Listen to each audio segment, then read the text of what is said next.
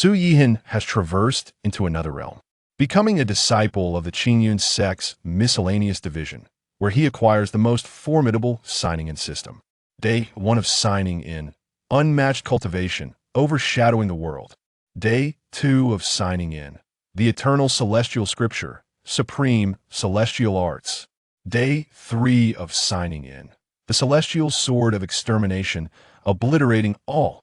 Day 4 of signing in, the great river sword technique, unrivaled across the globe. Commencing with an invincible signing in, he effortlessly vanquishes all adversaries. Regardless of whether one is a Grandmaster, a celestial being, a supreme, or even an emperor, he can extinguish them with a mere flick of his fingers. What? You are a supreme being from the celestial realm? My apologies. I am invincible. Signing in daily brings unparalleled joy, a continuous state of invincibility. Chapter 1. The beginning of invincibility. The Qingyun Sect is situated atop the Qingyun mountain range. Its ethereal pavilions and jade palaces exude an extraordinary grandeur. Meanwhile, within the miscellaneous division of the Qingyun Sect, Su Yihan gazes at his reflection in the mirror, utterly bewildered. As a model young man, he had merely ascended to the third-floor post-bath, only to awaken and find himself inexplicably transported to another world. Well, if he must traverse, so be it. Yet, his identity is that of a mere miscellaneous disciple. Even if one is a disciple of the Qingyun Sect, they are still classified as a servant. Fortunately, Su Yihan finds solace in the fact that this body possesses an extraordinarily handsome visage, with naturally silver hair, a tall physique, and facial features that adhere to the golden ratio. He is so strikingly handsome that even he feels somewhat dazzled by his own appearance. However, he is disheartened by his mediocre cultivation aptitude. Otherwise, he would not have spent a year in the Qingyun Sect without stepping into the body refining stage. Having traversed into this world, Su Yihan naturally absorbed the memories of his predecessor and is well-versed in the cultivation hierarchy of this realm. The stages of cultivation are as follows: body refining, acquired, innate, master, grandmaster, celestial, void, divine fire, celestial being, celestial general, celestial king. Holy realm, venerable, supreme, quasi-emperor, and emperor. In total, there are 16 realms, each with 4 subdivisions: early stage, middle stage, late stage, and peak stage. Such is the hierarchy of cultivation in this world. The Qingyun Sect, being the foremost celestial sect in Haizhou, possesses remarkable strength. The exact cultivation level of the sect leader remains unknown. However, under the sect leader, there are 7 peak masters. Each peak master is at least at the void stage. Beneath these 7 peak masters, there exists a multitude of grandmasters. In this realm, the powerful can move mountains and fill seas, commanding rivers with ease. Yet, Su Yihan finds himself with merely average aptitude. It is indeed a tragic circumstance that in the eyes of the mundane world, my entry into the Qingyun Sect marks me as a prodigy. Yet in reality, a miscellaneous disciple in the Qingyun Sect is akin to a servant, Su Yihan murmurs, shaking his head with a hint of dissatisfaction. Back on Earth, he yearned for the ability to cultivate, to soar through the skies. But now, those protagonists in online novels always have golden fingers, whereas mine? Su Yihan cannot help but think, I knew those authors were deceiving. Ding. Detecting the host's urgent desire for a system, the strongest signing-in system begins binding. Ding. Binding of the strongest signing-in system successful. In the next moment, 2 mechanical prompts resonated in Su Yihan's mind. This filled him with exhilaration. A system. Indeed, there is a system. Those authors were not lying. Su Yihan was overwhelmed with excitement.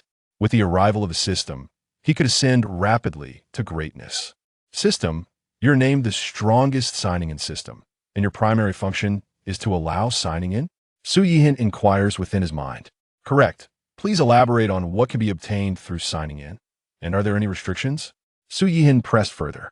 Heavenly treasures, divine arts, supreme artifacts, and immortal elixirs can all be obtained through signing in, the system elucidated. Furthermore, should the host be fortunate enough, directly signing in for invincible cultivation is not out of the realm of possibility. As for the host's concerns regarding restrictions, aside from being able to sign in once daily, there are no other limitations. Being able to sign in daily is quite commendable, Su Yihan remarked, thoroughly satisfied with the system's explanation. Can I sign in now? He then inquired. Ding. The host currently possesses one signing-in opportunity. Would you like to sign in immediately? The system's prompt echoed in his mind. Sign in at once. Su Yihan commanded without hesitation. As a miscellaneous disciple, he was brimming with anticipation for his first signing-in experience. Ding. Consumed one signing-in opportunity commencing signing in. Signing in process underway. Ding. Signing in successful. Congratulations to the host for obtaining Invincible Cultivation. Wait, what? Did I just acquire Invincible Cultivation on my first signing in? Su Yihan's expression was one of utter disbelief, nearly doubting his ears. In the next moment, he distinctly felt a profound transformation within his body. This change was ineffable and enigmatic. Yet Su Yihan knew with certainty that he could effortlessly slay adversaries across the body refining stage, acquired stage, innate stage, and even the holy quasi-emperor and emperor realms. Su Yihan's signing in granted him invincible cultivation. The world showed no signs of upheaval. Everything remained as it was. I truly did not expect that on my very first signing in, I would become invincible. A broad smile illuminated Su Yihan's face, his excitement palpable. At this moment, gazing at his reflection in the mirror, he felt even more radiant, nearly blinding himself. In my past life on Earth, everyone was caught in a relentless struggle now. Having traversed to a world where I can cultivate, starting off invincible, I need not continue this struggle. What a feeling. It's absolutely exhilarating. Su Yihan felt a profound sense of satisfaction. Meanwhile, in another miscellaneous division, a disciple named Wong Mu was in the midst of his training. Suddenly, a crisp sound emanated from within him, and he successfully advanced to the first layer of the body refining stage. I have finally entered the body refining stage. Wong Mu opened his eyes, reveling in his newfound strength, and burst into maniacal laughter. His laughter drew nearby miscellaneous disciples to gather around. Before long, the door swung open, and Wong Mu emerged, hands clasped behind his back, tilting his head slightly as he stepped out. Hiss! Upon Wong Mu's emergence, all present miscellaneous disciples inhaled sharply. They could distinctly sense the formidable aura radiating from Wong Mu. Wong Mu, you've entered the body refining stage? A disciple familiar with Wong Mu could not contain his curiosity. His inquiry echoed the thoughts of the crowd. Bang! However, the subsequent scene caused a shift in expression among the onlookers. Wong Mu waved his hand, sending his acquaintance hurtling backward, crashing to the ground, blood spewing forth. At this moment, the crowd heard Wong Mu coldly declare, I have entered the body refining stage. Soon I shall be promoted to an outer disciple. You shall address me as Wong Mu. Puffed. The disciple who was struck exclaimed, spitting blood in shock. He was utterly infuriated, for previously he had assisted Wong Mu numerous times. Yet now, just as Wong Mu had stepped into the body refining stage, he was met with betrayal. Greetings, senior brother Wong Mu. The others, upon hearing Wong Mu's words, hurriedly clasped their fists in respect. Wong Mu scanned the crowd, snorted disdainfully, said nothing further, and departed the miscellaneous division, heading toward the courtyard where Su Yihan resided. Bah, such a thing. A small man grows arrogant upon achieving success. Do lower your voice. The individual has already entered the body refinement realm, and we cannot afford to offend them. How is it that such a petty person can ascend to the body refinement realm while we remain stagnant? It is infuriating. You are unaware, my friend. From what I've gathered, Wong Mu ingratiated himself with the son of an elder and was bestowed a body refinement pill, which enabled him to attain such a level. A voice discreetly shared this tidbit of information, having overheard it by chance. Upon hearing this, the crowd could not help but sigh in unison. Meanwhile, in another courtyard, Su Yihan was still reveling in the joy of having acquired unparalleled cultivation. Suddenly, an exceedingly arrogant voice echoed from outside the door. Chapter 2. Unrivaled, you seek death. Su Yihan, come out and face your doom. Outside the door, a voice brimming with arrogance suddenly reverberated. Su Yihan was naturally familiar with this voice. Wong Mu, of similar age and hailing from the same city of Lancho, had been his rival since childhood. However, Su Yihan had entered the Qingyun Sect a year and a half earlier than Wong Mu, which naturally fueled Wong Mu's resentment. Fortunately, despite entering the sect later. Wong Mu had stepped into the body refinement realm ahead of Su Yihan. Wong Mu, your attempt to trouble me at this moment is nothing short of a death wish. Su Yihan mused with a smile as he opened the door, stepping into the servants' courtyard. His gaze fell upon Wong Mu, who stood with arms crossed, exuding an air of arrogance. Behind him gathered numerous servant disciples of the Qingyun Sect.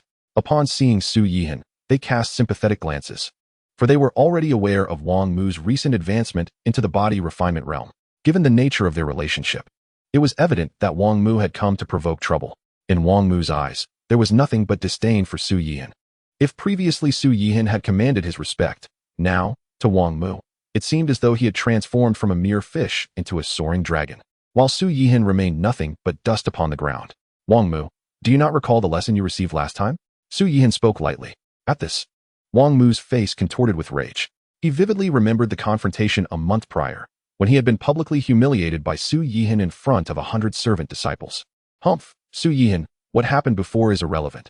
Now is a different story. Wong Mu suppressed his fury and coldly declared, I am now in the body refinement realm, and I shall soon ascend to the outer sect. You, a mere servant disciple, should know that if I were to kill you, no one would pursue the matter.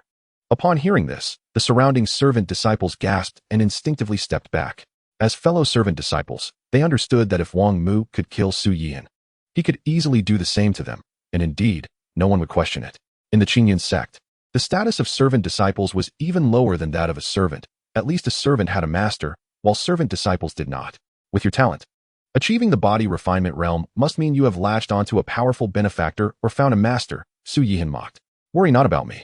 A month ago, I vowed that once I entered the body refinement realm, it would be your end, Wong Mu coldly retorted.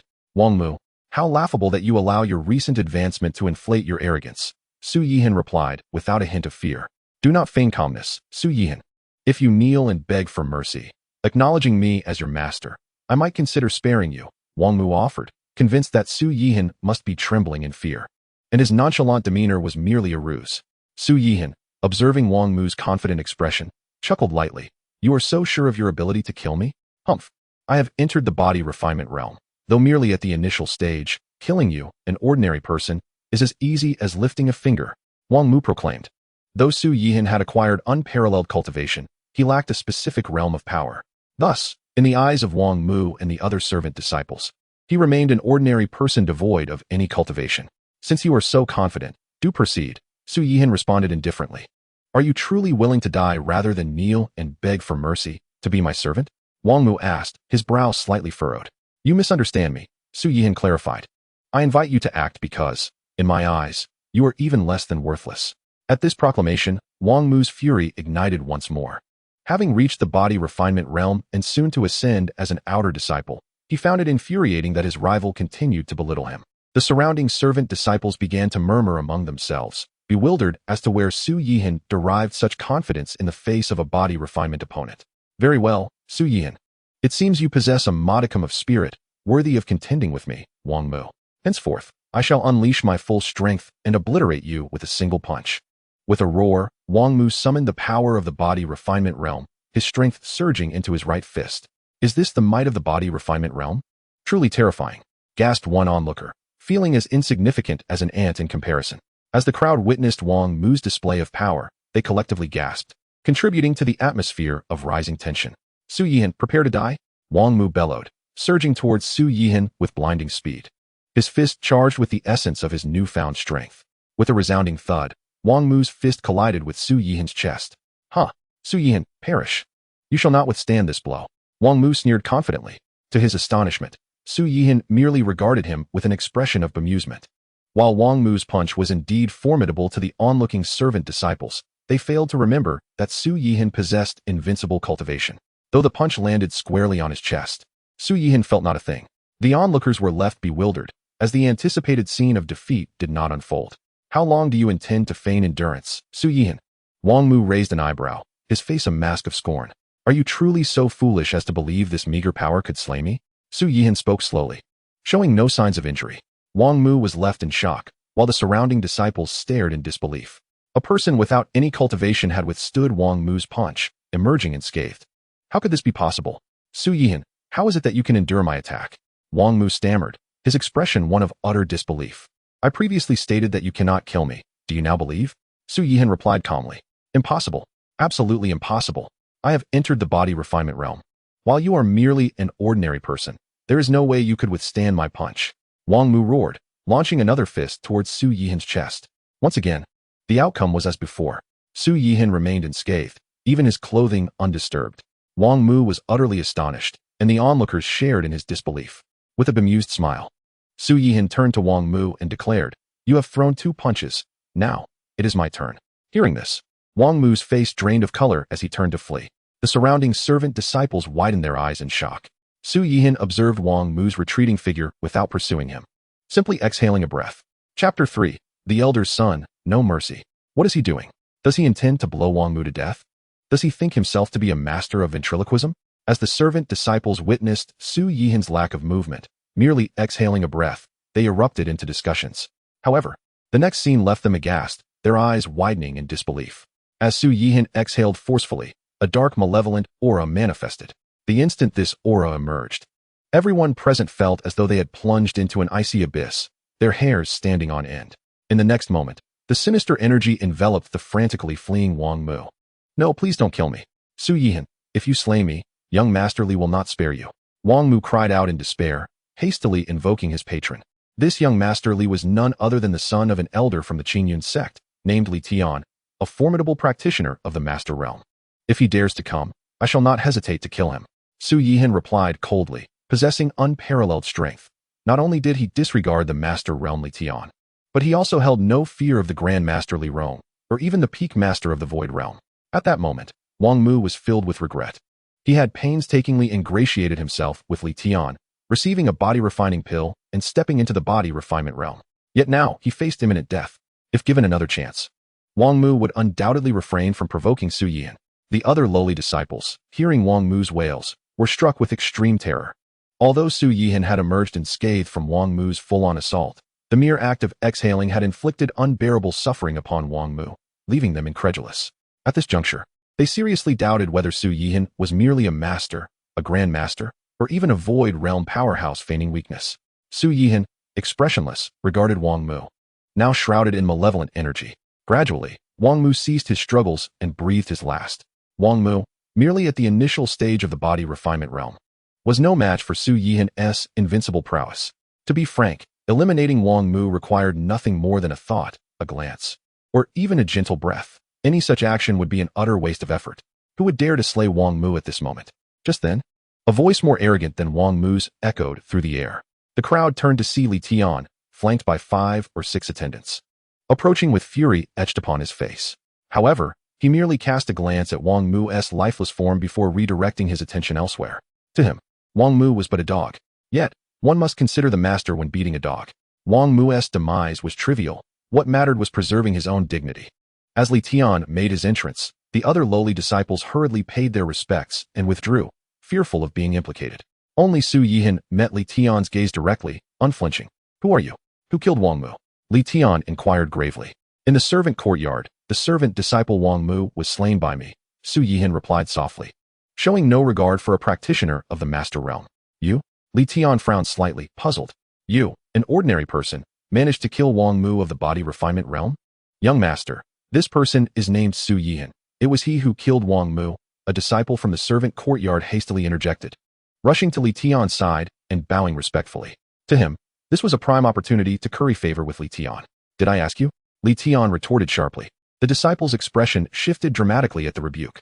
Before he could respond, Li Tian delivered a swift kick, sending him crashing to the ground, lifeless in an instant. Not even a single servant disciple, let alone 10 or 100, mattered to Li Tian's status. He could kill them without a second thought. "Su Yihan, is it?" Li Tian's gaze fell upon Su Yihan. "I care not how you killed Wong Mu, but he was my dog, and as the saying goes, one must consider the master when striking a dog. You have slain him, and for that, I cannot let you go. Think carefully." Su Yihan chuckled lightly. "Wong Mu sought to take my life, and he paid the price. If you aim to kill me, it is quite likely that you too shall meet your demise." "Ha ha." Li Tian laughed maniacally, his attendants joining in the derisive mirth. It took a considerable time for Li Tian to compose himself, wiping tears of laughter from his eyes as he said, "Do you have any idea of what you are saying? My realm is that of a master. With a mere finger, I could crush you. Young master, Why waste words on a mere servant disciple? Let me handle him, one of Li Tian's attendants suggested. Very well, Li Tian replied. Make sure to torment him thoroughly. Rest assured, young master, the attendant responded with a sinister grin as he advanced towards Su Yihan. Su Yihan gently shook his head, saying, an ant shaking a tree is a fool's errand, unaware of the peril that awaits. No sooner had he spoken than the attendant collapsed to the ground with a thud, lifeless. This scene caused all present to frown in disbelief, especially Li Tian. Despite being the highest in rank, he had failed to perceive the cause of the attendant's death. Attack together and eliminate him, Li Tian commanded with a wave of his hand. The remaining attendants, emboldened by his words, rushed towards Su Yihan without hesitation. Although they were attendants, they were still practitioners of the postnatal realm, and ordinarily, dealing with an ordinary person would be child's play. Yet, as they took just 2 steps, they too fell to the ground like the first attendant, lifeless. This unfolding spectacle instilled profound fear in the servant disciples. Such a method of silent killing was akin to that of a deity. Meanwhile, Li Tian's gaze towards Su Yihan was laced with trepidation. For even with his master realm prowess, executing several postnatal realm practitioners silently would be no easy feat. Who exactly are you? Li Tian bellowed, his voice heavy with disbelief. How did they die? You already learned who I am moments ago, Su Yihan replied. As for their demise, there is no need for you to inquire, for you shall soon join them in death. I do not harm those who do not harm me, but if one dares to offend me, I shall certainly retaliate. This was Su Yihan's unwavering principle. The moment Li Tian appeared, his fate was sealed. Do you dare to kill me? Li Tian sneered. My father is an elder of the Qingyun Sect, a Grandmaster. I myself am a master. How could you possibly slay me? With that, Li Tian roared, summoning the power within him, imbued with lethal intent, as he charged at Su Yihan. You are no different from Wong Mu and those attendants. Su Yihan spoke calmly, and in the next breath, a divine light flickered in his eyes. As they fell upon Li Tian, flames erupted around him. A piercing roar filled the air. But within mere breaths, Li Tian's cries ceased abruptly, and he was reduced to ashes. At this moment, the assembled servant disciples were utterly shocked. Their gazes towards Su Yihan were filled with terror. At the instant of Li Tian's demise, in the elder's cave on Xianxiao Peak, Li Rong was meditating in silence. Suddenly, he furrowed his brow and opened his eyes. With a thought, a jade token glowing with red light appeared in his hand. Cultivation levels, body refinement, postnatal, innate, master. Grandmaster, celestial, void, divine fire, celestial being, celestial general, celestial king, saint, venerable, supreme, semi-emperor, great emperor. As the red light flickered, he murmured, my son is dead. Li Rong gazed at the jade token in his hand, and in the next moment, his fury erupted like a volcano. Whoever you are, daring to slay my Tian, I shall flay you alive and turn your bones to dust. He soared into the air, bursting forth from the cave, guided by the jade token toward the servant courtyard where Su Yihan resided. His roar naturally echoed, reaching the ears of several other elders. In no time, this matter was reported to the master of xianxiaofeng, Yang. The demise of Li Tian instilled terror among the myriad of servant disciples, particularly those who were not on amicable terms with Su Yihan. Who has slain Tianer? Step forward and accept your fate. At that moment, an enraged roar from Li Rong echoed through the air. The next instant, Li Rong materialized within the servant courtyard. Greetings, elderly. All the servant disciples, save for Su Yihan, clasped their fists in salute. Who has murdered Tianer? Where is the body? Li Rong inquired coldly. Elderly. It was Su Yihan who killed young Master Li, and he was reduced to ashes, stammered a steward of the servant courtyard, who had appeared seemingly out of nowhere. Li Rong furrowed his brow, swiftly noticing the ashes on the ground. Fury ignited in his eyes as his gaze fell upon Su Yihan. You are Su Yihan? He spoke icily, imbued with an aura of impending violence. Indeed, that is I, Su Yihan replied. Very well.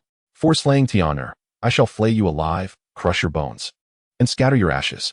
With that declaration, he summoned an overwhelming force, his palm crashing down with the power to shatter mountains. The onlookers recoiled in fear, dreading the aftermath of such a strike. Yet, Su Yihan wore an expression of faint disdain. In the next heartbeat, the force surged forth like a colossal wave. However, to Li Rong's astonishment, as his power approached Su Yihan, it vanished as if swallowed by the sea. The master of xianxiaofeng, Yang, frowned in his cave abode, for he too could not discern how such formidable power had evaporated. This individual certainly possesses enigma, he murmured, his gaze piercing through the mountains toward the servant courtyard. Su Yihan, who exactly are you? Li Rong, filled with dread, bellowed. Just now, although I did not unleash my full strength, I exerted 50% of my power. At this moment, I severely suspect that Su Yihan is concealing his true capabilities. Am I not merely a servant disciple of Qingyun Sect? Su Yihan retorted. Before Li Rong could respond, he continued, You have already made your move. Should it not now be my turn? Humph. I am a Grandmaster. Do you think you can kill me? Li Rong scoffed, unafraid. As his words fell, he prepared to strike once more. Yet at that moment, Su Yihan raised his right arm, his hand morphing into a claw, and with a fierce grip directed at Li Rong. Instantaneously, Li Rong's eyes widened in shock, for he felt an invisible hand constricting his throat. The surrounding servant disciples and the steward of the servant courtyard were utterly astounded by the scene before them. A singular question echoing in their minds. What realm does Su Yihan truly inhabit? With a mere breath, he had extinguished Wong Mu, reduced Li Tian to cinders. And now even the Grandmaster Li Rong was effortlessly subdued. Within the Master's cave, Yang Ju's pupils constricted slightly, a look of incredulity crossing his face. For in his perception, Su Yihan appeared to be an ordinary person. Yet, an ordinary individual could subdue a Grandmaster like Li Rong. What was Su Yihan's true foundation? There exists another possibility, Yang Ju whispered, that this person's realm far surpasses mine, thus rendering me incapable of perceiving his true strength. This spectacle was not only witnessed by Yang Ju. The other 6 peak masters also bore furrowed brows. In the servant courtyard, Su Yihan remarked, I harbor no enmity towards you. There is no reason for me to kill you. Yet, you all still seek my life. Thus, death is a consequence of your own making. As his words echoed, Su Yihan prepared to end Li Rong's life. However, in the next heartbeat, a figure appeared beside Li Rong out of thin air, none other than Yang Ju, the master of xianxiafans. Following him, 6 more figures materialized in rapid succession, the remaining 6 peak masters. Esteemed masters. It is the 7 peak masters. Greetings, esteemed masters. The servant disciples quickly regained their composure. With the arrival of the 7 peak masters, numerous Grandmaster elders soon followed, gathering within the servant courtyard, a place where such esteemed figures rarely graced. As these powerful individuals arrived, Li Rong struggled violently, a glimmer of hope igniting in his eyes. Yet, Su Yihan did not release him, but instead spoke slowly. Did the esteemed masters come to save him? Su Yihan, you have slain Li Tian. Li Rong is merely avenging his son. His crime does not warrant death. Yang Ju stated, He sought to kill me. How can his crime not warrant death? Su Yihan countered coolly. But he has not harmed you, has he? Yang Ju replied. That is because he is not my match, Su Yihan asserted. If I were not his equal, I would be dead by now. Esteemed masters and elders, I doubt you would deign to visit the servant courtyard for the sake of a mere disciple. His words rendered the 7 peak masters, including Yang Ju, speechless. For as Su Yihan articulated, the lives of servant disciples held little value in their eyes. Even if every servant disciple were to be slaughtered, countless individuals would still vie to join the Qingyun Sect. Su Yihan, you have already slain Wong Mu and Li Tian. Li Rong is a Grandmaster and an elder of Qingyun Sect. You cannot kill him, Yang Ju declared. Although I cannot see through your realm, we have already notified the sect leader. Once he arrives, the situation will be beyond salvage. Gasp. At this announcement, a collective intake of breath echoed among the servant disciples. Outer disciples, inner disciples, stewards, and elders. They had never imagined that the affairs of the servant courtyard would attract the attention of the sect leader. The reason for this was clear. The 7 peak masters could not discern Su Yihan's realm, prompting them to report the matter to the sect leader. They believed that while Su Yihan dared to defy the 7 peak masters, he would not dare to oppose the sect leader. Yet, Su Yihan's subsequent words left them utterly astonished. What of the sect leader? Regardless of who comes, Li Rong is doomed to die. Su Yihan declared in a low voice. Whoever attempts to intervene should prepare for death. His words were shocking, utterly audacious. What did it matter if there were 7 peak masters or the sect leader? They were all mere chickens and dogs in his eyes. As the onlookers marveled at Su Yihan's audacity, the imposing figure of the Qingyun Sect leader materialized before them. Greetings, esteemed sect leader. The 7 peak masters, along with numerous elders, stewards, and disciples, simultaneously bowed in utmost reverence, particularly the 7 peak masters, while others were unaware. They were acutely aware that the sect leader's realm was that of divine fire, one of the most formidable in Haizhou. With the arrival of the Qingyun Sect leader, the previously despondent Li Rong once more displayed a glimmer of hope. In his eyes, as long as the sect leader intervened, Su Yihan was undeniably doomed. The sect leader did not acknowledge the crowd but directed his gaze straight at Su Yihan, stating, I have personally come. Do you still remain obstinate? Obstinate. Su Yihan scoffed. Should you choose to strike, today shall mark your demise. At these words, the 7 peak masters and numerous elders could only frown. They had witnessed arrogance before, but never to this extent. As for the multitude of menial disciples, they had become numb at this moment. Very well, you possess some guts.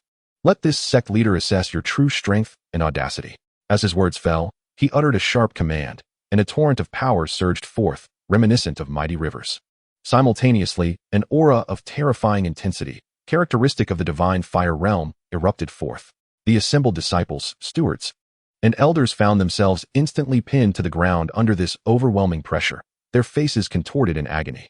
Even the 7 peak masters of the void realm were compelled to kneel before this force. In this moment, the might of the Lord of Qingyun was unmistakably displayed. However, what furrowed his brow was the sight of Su Yihan, an ordinary man devoid of any power fluctuations, standing resolutely upright. His right hand continued to manipulate Li Rong effortlessly. This spectacle compelled those present to concede that Su Yihan indeed possessed the strength to confront the Lord of Qingyun. Yet, why would such a formidable being willingly remain a subservient menial disciple? Surely, he could not harbor a penchant for suffering. The Lord of Qingyun regarded Su Yihan with a slight frown. At that moment, he noticed a faint smile curling at the corners of Su Yihan's lips. Suddenly, with a crack, Li Rong was rendered lifeless. "Roar! Die!" The Lord of Qingyun bellowed, unleashing a tremendous palm strike, a torrent of power surging forth, akin to a tidal wave, directed at Su Yihan. "A mere trick, and you dare to flaunt it before me?" Su Yihan scoffed, and with a single punch, he unleashed a radiant brilliance. In an instant, a terrifying aura enveloped the heavens and the earth. Compared to this dazzling light, the attack from the Lord of Qingyun appeared as insignificant as a firefly, snuffed out in an instant. The next moment, the brilliant radiance surged forth, and the Lord of Qingyun, within the divine fire realm, had no time to react before being obliterated into nothingness. Boom! The brilliant light then struck a distant mountain with unrelenting force. The ensuing explosion reduced the entire peak to mere powder. The 7 peak masters, alongside the disciples and others of the Qingyun Sect who were not in the menial courtyard, were left utterly astounded by this scene. Indeed, if one were to speak of shock, none could rival those within the menial courtyard. The formidable sect leader, renowned throughout Haizhou, had been slain by a mere menial disciple with a single punch, simultaneously shattering a mountain. Such power was nothing short of astonishing.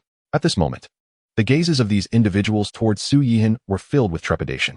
Meanwhile, Su Yihan himself was engulfed in confusion regarding his own strength. Initially, he had unleashed a burst of malevolence that had killed Wong Mu, simply because he felt compelled to do so. Subsequently, he had incinerated Li Tian, merely entertained by the thought. And just now, the punch he had thrown had been executed with casual ease. Although the destruction it wrought was immense, he remained bewildered by the nature of his own prowess.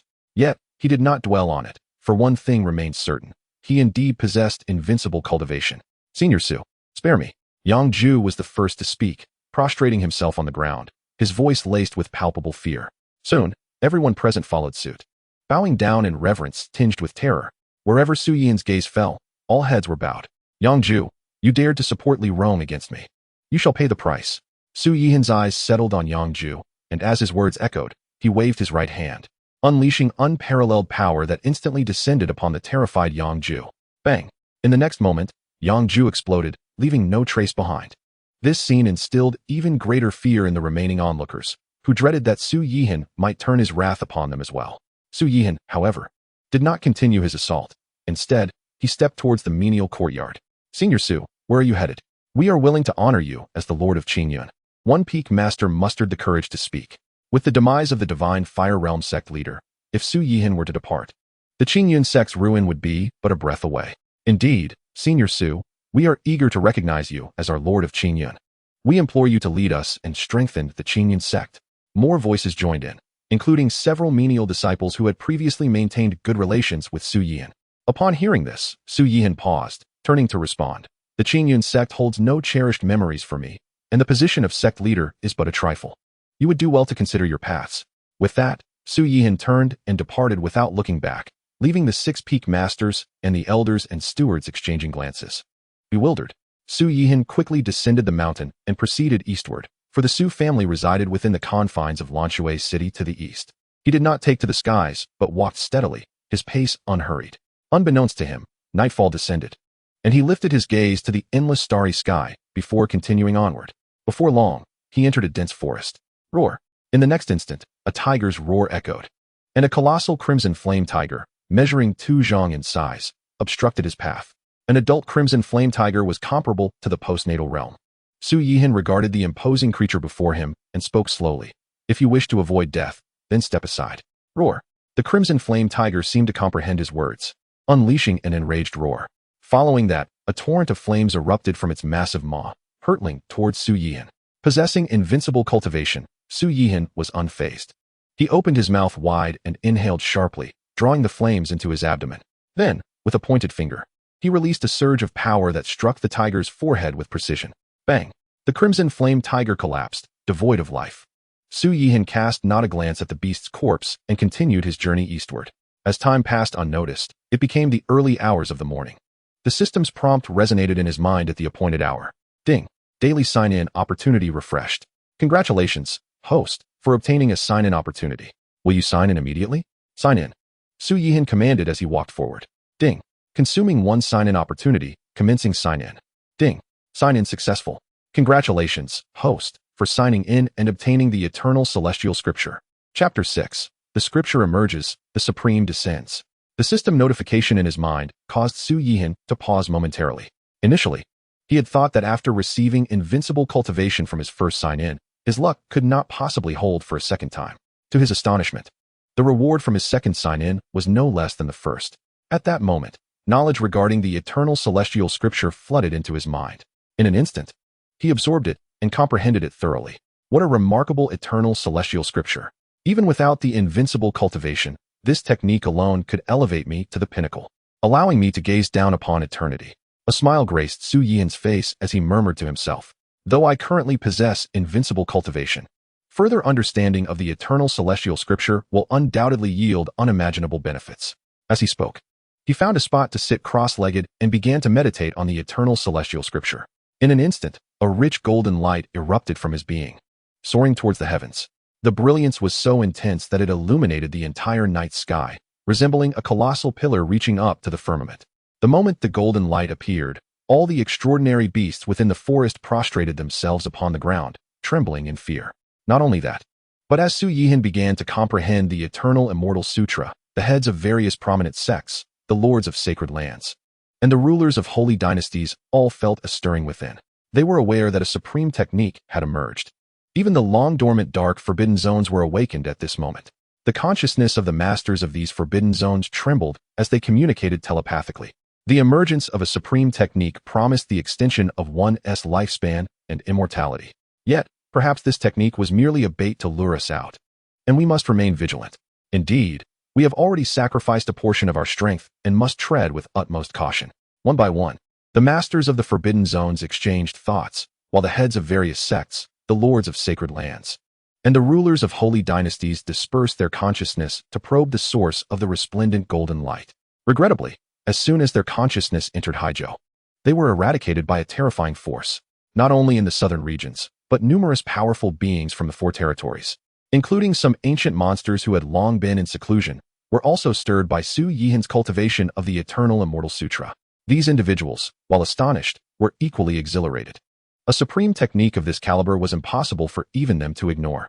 Within the dense forest, as Su Yihan slowly opened his eyes, the soaring golden radiance instantaneously dissipated, as if nothing had ever transpired. Truly, the eternal immortal sutra is remarkable. Su Yihan spoke slowly, feeling immensely satisfied with his understanding of the sutra. Having only meditated for a brief period, he had already reaped immense benefits. Rising to his feet, he brushed off the dirt from his clothes and continued eastward. With a single step, he vanished into thin air. The aura of the supreme technique lingered in the vicinity. Before long, a figure clad in a black robe, a dark sovereign, materialized in the forest, furrowing his brow as he spoke. He then closed his eyes, harnessing his power to sense carefully. Unfortunately, he failed to detect the presence of the supreme technique again. Alas, he was a step too late. His expression darkened, filled with reluctance. As dawn broke, Su Yihan appeared in the city of Lianshui. Gazing at the familiar streets, a smile graced his face. Following the memories in his mind, he made his way to the Su family. However, he had not traveled far when his brow furrowed in concern. Hurry, go witness the commotion. The Wong family is about to strike at the Su family. What? Is that true? Absolutely. It is said that the Wong family unexpectedly rescued a person from the Immortal-Sect, and in gratitude, this individual agreed to assist the Wong family with 3 matters. The first of which is to annihilate the Su family. The conversations of passers-by were the source of Su Yihan's frown. Wong family, you are courting death. Su Yihan spoke coldly, and with a mere thought, he vanished from his location. In the front courtyard of the Su family, Wong Tong, the head of the Wong family, wore a cold smile as he gazed at the members of the Su family. Beside him stood a frail man in a blue robe. The person saved by the Wong family by chance from the Immortal Sect. Wang Tong, are you truly intent on becoming enemies with my Su family? Su Xiaoshan, the head of the Su family, admonished in a deep voice. Humph, Su Xiaoshan, your Su family has always opposed my Wong family. Today marks the end of the Su family, Wang Tong retorted coldly.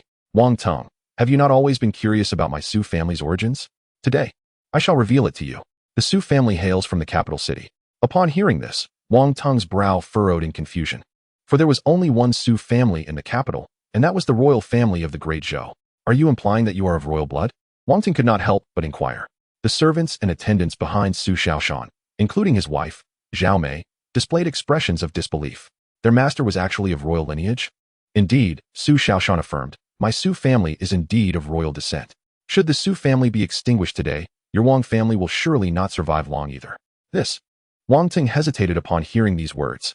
While the Wang family dared to contend with the Su family, they did not have the audacity to confront the royal family. Although the Great Zhou dynasty was merely a small nation in the southern regions, the power of the royal family was not something the Wang family could contend with. What fear could a mere border nation instill? At that moment, the Immortal Sect member spoke. Li Tong, can you truly contend with the Great Zhou dynasty? Wang Tong hurriedly questioned, his eyes gleaming with intensity. The royal family of a mere border nation can be exterminated with ease, Li Tong declared. This statement caused Wang Tong's smile to broaden. Meanwhile, Su Xiaoshan's expression shifted dramatically, his brows knitting tightly. He had revealed his greatest secret, invoking the royal family. Yet it still failed to instill caution in the Immortal Sect member before him. In that case, I implore you, Senior Li Tong, to take action and annihilate the Su family. The second task for the Wang family is to eliminate the royal family members. And the third is to assist the Wang family in usurping the throne. Initially, Wang Tong had only intended to eradicate the Su family, allowing the Wang family to dominate Lianshui City. However, upon realizing that Li Tong regarded the royal family with disdain, Wang Tong's ambitions grew larger. This task is simple, Li Tong proclaimed. As his words fell, he prepared to strike down Su Xiaoshan and the others. Suddenly, he frowned and instinctively closed his eyes. Not only he, but Wang Tong and the members of the Wang family, as well as the servants of the Su family, all followed suit. For before them, a figure appeared out of thin air. This individual was dazzlingly handsome, strikingly radiant. It was none other than Su Yihan. The appearance of Su Yihan not only caused Li Tong and Wang Tong to frown, but also resulted in Su Xiaoshan and Zhao Mei's expressions shifting drastically. If Li Tong held the royal family in contempt, then Su Yihan's return at this moment was akin to a lamb entering a den of tigers. Honor, you must flee. This man is from the Immortal Sect and possesses unfathomable strength. Su Xiaoshan exclaimed anxiously. Zhao Mei followed suit, urging him to escape. Chapter 7. A Million Miles Apart. A single palm annihilates a great sect. Su Xiaoshan and Zhao Mei were the parents of this body. However, the soul inhabiting this body had been replaced. Although Su Yihan absorbed the memories of his predecessor, he still felt little familial affection towards them. Do not worry, he replied calmly, his gaze settling upon Li Tong. You wish to annihilate the Su family? Who are you? Li Tong asked in a grave tone. For in his perception, this striking youth appeared to be an ordinary person, yet he had materialized out of thin air. Senior Li, this is Su Yihan, the son of Su Xiaoshan, and a miscellaneous disciple of Qingyun Sect. Wang Tong interjected before Su Yihan could speak. A miscellaneous disciple from a small sect? Seeking death. Li Tong regained his confidence, sneering. I ask you again, do you wish to assist the Wang family in annihilating the Su family? Su Yihan reiterated. Indeed, Li Tong confirmed. Wang Tong saved my life. And I promise to assist the Wang family in 3 matters, the eradication of the Su family being the first. Very well. Then today, you shall meet your demise. Su Yihan replied coldly. Ha, what a naive brat, you dare to kill me. Li Tong laughed as if he had heard the greatest joke. Let me tell you, my realm is at the pinnacle of the celestial realm. Not only you, but even the entire Great Zhou dynasty does not warrant my attention. The pinnacle of the celestial realm may not be considered formidable in the southern regions, but within Haizhou and the Great Zhou dynasty, it undoubtedly marked one as a supreme being. Ants are but ants, oblivious even when death looms. Su Yihan gently shook his head and spoke slowly. Arrogance. Li Tong's expression darkened as he let out a furious roar, propelling himself towards Su Yihan like an arrow released from a bowstring. In the midst of this, he harnessed his strength, condensing it into his right fist. In an instant, a terrifying aura emanated from him. Everyone except Su Yihan felt it acutely. It's over. The Su family is doomed. Indeed, It was once thought that the Su family could continue to contend with the Wong family. But who could have anticipated that the Wong family would stumble upon such a formidable ally? From now on, the Wong family would reign supreme in Blue Water City. The onlookers began to murmur amongst themselves. Wong Tung and the members of the Wong family were naturally elated. However, the next scene left them utterly dumbfounded. In the face of the oncoming Li Tong, Su Yihan merely chuckled lightly and casually extended a hand. The next moment, Li Tong was sent hurtling backward at a speed 10 times greater than before, crashing heavily against the wall, blood frothing from his mouth, barely managing to breathe. The Wong family members were left in shock. The onlookers were equally stupefied. As for Su Xiao and Zhao Mei, witnessing their son effortlessly inflict such grave injury upon a powerful adversary, they were overwhelmed with exhilaration. Naturally, every parent wishes for their child to excel. Cough. Li Tong, gritting his teeth against the pain, struggled to rise, his gaze towards Su Yihan filled with trepidation. Who are you? He managed to stammer. Who am I? You already know, don't you? Su Yihan retorted. Impossible, absolutely impossible. At that moment, Wong Tung roared. Su Yihan is merely a lowly disciple of the Qingyun Sect. How could he possess such power? You are certainly not Su Yihan. Upon hearing this, Su Xiao remained unfazed, yet Zhao Mei furrowed her brow in contemplation. Regardless, today, the Wong family shall perish, Su Yihan declared, shifting his gaze toward Li Tong. Kill me? Do you even comprehend from which great sect I hail? Li Tong's anxiety began to mount. Su Yihan had severely wounded him. How could he not be fearful? No matter where you come from. Even if it is from the dark forbidden zone, I will show no mercy. Su Yihan spoke coldly, possessing an invincible cultivation level. He feared neither any individual nor any faction. Su Yihan, listen well, I hail from the great sect, the Xianxia sect, Li Tong proclaimed, revealing his origins. At this declaration, including Wong Tung and Su Xiao, everyone gasped in astonishment. For the name Xianxia sect was thunderous in their ears. Compared to it, the Qingyun sect was but a firefly. Not only within the great Zhou Empire, but even across the entire southern territory, the Xianxia sect's strength ranked among the foremost. Haha, no wonder you were so arrogant. It turns out you come from the Xianxia sect. Su Yihan scoffed, not taking it seriously. Li Tong, however, mistakenly believed that Su Yihan feared the Xianxia sect. Su Yihan, I see you are trembling in fear. Even if your realm is that of a heavenly king, a sacred realm, or even a venerable, the Xianxia sect's experts could easily eliminate you. Li Tong's face bore a cold smirk. He then struggled to gather his strength, retrieving a healing elixir to consume. Su Yihan did not hinder him, instead stating blandly, do you think I fear the Xianxia sect, that I would hesitate to act against you? Indeed. Li Tong, feeling a slight recovery, spoke with renewed vigor. Very well, I shall let you witness the annihilation of the Xianxia sect. Su Yihan replied coldly. Upon hearing this, Li Tong and Wong Tung were momentarily stunned, then erupted into uproarious laughter. The Xianxia sect ranks among the mightiest in the entire southern territory, and Su Yihan dares to claim he will bring about its downfall? Absurd in the extreme. Listening to their laughter, a faint smile crept onto Su Yihan's lips. Without warning, he struck a palm toward the heavens. Rumble. Instantly, winds surged and thunder roared. Then, all present noticed a colossal palm of thunder manifesting in the firmament. This giant thunderous hand exuded an aura of annihilation. Beneath this palm, all felt as insignificant as ants. In the next moment, the thunderous hand, with a forceful momentum, unleashed its destructive aura towards the location of the Xianxia sect. Not only the people of Blue Water City, but half of the southern territory of the great Zhou Empire turned their attention to the terrifying thunderous palm. A certain dark sovereign who had spent a sleepless night searching for the aura of supreme techniques was no exception.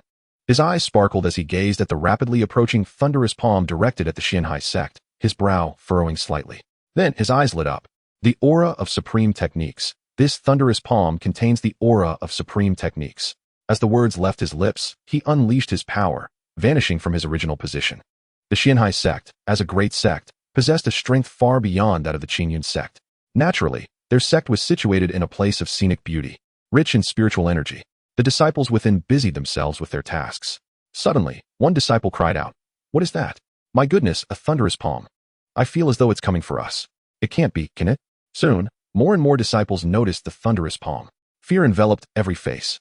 Before long, the stewards, elders, and supreme elders of the Xianxia sect appeared in the sky above the sect. Ultimately, even the sect master, the mightiest of the Xianxia sect, materialized. Even he, with his level of cultivation, felt a profound sense of impending doom as he gazed upon the roaring, annihilating thunderous palm. Chapter 8. The Dark Sovereign. Merely thus. The Xianxia sect shall meet its demise today. Amidst the terror of the Xianxia sect, A voice of unparalleled authority emanated from the thunderous palm. "May I ask, esteemed elder, how has the Xianxia sect offended you?"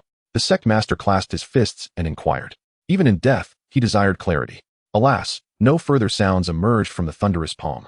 In the next moment, the terrifying thunderous hand descended with a cataclysmic force, engulfing the entire Xianxia sect. Rumble, crack, thunder crackled, enveloping the entire Xianxia sect. Instantly, screams and roars echoed in a cacophony. In the blink of an eye, tens of thousands met their untimely end. Though the sect master exerted all his strength to resist, it proved futile. His expression darkened, rage igniting within him. Who was it? Which scoundrel had offended such a powerful being, bringing forth this calamity? He roared madly, hurling curses into the void. In the next moment, a bolt of thunder struck him down. The sect master of the Xianxia sect fell. In Blue Water City, Su Yihan regarded Li Tong and spoke nonchalantly. "The Xianxia sect has been obliterated." "Humph, do you think I would believe such nonsense?" Li Tong scoffed coldly. Yet, recalling the terrifying aura exuded by that thunderous palm, he had already begun to believe. With a thought, he retrieved the Xianxia sect's exclusive communication token. Unfortunately, no matter how he attempted to contact anyone within the sect, there was no response. "Why, you truly annihilated the Xianxia sect?" Li Tong's pupils constricted sharply, disbelief washing over him. "Spare me, Great One, spare me." Without waiting for Su Yihan to respond, Li Tong fell to his knees, repeatedly bowing his head in supplication. The members of the Wong family were utterly despondent, compelled to kneel. They had intended to annihilate the Su family, but never anticipated that Su Yihan would be so fearsome. As for the servants and subordinates of the Su family, they were, of course, ecstatic. A vibrant smile adorned Su Zhao's face. Though Zhao Mei regarded Su Yihan with a subtle frown. "I have proclaimed that today marks the fall of the Wong family, and as for you, a disciple of the celestial sect, you shall perish." As the words echoed, Su Yihan waved his hand, unleashing an intangible force that enveloped the surroundings. Upon glancing back at the Wong family members and Li Tong, it became evident that they had met their demise, blood streaming from their 7 orifices. At that moment, Su Yihan noticed a figure clad in a long black robe materializing in midair, an aura that did not bode well for him. "Who are you?" Su Yihan inquired first. "Surrender the supreme technique that resides within you, and I shall depart at once," the Dark Sovereign spoke slowly. Despite Su Yihan's ability to obliterate dozens with a mere gesture and the terrifying power of his thunderous palm, the Dark Sovereign still regarded him with disdain. Upon hearing his words, Su Yihan's heart stirred, realizing the Dark Sovereign's arrival was in pursuit of the eternal celestial scripture. If you desire the eternal celestial scripture, one must first ascertain whether you possess the capability to claim it, Su Yihan replied, unperturbed. Unexpectedly, upon hearing the phrase eternal celestial scripture, the Dark Sovereign's eyes gleamed with excitement, his body trembling with anticipation. "Are you implying that the supreme technique you possess is the eternal celestial scripture?" He could not help but inquire. "You dare to attempt to seize it without even knowing the specifics of the technique?" Su Yihan remarked, his brow furrowing slightly. "Ha ha. The eternal celestial scripture, the eternal celestial scripture. Once I acquire it, I shall shed my old self and live anew." The Dark Sovereign laughed maniacally. Yet, his mirth abruptly ceased, and with a piercing gaze directed at Su Yihan, he declared, "Surrender the eternal celestial scripture, and I shall not trouble you further. To obtain the eternal celestial scripture, I fear you lack the requisite prowess," Su Yihan replied coolly. Just then, several figures appeared in the sky above the Su family, each emanating a formidable aura. However, compared to the Dark Sovereign, their presence was noticeably weaker. Upon seeing the Dark Sovereign, their expressions shifted dramatically. The aura of darkness. "You hail from the dark forbidden zone. How dare you, a mere insect from the shadows, venture into the southern domains?" One powerful figure proclaimed. The Su family and the onlookers were taken aback upon realizing that the individual in black was indeed from the dark forbidden zone, a place renowned for its terror. It was common knowledge that every few millennia, the dark forbidden zone would incite dark upheavals, slaughtering humans to seize their life essence. Now, with the Dark Sovereign before them, how could they not tremble in fear? Su Yihan looked at the Dark Sovereign with a hint of surprise, not anticipating that the eternal celestial scripture, acquired during his second signing in, would attract such a figure. The term Dark Sovereign was indicative of the individual's realm from the dark forbidden zone. However, it was noteworthy that the Dark Sovereign's current level was not that of a sovereign, but rather that of a quasi-emperor. In truth, the Dark Sovereign's original realm was that of an emperor. Upon reaching the end of their life, they would self-inflict a wound to drop to the quasi-emperor level. Yet, should they reach the pinnacle of their ascension once more, they could re-enter the emperor realm. Nevertheless, after such an elevation, they would need to incite a dark upheaval. as failing to do so would lead to their lifespan being exhausted. Presently, however, the human race was growing increasingly powerful, and the Dark Forbidden Zone dared not instigate upheaval recklessly. Enough of this prattle. The Dark Sovereign shot a glance at several human sovereigns before sweeping his sleeve. A force surpassing that of a sovereign radiated outward. Despite the human experts' desperate attempts to resist, they were rendered helpless, spitting blood as the might of the Dark Sovereign became painfully evident. I have no intention of making enemies of you humans today, so do not seek your own demise. The Dark Sovereign spoke coldly, disregarding the human experts as his gaze returned to Su Yihan. I require the eternal celestial scripture. As I mentioned, if you wish to claim the eternal celestial scripture, it depends on whether you possess the capability, Su Yihan stated, his expression unchanged. You insolent wretch. My reluctance to kill you does not imply that I lack the courage to do so, the Dark Sovereign replied, his brows furrowing as he spoke icily. Feel free to make your move, Su Yihan retorted, unafraid. Seeking death, the Dark Sovereign seethed with anger. Boom. In the next instant, a quasi-emperor's aura erupted forth. A powerful pressure descending upon Su Yihan like a colossal wave, causing everyone in Blue Water City, as well as those from Haizhou and the Greizhou dynasty, to tremble in fear. Yet Su Yihan remained unfazed, hands clasped behind his back, silver hair billowing as if he were a celestial being descended from the heavens.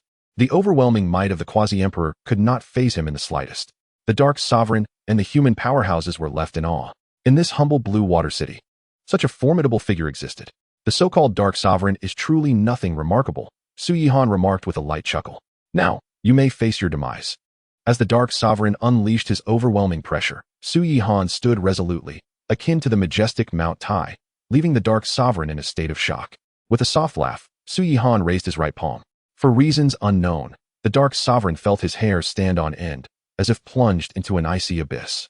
He understood that should Su Yihan make a move, his chances of survival would be non-existent. In a state of panic, he hesitated not a moment longer. Letting out a thunderous roar, Dark Sovereign, reaching the pinnacle of my transformation, I shall reclaim the Emperor realm. Boom. Crack. As his words fell, the heavens above manifested the pathway, the order radiating throughout. The Dark Sovereign's body erupted with a kaleidoscope of divine light. Upon reaching the pinnacle of transformation and reclaiming the Emperor realm, a dark upheaval would inevitably follow, if the human race did not have an emperor to counter it. The consequences would be dire. The expressions of the human powerhouses shifted dramatically, while the Su family and the inhabitants of Blue Water City were gripped by terror. They had never expected that what began as an unexpected rescue of a powerful figure by the Wong family, aimed at annihilating the Su family, would ultimately summon the Dark Sovereign, who now stood poised to reclaim the Emperor realm. Yet, what puzzled them was the absence of a human emperor despite the Dark Forbidden Zone's transformation and the emergence of extraordinary phenomena. As the Dark Sovereign reached the pinnacle of his transformation, all the Dark Forbidden Zones sensed it, their minds clashing in communication. I have attained the pinnacle of transformation and reclaimed the Emperor realm. How do you intend to withstand this? Upon uttering those words, the Dark Sovereign extended his right palm. With his motion, a colossal hand emerged in the sky, enveloped in rules and order, its terrifying power dimming the very heavens. In that moment, the entire southern domain, and even the other 4 realms, were shrouded in this overwhelming might. After all, the Emperor realm represented the pinnacle of existence in the mortal realm. Su Yihan remained poised, hands behind his back, his piercing gaze fixed upon the enormous hand in the sky that radiated an aura of terror. Roar.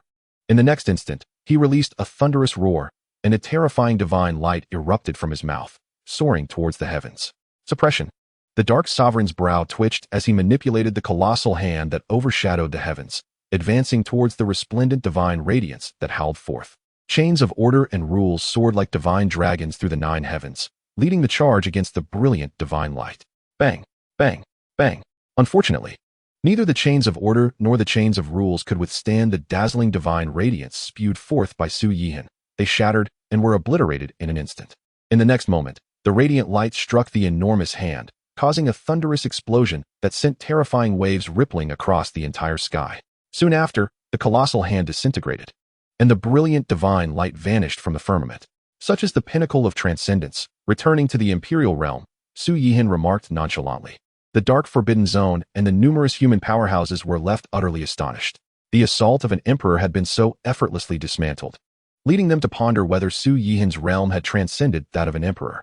Impossible, absolutely impossible. The Dark Sovereign shook his head frantically, murmuring to himself.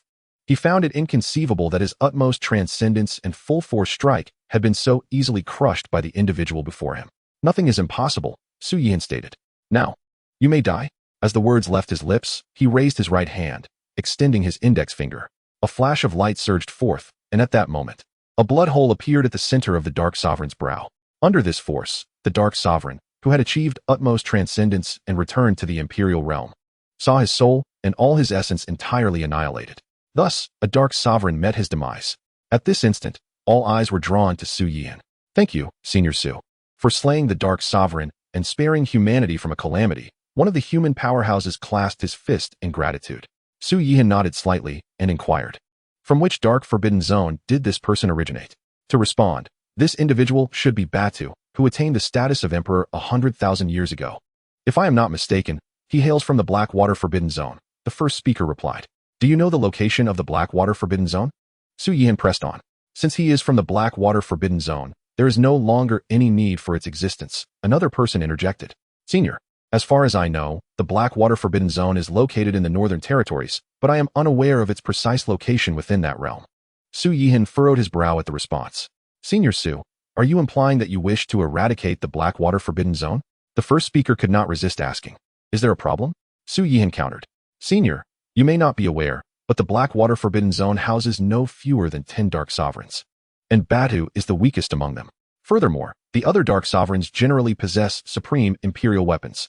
Although your strength is formidable enough to face many, caution is still advised. Since you do not know the location of the Blackwater Forbidden Zone, there is no need for further discussion, Su Yihan said, gesturing for them to depart. Although the group was filled with questions, they dared not voice them, and they all clasped their fists before withdrawing. As Su Yihan observed them gradually retreat, he silently resolved to erase all memories of the Dark Sovereign from their minds. With this thought, the memories of the Dark Sovereign held by the people of Blue Water City, Haizhou, and even those from the Great Zhou dynasty, along with several human powerhouses, were completely obliterated. The Wong family had perished, and even the one strong individual unexpectedly saved by them had also met his end. No one anticipated that Su Yihan possessed such terrifying prowess. Indeed, the Wong family had suffered a double loss. The onlookers, gazing at the Wong family members and the corpse of Li Tong, engaged in heated discussions. Naturally, the members of the Su family were elated beyond measure. With the fall of the Wong family, the Su family would dominate Blue Water City henceforth. Disperse, Su Yihan spoke slowly. Upon hearing this, the onlookers dared not linger and quickly dispersed. However, the events of today would undoubtedly be a topic of discussion in Blue Water City for quite some time. Moreover, the fall of the Qingyun Sect would soon spread throughout the Great Zhou dynasty and even the entire southern territories. In the Su family, Su Shao rushed excitedly to Su Yihan's side, exclaiming, Son, when did you become so powerful? Ha ha ha, my Su family is on the rise. Su Yihan gazed at this familiar yet unfamiliar face, momentarily at a loss for words. The familiarity stemmed from the merging of his past life's memories, while the strangeness arose from possessing memories of another world and parents from that realm. Son, what's wrong? Su Shao asked, noticing his son's silence. Meanwhile, Zhao Mei displayed no signs of excitement. After sending away the servants and attendants, she looked at Su Yihan, hesitated for a moment, and finally asked, Where has my son gone? Chapter 10. You are not our son. Zhao Mei's words left Su Shao momentarily stunned, and he furrowed his brow, replying, Xiao Mei. What are you saying? This is indeed Honor, our son. Su Yihan, however, could only sigh inwardly. Although both parents cared for their child, there remained a fundamental difference between them. For instance, at this moment, Su Shao had not noticed anything amiss, while Xiao Mei had. Though this body belongs to Honor, you are certainly not Honor, Xiao Mei said softly. At that moment, Su Shao also began to comprehend the situation. Indeed, who are you? Honor may have been born with silver hair and a striking appearance, yet his cultivation aptitude was not remarkable. It is impossible for him to possess such terrifying strength. My dear parents, while this body indeed belongs to your son, I am not him, Su Yihan spoke slowly. He had come to resolve this very matter. Now that Xiao Mei had perceived the anomaly, Su Yihan would not attempt to argue. Senior, where is our son? Xiao Mei suddenly knelt before him, tears streaming down her face as she pleaded, Please return our son to us. Although he lacks cultivation aptitude, he is still our child.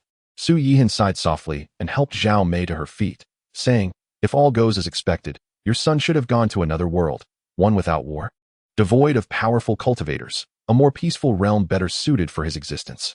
Are you saying our son is dead? Su Shao blurted out in shock. He is not dead. Rather, I have come to this world and occupied his body, while he has taken my body in the world I belong to, Su Yihan explained. The couple nodded in a semblance of understanding, yet one thing was clear to them. Their son was not dead. Then can you switch the bodies back? Zhao Mei asked cautiously, filled with hope. Su Yihan, despite his strength, was not the original Su Yihan. And the original Su Yihan, despite his weakness and lack of cultivation aptitude, was still beloved by them. I cannot, nor can I achieve that, Su Yihan said softly. He himself did not understand why he had crossed over. He had not been struck by a truck, electrocuted, beaten, or hit by falling objects or unknown energy beams. Will we be able to see him again? Zhao Mei asked once more. Perhaps we may, Su Yihan replied. The couple nodded gently, their expressions despondent. What they had anticipated as a joyful reunion had turned into the agony of permanent separation. At that moment, Su Yihan turned his gaze to Su Xiao, saying, As you are of royal blood, should you wish to become the king of the great Zhou dynasty, I can lend you my assistance. No need, Su Xiao replied. Su Xiao shook his head and said, Since I left the capital all those years ago, I have no desire to compete with my brothers. If you two have any wishes, as long as it lies within my capabilities, I shall not decline. Su Yihan remarked, You intend to depart? Zhao Mei inquired. Su Yihan nodded. I wish to wander the world and behold the landscapes of this realm. Now that the Wong family has fallen, and the Su family stands in prominence in Blue Water City, I have no further ambitions. Su Xiao interjected. Su Yihan nodded in agreement.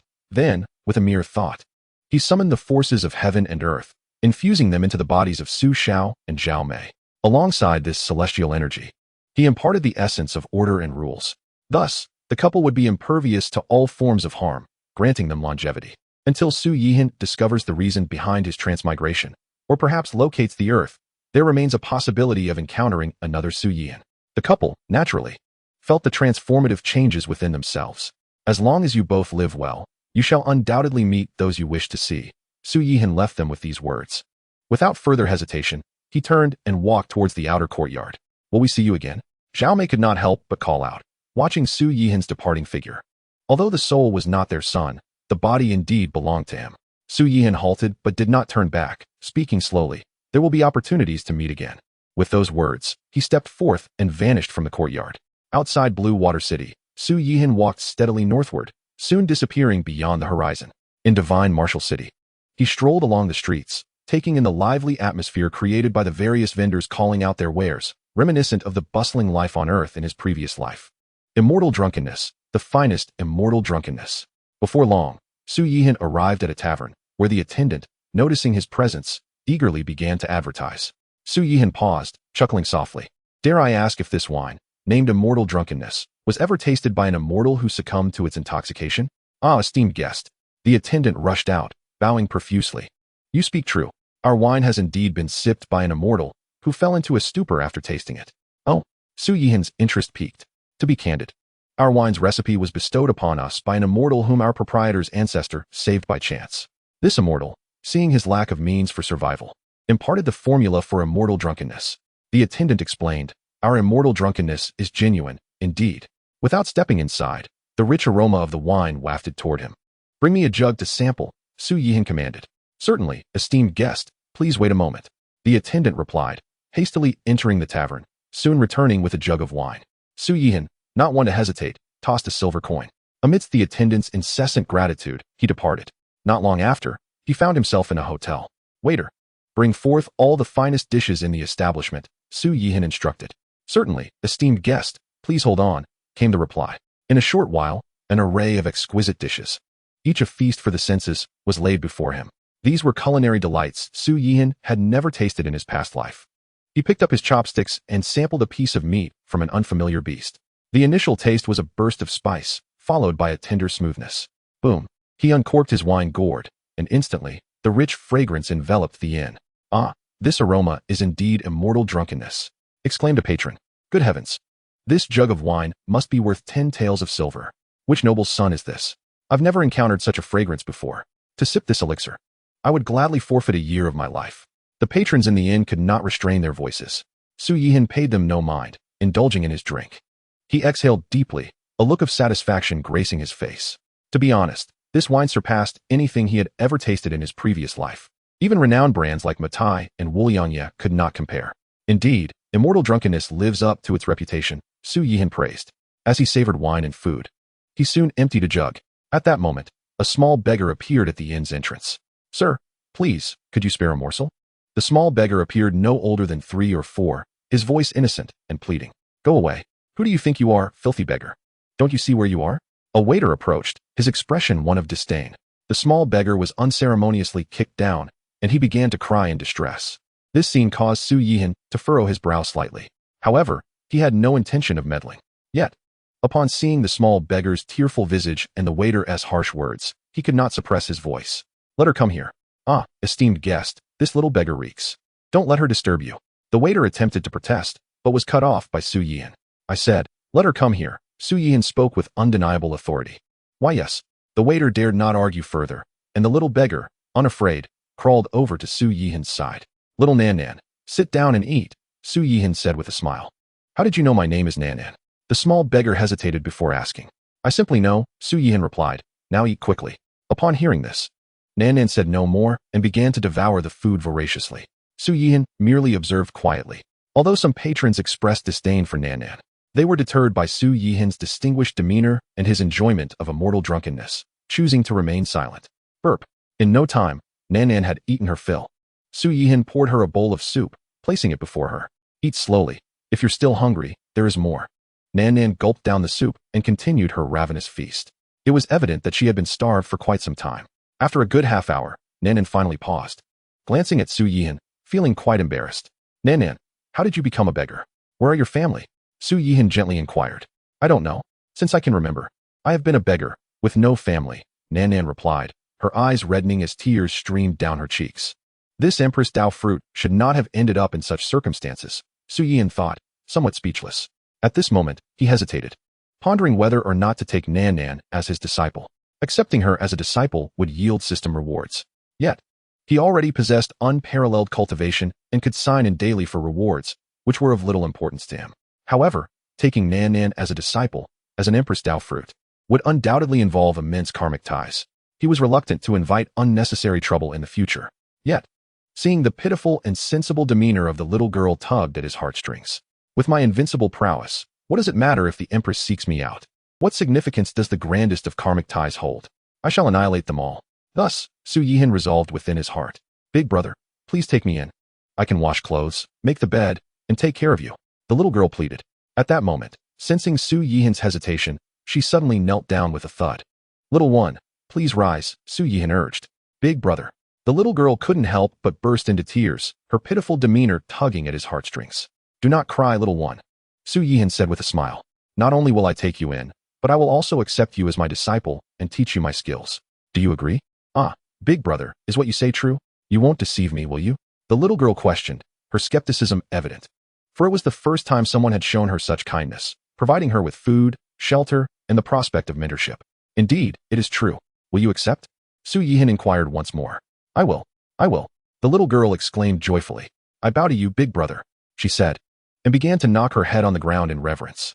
However, her form of address left Su Yihan both amused and exasperated. Little one, as my disciple, you should address me as master, he corrected gently. I bow to you, master. I have a master now. I am no longer a wild child. The little girl danced with delight, her excitement palpable. At that moment, a chime echoed in Su Yihan's mind. Ding. Congratulations to the host for accepting the Empress's Dao fruit as a disciple, completing the system task. Reward, 100 billion supreme spirit stones, and the reincarnation Dao scripture. Note, the reincarnation Dao scripture is specifically tailored for the reincarnation Empress, allowing her to transcend reincarnation and achieve immortality. 100 billion supreme spirit stones, and the reincarnation Dao scripture. Splendid. Su Yihan nodded in satisfaction. Yet, receiving such rewards also meant he was entangled in the Empress's profound karmic web. The little girl was not the reincarnation of the Empress, but rather her Dao fruit. Should the day come when the Empress sought to reclaim her Dao fruit, Su Yihan would inevitably confront her. But so what? With an invincible start, what is there to fear? Come, little one, let us go. I shall make you new clothes, Su Yihan said with a smile. Taking the little girl's hand and leaving the inn, heading towards a fabric shop. Welcome to our humble store, the shopkeeper greeted with a broad smile.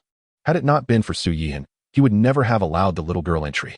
Boil some hot water for her bath, and use the finest materials to craft several outfits, Su Yihan instructed, tossing a silver coin to the shopkeeper. Yes, esteemed guest, please wait a moment. Initially frowning, the shopkeeper's expression brightened upon seeing the silver. Soon, the little girl was led to the back courtyard. The tailors had already measured her dimensions, and selected the finest fabrics to create her garments. As Su Yihan sipped tea, he awaited patiently. Approximately half an hour later, the little girl returned, guided by a woman. Su Yihan's eyes lit up at the sight. The transformation was remarkable. Previously clad in rags and dirt, she now donned new attire, her face rosy and adorned with two playful braids, resembling a porcelain doll. "Master," the little girl called out. Very well, very well." Su Yihan praised her. "Your satisfaction brings us joy," the shopkeeper said with an ingratiating smile. Afterward, Su Yihan took the little girl and strolled through the city. "Master, I want to eat candied hawthorn. Master, I want a doll. Master, I want wontons," the little girl exclaimed, hopping with excitement, and Su Yihan's smile remained unwavering. However, at that moment, a figure in gray attire spotted the exquisitely delicate little girl, his eyes shining with interest.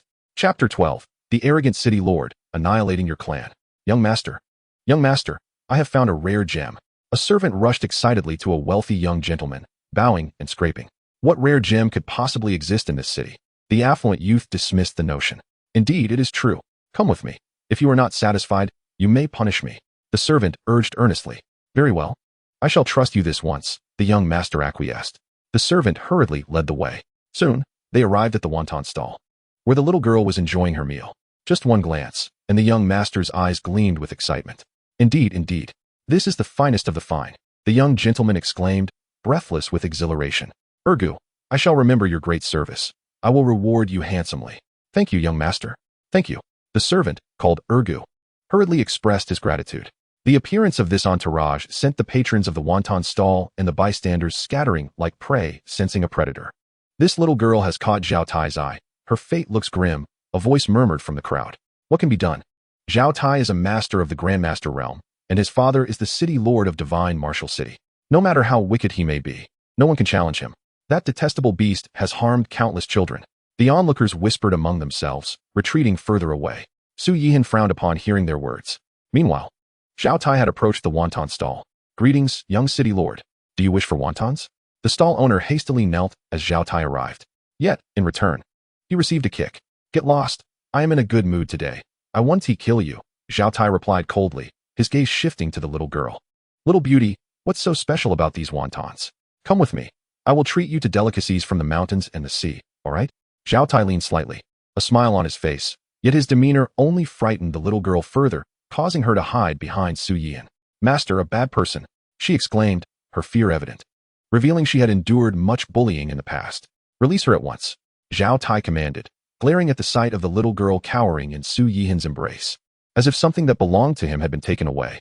His expression darkened further, fueled by rage at the sight of Su Yihan's striking appearance. "Whoever you are, if you wish to live, leave now. Otherwise," Su Yihan replied indifferently, not even glancing at Zhao Tai. "How audacious. Do you know who you are addressing?" Before Zhao Tai could speak, Ergu roared in anger. The rest of Zhao Tai's entourage quickly surrounded Su Yihan and the little girl. This scene only heightened the little girl's terror, as she clung tightly to Su Yihan's neck. "Little one, fear not. With your master here, these villains shall meet their demise," Su Yihan soothed gently, patting her back. He then rose, holding the little girl, and surveyed the surroundings. In an instant, all of Zhao Tai's subordinates fell silently to the ground. This spectacle left the citizens of Divine Martial City in utter shock, while Zhao Tai furrowed his brow, unable to comprehend what had transpired. At that moment, Su Yihan's gaze fell upon him, startling Zhao Tai. Fortunately, seeing that he had not collapsed like the others, Zhao Tai's courage returned somewhat. "Who are you? Do you know my identity?" Zhao Tai slowly inquired, still unwilling to relinquish the little girl. "You have been warned. Regardless of your identity, if you do not depart, death is your only fate," Su Yihan uttered coldly, a palpable aura of menace surrounding him. "You dare?" Zhao Tai bellowed, desperation seeping into his voice. "My father is the lord of Qingyun City, a disciple of the inner sect of the Black Dragon Sect. Should you dare to kill me, you too shall meet your demise." The weight of his father's status and the backing of the sect was not lost on him. Su Yihan was well aware of the Black Dragon Sect's prowess, which surpassed even that of the Xianxia Sect, which he had obliterated. "I have stated, regardless of who you are or the power that stands behind you, your end is inevitable," Su Yihan reiterated, his tone as frigid as ice. With a swift motion of his right hand, a formless yet formidable force erupted, striking Zhao Tai down. A resounding thud echoed through the air, and when the dust settled, Zhao Tai was reduced to nothing but a pile of bones. The onlookers from Qingyun City were struck with disbelief, quickly retreating in fear. Zhao Tai, the sole heir of the city lord, had been slain, and all present knew they would face the repercussions. "Brother, you have killed Zhao Tai. Zhao Biao will not let you go. You should leave at once." An elder warned Su Yihan as he retreated. Su Yihan merely nodded, yet made no move to flee, leaving the retreating crowd perplexed. Why did he not escape after killing Zhao Tai? Did he believe that even if he left, he would only prolong his life for a short while?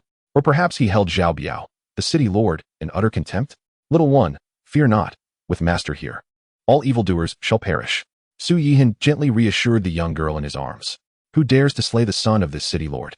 A thunderous voice erupted, echoing throughout Xinwu City, brimming with fury.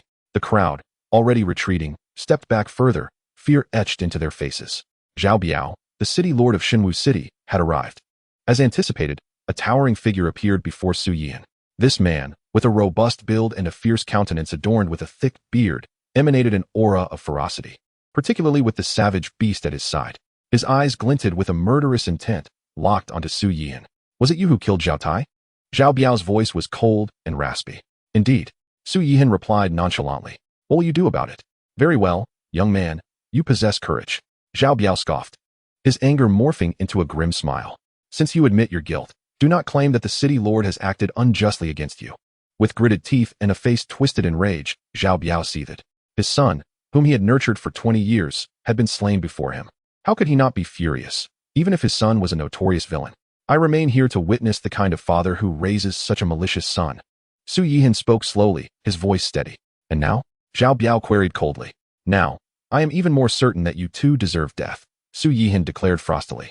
"Today, not only shall I kill you, but I will annihilate your entire lineage." "Ha ha ha, bold words. The city lord shall see just how you intend to carry out such threats." Zhao Biao laughed, dismissing Su Yihan's declaration. "Then watch closely," Su Yihan said, raising his hand. In an instant, figures began to materialize in the sky, men and women of all ages, adorned in resplendent attire, radiating an air of nobility. Zhao Biao's expression morphed into one of horror. "Aunt, third uncle, elder aunt, father-in-law," he gasped, recognizing the individuals as his relatives. He was utterly taken aback by Su Yihan's ability to summon his entire clan. The gathered crowd was equally astonished. Xinwu City, being a grand urban center, boasted many cultivators, even formidable ones. Yet, the ease with which Su Yihan conjured these figures from thin air was simply unfathomable. "Aunt, what is happening? Husband, save me. City lord, please rescue my aunt." The relatives, now aware of their peril, cried out in terror. "What do you intend to do?" Zhao Biao ignored their pleas, his gaze fixed on Su Yihan, filled with dread yet cautious.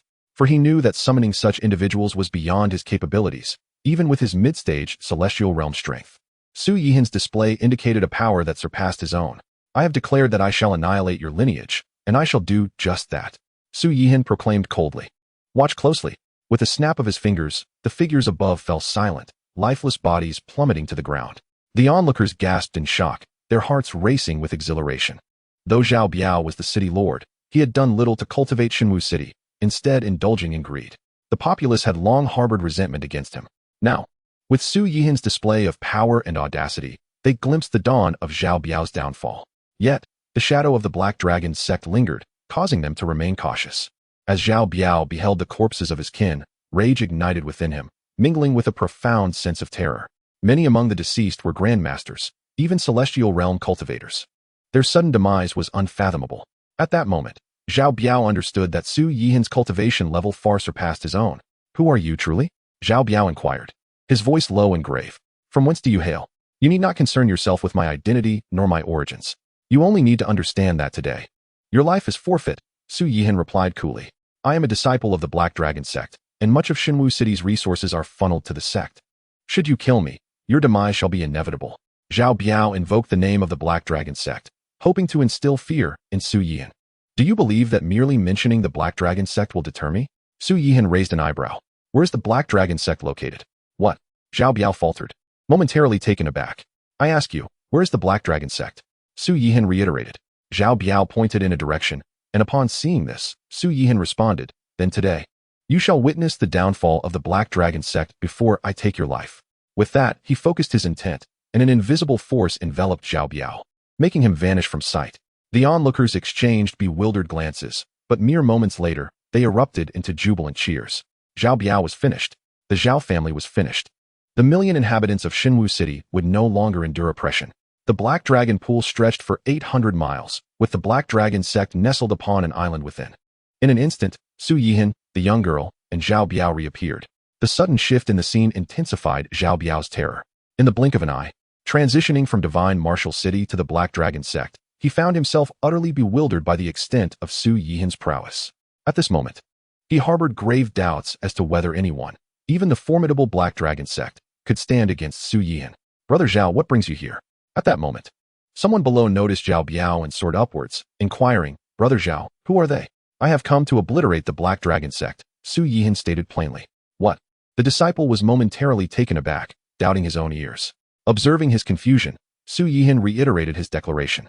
Daring to wreak havoc in the Black Dragon Sect is akin to courting death. The disciple, undeterred, immediately launched an attack against Su Yihan. However, despite being at the heavenly human realm, his strength was but a flickering firefly compared to the resplendent moon that was Su Yihan. With a mere wave of his hand, Su Yihan reduced the disciple to nothing but dust. "Zhao Biao, observe closely," Su Yihan spoke coolly, raising his palm. As he did so, an enormous hand materialized in the heavens, exuding an aura capable of annihilating all. Zhao Biao felt paralyzed with fear. In the next instant, a thunderous roar resounded. "Who dares to act so presumptuously here?" A figure emerged. It was the sect master of the Black Dragon Sect. Following closely, numerous elders and stewards appeared in the sky. Upon their arrival, they quickly recognized the colossal hand overshadowing the entire Black Dragon Sect. All, including the sect master, were struck with dread. Below, the thousands of disciples of the Black Dragon Sect wore expressions of sheer terror. Su Yihan remained indifferent to their presence, his expression unyielding. As he slowly pressed his right palm downward, boom, with his motion, the gigantic hand descended, resonating with thunderous roars. Simultaneously, a formidable force enveloped the Black Dragon Sect, rendering escape impossible for anyone. "Who are you? Why do you assault the Black Dragon Sect without cause?" The sect master bellowed in despair. "Zhao Biao, what in the world is happening?" An elder glared at Zhao Biao, shouting furiously. At that moment, Zhao Biao's face turned ashen, engulfed in utter despair. Su Yihan was too powerful. The once mighty Black Dragon Sect felt as fragile as clay before him. "Zhao Biao, may your ancestors be cursed." The sect master, in the final moments of his life, unleashed a furious curse. Although he did not know Zhao Biao personally, he was aware of his existence and his deeds in divine martial city. Thus, when the elders shouted Zhao Biao's name, the sect master grasped the unfolding situation. Zhao Biao had provoked someone beyond reckoning, dragging the Black Dragon Sect into the fray. With each resounding crash, the Black Dragon Sect was annihilated, with the sect master, elders, stewards, and disciples meeting the same grim fate. "Spare me, O Great One, spare me." Zhao Biao knelt in midair, repeatedly bowing his head. Before he could finish, Su Yihan waved his hand, and Zhao Biao was reduced to mere ash. Chapter 14. The Sutra of Reincarnation, the Exterminating Immortal Sword. With the demise of the Black Dragon Sect and Zhao Biao's death, Su Yihan departed from Black Dragon City, arriving atop a picturesque peak. The master and his disciples sat upon a smooth boulder, taking in the breathtaking scenery below. "Master, what realm do you possess?" Suddenly, the little girl inquired. "Why this sudden curiosity about your master's realm?" Su Yihan countered, not providing a direct answer. The little girl remained silent, her bright eyes fixed on Su Yihan. Observing her intent gaze, Su Yihan continued, "As for my realm, even I am uncertain. However, I assure you, should anyone dare to bully you, I shall eliminate them without hesitation." "Master." The little girl suddenly knelt before Su Yihan with a thud. Su Yihan furrowed his brow slightly, but remained silent. "Master, please help me find my family," the little girl implored, her eyes glistening with tears. "I do not wish to be an orphan any longer." Sighing softly, Su Yihan acknowledged the predicament. As the embodiment of the Empress's Dao fruit, she had no parents or kin. "Master." The little girl's eyes brimmed with tears. "Do not cry, my dear. Allow me to investigate." Su Yihan gently lifted her, wiping away her tears. He then closed his eyes, and after a moment, opened them again. The little girl gazed at him with eager anticipation. "My dear, I have looked into the matter. You have no family left in this world," Su Yihan declared. Instantly, tears cascaded down the little girl's cheeks. "Though your parents are gone, you still have your master, do you not?" Su Yihan comforted her. In truth, he had not truly investigated. As the embodiment of the Empress's Dao fruit, she could not possibly have relatives. Moreover, should he delve further, he would inevitably uncover the Empress herself, a connection he wished to avoid for the time being. "Master, I want to cultivate. I want to become strong like you," the little girl resolutely declared, wiping her own tears. Su Yihan smiled upon hearing this. "It is wonderful that you wish to cultivate.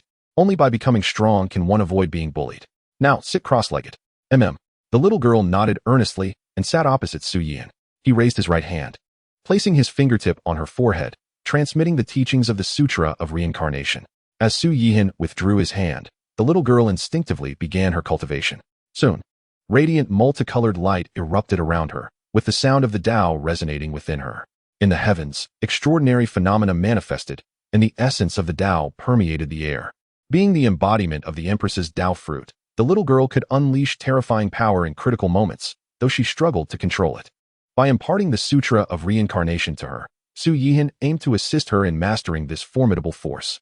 However, even with the aid of the Sutra, it would not be a simple task for her to harness such overwhelming power. Observing the celestial phenomena, Su Yihan concentrated his thoughts, concealing the spectacle to avoid attracting the attention of powerful sects or holy lands. Unbeknownst to him, at that very moment, in a dark space far away, a stunningly beautiful woman suddenly opened her eyes. Upon closer inspection, her gaze seemed to contain the cycles of the sun and moon, the vastness of the cosmos. The Tao fruit of this empress is actually undergoing cultivation, she mused. Could it be that someone seeks to usurp my Tao fruit? The empress whispered to herself. However, she soon shook her head slowly, muttering, though the power contained within the Tao fruit is formidable, it is not easily claimed by just anyone. Those capable of seizing the Tao fruit would not covet such power. Or perhaps they cannot locate me and wish to draw me out through my Tao fruit. While the Tao fruit can cultivate, it cannot sever the bond between it and me entirely. When I emerge from my seclusion to unify with the Tao fruit, I shall undoubtedly advance further. At that time, it will be your demise. With that, the Empress severed her connection with the Tao fruit and closed her eyes once more. On the mountain peak, the little girl slowly opened her eyes, a radiant smile illuminating her face. Master, the little girl can sense a powerful force coursing within her. The little girl feels elated. Su Yihan also nodded slightly. As the embodiment of the Empress's Tao fruit, the so-called cultivation for the little girl merely involves transforming the innate power she already possesses into her own. Naturally, the process of cultivation is exceedingly effortless.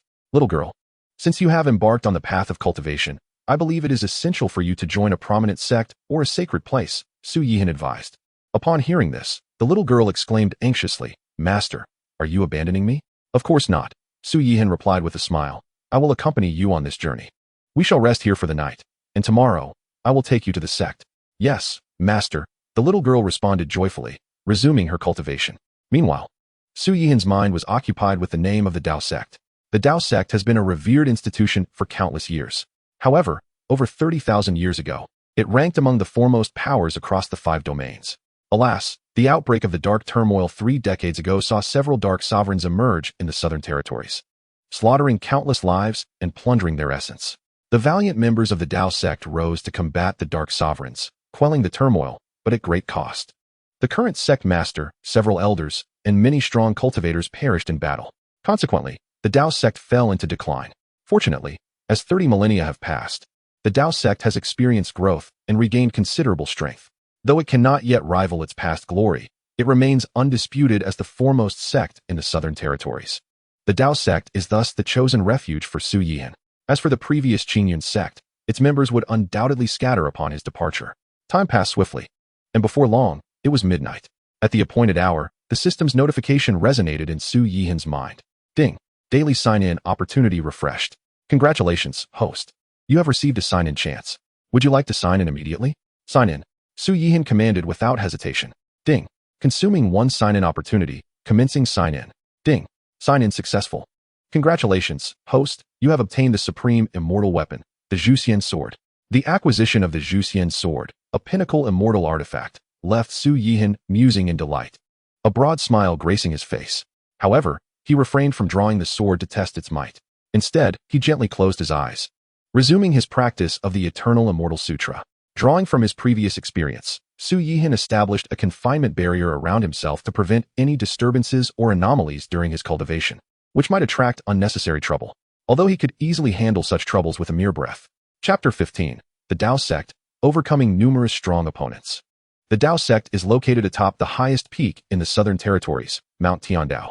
Beneath this mountain lies a city named Dao City, an affiliated settlement of the Dao Sect.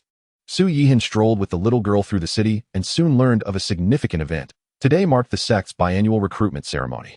Little girl, have you had enough of wandering? Su Yihan inquired gently as he looked down at her. Master, haven't we just begun?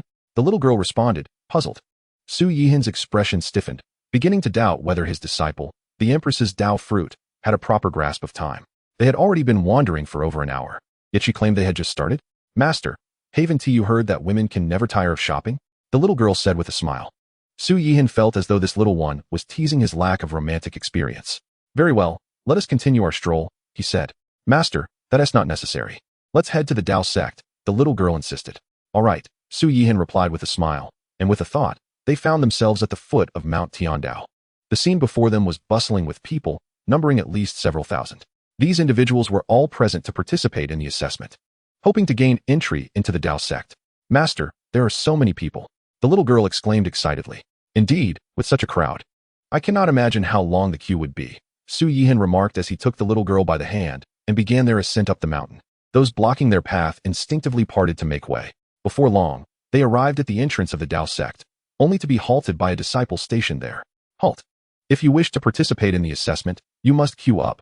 Otherwise, your qualification will be revoked, a disciple admonished sternly. I am not here to partake in the disciple assessment. I seek to challenge the peak master of the Dao Sect, Su Yihan stated calmly. His tone, though soft, reverberated like thunder in the ears of those nearby. Indeed, the Dao Sect has such a regulation. The strong may challenge the weak. If one possesses sufficient strength, they may challenge the stewards, elders, grand elders, and peak masters. Successful challengers can claim all rights and positions of the defeated. The Dao Sect's resurgence over the past 30,000 years owes much to this regulation. In the past millennium, such challenges were not uncommon. However, they have not occurred for 1,000 years. The 9 peak masters of the Dao Sect have held their positions for over a millennium. Furthermore, today marks the sect's significant recruitment event, making it an even greater occasion. Yet, on this day, someone dares to challenge the peak master? One could say it is commendable courage, or perhaps sheer ignorance. You mean to say you wish to challenge the peak master? A disciple repeated incredulously. Su Yihan nodded, affirming. Indeed. Very well, I shall report this immediately, the disciple replied, not daring to be negligent, and hurried back to the Dao Sect. Anyone bold enough to challenge the sect master must possess formidable cultivation. Meanwhile, the other candidates waiting for the assessment began to murmur among themselves. Shortly after, a group appeared at the mountain gate. At the forefront stood an elderly man with white hair and beard, exuding an ethereal presence. This man was Li Liming, the grand elder of the Dao Sect. Following him were more than 10 individuals, men and women of various ages, who were the elders of the Dao Sect. When someone seeks to challenge the peak master, the Dao Sect must verify whether this individual possesses genuine prowess. Otherwise, if anyone could simply approach and have the peak master appear, it would undermine the prestige of the 9 peak masters of the Dao Sect. Greetings, Grand Elder, esteemed elders. The disciple guarding the mountain gate hastily saluted. Greetings, esteemed immortals. The candidates waiting in line also bowed respectfully, not daring to show any disrespect. Li Liming paid no heed to these individuals, his gaze fixated on the little girl. In the next moment, his pupils constricted in shock. After a night of cultivation, the little girl could wield power comparable to that of a master. Thus, in the eyes of Li Liming and the other elders of the Dao Sect, the little girl's level was that of a master. Though astonished by the little girl's innate talent, Li Liming and the others quickly shifted their attention to Su Yihan. In an instant, they all furrowed their brows. Especially Li Liming. His cultivation had reached the Saint Realm, yet he could not perceive Su Yihan's level. Nor did he sense any fluctuations of power. To him, this indicated that Su Yihan's cultivation was above his own. In the eyes of the elders, all of whom were at the King Realm, Su Yihan appeared to be an ordinary man. Yet, Su Yihan possessed an extraordinary demeanor, his silver hair shining brilliantly, strikingly handsome. Li Liming, wary and cautious, clasped his fists and inquired, "May I ask your esteemed name?" Su Yihan, he replied slowly. "Ah, it is indeed you, Taoist Su. Might I inquire if you intend to challenge one of the peak masters of the Grand Dao Sect?" Li Liming pursued the topic directly. "Indeed, that is precisely my intent," Su Yihan affirmed with a nod. Taoist Su, the Grand Dao Sect stands as the foremost sect in the southern wilderness, and its 9 peak masters are formidable figures. Second only to the sect leader. Not just anyone is qualified to issue a challenge, Li Liming cautioned. Therefore, I kindly request that you demonstrate your capability to challenge a peak master. And how might I do that? Su Yihan inquired, a hint of perplexity crossing his features. Though he possessed unparalleled cultivation, he was uncertain how to showcase it. You need only to defeat me, Li Liming stated calmly. This matter seems straightforward. Su Yihan replied with a smile, relieved that the demonstration was not as elaborate as he had anticipated. However, His words incited a flicker of anger within Li Liming. Indeed, while I may not discern your true cultivation level, I am nonetheless a Grand Elder of the Grand Dao Sect, second only to the sect leader and the 9 Peak Masters. How simple can it be to defeat me? Since you possess such confidence, let us proceed to the Celestial Dome for battle, Li Liming suggested. There is no need for such formality, Su Yihan responded. As his words fell, with a flick of his sleeve, an invisible force erupted. Like a colossal wave, it surged toward Li Liming and the other elders of the Grand Dao Sect. Boom, boom, boom. Both Li Liming and the elders summoned their powers and braced themselves with all their might. Yet, under this overwhelming force, they felt as insignificant as ants. Bang, bang, bang. In the blink of an eye, including Li Liming, all the formidable members of the Grand Dao Sect were sent flying. The disparity in strength had become painfully evident. The disciples participating in the assessment, along with others from the Grand Dao Sect, were left utterly astonished by the spectacle. It was astonishingly effortless. Su Yihan had defeated Li Liming with such ease. Chapter 16. One strike to defeat the supreme, invincible, and unyielding. Your strength is indeed formidable. You possess the qualifications to challenge a peak master, Li Liming, suppressing his shock, remarked, "Please follow me." With that, he stepped aside, allowing Su Yihan to enter the sect. Without hesitation, Su Yihan took the hand of the little girl and proceeded toward the Grand Dao Sect. He harbored no concerns about ambushes within the sect. Should any exist, he would not mind erasing the Grand Dao Sect from the southern wilderness. The Grand Dao Sect has 9 peak masters. May I inquire which peak master you wish to challenge? Li Liming asked as they walked. Which peak has fewer disciples and less to manage? Su Yihan questioned. The Grand Dao Sect, as the leading sect in the southern wilderness, has tens of thousands of disciples in each peak, Li Liming explained with a smile. Upon hearing this, Su Yihan furrowed his brow slightly. He then inquired, "In that case, it matters not. Any peak master will suffice." This statement left Li Liming astounded, while the other elders exchanged glances. Although the 9 peak masters held equivalent status, their strengths varied significantly. The weakest among them eclipsed Li Liming, while the strongest was only slightly inferior to the sect leader. For Su Yihan to declare that any peak would do suggested either absolute confidence in his own power or a lack of understanding of the peak masters. Given this, I suggest you challenge the master of the Divine Tiger Peak, Taoist Divine Tiger, Li Liming proposed after some contemplation. Upon hearing this, several elders frowned slightly, for the Divine Tiger Taoist was the strongest among the 9 peak masters. 300 years prior, he had even challenged the sect leader in an attempt to ascend to that position. Although he ultimately failed, it attested to his formidable strength. Li Liming continued. The strength of the Divine Tiger Taoist is second only to the sect leader within the Grand Dao Sect. If you can defeat him, no one will dare challenge you in the future. Let it be as you say. Su Yihan acquiesced without objection.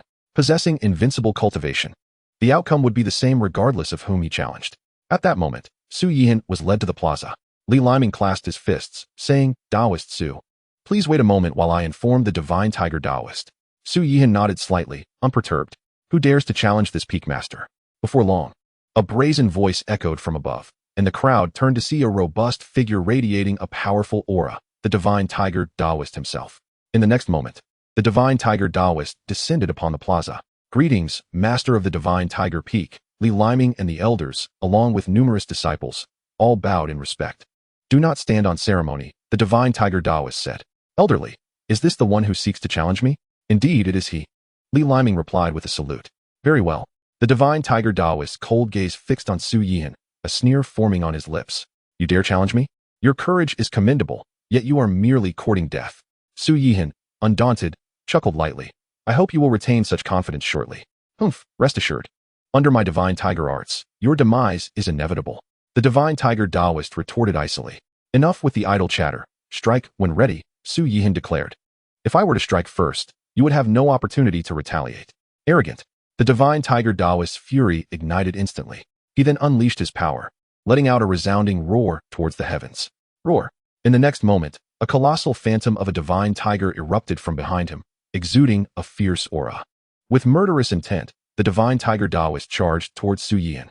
"Since you underestimate me, I shall make you regret your arrogance, bringing you to your knees in supplication before finally vanquishing you." How easy it is for an ant to shake a tree. As Su Yihan gazed at the imposing figure of the Divine Tiger Taoist, he spoke calmly. Then, as the opponent approached, he held the little girl with his left hand and waved his right hand casually. In an instant, a torrent of energy surged forth, emanating a destructive force, descending upon the Divine Tiger Taoist with overwhelming might. At the moment Su Yihan made his move, the Divine Tiger Taoist's pupils constricted in terror. Faced with the impending energy, he could not muster the will to resist. A single thought consumed him: to flee, to escape, and to do so far away. Otherwise, even if he did not perish, he would surely suffer great loss. If the Divine Tiger Taoist felt this way, then Li Liming and the other elders, as well as the disciples, were even more affected. The moment Su Yihan unleashed his power, they felt as though they were mere leaves adrift in a boundless ocean. The Divine Tiger Taoist attempted to evade the incoming energy, yet his hopes were dashed by the harsh reality. For in the next instant, the overwhelming energy roared forth, akin to a towering mountain crashing down upon him. In the plaza, the multitude remained silent, for the once arrogantly defiant Divine Tiger Taoist now lay prostrate on the ground, unable to rise despite his frantic attempts to summon his power and roar in defiance. Li Liming's complexion turned ashen. Previously, with a mere wave of his hand, Su Yihan had vanquished him. Now, with a similar gesture, he had defeated the Divine Tiger Taoist.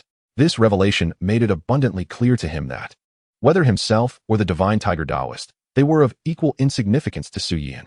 Naturally, the remaining 8 peak masters were equally disregarded by Su Yihan. Many were only just beginning to grasp the truth behind Su Yihan's earlier assertion that any peak master could be easily dealt with. It was indeed a casual remark. You show me disrespect, yet I choose not to take your life. Su Yihan, holding the little girl in his grasp, approached the Divine Tiger Taoist and stated, however, from this moment forth, your life shall belong to me. What say you? The Divine Tiger Taoist could only nod vigorously, unable to utter a single word, fearing that any delay might lead to his immediate demise. Observing his acquiescence, Su Yihan's thoughts shifted, and the overwhelming energy he had wielded dissipated. The Divine Tiger Taoist did not rush to rise, but instead took deep, labored breaths, finally standing after a considerable pause, gazing at Su Yihan. His expression was a tapestry of complexity. He had anticipated that with his strength, he could easily eliminate this challenger, never foreseeing the vast chasm between their powers. Yet, having lost, there was little more to say. Your subordinate pays his respects to the esteemed peak master, he declared, promptly kneeling before Su Yihan in homage. Su Yihan smiled with satisfaction and remarked, excellent. From this day forward, you shall serve as the vice master of the Divine Tiger Peak. However, I find the name Divine Tiger Peak rather unappealing. From henceforth, it shall be known as the Invincible Peak. What a dreadful name. It pales in comparison to Divine Tiger Peak. The Divine Tiger Taoist mused inwardly, though he outwardly proclaimed, Invincible Peak, truly a splendid name. Chapter 17. The Sect Master Yifantian is not so different. Greetings to the Master of the Invincible Peak. All present, including the Grand Elder Li Liming, bowed in reverence to Su Yihan. At this moment, Su Yihan was undeniably worthy of such respect, for with a single move, or even just a wave of his hand, he had defeated the strongest peak master of the great Dao Sect, showcasing a strength that far surpassed that of the Divine Tiger Taoist. There is no need for such formalities, Su Yihan said. What must I do next?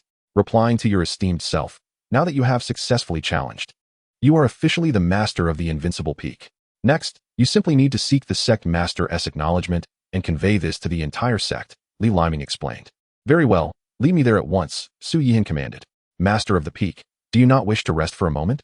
Li Liming hesitated to ask. Su Yihan remained silent, casting a fleeting glance at him. Yes, I shall take the esteemed master of the Peak there immediately, Li Liming replied, suddenly cautious of his words. Su Yihan's gaze fell upon the Divine Tiger, Master of the Peak. You may call me Little Tiger, the Divine Tiger Taoist hastily interjected upon hearing the name. Very well, Little Tiger. This is Nuanyuan, my disciple. You shall escort her to the Invincible Peak. Remember, should she suffer even the slightest harm or displeasure, I will see you dead, Su Yihan spoke sternly. Yes, rest assured, I will ensure the young lady's safety, the Divine Tiger Taoist promised fervently, thumping his chest in assurance. Nuanyuan, follow him to the Invincible Peak and wait for your master. I will return shortly. Su Yihan gently ruffled Nuanyuan's hair. Master. Nuanyuan nodded earnestly.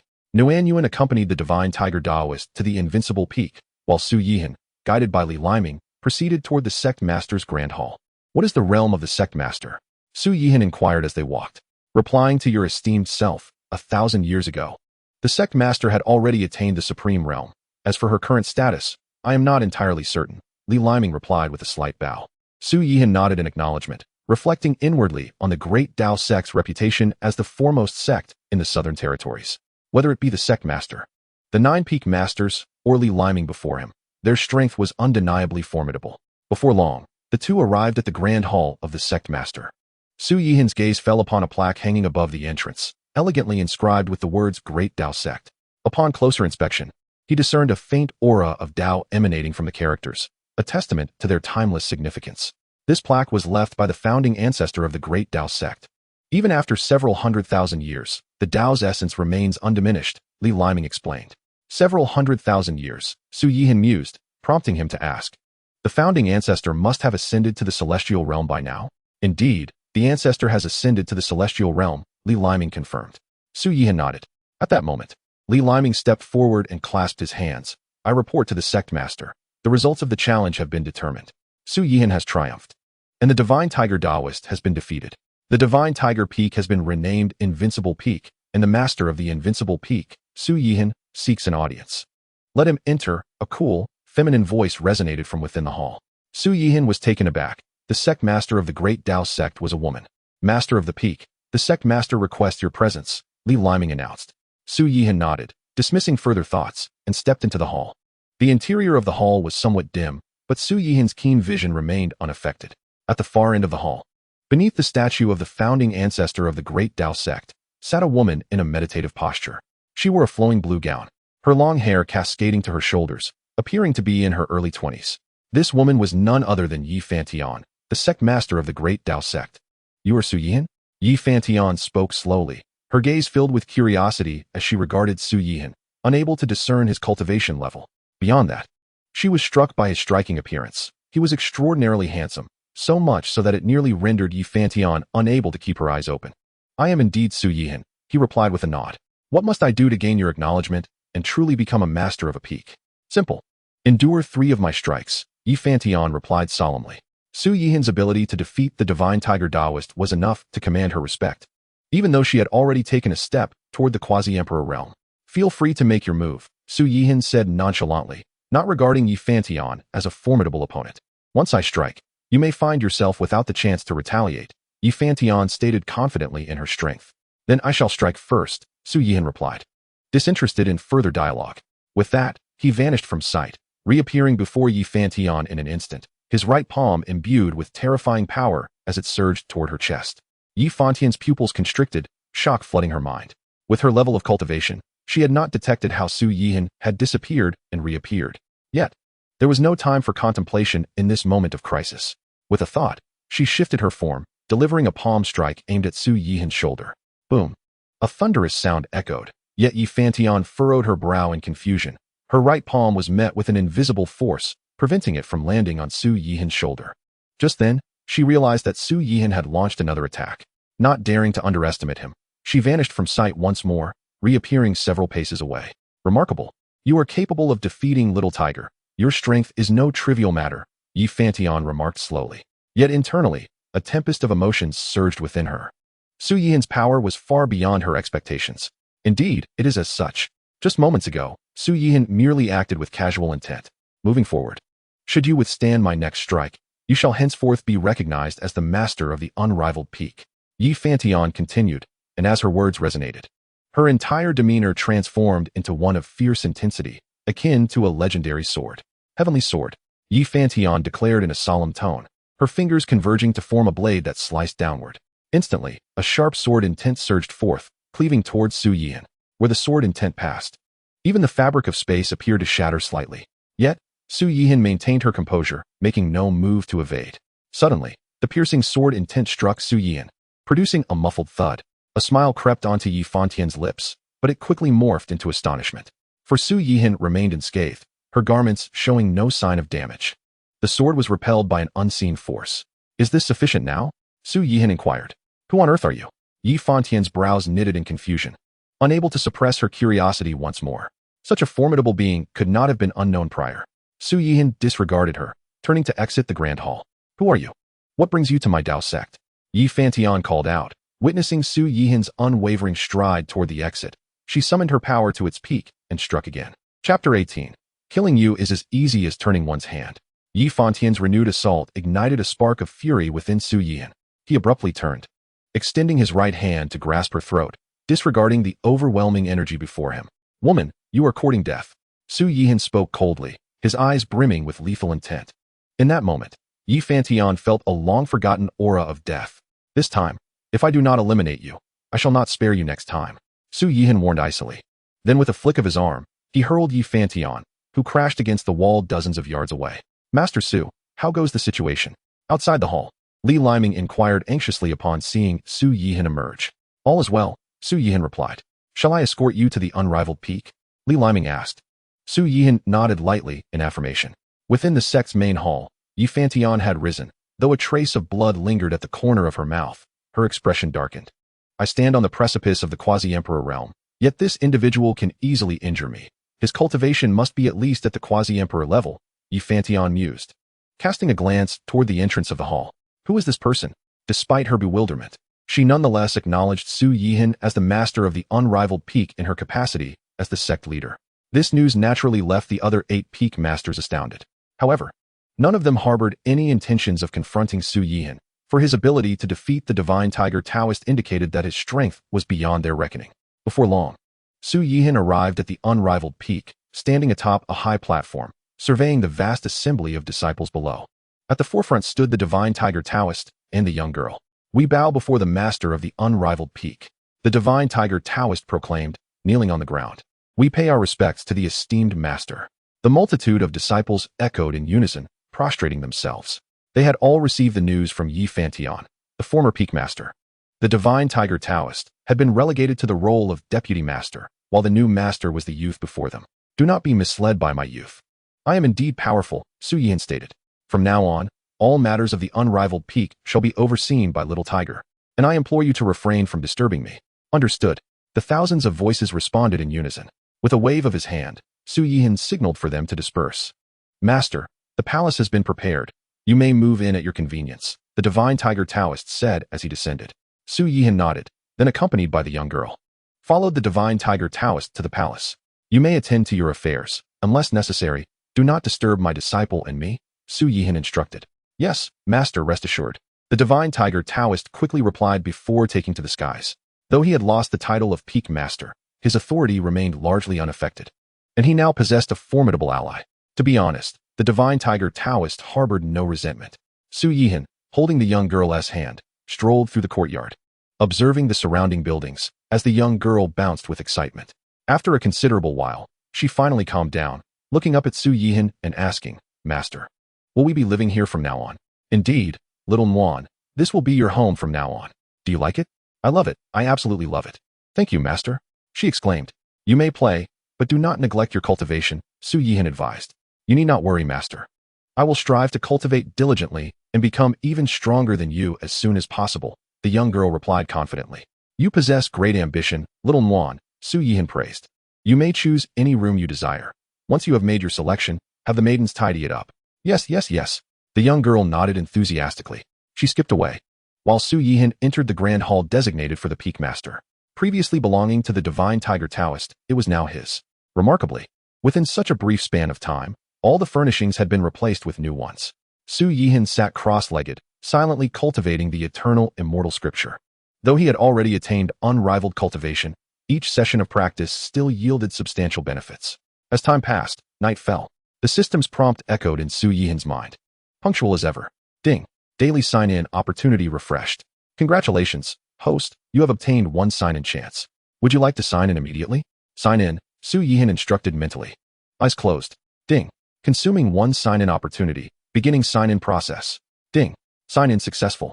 Congratulations, host, you have obtained the Divine Tiger Indestructible Scripture. Su Yihan mused quietly. The Divine Tiger Indestructible Scripture is indeed suitable for the Divine Tiger Taoist's cultivation. In the next moment, information regarding the Divine Tiger Indestructible Scripture flooded his mind. Compared to the Reincarnation Dao Scripture and the Eternal Immortal Scripture, the Divine Tiger Indestructible Scripture was certainly inferior, unworthy of comparison. Yet, when compared to ordinary techniques, it was still remarkable. In summary, with the Divine Tiger Indestructible Scripture, as long as the right opportunities arose, one could cultivate directly to the Emperor realm, and even live out a second and third life, eventually reaching the realm of immortality. Such a technique, though not appealing to Su Yihan, would undoubtedly incite fierce competition among the major sacred lands and sects should it circulate, resulting in rivers of blood.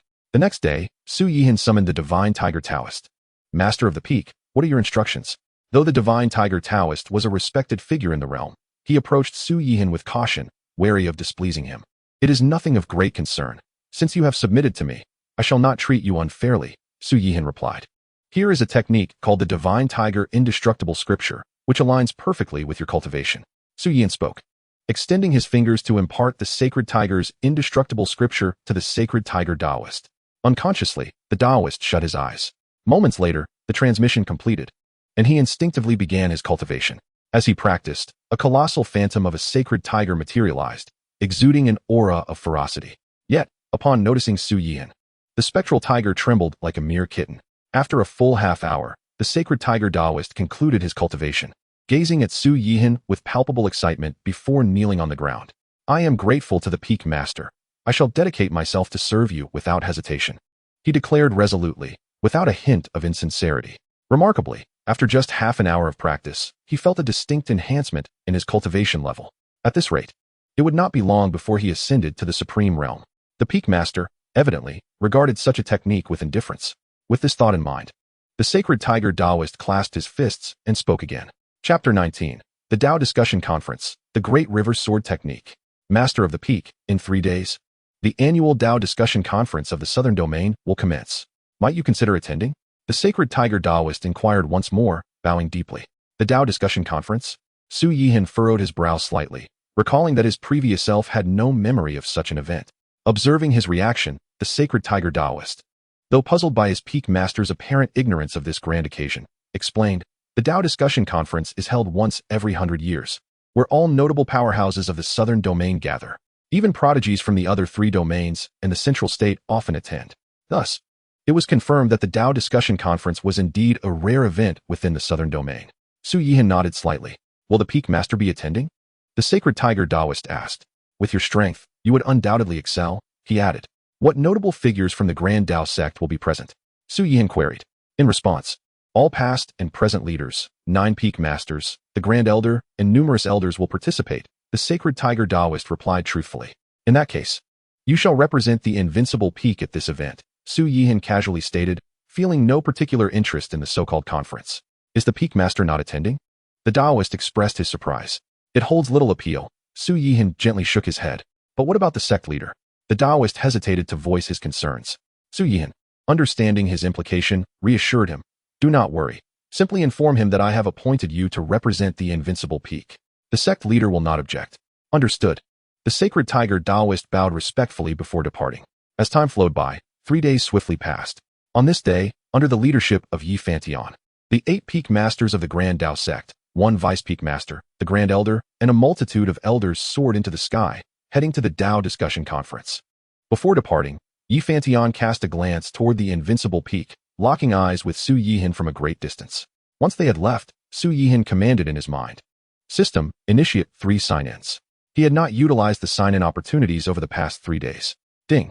Consuming 3 sign-in opportunities, commencing sign-in. Ding. Sign-in successful. Congratulations to the host for receiving 10 tons of Enlightenment Tea, the Celestial Great River Sword Technique, and a cub of the ferocious beast, Blood Blue Xianxia. As the system notifications echoed in his mind, a smile graced Su Yihan's lips. He was thoroughly satisfied with the rewards from the 3 sign-ins. The Enlightenment Tea was already renowned for its value, and now he possessed 10 tons. Delightful indeed. As for the Great River Sword Technique, it belonged to the realm of celestial arts, its might needing no further elaboration. Additionally, he had acquired the cub of the ferocious beast, Blood Blue Xianxia. At that moment, information regarding the Great River Sword Technique flooded his mind, prompting him to begin his cultivation instinctively. In an instant, an endless, winding river materialized above the Grand Dao Sect, waves crashing tumultuously. Within this serpentine river, numerous snow-white fish swam. However, upon closer inspection, it became apparent that these were not mere fish, but rather manifestations of potent sword intent. What is happening? What has transpired? Above the firmament, a winding river had appeared. With the sect leader and various Peak Masters and elders attending the Dao Discussion Conference, should formidable foes attack, we would be utterly defenseless. Do not fret. The Peak Master of the Invincible Peak remains within the sect. Observe, the location of the winding river is directly above the Invincible Peak. It must be the Peak Master cultivating, thus causing this celestial phenomenon. A disciple voiced his perspective. After a brief wait, as the winding river did not unleash an attack, The hundreds of thousands of disciples of the Grand Dao Sect gradually relaxed. With Su Yihan's cultivation, the river suspended in the sky soon dissipated. The Great River Sword technique rightfully proved to be a celestial art of formidable prowess. Su Yihan opened his eyes and spoke softly. Master, Master, Nuan is here. The little girl, Nuan, bounced in energetically. In the span of 3 days, her control over her powers had already reached the level of the celestial realm. One could hardly deny the rapidity of her progress. Nuan is here. Su Yihan smiled, saying, just in time, I have found you a little companion. Master, have you taken on another disciple? Nuan inquired, her large eyes filled with curiosity. Su Yihan chuckled in silence, and with a thought, the ferocious beast cub appeared on the table. Upon closer inspection, the blood-blue xianxia cub was no larger than a palm, its entire form a brilliant shade of blue. Presently, it bore little distinction from an ordinary puppy. Ah, Master, why is this puppy blue? Nuan exclaimed, her eyes wide with wonder. Ah, the blood-blue xianxia emitted a whimper. As if retorting, you are the puppy. Nuan, this is not a puppy, but a ferocious beast, the blood-blue xianxia. Su Yihan corrected her. A ferocious beast? But it looks nothing like one, Nuan replied, her expression puzzled. Noting her confusion, Su Yihan elucidated, that is because it is still a cub. It has yet to mature. Nuan nodded in understanding. Then, unperturbed by the struggles of the blood-blue xianxia, she seized it in her arms, treating it as she would a small dog. Fetch spring water and prepare a pot of boiling water. Su Yihan instructed one of the maidservants. Yes, my lord, she replied and swiftly departed. In a short while, the maidservant returned with the boiling water. Su Yihan, with a thought, retrieved some of the enlightenment tea. The next moment, an aromatic fragrance enveloped the entire courtyard, wafting into the distance. Master, what is this? It smells so delightful, Nuan inquired, peering curiously. This is enlightenment tea. Brewing it offers great benefits to one's self-cultivation, Su Yihan explained. Nuan nodded, though not entirely comprehending. While the maidservants standing nearby exchanged astonished glances upon hearing about the enlightenment tea. Although they were merely maidservants, their insight was not lacking, and they understood the immense value of the tea. Never would they have anticipated that this new peak master was not only formidable in strength, but also possessed such precious enlightenment tea. With a flourish, the boiling water was poured over the tea leaves. In an instant, an even richer aroma permeated the air. The entire Grand Dao Sect became enveloped in this delightful scent, especially around the Invincible Peak. Su Yihan gently blew on the tea and took a sip. The taste was sweet, leaving a lingering fragrance on his lips, with an aftertaste that was utterly enchanting. Certainly, he possesses invincible prowess. Otherwise, he would sense that even a single sip of the enlightenment tea could subtly elevate his realm. Indeed, as the little girl took a sip of the enlightenment tea, a divine radiance enveloped her, and she ascended directly into the cave void realm. Alas, the bloodbound xianxia let out a cry, and upon witnessing this, Su Yihan placed the teacup he had sipped from before it. The bloodbound xianxia, without hesitation, extended its tongue. Not far away, several maidens were left astonished. Such precious enlightenment tea, and yet the peak master had offered it to a mere beast. Regardless, this beast is none other than the bloodbound xianxia. The next day arrived, bringing with it grim tidings that echoed through the Dao Sect. Chapter 20, United Opposition. The imminent fall of the Dao Sect. On the morrow, Su Yihan sipped the enlightenment tea intermittently while in the courtyard. The little girl and the bloodbound xianxia frolicked joyfully, their laughter a delightful melody. Suddenly, a voice resounded throughout the Dao Sect. Activate the Mountain Guardian Array. Activate the Mountain Guardian Array. Su Yihan recognized this voice as belonging to the Divine Tiger Taoist. A flicker of concern crossed his mind as he turned his gaze to the eastern horizon, where Yifantian, the Divine Tiger Taoist, and 5 elders appeared, all clad in blood-stained garments, their auras weakened. Clearly, they had sustained significant injuries. Could it be that the Dao Discussion Conference had encountered unforeseen events? Su Yihan murmured. What of the others? The hundreds of thousands of disciples of the Dao Sect were equally taken aback by this scene. The Sect Master, the 8 Peak Masters, and numerous elders had ventured to attend the Dao Discussion Conference. Yet only the Sect Master, the Divine Tiger Taoist, and 5 elders had returned. Were the others perhaps already lost? Ha ha, Yifantian, I have awaited your arrival here for quite some time. In the next moment, a thunderous laughter erupted, and 2 figures materialized out of thin air, obstructing the path of Yifantian and her companions. To their astonishment, even the Bloodblade Pavilion from the Eastern Territory had joined the fray. Yifantian's countenance darkened considerably. Initially, she had assumed that only various forces from the Southern Territory were targeting the Dao Sect. Now, she realized that the Bloodblade Pavilion from the Eastern Territory was also involved.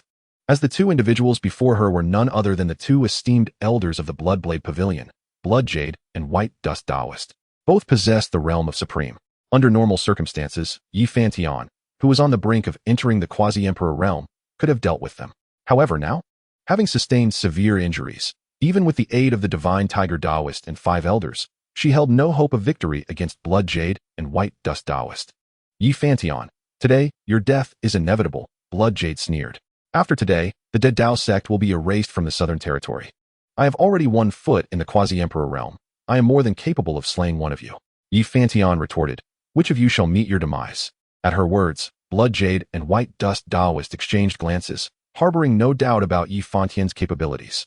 After all, her return to the Dao Sect alongside the Divine Tiger Daoist and 5 elders was not mere fortune. Nor was it solely due to the desperate defense of individuals like Li Liming. It was rooted in her extraordinary strength. White Dust Daoist regarded Yi Fantian and said, no need to rush. The members of the Yudong Palace and Linglong Pavilion will arrive shortly. By then, you shall be utterly defenseless. Yi Fantian's brow furrowed slightly. Behind her, the Divine Tiger Daoist and 5 elders also exhibited signs of alarm. Initially, they believed that upon returning to the Dao Sect and activating the Mountain Guardian Array, they might withstand the onslaught. Yet now, they found themselves blocked by Bloodjade and White Dust Daoist, unable to return to their sect, which lay so tantalizingly close. On the Invincible Peak, Su Yahan quietly observed while sipping the Enlightenment tea, not rushing to intervene. The hundreds of thousands of disciples of the Dao Sect were expressions of deep concern. They could hardly fathom that the Dao Sect, as the foremost sect of the Southern Territory, was being targeted by a coalition of forces from both the Southern Territory and the Bloodblade Pavilion of the Eastern Territory. Facing imminent obliteration, buzzing sounds reverberated, and waves of energy rippled through the air. Subsequently, figures appeared before Bloodjade and White Dust Daoist, each exuding an imposing presence.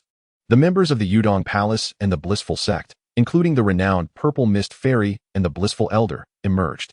The Divine Tiger Daoist gasped in astonishment at the names he uttered, which were well known throughout the Southern Territory.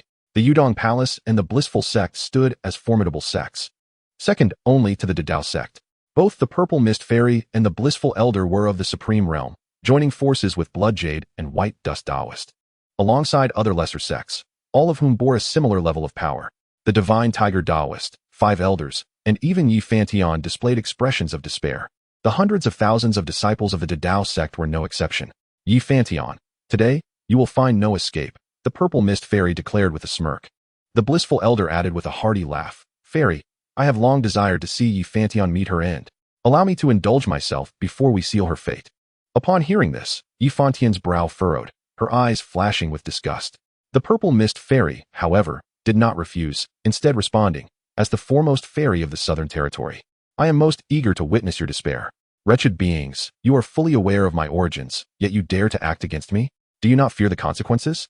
Yi Fantian spoke with a heavy tone, her thoughts racing as she sought a way to escape. Ha ha ha, Yi Fantian. What can your lineage from the Middle States Yi family do for you? Bloodjade sneered. Though the Yi family is powerful, they have their own enemies in the Middle State.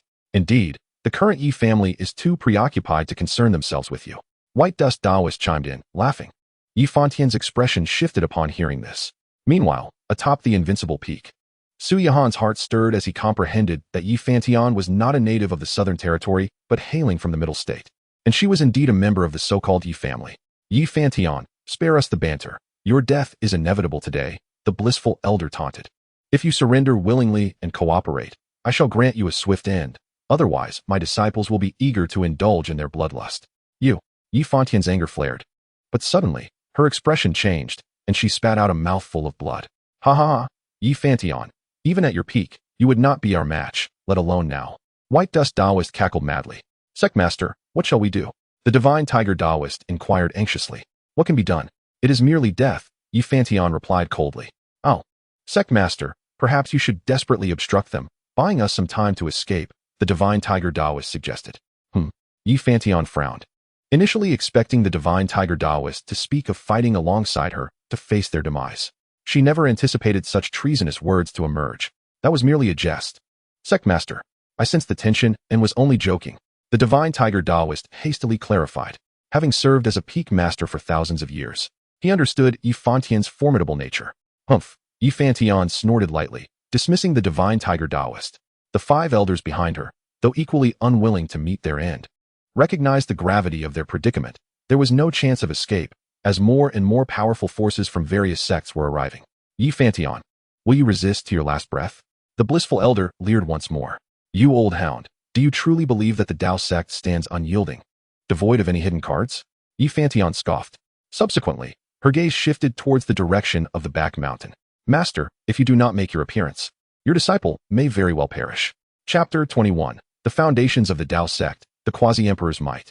Master, if you do not reveal yourself, your disciple is in grave peril. Xianxian suddenly called out toward the back mountain of the Dao Sect. The Divine Tiger Taoist appeared puzzled.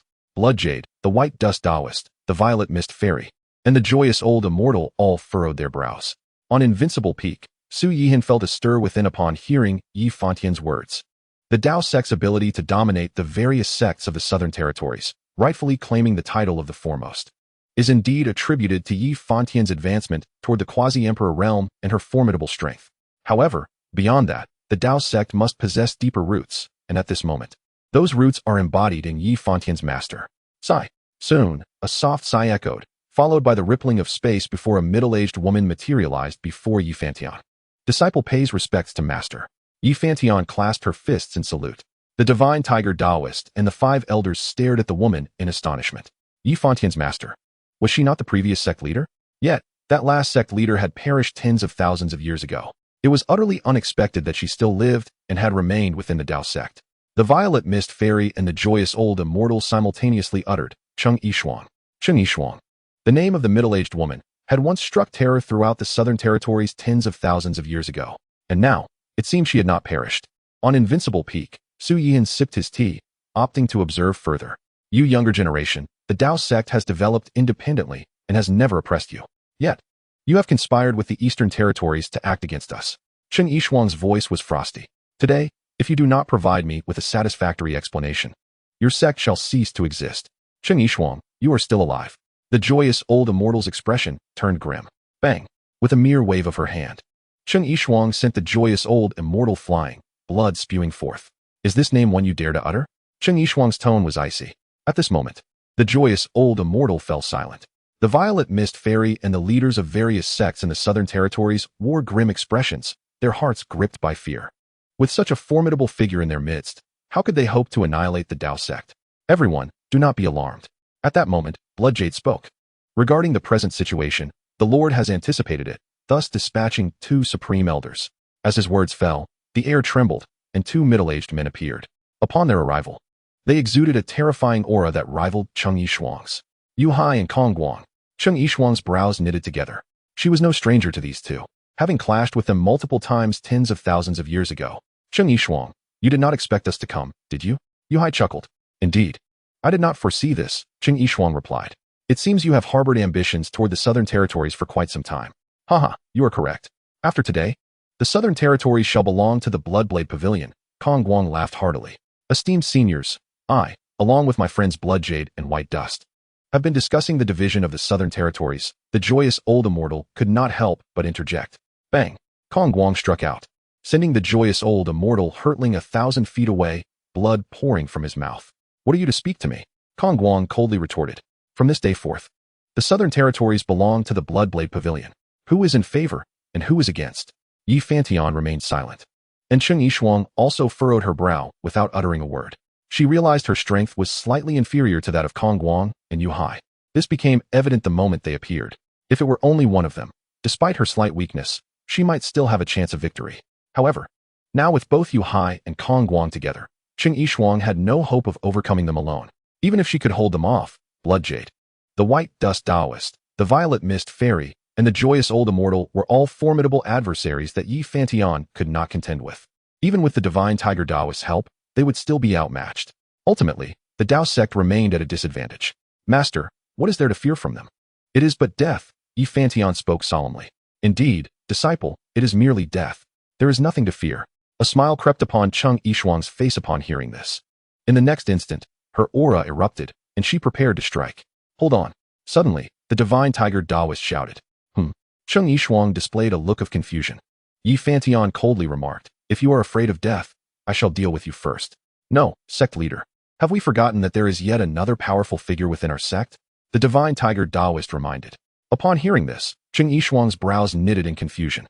She had been in seclusion and was unaware of Su Yihan's victory over the divine tiger Taoist. However, as she spread her divine sense, she did not detect any powerful presence that could rival her own. As for Yi Fantian, her eyes brightened as she instantly thought of Su Yihan and the events that transpired in the sect leaders' hall. Meanwhile, on the opposing side, Kong Guang, Yu Hai, Blood Jade, the White Dust Taoist, the joyous old immortal, and the Violet Mist Fairy all wore expressions of disdain. To them, the divine tiger Taoist seemed to be merely putting on a facade. If the Dao Sect truly possessed a powerhouse comparable to Cheng Yishuang, why had they not yet revealed themselves? On Invincible Peak, the little girl gazed at her strikingly handsome master and inquired, "Master, are they referring to you as the powerful figure?" Su Yihan chuckled softly, thinking that even if the divine tiger Taoist could not recall his presence, he would still intervene. In midair, Kong Guang scoffed. Here are the prominent figures of the southern territories, yet they still wish to put on an act even when death is at hand. Yu Hai added, even if the Dao Sect possesses another quasi-emperor, so what? Should they dare to show themselves, they too shall meet their demise. Peakmaster, please, do intervene and save us. The divine tiger Taoist, seeing Su Yihan's continued absence, could not help but cry out in urgency. After this matter, I shall willingly support you as the sect leader of the Dao Sect. Yi Fantian cast him a glance, but did not dwell on it. In her view, although Su Yihan's strength was formidable, he was likely still only at the quasi-emperor level.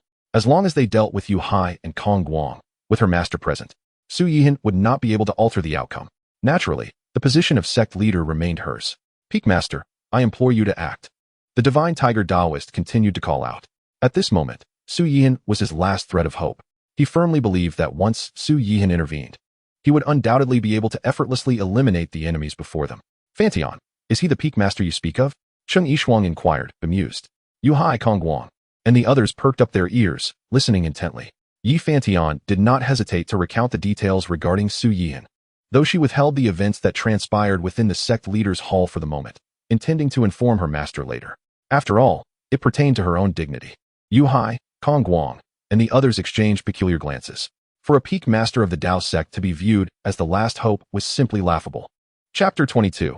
The Killing Artifact, One Sword to Vanquish All Foes. Haha, Divine Tiger Taoist, Yi Fantian. Are you two truly so frightened that you see this mere peak master as your only hope for survival? Yu Hai scoffed repeatedly, while Kong Guang beside him wore a disdainful expression. Just then, a soft sigh echoed through the air. Between the two factions, a striking figure appeared, Su Yihan, with silver hair that shimmered like starlight, rendering even the blazing sun hanging in the sky dim in comparison. Instantly, he captured everyone's attention, particularly that of the celestial maidens Yuan and Cheng Yishuang. In all her years, Cheng Yishuang had never encountered someone so extraordinarily handsome. At this moment, even her long-sealed heart began to stir. It could be said that every woman present gazed at Su Yihan with sparkling eyes, glittering like stars. In contrast, the likes of Blood Jade, White Dust Taoist, Yu Hai, and Kong Guang regarded Su Yihan with palpable disgust. All were formidable beings, their realms far from low, and their temperaments and appearances undeniably exceptional. Yet, when compared to Su Yihan, they appeared as mere flowers. At last, you have arrived, Master Peakmaster, Divine Tiger Taoist exclaimed, his excitement palpable as he gazed at Su Yihan's back. The moment Su Yihan appeared, a sense of security washed over him. Su Yihan paid him no mind, instead surveying the gathered enemies before slowly speaking, leave now, and I shall spare your lives. Ha ha ha, do you truly believe yourself to be an invincible emperor? Yu Hai laughed derisively, dismissing Su Yihan entirely. You dare to speak so brazenly. Soon, I shall flay you alive. Kong Guang added, his words dripping with malice. Beside Yi Fantian, the quasi-emperor Cheng Yishuang furrowed her brow as she scrutinized Su Yihan. Even with her level of cultivation, she could sense no fluctuations of power within Su Yihan, let alone discern his realm. Disciple, do you know what realm this person belongs to? Cheng Yishuang inquired telepathically to Yi Fantian, curiosity brimming in her heart. Master, can you not sense it either? Yi Fantian responded, astonished. Initially, she believed Su Yihan's realm to be no more than that of a quasi-emperor, perhaps slightly higher than her own. However, it was becoming increasingly clear that Su Yihan's realm was far beyond that. The impression he left on her was that of an ordinary person. Yet he could fly through the air and confront two quasi-emperors and four supreme beings. Cheng Yishuang continued to communicate. This individual's realm may have already won foot in the imperial stage. Master, Yi Fantian, no longer hesitating, relayed the incident in which Su Yihan had defeated her with a single strike within the sect's main hall, inciting the release of his murderous intent. Cheng Yishuang's eyes widened with shock as she transmitted, "If what you say is true, I must suspect that this person has indeed stepped into the imperial realm." At this moment, the crowd heard Su Yihan's voice. "It is no easy feat for an ant to shake a tree. Death approaches, yet you remain oblivious. You are given a chance to preserve your lives, but if you fail to seize it, you can blame no one but yourselves. Ha ha ha, you truly are arrogant. If you have the capability, do strike. I am eager to see how you intend to slay us," Kong Guang retorted, filled with contempt. A nameless individual dares to speak so boldly, it's utterly laughable. Su Yihan gazed at the crowd before him, shaking his head slightly. In the next moment, with a mere thought, the celestial artifact, the slaughtering immortal sword, appeared in his hand. Boom. The instant the slaughtering immortal sword manifested, it radiated an overwhelmingly potent aura of slaughter, accompanied by a rich, ethereal essence. This weapon, Kong Guang gasped in horror. The ethereal essence. It must be a celestial artifact. Yu Hai exclaimed, his voice filled with astonishment. The density of the killing intent emanating from this sword marks it as a top-tier celestial artifact. Both men were astonished, and the crowd behind them was no less awestruck. Behind Su Yihan, Cheng Yishuang, Yi Fantian, and Divine Tiger Daoist all wore expressions of shock. No one could fathom that Su Yihan possessed a celestial artifact, let alone a top-tier one. Indeed, Master Peak Master casually imparted the Divine Tiger's Indestructible Sutra, a top-tier technique, indicating his extraordinary origins. Perhaps he is a reincarnated celestial being. Divine Tiger Daoist murmured. Meanwhile, Yu Hai and Kong Guang, after recovering from their shock, were now filled with intense greed. If they could slay the person before them, the top-tier celestial artifact would belong to them. Ha ha ha, who would have thought that such a surprise would come so suddenly? Yu Hai laughed heartily. To arrive in the southern wilderness and acquire a top-tier celestial artifact. Such treasures are rare even in the eastern wilderness, known for its might. Su Yihan observed their expressions and slowly shook his head. To die beneath the slaughtering immortal sword would indeed be your honor. As his words fell, he swung the sword, delivering a gentle strike. In an instant, a terrifyingly fierce sword intent surged forth, exuding the aura capable of tearing apart the heavens, heading straight for Yu Hai. Yu Hai was immediately enveloped by fear, feeling as though he had plunged into an icy abyss, freezing to the core, even as a greedy smile lingered on his face. The next moment, a sharp sound echoed as the sword intent sliced through. Boom. The dreadful sword intent surged forth, cleaving through dozens of mountains with precision. As for Yu Hai, his lifeless body plummeted below. This scene left everyone in utter shock. Kong Guang, Blood Jade, White Dust Daoist, the Celestial Maiden Ziyuan, the old immortal of ultimate bliss, and all the leaders of the various sects in the southern wilderness wore expressions of terror. Naturally, behind Su Yihan, the 5 elders of the Grand Dao Sect and Divine Tiger Daoist were overwhelmed with excitement. The Invincible Peak Master had slain a quasi-emperor with a single sword strike. Such prowess was incomprehensible, and they felt assured of their survival. However, for Yi Fantian and Cheng Yishuang, the astonishment in their hearts far outweighed any joy. They knew Su Yihan was strong, but they had never imagined he could be so powerful, possessing a top-tier celestial artifact. Invincible Peak Master. Master Su is invincible. The disciples of the Grand Dao Sect erupted into thunderous cheers. Flee! Kong Guang finally regained his senses, shouting as he transformed into a streak of light, attempting to escape. It is too late to think of fleeing now, Su Yihan murmured to himself, and then he unleashed a series of strikes with the slaughtering immortal sword. Swish! Swish! Swish! Wave after wave of sword intent surged forth, resulting in countless bodies plummeting to the ground. Quasi-Emperor Kong Guang, Supreme Blood Jade, White Dust Daoist, the Celestial Maiden Ziyuan, and the old immortal of ultimate bliss, faced with Su Yihan, were utterly powerless. As for the other supreme and holy realm beings, their bodies fell like dumplings into the abyss below. In the blink of an eye, all the formidable figures from the southern wilderness, including the 2 supreme beings and 2 quasi-emperors from the Blood Knife Pavilion of the eastern wilderness, were annihilated. This spectacle prompted Cheng Yishuang to let out a soft sigh. Su Yihan turned to face her, speaking slowly. Chapter 23. Paying respects to the sect master, the Blood Knife Emperor descends. Why the sigh, Senior Cheng? Su Yihan inquired, gazing at Cheng Yishuang. Friend Su, while it is true that those from the southern wilderness may be killed without hesitation, Blood Jade and White Dust Daoist belong to the Blood Knife Pavilion of the eastern wilderness, particularly Yu Hai and Kong Guang, who are both esteemed elders of the pavilion. Cheng Yishuang cautioned, now that you have slain them, the Blood Knife Pavilion will not take this lightly, and with their strength, This was Cheng Yishuang's concern. The Grand Dao Sect was the foremost sect in the southern wilderness, while the Blood Knife Pavilion was not the strongest in the eastern wilderness. However, the disparity in strength between them was stark. The elder implied that if the opponent wronged them, should they still show mercy? Su Yihan raised an eyebrow slightly and spoke in a deep voice. It is futile to discuss matters further. We can only prepare for the imminent threat posed by the Bloodblade Pavilion. Cheng Yishuang remarked, I still have a few old friends alive. Perhaps I can summon them for assistance. Is Elder Cheng so fearful of the Bloodblade Pavilion? Su Yihan inquired once more. Cheng Yishuang gazed at him, letting out a soft sigh as she replied, It is not fear, but rather an acknowledgement of the formidable strength of the Bloodblade Pavilion. Then, pray tell, just how powerful is the Bloodblade Pavilion? Su Yihan asked, intrigued. Although the Bloodblade Pavilion is not the foremost sect in the Eastern Territories, its might is indeed notable, bolstered by the presence of an emperor to suppress the fortunes of a sect, Cheng Yishuang stated solemnly. Its power is, without doubt, terrifying beyond measure. Upon hearing this, Yi Fantian, the divine tiger Taoist, 5 elders, and the multitude of disciples from the Grand Dao Sect all gasped in unison, their hearts comprehending the implications. No wonder the Bloodblade Pavilion dared to ally with numerous sects in the southern territories against the Grand Dao Sect. It turned out there was an emperor overseeing them. Only Su Yihan displayed a faint look of disdain. How could a single emperor instill such dread in Elder Cheng? It is no wonder the Grand Dao Sect has risen to prominence under the guidance of you two, yet it remains merely the leading sect of the southern territories. Su Yihan remarked with a light chuckle, his face filled with scorn. What do you mean by that, Su Yihan? Yi Fantian roared, unable to contain his fury. Nothing of consequence, Su Yihan replied coolly. While you all fear the Bloodblade Pavilion, I harbor no such trepidation. Humph. Yi Fantian snorted coldly before addressing his master. Master, there is no need for concern.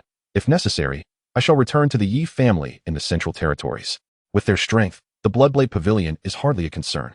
If you return to the Yi family, you may find yourself walking into the jaws of a tiger, Cheng Yishuang cautioned. I shall seek out a few old friends now, hoping they will lend their aid based on past camaraderie. You two may depart, Su Yihan spoke slowly. Both Cheng Yishuang and Yi Fantian furrowed their brows in confusion. What did he mean by sending them away?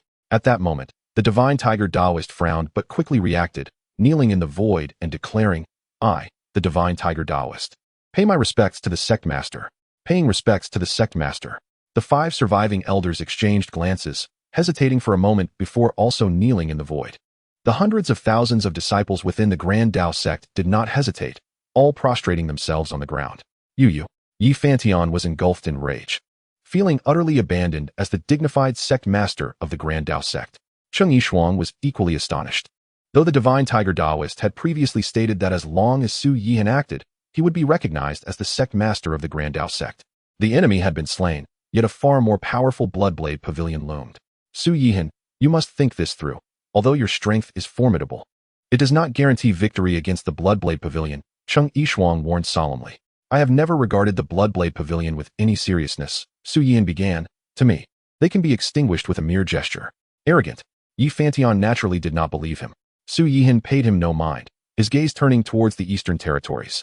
Moments later, with a flicker of thought, a winding river materialized in the sky. It is you. Cheng Yishuang's eyes widened in shock. Su Yihan glanced at her and spoke slowly. Today, every sect that has acted against the Grand Dao Sect shall be obliterated. As soon as the words left his lips, he swung the extermination sword down with a sudden ferocity. In an instant, the winding river in the heavens transformed into dozens of serpentine water dragons, roaring towards various locations in the southern territories. The largest among them, imbued with boundless sword intent and a murderous aura, surged towards the eastern territories. This spectacle left both Yi Fantian and Cheng Yishuang utterly aghast. They were aware of Su Yihan's strength, yet they never anticipated it to reach such heights. Capable of annihilating dozens of sects across countless miles simultaneously, including the Bloodblade Pavilion, which boasted an emperor to oversee its fortunes. Boom. Not long after, resounding explosions echoed from various locations within the southern territories.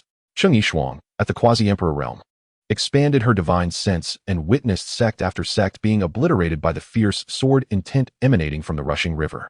In the Bloodblade Pavilion, within the Grand Hall, the pavilion master sat at the head, surrounded by numerous elders and officials, all wearing broad smiles. Ladies and gentlemen, the Grand Dao Sect is fated for annihilation. The southern territories will become the domain of the Bloodblade Pavilion, the pavilion master proclaimed with a beaming face. With the resources of the southern territories, the Bloodblade Pavilion will surely flourish. Boom. Suddenly, A tremendous noise erupted. The expressions of everyone in the hall shifted to one of concern. What is happening? What has occurred? They questioned, bewildered. Many powerful figures focused their thoughts and vanished from their spots, appearing in the plaza of the Bloodblade Pavilion. In the next moment, they beheld a scene that would haunt them for a lifetime. From the southeast, a winding river rushed forth from the heavens, containing an overwhelming number of piercing sword intents. The Bloodblade Pavilion's cultivators were struck with immense terror. The Pavilion Master's pupils contracted, for even at his level, he felt a profound fear from the fierce sword intents within the winding river. This technique must surely belong to the realm of divine arts. Everyone, muster your full strength to defend, while I, the Bloodblade Emperor, will slay the one who wields this power, and the crisis will resolve itself. A deep voice resonated. This individual was the sole emperor of the Bloodblade Pavilion, the Bloodblade Emperor, and also its founder. Everyone, exert your utmost strength. With our ancestors' intervention, we will undoubtedly vanquish the enemy, the Pavilion Master shouted. He then channeled his power, launching a radiant punch toward the winding river. Swoosh. Boom. Unfortunately, the full-force strike of a quasi-emperor was effortlessly shattered by 3 or 5 strands of sword intent. In the next moment, the winding river surged forth, engulfing the entire Bloodblade Pavilion, unleashing boundless sword intent that reaped lives like wheat, leaving countless bodies sprawled upon the ground. Chapter 24. The Emperor Descends. What is there to fear? The Bloodblade Pavilion, suddenly beset by an attack and suffering grievous losses, naturally alerted the other powerful sects in the Eastern Territories. Soon, waves of divine senses spread forth. However, when these divine senses probed and discovered that the devastation wrought upon the Bloodblade Pavilion was caused by a winding river that had traversed unfathomable distances, they were all filled with astonishment. To inflict such severe losses from billions of miles away, this level of power could only be attributed to a top-tier emperor's intervention. No, even a top-tier emperor might not possess such might. Indeed, the Bloodblade Emperor still lived. Had he intervened, he would easily be able to counter such an attack. A divine sense trembled, transmitting its thoughts.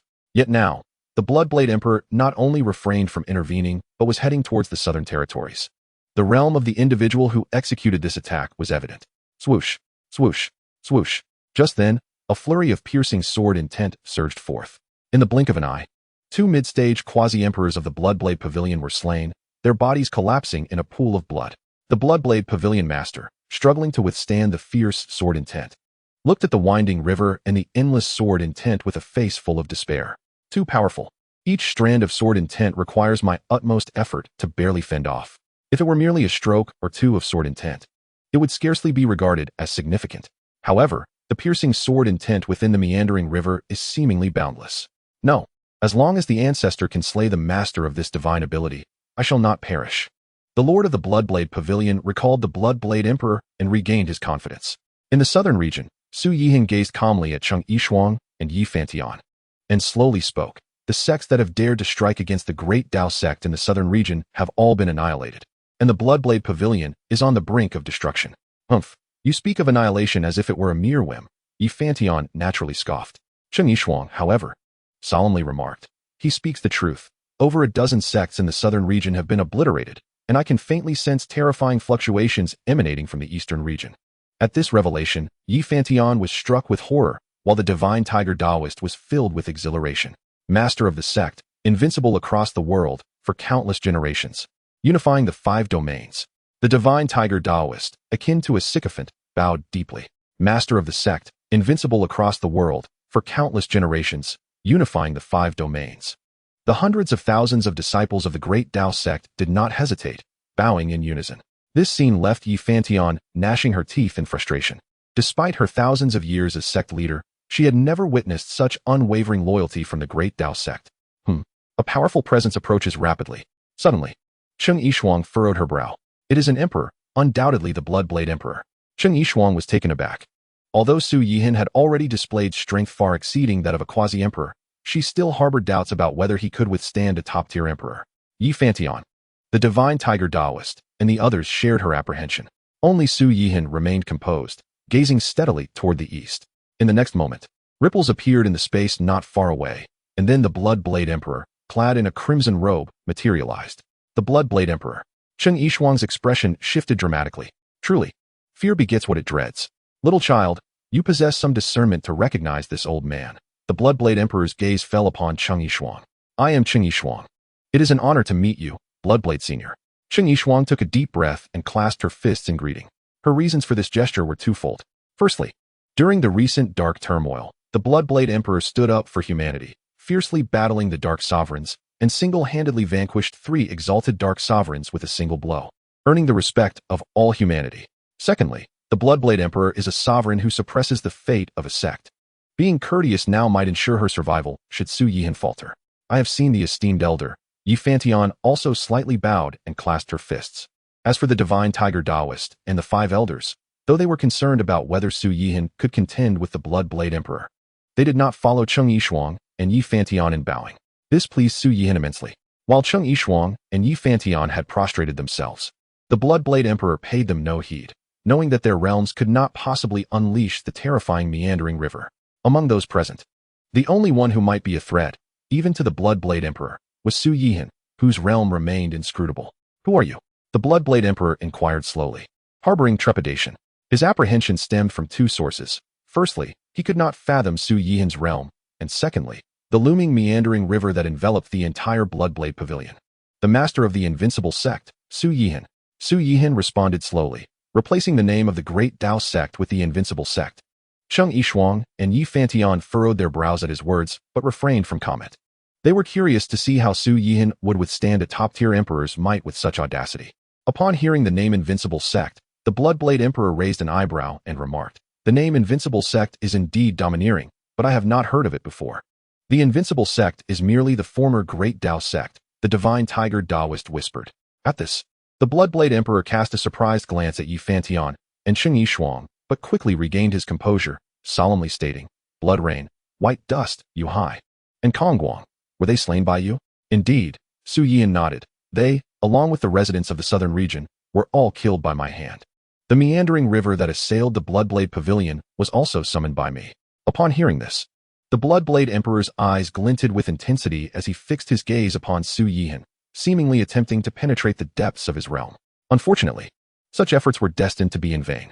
At that moment, Su Yihan continued, "Originally, I intended merely to obliterate the Bloodblade Pavilion. If you could survive under the Great River Sword technique, it would indeed be a testament to your prowess. And I had no intention of pursuing you to the eastern region. Yet, I never anticipated you would deliver yourself right to my doorstep. This works to my advantage. Eliminating you will prevent future troubles. You possess such confidence that you can slay this emperor?" The Bloodblade Emperor scoffed coldly.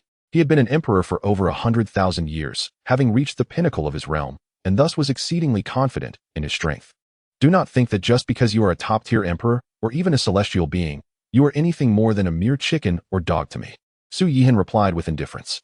As his words fell, he willed forth the previously stowed away Sword of Slaying Immortals, which instantly re-emerged, suffusing the air with a rich aura of celestial spirit and a terrifying murderous intent. A celestial artifact, a top-tier celestial artifact. The Bloodblade Emperor gazed at the Sword of Slaying Immortals, murmuring in shock. Yet after the initial astonishment, a deep greed took root in his heart. With a top-tier celestial artifact, combined with his peak emperor cultivation, who could withstand him? Such were his thoughts, but just then, Su Yihan narrowed his eyes, his silver hair billowing in the wind. Then, he swung his sword. Chapter 25. A sword to slay an emperor, blood rain pouring down. Swish. As Su Yihan made his move, a breathtaking sword radiance surged forth, aimed at the Bloodblade Emperor. Not good. The moment the Sword of Slaying Immortals descended, the Bloodblade Emperor's heart raced as he sensed a profound, deathly aura. At the brink of life and death, he dared not hesitate for an instant. With a flick of his mind, the power of the Emperor surged forth, forming barrier after barrier before him. Simultaneously, a blood-red curved blade materialized in his hand. This blade, known as the Blood Slaughter Blade, is an imperial weapon. As the Blood Slaughter Blade appeared, a vast sea of blood surged behind the Bloodblade Emperor, unleashing titanic waves. Concurrently, rules and orders coalesced around him, and the Great Path manifested. In that instant, the might of the Emperor spread across the southern region, even resonating faintly throughout the other 4 domains. Boom! In the next moment, the fierce sword radiance descended. The barriers forged from Emperor power crumbled under a single strike. Collapsing with ease, the Bloodblade Emperor howled, his brow furrowed as he roared, exerting his full strength to strike with the blade. As he did so, the vast sea of blood behind him roiled violently, rushing towards the terrifying sword radiance in an attempt to suppress it. Puff! Regrettably, whether it was his crimson blade light or the surging sea of blood, Both were utterly inadequate against the horrifying sword radiance, disintegrating in an instant. Just as the Bloodblade Emperor prepared to strike again, his supreme imperial weapon began to shatter, piece by piece. An ultimate imperial weapon, destroyed in an instant. At this moment, the fierce sword radiance was already upon the Bloodblade Emperor. He could distinctly feel the lethal sharpness and the terrifying aura emanating from the sword. Clash! In the face of impending peril, the divine chains of order surged forth, racing towards the formidable sword light with relentless ferocity. Bang! Bang! Bang! Alas! Despite the impressive might of the divine chains of order, they crumbled like mere parchment when confronted with the terrifying sword radiance unleashed by the supreme artifact. The Sword of Extermination. Bloodblade Emperor's pupils constricted sharply at this sight, filled with sheer horror. He dared not exhibit even the slightest negligence. A thought flickered in his mind, causing the ethereal pathway behind him to resonate and encircle him. This illusory pathway was the Bloodblade Emperor's ultimate trump card. Should it fail to withstand the dreadful sword light, his demise would be imminent. Yet, even if he could repel the horrific sword radiance, what then? That sword light was merely a casual strike from Su Yekin. If he were to unleash another blow, how would he defend himself? At this moment, he deeply regretted his hubris in venturing to the southern wilderness. Boom. Just then, the terrifying sword light crashed down upon the illusory pathway, erupting in a thunderous roar. The cataclysmic waves surged outward, akin to a colossal tidal wave. Cheng Yishuang, Yi Fantian, the divine tiger Taoist, and others retreated with utmost haste. Simultaneously, their gazes towards Su Yekin were laden with astonishment. Powerful. Exceedingly powerful. So powerful it was absurd. A mere casual stroke of his sword could render a Peak Emperor utterly defenseless and obliterate an extraordinary imperial weapon. Roaring, the Bloodblade Emperor howled towards the heavens. A torrent of oceanic strength surging wildly. To shake a tree like an ant was no trivial task. Today, you shall undoubtedly perish. Su Yekin spoke slowly. No sooner had his words fallen than a deafening roar erupted. The ethereal pathway that had withstood the horrific sword light finally succumbed, dissipating into nothingness in an instant. Puff! In the next moment, the dreadful sword light sliced through the Bloodblade Emperor. Upon glancing at the Bloodblade Emperor, his eyes instantly lost their luster, and then, a resplendent divine light burst forth from within him, soaring into the heavens above. The heavenly heartmark. It was indeed the heavenly heartmark. Cheng Yishuang exclaimed in astonishment as she beheld the dazzling divine radiance. Yi Fantian and the divine tiger Taoist shared her sentiment. The so-called heavenly heartmark could only be possessed by an emperor. Upon reaching the pinnacle of the quasi-emperor realm, one merely needed to gain the acknowledgement of heaven and earth to condense the heavenly heartmark and ascend to the imperial realm. In comparison, as long as one had sufficient aptitude and opportunities, stepping into the quasi-emperor realm was not overly difficult. However, to condense the heavenly heartmark was an arduous task. And now, with a heavenly heartmark right before their eyes, Cheng Yishuang, already at the quasi-emperor stage, was naturally overwhelmed with excitement. Meanwhile, 1,000 miles away from the Invincible Sect, Dao Sect, two women also noticed the radiant divine light in the sky. Holy Maiden, it appears to be the heavenly heartmark, exclaimed a woman clad in blue. It is not merely an appearance. It is indeed the heavenly heartmark, replied the maiden. A youthful beauty gazing at the celestial expanse 1,000 miles away. An emperor has fallen in the southern wilderness. Or someone has gained the acknowledgement of heaven and earth to condense the heavenly heartmark, seeking to ascend to the imperial realm. The Holy Maiden, 1,000 miles ahead. Seems to be where the Dao Sect resides, the blue-clad woman suddenly remarked. Could it be that someone from the Dao Sect has achieved the imperial realm? The Holy Maiden raised an eyebrow slightly. Let us go and investigate. With that, the two transformed into streaks of light, racing forward.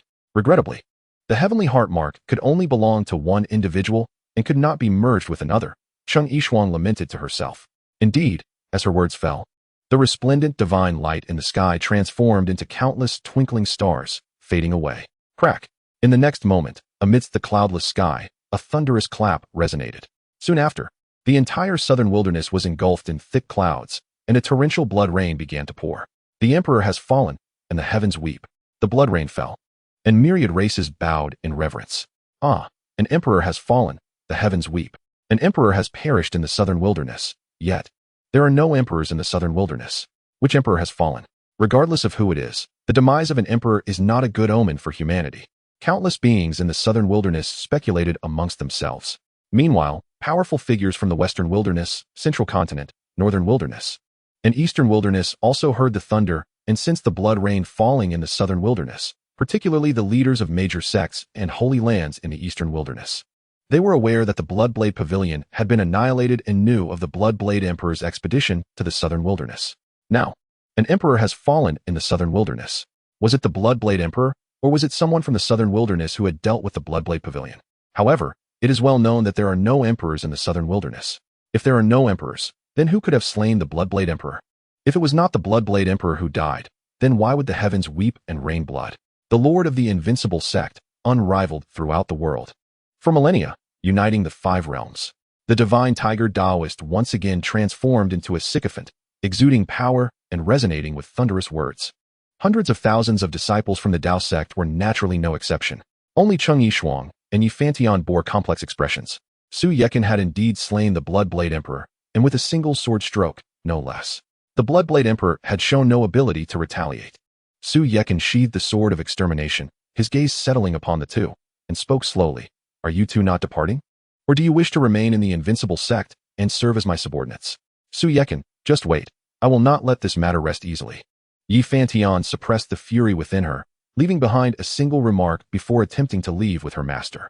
Yet, she was halted by Su Yekin's call. Su Yekin regarded her, narrowing his eyes, and coldly declared, since you wish to be my enemy, then you may as well prepare for death. Chapter 26, Slaying Yifantian. The Yi family is but ants. Su Yekin's tone was frigid, brimming with murderous intent. This sent chills down the spines of Yifantian and Cheng Yishuang, who sought to depart. Even the peak Bloodblade Emperor had been slain in an instant by Su Yekin. Should they engage, they would possess no chance of victory. Beside them, the divine tiger Taoist and 5 elders were equally astonished by their lord's audacity. The Yi family of the central continent was renowned, known far and wide across the 5 realms. To kill Yifantian would surely invite enmity from the Yi family. Yet, their sect master appeared utterly unconcerned. Su Yekin, do you dare to kill me? Yifantian spoke slowly. Just then, a frown creased her brow as she glanced towards the north. Cheng Yishuang and the divine tiger Taoist followed suit, both casting their gazes in that direction. Su Yekin too turned to look. In the northern sky, 2 women approached at great speed.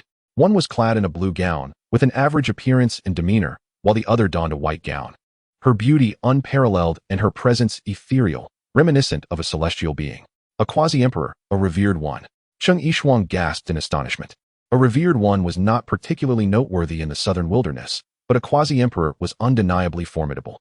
Yifantian, observing the 2 women rushing towards them, furrowed her brow slightly, sensing a familiarity in the white-robed figure. Moments later, the 2 women arrived close to the gathered crowd. The white-robed woman gazed at Yifantian, her brow also furrowing, before a look of delight graced her features. Are you Sister Fantian? Who are you? Yifantian inquired, puzzled. Sister Fantian, it is me, Fayer. The white-robed woman reminded her. Fayer, it is truly you. Yifantian suddenly recalled something, her face lighting up with excitement.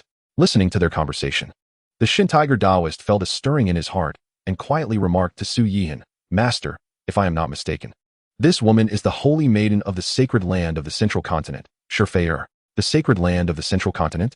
Su Yihan responded, slightly taken aback, before inquiring.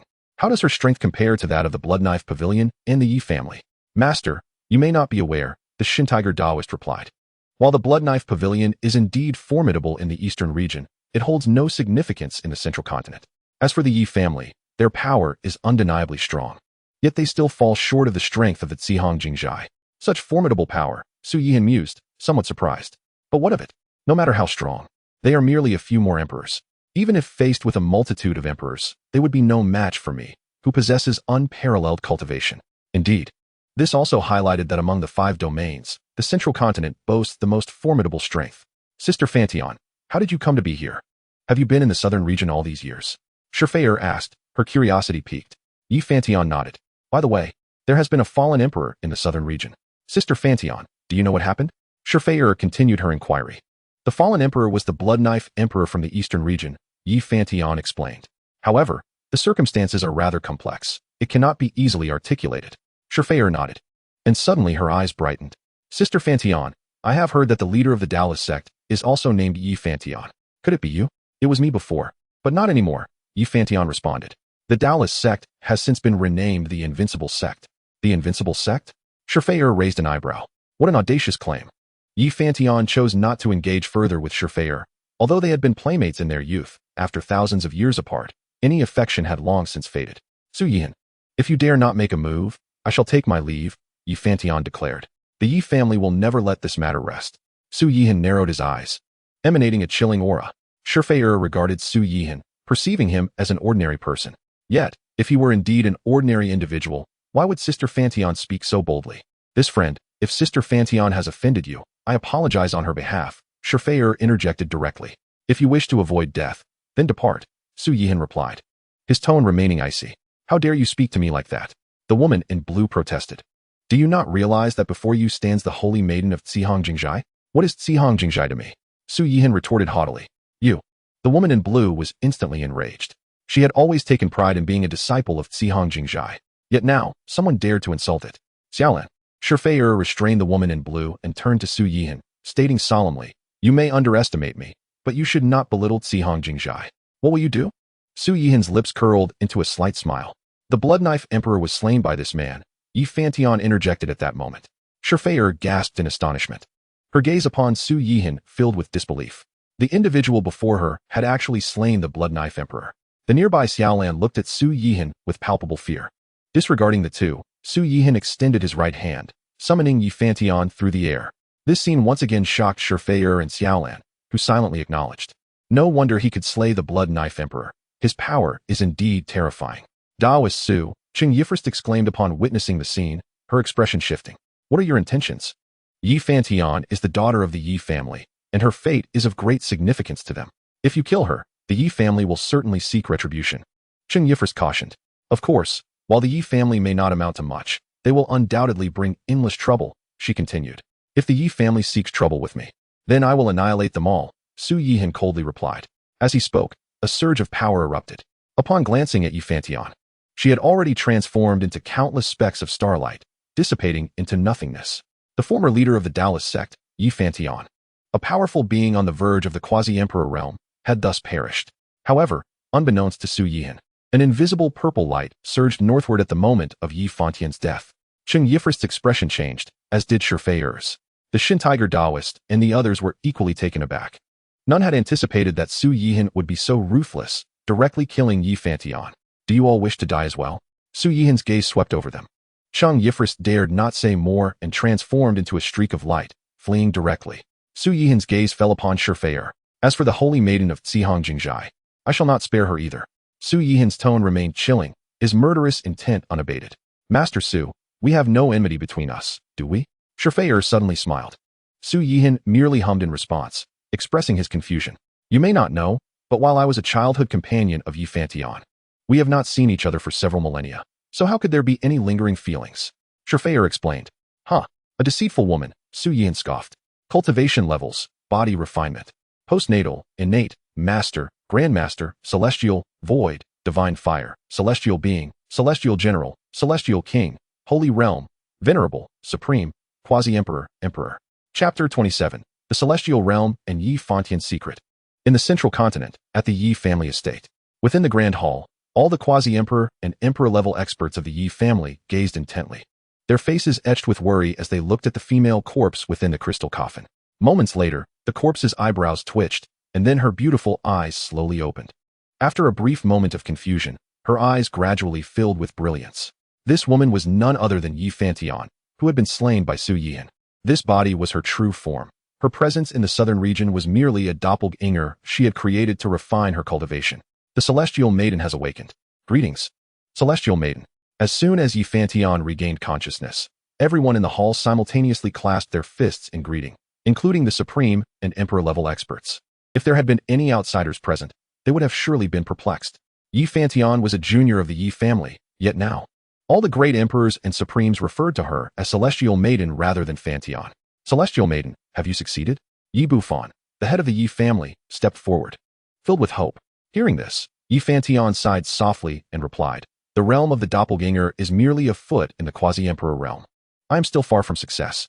Then why have you returned at this time, Celestial Maiden? Yi Bufan asked, puzzled.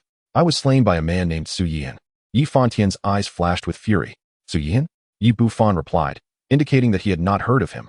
He then inquired, shall we have the Yi family capture or kill this person? That person slayed the Blood Knife Emperor with a single sword strike. Do you believe you can kill him? Yi Fantian's tone was laced with disdain, as if the ancestors and emperors of the Yi family were mere subordinates to her. Everyone gasped in astonishment. The southern region had been shaken by thunder, and blood rained down. They were well aware of the events. Yet, they had not anticipated that the Blood Knife Emperor, a top-tier emperor, could be dispatched in a single move. Moreover, the one who killed the Blood Knife Emperor had also slain Yifantian's doppelganger. This matter is not for you to concern yourself with, Yifantian stated. Have you gathered the items I instructed you to collect? The Celestial Maiden remarked. We are nearly there, just a few more items remain. Yi Bufan responded with a respectful clasp of his hands. Hasten, I sense time is of the essence. Yifantian urged. Indeed, rest assured, Celestial Maiden, Yi Bufan and the formidable members of the Yi clan simultaneously clasped their hands in deference. Yifantian waved his hand, signaling the assembly to depart the Grand Hall. After their exit, Yifantian murmured to himself, Su Yihan, I have yet to detect any fluctuations of power within you. Yet, you managed to slay the Blood Knife Emperor with a single strike and wield a supreme celestial artifact. Could it be that you too hail from the celestial realm? However, if you are indeed from the celestial realm, it is inconceivable that you exhibit no traces of power. Yifantian found himself deeply perplexed. Regardless of your identity, should my plan succeed, your demise is inevitable. In the southern territories, within the recently renamed Invincible Sect, the Dao Sect, at a stone table, a maidservant presented a pot of hot water. Su Yihan, with a thought, retrieved a small handful of enlightenment tea leaves and, gazing at the Holy Maiden, smiled. Holy Maiden, though we are merely a minor sect, we can offer nothing comparable to the compassionate harbor sacred land. Only this enlightenment tea is worthy of presentation. I hope you will not look down upon it. As he spoke, he had already lifted the teapot to commence brewing. Seated opposite him, the Holy Maiden, Fei felt a wave of disbelief wash over her. Are you engaging in a bit of playful irony? You refer to your sect as minor while presenting me with enlightenment tea on our first encounter? Do you realize that even the compassionate harbor quiet chamber holds but a limited supply of such tea? More importantly, she pondered, why does the tea you serve appear so exquisite and fragrant compared to the tea I share with my master, which is merely in fragmented form? Despite being the Holy Maiden of the compassionate harbor quiet chamber, she had never encountered tea of such exceptional quality. The rich aroma compelled her to lift the teacup and take a sip. In that instant, she felt a surge of ethereal energy cleansing her very being, infused with a faint essence of celestial spirit. Boom. Not long after, a series of explosive sounds erupted from within Fei. Merely a single sip had elevated her realm slightly. Truly, the esteemed Su Zongzhu possesses such exquisite enlightenment tea, Fei exclaimed in a state of ecstatic delight. It is merely a vessel for brewing tea, nothing remarkable, Su Yihan remarked. As the compassionate harbor quiet chamber is a sacred land of the central continent, I presume you are not lacking in such provisions? Fei found herself speechless. She longed to confess their scarcity, yet refrained. Beside them, Xiaolon, entranced by the intoxicating fragrance, could not help but swallow hard. Holy Maiden, you mentioned you possess knowledge regarding Yifantian. Might you share it now? Su Yihan inquired, setting down his teacup. This matter traces back to my childhood, when I played with Yifantian and stumbled upon something unusual, though the specifics escape me, Fei replied. Su Yihan listened intently. During my youth, I observed that everyone in the Yi family treated Yifantian with utmost caution, as if he were the true ancestor of the Yi clan rather than a descendant, she continued. That does indeed sound peculiar, Su Yihan noted. Are you suggesting that Yifantian's identity may not be as straightforward as it appears? Precisely, Fei affirmed. I suspect she could be the reincarnation of a certain ancestor of the Yi family, or perhaps a reincarnation of a top-tier powerhouse, which would explain the reverence she commands within the clan. However, Su Yihan interjected, even if Yifantian were the reincarnation of a formidable figure, the Yi family, being a prestigious clan of the central continent, should not behave with such trepidation. Fei nodded, acknowledging the validity of his perspective. Regardless, Yifantian is no longer among the living. Her identity is of little consequence now. Su Yihan remained unconcerned. Your prowess is extraordinary, Su Zongzhu. I am deeply impressed. Fei spoke sincerely. To slay the Blood Knife Emperor and eliminate Yifantian, your strength surpasses even that of my master. Su Yihan quietly sipped his tea, appreciating the cool night breeze, as Fei did likewise. Unbeknownst to them, as the pot of tea was consumed, the night deepened. Su Zongzhu, I shall take my leave. Fei stood and clasped her hands. Until we meet again. Su Yihan nodded slightly, choosing not to elaborate. Their acquaintance had been brief, and to some extent, tinged with discomfort. He owed her nothing for sharing information about Yifantian, given that he had entertained her with enlightenment tea. At that moment, a notification from the system resonated in his mind. Ding. Congratulations, host. You have become the leader of the Invincible Sect. triggering a system task to develop the Invincible Sect into the foremost sect across the 5 domains. Upon completion, substantial rewards await. Ding. Daily check-in opportunity refreshed. Congratulations, host. You have received a daily check-in opportunity. Would you like to check in immediately? The second notification seemed routine, yet the first caught him off guard. Chapter 28. The Ancient Celestial Artifact, the Bell of Dao. Even in the absence of Yi Fantian, Cheng Yishuang, and the 8 Peak Masters, alongside the Elders, the Invincible Sect remained the strongest in the Southern Territories. Su Yihan mused. Perhaps this is why the system task demands the Invincible Sect to evolve into the premier sect across the 5 domains. He found no difficulty with this task. Rather, he was surprised that his ascension to sect leader triggered it. Thus, the Dao Sect and the disciples he had gathered became his concern or burden.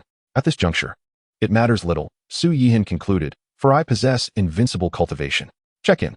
Ding. Consuming a check-in opportunity, commencing check-in. Ding. Check-in successful. Congratulations, host. You have obtained the Bell of Dao. The Bell of Dao. Note, the Bell of Dao is an ancient celestial artifact, capable of cleansing the soul and purifying the spirit, as well as testing one's aptitude. A single toll indicates ordinary aptitude. 3 tolls signify average aptitude. 5 tolls indicate intermediate aptitude. 6 tolls denote superior aptitude. 7 tolls reflect exceptional aptitude. 8 tolls reveal the potential of an emperor, and 9 tolls signify celestial grade aptitude, unparalleled throughout the ages. The Bell of Dao, splendid. With it, I can discern those of exceptional aptitude among my disciples. Su Yihan nodded in satisfaction. Morning arrived. Your subordinate pays respects to the esteemed sect leader. The divine tiger Daoist knelt before Su Yihan, his expression one of utmost reverence. Little tiger, Su Yihan began slowly. What is your command, sect leader? The divine tiger Daoist replied eagerly. I sense there are too many disciples in the Dao Sect, Su Yihan stated. Upon hearing this, the divine tiger Daoist gasped, then questioned. Does the sect leader mean? Without uttering a word, Su Yihan summoned the Bell of Dao. Thud. The Bell of Dao struck the plaza with a resounding clang, followed by a profound toll that resonated throughout. This is the Bell of Dao. Capable of testing the root and aptitude of disciples, Su Yihan explained its purpose to the divine tiger Daoist. He continued, 5 tolls are for miscellaneous disciples. 6 tolls designate outer disciples. 7 tolls qualify for inner disciples. 8 tolls are for direct disciples. And 9 tolls are for the sect leader's direct disciples. Amazing. The divine tiger Daoist was astounded. Cautiously, he added, Sect leader, are these requirements not excessively stringent? Excessive? Su Yihan countered. Not at all, not even slightly. The divine tiger Daoist quickly amended his statement. Su Yihan nodded in satisfaction and remarked, as the saying goes, it is better to have a deficiency than to be excessive. Even a multitude of mediocrity cannot compare to a single individual of exceptional talent. This encapsulated Su Yihan's strategy for development. Yes, I understand, replied the divine tiger Taoist with a cupped fist. His agreement stemmed not from a belief in Su Yihan's reasoning, but rather from the undeniable strength behind Su Yihan's fist. Master, the little one has arrived. At that moment, the little girl, accompanied by the crimson blood xianxia, appeared, bouncing with joy. Hiss. The divine tiger Taoist gasped in astonishment as he beheld the little girl, for overnight, her cultivation level had unexpectedly advanced. Master, what is this? The little girl quickly noticed the Great Dao Bell. This is the Great Dao Bell, which can assess one's talent. Would you like to give it a try? Su Yihan said with a smile. Oh yes. The little girl exclaimed, brimming with excitement. The divine tiger Taoist beside her was equally filled with anticipation. Soon, the trio and the beast arrived beneath the Great Dao Bell. The bell was adorned with intricate carvings of various divine beasts and strange creatures, radiating an ancient and profound aura. Little one, simply place your hand upon it, instructed Su Yihan. The little girl nodded earnestly, approaching the bell and pressing her chubby palm against it. Ding, ding, ding. In an instant, the sound of the bell resonated through the air. 3 chimes, 5 chimes, 7 chimes. And then 8. The bell tolled 8 times, signifying the presence of an emperor's demeanor. The divine tiger Taoist was left in a state of shock, while Su Yihan maintained his composure. He had already glimpsed the little girl's attribute panel upon their first meeting, immortal grade talent. Ding. Just as expected, the 9th chime rang out. The divine tiger Taoist's astonishment escalated to sheer disbelief. The disciple of the sect master possesses immortal grade talent. He murmured to himself. Soon, he couldn't help but wonder about the grade of his own talent. Master, after ringing 9 times, does that mean the little one can become an immortal? The little girl asked, hands on her hips, gazing up proudly. Su Yihan couldn't suppress a chuckle. Of course, with such top-tier talent, coupled with my guidance, you are destined to ascend to immortality. Sect master, I too wish to undergo the assessment. The Divine Tiger Taoist hesitated before speaking. Go ahead, Su Yihan replied, expressing gratitude. The Divine Tiger Taoist approached the great Dao bell, placing his right palm upon it. Ding, ding, ding. The next moment, 6 consecutive chimes echoed, bringing a smile to the Divine Tiger Taoist's face. 6 chimes indicated upper-tier talent. Ding. Just then, another chime resonated. 7 chimes, exemplary talent. His heart surged with joy upon realizing his own exceptional aptitude. Ding. In his elation, the 8th chime rang out. 8 chimes, an emperor's demeanor. The Divine Tiger Taoist was overjoyed. Yet, amidst his excitement, confusion crept in. With such an emperor's demeanor, why had he been trapped at the status of a venerable for thousands of years? In the distance, Su Yihan observed the Divine Tiger Taoist and quickly deduced the reason. The Divine Tiger Taoist's talent could not possibly warrant 8 chimes from the Great Dao Bell. It must be related to the unyielding Divine Tiger Sutra. After a moment's wait, the 9th chime did not sound, but the Divine Tiger Taoist was already content. Sectmaster, did you see? I possess an emperor's demeanor, he exclaimed, still exuberant. Su Yihan nodded, stating, your talent is commendable. With diligent cultivation, you shall undoubtedly achieve the path of emperor. After a pause, he continued, you may gather the disciples for talent assessments. Yes, rest assured, Sectmaster. The Divine Tiger Taoist vowed. Swiftly, the notification was disseminated, and the disciples of 9 peaks lined up for their evaluations. As for the original miscellaneous disciples and outer disciples, they were promptly eliminated, as they could not meet Su Yihan's standards. Little one, have you encountered any difficulties in your cultivation? Su Yihan inquired. As the reincarnation of the Empress, he couldn't help but worry about the Empress's influence on her. Master, there haven't been any issues with my cultivation. The little girl pondered before continuing. However, as my powers grow, it feels as if there is another self within me. The Empress, she uttered. And Su Yihan immediately thought of the title. However, he had not anticipated that as the little girl gained mastery over her powers, she would establish a connection with the Empress. Little one, do you sense where this other self resides? Su Yihan asked. The little girl contemplated deeply and replied, Master, I don't know. I only know it is a dark space where I cannot see my hand in front of my face. Do not worry, continue your cultivation. Su Yihan reassured her with a smile. Master, the little girl hesitated. What is it? Su Yihan prompted. Master, is that person I sense perhaps a relative of mine? She looked up at her master with hopeful eyes. She had suffered loneliness and humiliation since childhood and longed for family. Despite Su Yihan's nurturing care, her yearning for kin remained. Little one, that is not your kin. Strictly speaking, that being may even be your adversary, Su Yihan explained. Thus, you must strive even harder in your cultivation to secure your own strength for the future. Understanding dawned on the little girl, though her tone grew somewhat somber. Su Yihan gently patted her head, while beneath her feet, the crimson blood xianxia nuzzled her ankle. Time flew by, and 3 days passed in the blink of an eye. Within this span, the Divine Tiger Taoist had thoroughly vetted all the disciples of the Great Dao Sect, leaving only the elite. Sectmaster. Apart from the previously eliminated miscellaneous and outer disciples, a total of 80,000 disciples participated in the assessments. Among them, over 60,000 rang the bell 5 times. However, the vast majority were unwilling to remain as miscellaneous disciples, resulting in only 8,000 remaining. Those who rang the bell 6 times numbered 10,000, yet only 1,000 persisted. For those who rang the bell 7 times, over 4,000 were reduced to merely 300. While those ringing the bell 8 times were left with only a few dozen, all eager to remain within the Invincible Sect. Excellent. Over 9,000 remain, more than I anticipated. Su Yihan remarked with satisfaction. This outcome was, of course, within his expectations. After all, ringing the bell 5 times indicated medium talent, sufficient to qualify as inner disciples in other sects, yet merely categorized as miscellaneous disciples in the Invincible Sect, leading most to decline. Is there anyone who rang the bell 9 times? Su Yihan inquired. Sectmaster, ringing the bell 9 times signifies immortal grade talent, a rarity that occurs once in a millennium. The Divine Tiger Taoist replied, his expression peculiar. Su Yihan nodded slightly, then commanded in his mind, System, initiate 3 sign-ins. He had not utilized the sign-in opportunities over the past 3 days. Ding. 3 sign-in opportunities consumed. Commencing sign-in. Ding. Sign-in successful. Congratulations, host, for signing in and receiving a sect renovation card, Great Dao Secret Realm, and Mountain Guarding Formation. Note, Sect Transformation Card, upon usage, it allows for the upgrading and transformation of the sect. Great Dao Secret Realm. It contains boundless spiritual energy, permeated with the essence of the Dao. And the flow of time within is at a ratio of 365, 1 compared to the outside world. Mountain Protection Formation, a top-tier formation, impenetrable without the combined force of 10 Supreme Emperors. Su Yihan listened to the system's prompt echoing in his mind, a slight frown creasing his brow. The rewards from 3 sign-ins were undoubtedly commendable, yet they were all related to the sect. Could it be that my differing identity affects the final outcome of the sign-in? Su Yihan mused quietly. Regardless, the rewards from this sign-in were monumental for the Invincible Sect. System, activate the sect transformation card, Su Yihan commanded. Ding. The sect transformation card has been successfully utilized.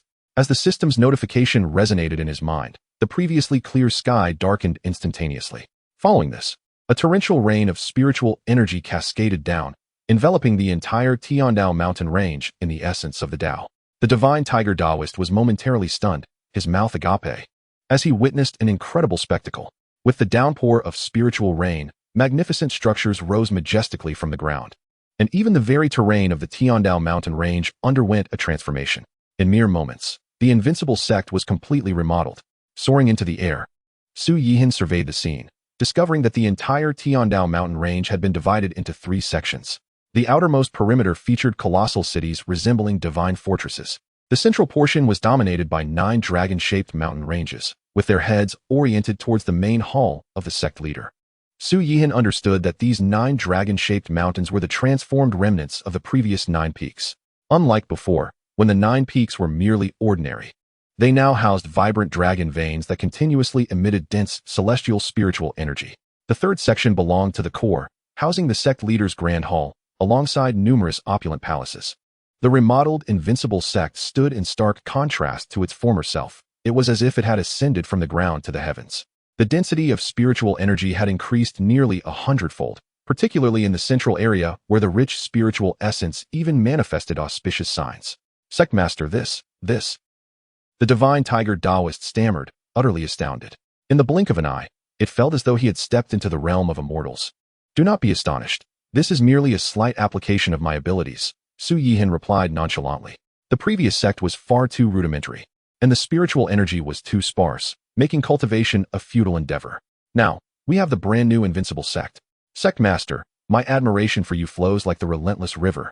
Uncontainable, the divine tiger Daoist half-kneeled in midair, his expression filled with profound respect. At that moment, he had completely succumbed to Su Yihan.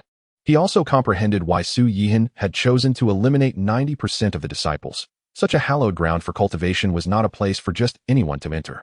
Xiaohu, Su Yihan spoke softly. As you command, I hereby appoint you as the Grand Elder of the Invincible Sect, overseeing all affairs within the sect, Su Yihan declared. Yes, I vow to serve you, Sect Master, to the utmost of my abilities, the divine tiger Daoist pledged, thumping his chest in assurance. Su Yihan nodded slightly, stating, the miscellaneous disciples will be arranged in the outermost cities, while the outer disciples can cultivate in the outermost area, and so forth. Yes, rest assured, Sect Master. The divine tiger Daoist replied, clasping his fists in salute before departing. System, where is the great Dao secret realm? Su Yihan inquired mentally. How is the sect formation to be arranged? The great Dao secret realm is located within the system space. Would you like to release it, host? The system's voice responded. Materialize the great Dao secret realm and arrange the sect formation, Su Yihan instructed. Ding. The great Dao secret realm has been materialized in the back mountain, and the sect formation has been successfully arranged. Roar. With the system's prompt echoing, the Invincible Sect trembled profoundly, followed by 9 resounding roars of dragons. Subsequently, a halo enveloped the entire sect. Chapter 30. The 3,000 Great Daos Manifest. The dynasty transforms. Su Xiao and his wife in crisis. Master. Nuan is here to see you. At that moment, little Nuan bounced in joy, followed closely by the significantly larger blood-cursed Xianxia. Little Nuan, why have you come again? Su Yihan's face softened with affection. He cherished little Nuan as if she were his own daughter. Nuan missed Master. Little Nuan nestled in Su Yihan's embrace, wrapping her arms around his neck. Haha, Master missed little Nuan too. You're lying. Master is deceiving me. Little Nuan pouted immediately upon hearing this. What's wrong? Su Yihan queried, puzzled. Master said he missed Nuan. But it's only Nuan who comes to see Master. Master has never come to see Nuan even once. Isn't that a lie? Little Nuan exclaimed in her childlike voice. All right, Master was wrong, Su Yihan quickly admitted. To express my apology, I will take you to a wonderful place. Master, what fun place? Little Nuan's imagination ran wild. You'll know when you see it, Su Yihan replied, taking her hand as they headed towards the back mountain. Blood-cursed Xianxia scampered along behind them on its short legs. Before long, The pair of humans and one beast arrived at the back mountain. Ahead lay a slowly swirling black vortex. "Master, what is this?" Little Nuan asked, her curiosity piqued. "This is the great Dao secret realm. Inside, the spiritual energy is boundless, the essence of the Dao permeates, and the cultivation speed is 365 times that of the outside world," Su Yihan explained, leading little Nuan into the realm. Blood-cursed Xianxia called out twice before entering as well. "Is this the dense spiritual energy?" Upon entering the secret realm, Su Yihan was taken aback. The surroundings were shrouded in thick mist, obscuring his vision. However, how could there be mist in the secret realm? This mist formed due to the spiritual energy's overwhelming density. "Master, the spiritual energy here is so rich," little Nuan exclaimed, unable to resist the urge to cultivate. She released Su Yihan's hand and sat cross-legged to begin her practice, while blood-cursed Xianxia lay down and fell asleep. Su Yihan surveyed his surroundings, noting that it was an unremarkable space. Yet, when he looked up, his pupils constricted slightly. Above them was a realm of chaos, within which 3,000 great Daos emerged faintly. "Truly worthy of being the great Dao secret realm, it is exceptionally formidable," Su Yihan murmured to himself. "With this secret realm, it will take no time at all to elevate the Invincible Sect to become the foremost sect across the 5 domains." Su Yihan turned to exit the secret realm. Returning to the plaza, under the pavilion, he brewed a pot of Dao enlightenment tea, sipping it leisurely. Just then, an elder suddenly appeared, half kneeling before Su Yihan, saying, "Reporting to the sect master, there is someone requesting an audience, claiming to be from Bluewater City." Bluewater City? Su Yihan's brows furrowed. The only connection he had to Bluewater City was with the parents of this body. Could it be that they have come? Su Yihan pondered silently, then said, "Please let them in." "Understood." The elder bowed before departing, soon returning with a white-haired old man before Su Yihan. "Young master, I beg you to save my master and mistress." Upon their first encounter, the elderly man suddenly fell to his knees with a thud. "Who might you be?" inquired Su Yihan, remaining motionless and perplexed. "Young master, I am but an old servant." The man revealed his identity. Only after hearing this did Su Yihan comprehend the situation. The individual before him was a eunuch who had, decades prior, protected Su Shao as he departed from the capital of the Great Su dynasty. The reason he could locate this place in such a brief span was due to a secret treasure. Otherwise, given the elder's frail condition, it would have been impossible for him to arrive here. "What has transpired?" Su Yihan questioned. Although he had already clarified matters with Su Shao and his wife, they were nonetheless the biological parents of this body. If anything were to happen, he could not remain indifferent. "Young master, it is as follows," the elder recounted the events. It turned out that shortly after Su Yihan's departure, the only foreign prince of the Great Zhou dynasty, Chen Yi, had learned that Su Shao was of royal blood. The long-lost prince who had mysteriously vanished decades ago. He dispatched men to forcibly abduct Su Shao and his wife, subsequently raising an army under the pretext of the current emperor's illegitimate rise to power. In just a matter of days, the rebel forces were already on the brink of reaching the capital. "I am aware of this matter. Do not worry. There shall be no issues," Su Yihan reassured him. "Thank you, young master, thank you." The aged eunuch repeatedly bowed his head, only to suddenly succumb to his last breath. "Let him be properly buried," Su Yihan ordered. "I have matters to attend to outside. Should any urgent issues arise, let Xiaohu activate the sect's grand formation." "Understood." The elder naturally harbored no objections and dared not inquire about Su Yihan's departure. Meanwhile, in the Great Zhou dynasty, 100 miles from the capital, within the rebel camp, Prince Chen Yi sat upon the main seat. Below him gathered a multitude of generals. "Gentlemen, a mere 50 miles lie ahead to the capital. Once we seize it, each of you shall be granted titles and positions, and your family shall prosper," Chen Yi declared with a broad smile. He could hardly fathom that his rebellion was unfolding so seamlessly. "My lord, the Great Zhou dynasty has endured for centuries. Perhaps there are celestial beings supporting them." A young general rose, expressing his concerns. "General Zhao, fret not. The Great Zhou has celestial beings on their side, but I, too, have my own backers," Chen Yi replied, confidence radiating from his countenance. With this declaration, all present understood that their lord's support must surely surpass that of the Great Zhou dynasty. In the capital, the young emperor wore a visage of anxiety. The rebel forces were merely 100 miles away, yet the court was devoid of any viable solutions. "Your Majesty, I believe that to defeat the rebels, we must call upon the support of our benefactors or celestial beings." An elderly minister trembled as he stepped forward. "You know full well that the rebels have celestial beings backing them, while our benefactors have long since fled, and the celestial beings do not interfere in royal disputes." Su Shimin spoke solemnly, his voice heavy with resignation. This predicament arose chiefly because Su Shao was among the rebels. The celestial beings were well aware that he was indeed the prince who had mysteriously vanished decades prior, hence their reluctance to intervene. What shall we do? The court officials exhibited faces etched with despair. As Su Shimin surveyed them, he felt an overwhelming sense of hopelessness. Report, Your Majesty. The rebels have broken camp and are advancing towards the capital. At that moment, a guard burst into the hall. A wave of terror washed over Su Shimin. Yet after a moment, he found his courage. He rose and scanned the frightened faces of the officials, declaring, those unafraid of death, follow me to the city walls for a final stand against the rebels. Those who fear death may await my demise, and welcome the rebels into the city. With that, Su Shimin strode out of the grand hall without a backward glance. Among the officials, only a handful hesitated before following him, while the majority remained frozen in place. Chapter 31. A single drop of dew destroys 300,000 enemies. On the road to the city walls, Su Shimin glanced back at the mere 7 or 8 individuals trailing behind him and could not help but scoff. These scholars preach about loyalty to heaven, the monarch, and their teachers, extolling virtue and morality. Yet ultimately, they are not but a band of hypocritical charlatans, no better than a group of rootless eunuchs. Your Majesty, we pledge our undying loyalty to you, exclaimed the eunuchs, kneeling before him. Su Shimin's gaze swept over the eunuchs and the guards, stating, if we can repel the rebels, I shall not forget your loyalty. With that, he resolutely continued towards the city walls, the guards and eunuchs following closely, their faces resolute and devoid of fear. Your Majesty. Upon Su Shimin's arrival at the city walls, the generals saluted him respectfully. There is no need for excessive formalities, gentlemen, Su Shimin said. How far are the rebels? Your Majesty, they are less than 20 miles from the capital, General Yu Kun reported with a bow. General Yu, do you have confidence in defending the capital? Su Shimin inquired, not asking whether they could repel or defeat the rebels.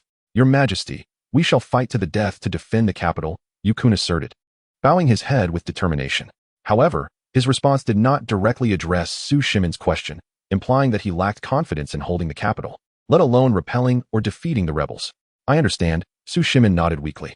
As an emperor, the most disheartening realization was the imminent threat of becoming a king without a kingdom. Yu Kun wished to speak, but ultimately held his tongue. Thunderous sounds echoed from the horizon. Soon enough, the rebel forces led by Chun Yi emerged into view, rapidly approaching the capital. Su Shimin, observing a middle-aged man beside Chun Yi, fell silent for a moment before speaking. Is that you, Uncle Su Xiao? You are my third brother's son? Nephew Su Shimin. I pay my respects to you. Su Shimin bowed slightly, then stood tall, saying, I have a question that puzzles me. I hope you can enlighten me. Decades ago, you willingly relinquished the throne and departed the capital. Why have you returned today? In Su Shimin's eyes, Chun Yi was loyal to Su Xiao, otherwise, he would not have rebelled. Your Majesty, since I have left, how could I possibly rebel? Su Xiao replied, my wife and I are merely captives of the traitor Chun Yi. I see, Su Shimin nodded slightly, feeling relieved. This was due to his father's frequent mentions of his elder brother, Su Xiao, during his childhood, asserting that had it not been for his brother's voluntary departure, the throne would never have been his. Thus, upon encountering Su Xiao, he posed the most pressing question. Ha ha ha, Su Shimin, today marks the dawn of a new era. Chun Yi laughed heartily. If you are wise, command the gates to be opened. In consideration of our past relations, I shall spare the royal family from massacre. Otherwise, none shall be spared. Chun Yi, as the only foreign prince of the great Su, having received the emperor's grace, how could you rebel? Has your conscience been devoured by a dog? Su Shimin's fury blazed forth. Ha! In this world, the capable hold sway. Now, my fist is mightier. And thus I am justified, Chun Yi retorted dismissively. Enough with the chatter. I shall ask you once more, will you surrender or not? If you have the guts, feel free to breach the city and annihilate the Su clan. Su Shimin spoke in a low voice. Su clan members, thank you so much. Very well. Chun Yi sneered. Since you seek death, I shall grant you your wish. With this declaration, he commanded the members of the Immortal-Sect to strike and lay waste to the city. Yet, at that very moment, his brow furrowed in concern. For beside Su Shimin, a figure materialized out of thin air. This individual, with flowing silver hair and sharply defined features, possessed a striking countenance that shone like a radiant sun, blinding all who dared to gaze upon him. This person could only be Su Yihan. Hunter, Su Xiao and Zhao Mei were momentarily taken aback by Su Yihan's sudden appearance, but elation swiftly replaced their astonishment. They had witnessed Su Yihan's formidable prowess firsthand. Chun Yi, upon seeing the unexpected arrival of Su Yihan, also frowned, a sense of foreboding bubbling within him. The two members of the Immortal-Sect at his side exchanged glances, their expressions revealing disdain, for they sensed no trace of power emanating from Su Yihan. Protect His Majesty. The appearance of Su Yihan sent the defenders atop the city walls into a state of panic. Meanwhile, Su Shimin, the sovereign of the Great Su, maintained a calm demeanor as he regarded Su Yihan and inquired, "Are you my uncle's cousin?" "One could say that," Su Yihan replied coolly. "One could say? I find that somewhat perplexing. Are you here to rescue my uncle and aunt, as well as myself?" Su Shimin pressed further. Su Yihan's sudden manifestation was a display of celestial prowess, a feat beyond the capabilities of even the most revered of the Great Su dynasty's offerings. Ignoring the emperor's inquiries, Su Yihan's gaze fixed upon Chun Yi, and he coldly remarked, "If you merely sought to rebel, I would not intervene. However, you are utterly mistaken to have taken my parents captive." "Humph, boy, do you truly believe you can reverse this tide?" Chun Yi scoffed. "You ought to take a good look in the mirror and reflect upon your own worth." Su Shao regarded Chun Yi with a look of incredulity, thinking to himself that the tables would soon turn. "Esteemed elders, I implore you to act swiftly. Eliminate this man and breach the city gates." Chun Yi bowed to the elderly and youthful members of the Immortal Sect. "Rest assured, my lord, such a trifling clown will be effortlessly dispatched by my hand," the elder declared with a haughty expression. With that, he soared into the air above the city. "To perish at my hands is a privilege you should cherish," he proclaimed. As he spoke, he gestured, summoning a crackling bolt of thunder that surged towards Su Yihan. At that moment, the soldiers on the city walls, along with Su Shimin, were engulfed in a profound sense of dread. "Such trivial tricks, daring to flaunt themselves before me," Su Yihan replied indifferently. As the thunder approached, he opened his mouth and, astonishingly, consumed the very lightning itself. This spectacle left the elder outside agape, while Chun Yi stood dumbfounded, and the soldiers atop the walls, along with Su Shimin, erupted in euphoric delight. "It is now my turn," Su Yihan declared as he extended his hand to uproot a small blade of grass that had stubbornly thrived in the crevices of the city wall. Upon one of its leaves rested a single droplet of dew. With the eyes of the crowd upon him, Su Yihan flicked the dew away. Boom! In an instant, the sky darkened, thunder crackled, and torrential rain began to pour down. This scene left both the elder and the youth of the Immortal Sect, as well as Chun Yi and Su Shimin, utterly bewildered. But in the next moment, the 30,000 rebel soldiers outside the city let out a chorus of agonizing screams. Level of cultivation, body refining, acquired, innate, master, grandmaster, celestial, void, divine fire, celestial being, celestial general, celestial king, sacred realm, venerable, supreme, quasi-emperor, great emperor. Chapter 32, The Indestructible Divine Art, Eternal and Everlasting. The torrential rain fell, drenching everyone in mere moments. Both factions were left in a state of confusion. "Ah, my hands are rotting. Save me, save me. There are ghosts, there are ghosts."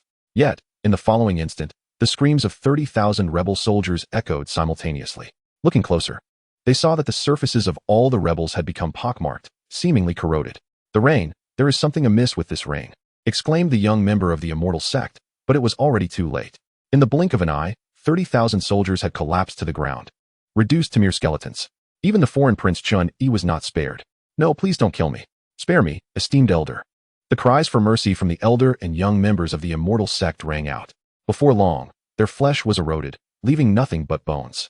Outside the city, Su Shao and Zhao Mei were filled with disbelief. In a single reign, 30,000 souls turned to bones. Is this not the very essence of the legendary demonic forces? Their gazes towards Su Yihan were rife with terror. In this moment, they began to wonder if their son had indeed been possessed by such malevolence. Meanwhile, atop the city walls, the onlookers stared in horror at the heaps of bones outside, for they too had been caught in the rain. Fortunately, they did not share the same fate as the rebels.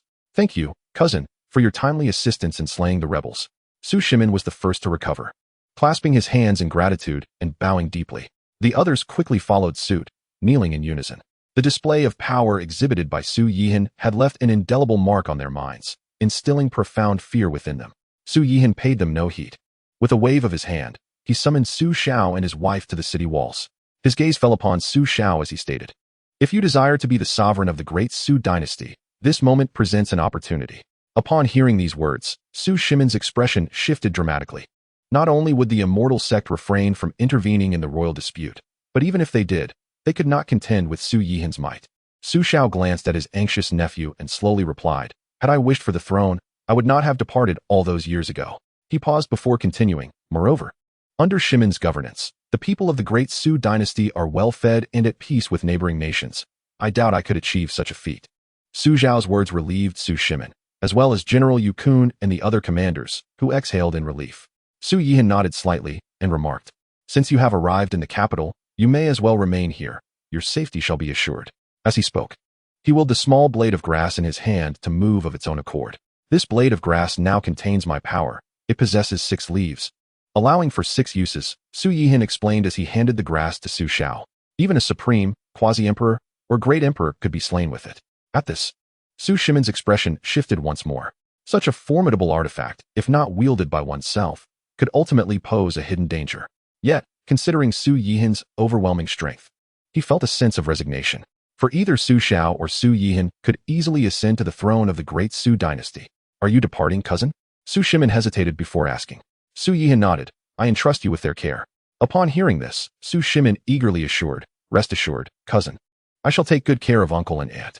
Su Yihan nodded and said to Su Xiao and his wife, take care. With that, he vanished into thin air. Su Xiao gazed at the spot where Su Yihan had disappeared, letting out a soft sigh.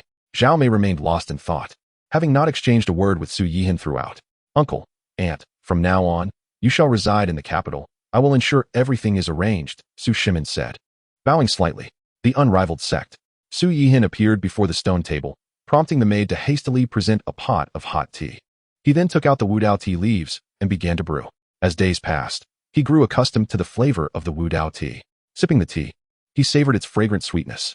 Unbeknownst to him, time slipped into the depths of night. The system's prompt echoed timely in his mind. Ding! The daily sign-in opportunity has refreshed. Congratulations, host, you have received a sign-in chance. Would you like to sign in immediately? Sign in. Ding. Consuming one sign-in opportunity, initiating sign-in. Ding. Sign-in successful. Congratulations. Host, you have obtained an immortal technique, the Diamond Divine Art. The Diamond Divine Art, a technique of the Buddhist sect? Su Yihan furrowed his brows slightly. He had never held a favorable view of Buddhism, especially that saying, put down the butcher's knife and become a Buddha. Why should those who commit heinous acts be absolved merely by repentance, while the virtuous must endure countless trials and remain distant from enlightenment? In this world, Buddhism undoubtedly exists as well. This realm is divided into 5 great territories, the southern, eastern, northern, western, and central regions. The Western Territory is the stronghold of Buddhism.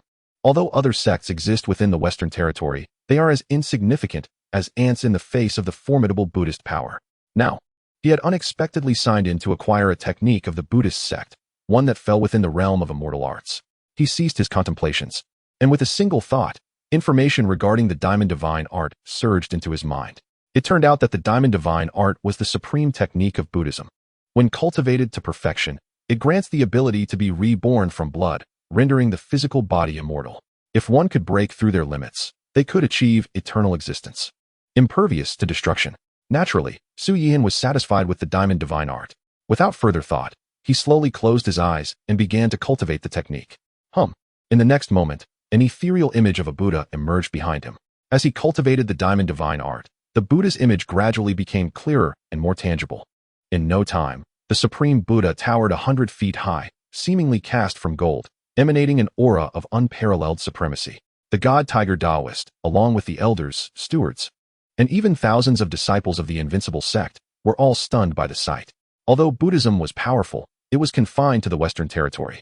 Yet now, a Supreme Buddha had manifested within the Invincible Sect.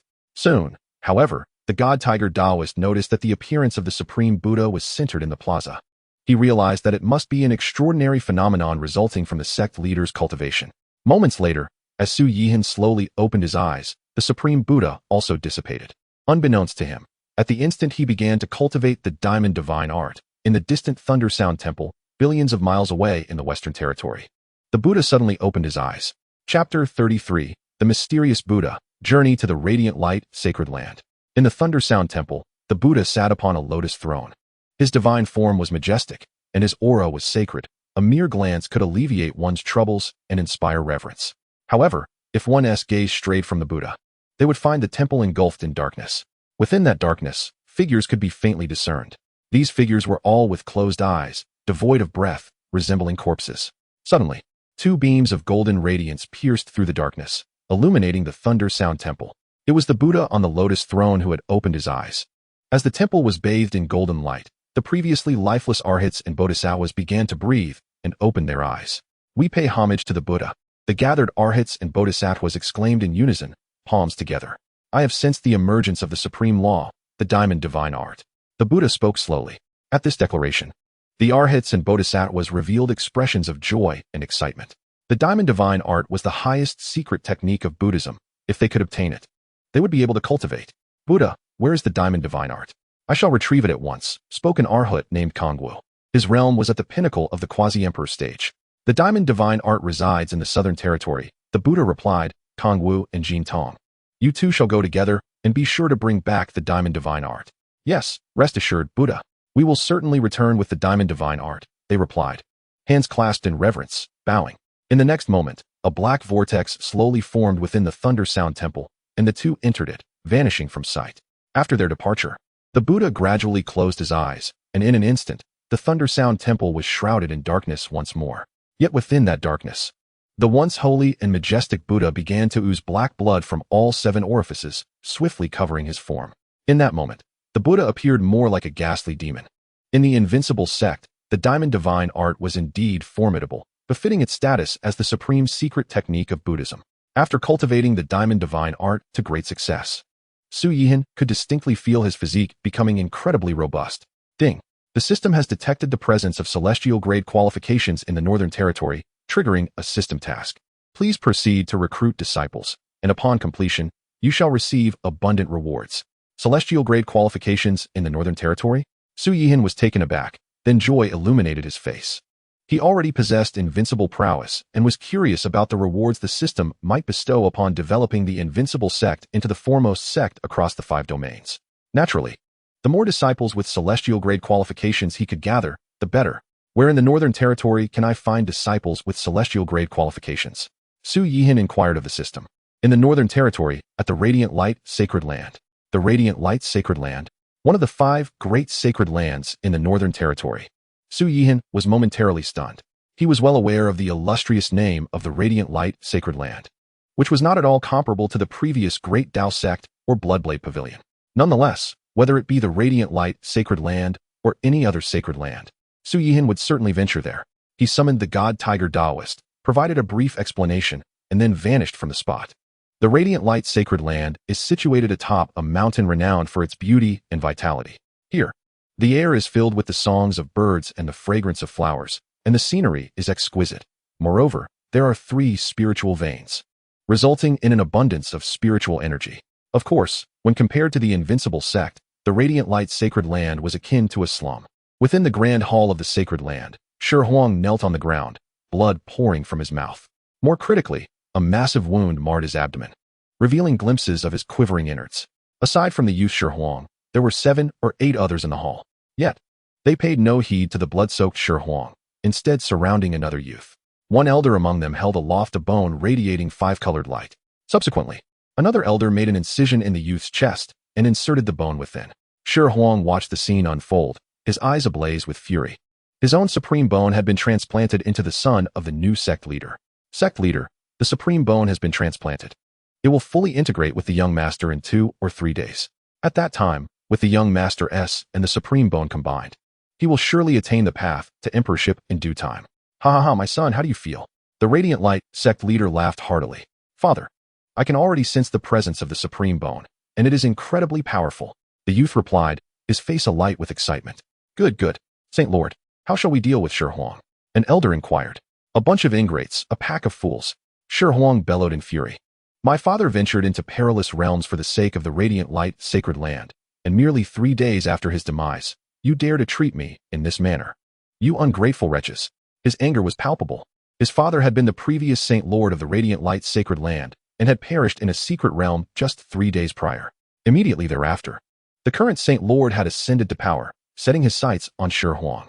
Shi Huang, out of respect for your father, I shall not hold this against you. However, should you continue to show disrespect, I will undoubtedly execute you without mercy. The Radiant Light Saint Lord declared coldly.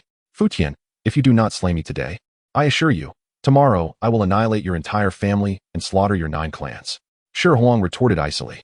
And all of you accomplices must perish as well. Ha ha. Shi Huang, if you possess the supreme bone, we might take your word seriously. But now, without it, you are nothing but a worthless being. An elder scoffed. A mere waste dares to threaten us? How utterly ridiculous. As he finished speaking, he waved his hand, and Shi Huang felt as if struck by lightning, violently coughing up blood. With a spurt of blood, his icy gaze swept across the crowd. The lowest cultivation level among those present was that of the Supreme Realm, particularly Fu Tian, who stood at the Emperor level. Yet, for reasons unknown, they all felt a flicker of fear in that moment, a fear emanating from Shi Huang, who had become a mere husk. Saint Lord, perhaps it would be wise to eliminate him to prevent future troubles, one suggested. Indeed, Saint Lord. Although he has lost the Supreme Bone and is now a waste, what if? Fu Tian regarded Shi Huang with a furrowed brow.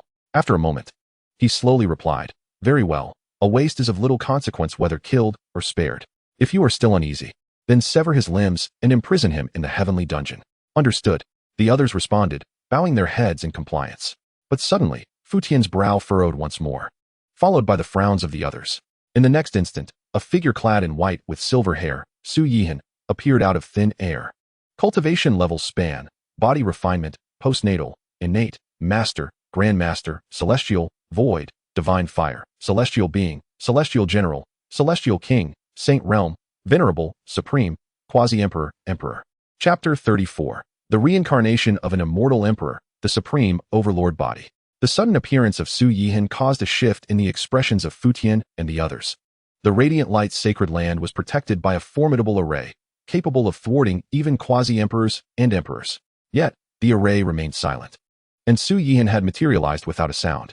Who might you be, and how did you gain entry to the radiant light's sacred land? Fu Tian inquired cautiously. Su Yihan paid him no heed, his gaze fixed upon Shi Huang. Instantly, Shi Huang's information manifested before him. Name, Shi Huang. Identity, reincarnation of an immortal emperor. Age, 18. Talent, immortal grade talent. Physique, supreme overlord body. Good heavens, this child is a daughter of the Empress Dao Fruit, and Shi Huang. Even more astonishing is the reincarnation of an immortal emperor. Su Yihan's heart raced with astonishment. An immortal emperor would undoubtedly be among the most formidable beings even in the immortal realm. Accepting Shi Huang as a disciple would inevitably entangle him in greater karmic matters, attracting enemies of a mortal emperor caliber. But what of it? With unparalleled cultivation, Su Yihan feared no one. Are you here for him? Fu Tian asked, noticing Su Yihan's gaze on Shi Huang. Indeed, Su Yihan confirmed with a nod. Shi Huang exhibited surprise. None of the emperors who had been allies of his father had come to his aid, leaving him in despair and fury. Yet now, an unfamiliar figure had arrived. I wish to take him with me. Who is in favor, and who is against? Su Yihan scanned the room. This is the radiant light sacred land. You cannot simply take him as you please. An elder of the supreme realm retorted. Do you oppose? Su Yihan replied expressionlessly. And what if I do? The elder challenged. Then you shall die, Su Yihan stated flatly. As the words left his lips, two beams of divine light shot from his eyes. Before anyone could react, the divine light struck the elder, who fell silently to the ground, lifeless. This scene left Fu Tian and the others in shock. A supreme had just perished. Who was this individual before them? What was his cultivation level? Is there anyone else who opposes?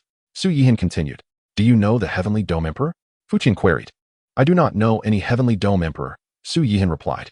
Upon hearing this, Shi Huang and the others frowned simultaneously. The Heavenly Dome Emperor was Shi Huang's father, the previous Saint Lord of the Radiant Light Sacred Land. If you do not know the Heavenly Dome Emperor, why then do you seek to save his son? Fu Tian pressed, voicing his confusion. Shi Huang looked at Su Yihan, equally curious and bewildered.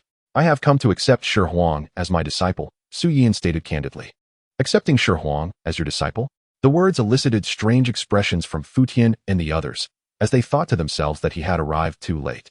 Shi Huang's supreme bone had already been extracted. Even Shi Huang himself was momentarily taken aback. He shook his head ruefully, saying, Senior, had you arrived half an hour earlier, my supreme bone would still be intact. But now, it has been taken, and I am but a waste, unable to cultivate. The supreme bone has been taken? Su Yihan frowned slightly upon hearing this. He observed the bloodied Shi Huang and another youth, unconscious but radiating divine light from his abdomen, and suddenly understood the situation. What a joke that the esteemed radiant light sacred land would resort to such despicable acts as extracting someone's supreme bone. Su Yihan's words rendered Fu Tian and the others visibly uncomfortable. However, given that Su Yihan could swiftly eliminate a supreme, his strength was not to be underestimated. More importantly, including Fu Tian, no one could discern Su Yihan's cultivation level, leading even Fu Tian to feel a hint of trepidation. Shi Huang is now a mere waste. Accepting him as a disciple will not change that, Fu Tian remarked. Why risk offending the radiant light sacred land for a waste? Su Yihan ignored Fu Tian and turned to Shi Huang, asking, Are you willing to become my disciple? Since the system had issued a task, It would surely provide a resolution to the issue of Shi Huang's supreme bone being extracted and his inability to cultivate. Senior truly wishes to accept a waste as a disciple? Shi Huang queried. But if the supreme bone is taken, how can he not be a waste? Su Yihan chuckled lightly. You need only answer whether you are willing to become my disciple. If Shi Huang declined, Su Yihan would not insist and would simply depart. Without a moment's hesitation, Shi Huang, suppressing his injuries, knelt on the ground. Disciple Shi Huang pays respects to master. Refusing to become a disciple would mean losing his limbs and being eternally imprisoned. Yet, by accepting, there might still be a glimmer of hope for survival. Even a chance to cultivate anew. At the moment Shi Huang pledged himself, the system's notification echoed in Su Yihan's mind. Ding. Successfully accepted a disciple. Congratulations to the host for completing the system task, receiving rewards, 10 billion premium spirit stones, supreme overlord body technique, and a cleansing pool. Note, the cleansing pool can purge all impurities from the body. The supreme body technique, specifically crafted for the supreme body, upon cultivation, it can regenerate the supreme bone. Indeed, the system has rewarded the supreme body technique, capable of resolving the issue that Stone Desolation faced in his cultivation. Stone Desolation has already taken me as his master. I shall lead him away, and you have no objections, correct? Su Yihan inquired nonchalantly. You press so relentlessly. Do you truly believe that this holy lord fears you? Fu Tian's expression darkened as he spoke slowly. This place is the sacred land of Yaoguang, and with him, there are a total of 4 mighty emperors. Furthermore, there exists the supreme weapon, the Yaoguang divine sword, at their disposal. Even if Su Yihan is a top-tier emperor, Fu Tian harbored no fear. His reason for speaking kindly was due to uncertainty regarding Su Yihan's confidence. However, with Su Yihan's relentless pursuit, arrogance was palpable. My disciple, these individuals seek to extract your supreme bone. Should you wish, I can intervene on your behalf, eliminating them, and even obliterating the sacred land of Yaoguang. Su Yihan stated calmly. His words, spoken with ease, thundered in the ears of Stone Desolation and Fu Tian like a clap of thunder. For even a top-tier emperor wielding a supreme weapon would not dare claim to slay Fu Tian, let alone destroy the sacred land of Yaoguang. You truly do not grasp the heights of this world, Fu Tian scoffed. With me included, the sacred land of Yaoguang boasts 4 emperors, along with the supreme weapon Yaoguang divine sword. You dare to speak of its destruction? Dear disciple, tell me, do you wish for your master to act and rid you of them, annihilating the sacred land of Yaoguang? Su Yihan inquired once more. Master, my father fell 3 days ago for the sake of the sacred land of Yaoguang. Yet Fu Tian has already sought to extract my supreme bone and transplant it into his son, Stone Desolation lamented. The other 3 emperors of the sacred land, who have all benefited from my father's kindness, have not spoken a word on my behalf. I yearn to slay them all, leaving them unrecognizable in death. This sacred land, though titled a sacred place, is steeped in darkness and deserves to be obliterated. Stone Desolation refrained from uttering threats of personally slaying his enemies, but agreed to Su Yihan's intervention to strike down Fu Tian and destroy the sacred land of Yaoguang. Very well, dear disciple. Today, I shall eliminate these adversaries for you and obliterate the sacred land of Yaoguang, Su Yihan stated calmly. It seemed as if slaying 4 emperors and annihilating the sacred land was as effortless as crushing an ant. Chapter 35, 1 against 4, mere ants. Who is this impudent youth daring to wreak havoc in the sacred land of Yaoguang?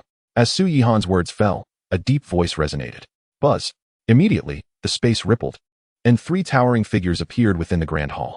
These 3 were the other 3 emperors of the sacred land of Yaoguang, Emperor Jitoa, Emperor Lanhai, and Emperor Laikong. Alongside the holy lord Fu Tian, Su Yihan now faced 4 emperors and a multitude of quasi-emperors and supremes. Upon witnessing such a formidable assembly, Stone Desolation could not help but swallow hard, questioning whether his newly appointed master could truly contend with them. This must be the pinnacle of the sacred land of Yaoguang, Su Yihan remarked, his expression unchanged. Young man, even if you are a top-tier emperor, should we 4 unite, your death is assured. Emperor Laikong roared, unleashing a tremendous imperial pressure that surged towards Su Yihan. To his bewilderment, Su Yihan made no move, nor did he emit any countering aura, standing as steady as a mountain. Is it any wonder he is so arrogant? He possesses some skill, Emperor Lanhai scoffed, releasing his own aura. Yet, Su Yihan remained unfazed, a subtle smile gracing his lips. In that moment, the expressions of the 4 emperors, along with the numerous quasi-emperors and supremes, shifted slightly. To withstand the imperial might of 2 emperors solely through one's own strength indicated either a top-tier emperor or an extraordinarily robust physique. Boom. In an instant, both Emperor Fu Tian and Emperor Jitoa unleashed their imperial might, converging towards Su Yihan. Following suit, The quasi-emperors and supremes present also unleashed their own auras. In a heartbeat, the Grand Hall was engulfed in imperial might, cascading like mighty rivers or towering mountains, pressing towards Su Yihan. Boom. In mere moments, the reinforced Grand Hall of the Sacred Land crumbled to ruin. With a serene smile, Su Yihan shielded the terrified stone desolation behind him, casting his gaze over the crowd. Having long heard of the illustrious name of the Sacred Land of Yaoguang and the thunderous titles of the four emperors, he remarked nonchalantly, "It appears that meeting you in person does not live up to the reputation. Today the sect leader understands that the four of you are hardly remarkable." At these words, fury ignited within the four emperors. As emperors, they were the pinnacle of power in this realm. Even among their peers, few would dare to treat them with such disdain. Yet now, a nameless youth dared to belittle them. The fury extended to the hundreds of thousands of disciples of the Sacred Land of Yaoguang. Bang! Just then, Su Yihan lifted his right foot and gently set it down. With a resounding thud, a halo radiated outward. Wherever the halo spread, the overwhelming imperial might that had descended retreated like a receding tide. This spectacle caused the expressions of the four emperors and the throng of quasi-emperors and supremes to shift. Yet before they could fully grasp the situation, the halo had already enveloped them. Bang! Bang! Bang! Against the seemingly innocuous halo, the four emperors were struck back as if struck by lightning, while the quasi-emperors and supremes were cleaved in half beneath the halo's influence. The halo continued to expand, annihilating everything in its path. Silence. A deathly stillness enveloped the scene. The four emperors were filled with unimaginable terror. The elders, attendants, and disciples of the Sacred Land of Yaoguang were gripped by sheer fear. One strike. No, it was merely the raising and lowering of a foot. Yet it resulted in the slaughter of dozens of supremes, over 10 quasi-emperors, and thousands of individuals from the Sacred Land of Yaoguang. More significantly, it sent the four emperors reeling. Such power was unattainable even for a top-tier emperor, yet Su Yihan had accomplished it effortlessly. Protected by Su Yihan, stone desolation, after recovering from his shock, trembled with excitement. Master is truly this powerful. He is astonishingly formidable, he murmured, a broad smile illuminating his face. Who exactly are you? Emperor Fu Tian suppressed his astonishment and spoke in a low, grave tone. Who I am matters little. What is important is that you comprehend. Today, the Sacred Land of Yaoguang shall perish, and you shall die. Su Yihan stated nonchalantly, his tone casual. Previously, the people of the Sacred Land of Yaoguang deemed Su Yihan arrogant. Now, they believed he possessed ample confidence. Though your strength is formidable, we four shall not remain idle. Boom. With their declaration, the four emperors summoned their powers to the utmost. In an instant, the four were enveloped in order, and the great Dao manifested before them. Kill. They roared in unison, unleashing chains of ordered energy towards Su Yihan. For ethereal paths radiated formidable might, descending to suppress him. In that moment, stone desolation felt smaller than an ant, more insignificant than dust. The others from the Dao Sect felt similarly overwhelmed. Buzz. Miles away, waves of divine consciousness traversed space, seeking to uncover the happenings within the Sacred Land of Yaoguang. Yet, upon realizing that the four emperors were jointly besieging an unfamiliar young man, shock coursed through their hearts. The very fact that four emperors united in battle spoke volumes of the strength involved. Nonetheless, the hidden emperors remained unconvinced that Su Yihan could contend against the four esteemed emperors of the Radiant Light Sacred Land. The prominence of the Radiant Light Sacred Land in the northern frontier was not merely a result of virtue and benevolence, but rather a testament to its formidable strength, bolstered by several emperors. As Su Yihan beheld the terrifying might emanating from the approaching order divine chains and the ethereal pathways, his demeanor remained unchanged, even graced with a faint smile. How could mere ants shake an elephant? How could fireflies contend with the brilliance of the full moon? With a calm voice, Su Yihan spoke, and as he did, his fingers converged to form a sword.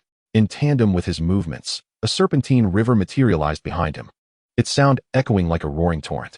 Within this winding river, pure and sharp sword intent swam gracefully like fish. Whoosh! In the next moment, countless strands of sword intent surged forth, aimed at the order divine chains and the ethereal pathways. Boom! Boom! The thunderous explosions reverberated, unleashing a terrifying wave that swept in all directions. You are the one who slain the Bloodblade Emperor and annihilated the Bloodblade Pavilion. The Emperor Fuyun was the first to react, his roar betraying his astonishment. He had never anticipated that the slayer of the Bloodblade Emperor would arrive at the Radiant Light Sacred Land, intent on its destruction due to the involvement of Shi Huang. His words made the other three emperors, Ji Tuo, Lan Hai, and Lai Kong, furrow their brows, while the hidden emperors were equally taken aback, secretly pondering the restlessness of this formidable being. It was astonishing that just days after vanquishing the Bloodblade Emperor and obliterating the Bloodblade Pavilion, he had come to engage in battle at the northern frontier's radiant light, sacred land. As the thunderous roars erupted, the order shattered and dissipated. The four ethereal pathways emanated the might of the great Dao, resembling a world-destroying grinding mill, converging upon Su Yihan with the intent to obliterate him. This scene elicited expressions of delight from Fu Yun and the other three emperors, while the hidden emperors frowned, questioning whether Su Yihan could withstand the ethereal pathways. Yet, the subsequent spectacle caused their brows to furrow further, their expressions shifting dramatically. Cultivation levels, body refinement, postnatal, innate, master, grandmaster, heavenly gangs, cave void, divine fire, celestial, celestial general, celestial king, sacred realm, venerable, supreme, quasi-emperor, emperor. Chapter 36. For emperors united, still merely ants. Despite Su Yihan's capacity to annihilate numerous supremes and quasi-emperors with a single step and to shatter the order divine chains of the four emperors, he could not withstand the four ethereal pathways. This led the members of the Radiant Light's sacred land, including Emperor Fu Yun and the other three emperors, as well as the hidden powerful beings, to believe that Su Yihan might very well be obliterated by the four pathways. Master, Shi Huang voiced his concern. Yet Su Yihan remained unfazed, gazing at the terrifying ethereal pathways with an expression of calm. He raised his right palm, and in the next moment, a terrifying force of attraction erupted. The four ethereal pathways were rendered powerless against this force, akin to four insignificant insects drawn into the palm of Su Yihan. Those who witnessed this scene were left utterly stunned. Although the four pathways were ethereal, their might was undeniably formidable. More importantly, they bore the mark of the heavenly heart. Yet now, they seemed as trivial as four insects within Su Yihan's grasp, unable to escape despite their struggles. Impossible. How could this be? They gasped. How could you possibly control the great Dao? Such a feat is beyond even the mightiest of emperors. Have you, perchance, ascended to immortality? The astonishment in the voices of Emperor Fu Yun and the others could not be contained. Meanwhile, the hidden emperors exchanged glances, their minds racing. Who was this individual who could control the four pathways? This man is Su Yihan, the newly appointed leader of the Dao Sect. Oh, by the way, the Dao Sect has now been renamed the Invincible Sect. The Invincible Sect? Such audacity. Shi Huang looked at his master, increasingly awed and exhilarated as he watched Su Yihan effortlessly command the four ethereal pathways.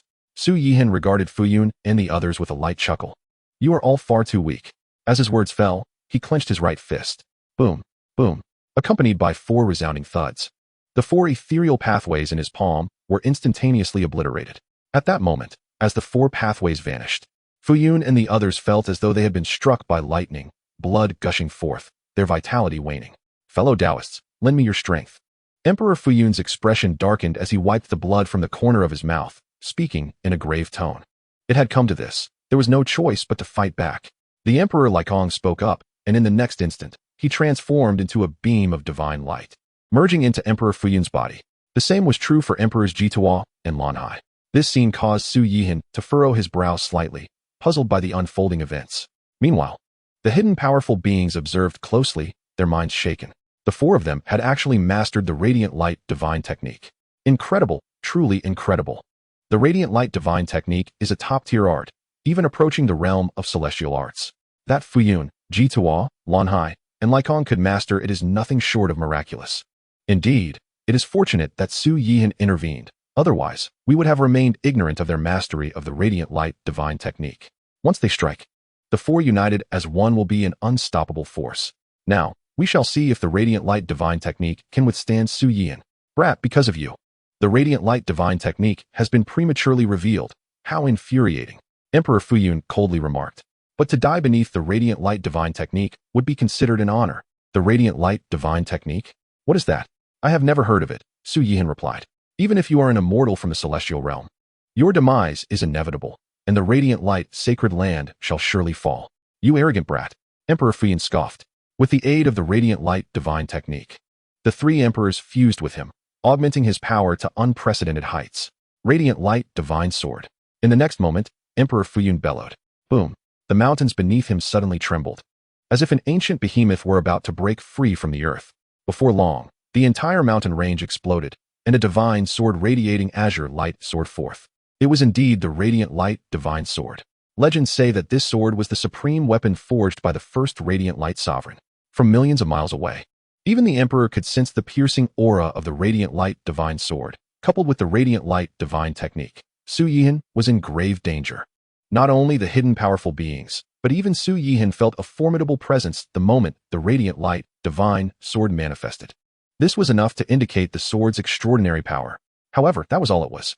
Master, this is the Radiant Light Divine Sword, an ultimate weapon forged by the first sovereign, nurtured over hundreds of thousands of years. Even if it has not transformed into a celestial artifact, it is surely not far from it. Shi Huang, being the son of the previous sovereign, naturally recognized the Radiant Light Divine Sword. Disciple, there is no need for concern. The so-called Radiant Light Divine Sword will soon be reduced to mere scrap metal in my hands. Su Yihan's expression remained unchanged, his smile unwavering. Arrogant wretch, today, I shall make you understand that the Radiant Light's sacred land is not to be insulted. Emperor Fuyun growled softly, with the Radiant Light Divine Sword in hand. His aura intensified, and he seemed to merge with the sword itself. Gradually, he ascended into the air, his presence growing increasingly fierce and powerful. To perish beneath the Radiant Light Divine Technique and the Radiant Light Divine Sword would be a point of pride. Boom.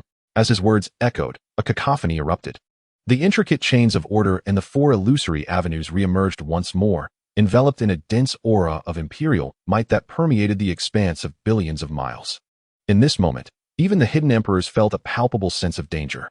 Yet, at the heart of this imperial power, Su Yihan remained unfazed, his silver hair billowing and his garments rustling softly, exuding an air of nonchalance. Radiant Divine Slash. In the next heartbeat, Emperor Fu Tian, no longer hesitating, unleashed a sword strike. With a swift motion, a terrifying beam of sword light surged forth, resembling a crimson celestial dragon, roaring towards Su Yihan. An even more formidable aura spread across the heavens and the earth. Su Yihan gazed at the crimson dragon, a subtle smile gracing his lips. With a mere thought, the exterminating immortal sword manifested in his grasp. Instantly, a tangible aura of slaughter filled the atmosphere, mingling with the ethereal essence of immortality. An immortal artifact. Su Yihan wielded an immortal artifact. How could he possess such a treasure? Who exactly was he? In the shadows, powerful figures sensed the overwhelming aura of immortality, their expressions shifting in shock. Upon catching sight of the exterminating immortal sword, Emperor Fu Tian's pupils constricted in disbelief. The path to immortality had not been traversed for countless years. Why would an immortal artifact exist within the 5 domains, and in such pristine condition? Buzz. As the exterminating immortal sword appeared, the Radiant Divine Sword emitted a resonating hum, trembling in fear. Flash. Su Yihan uttered softly, bringing down the exterminating immortal sword. A shooting star of flames surged forth to meet the oncoming crimson dragon. At that moment, the entire northern frontier was shrouded in an aura of terror. Even the neighboring eastern frontier, western frontier, and the central continent could faintly perceive it. With a resounding clash, the shooting star collided with the crimson dragon. An explosive roar erupted, and terrifying waves of energy swept outward. In its wake, mountains crumbled, and the inhabitants of the Radiant Divine Sanctuary were reduced to mere ashes. Chapter 37. Slaying 4 Emperors, Annihilating the Radiant Divine Sanctuary. In the shadows, powerful beings were struck with profound terror.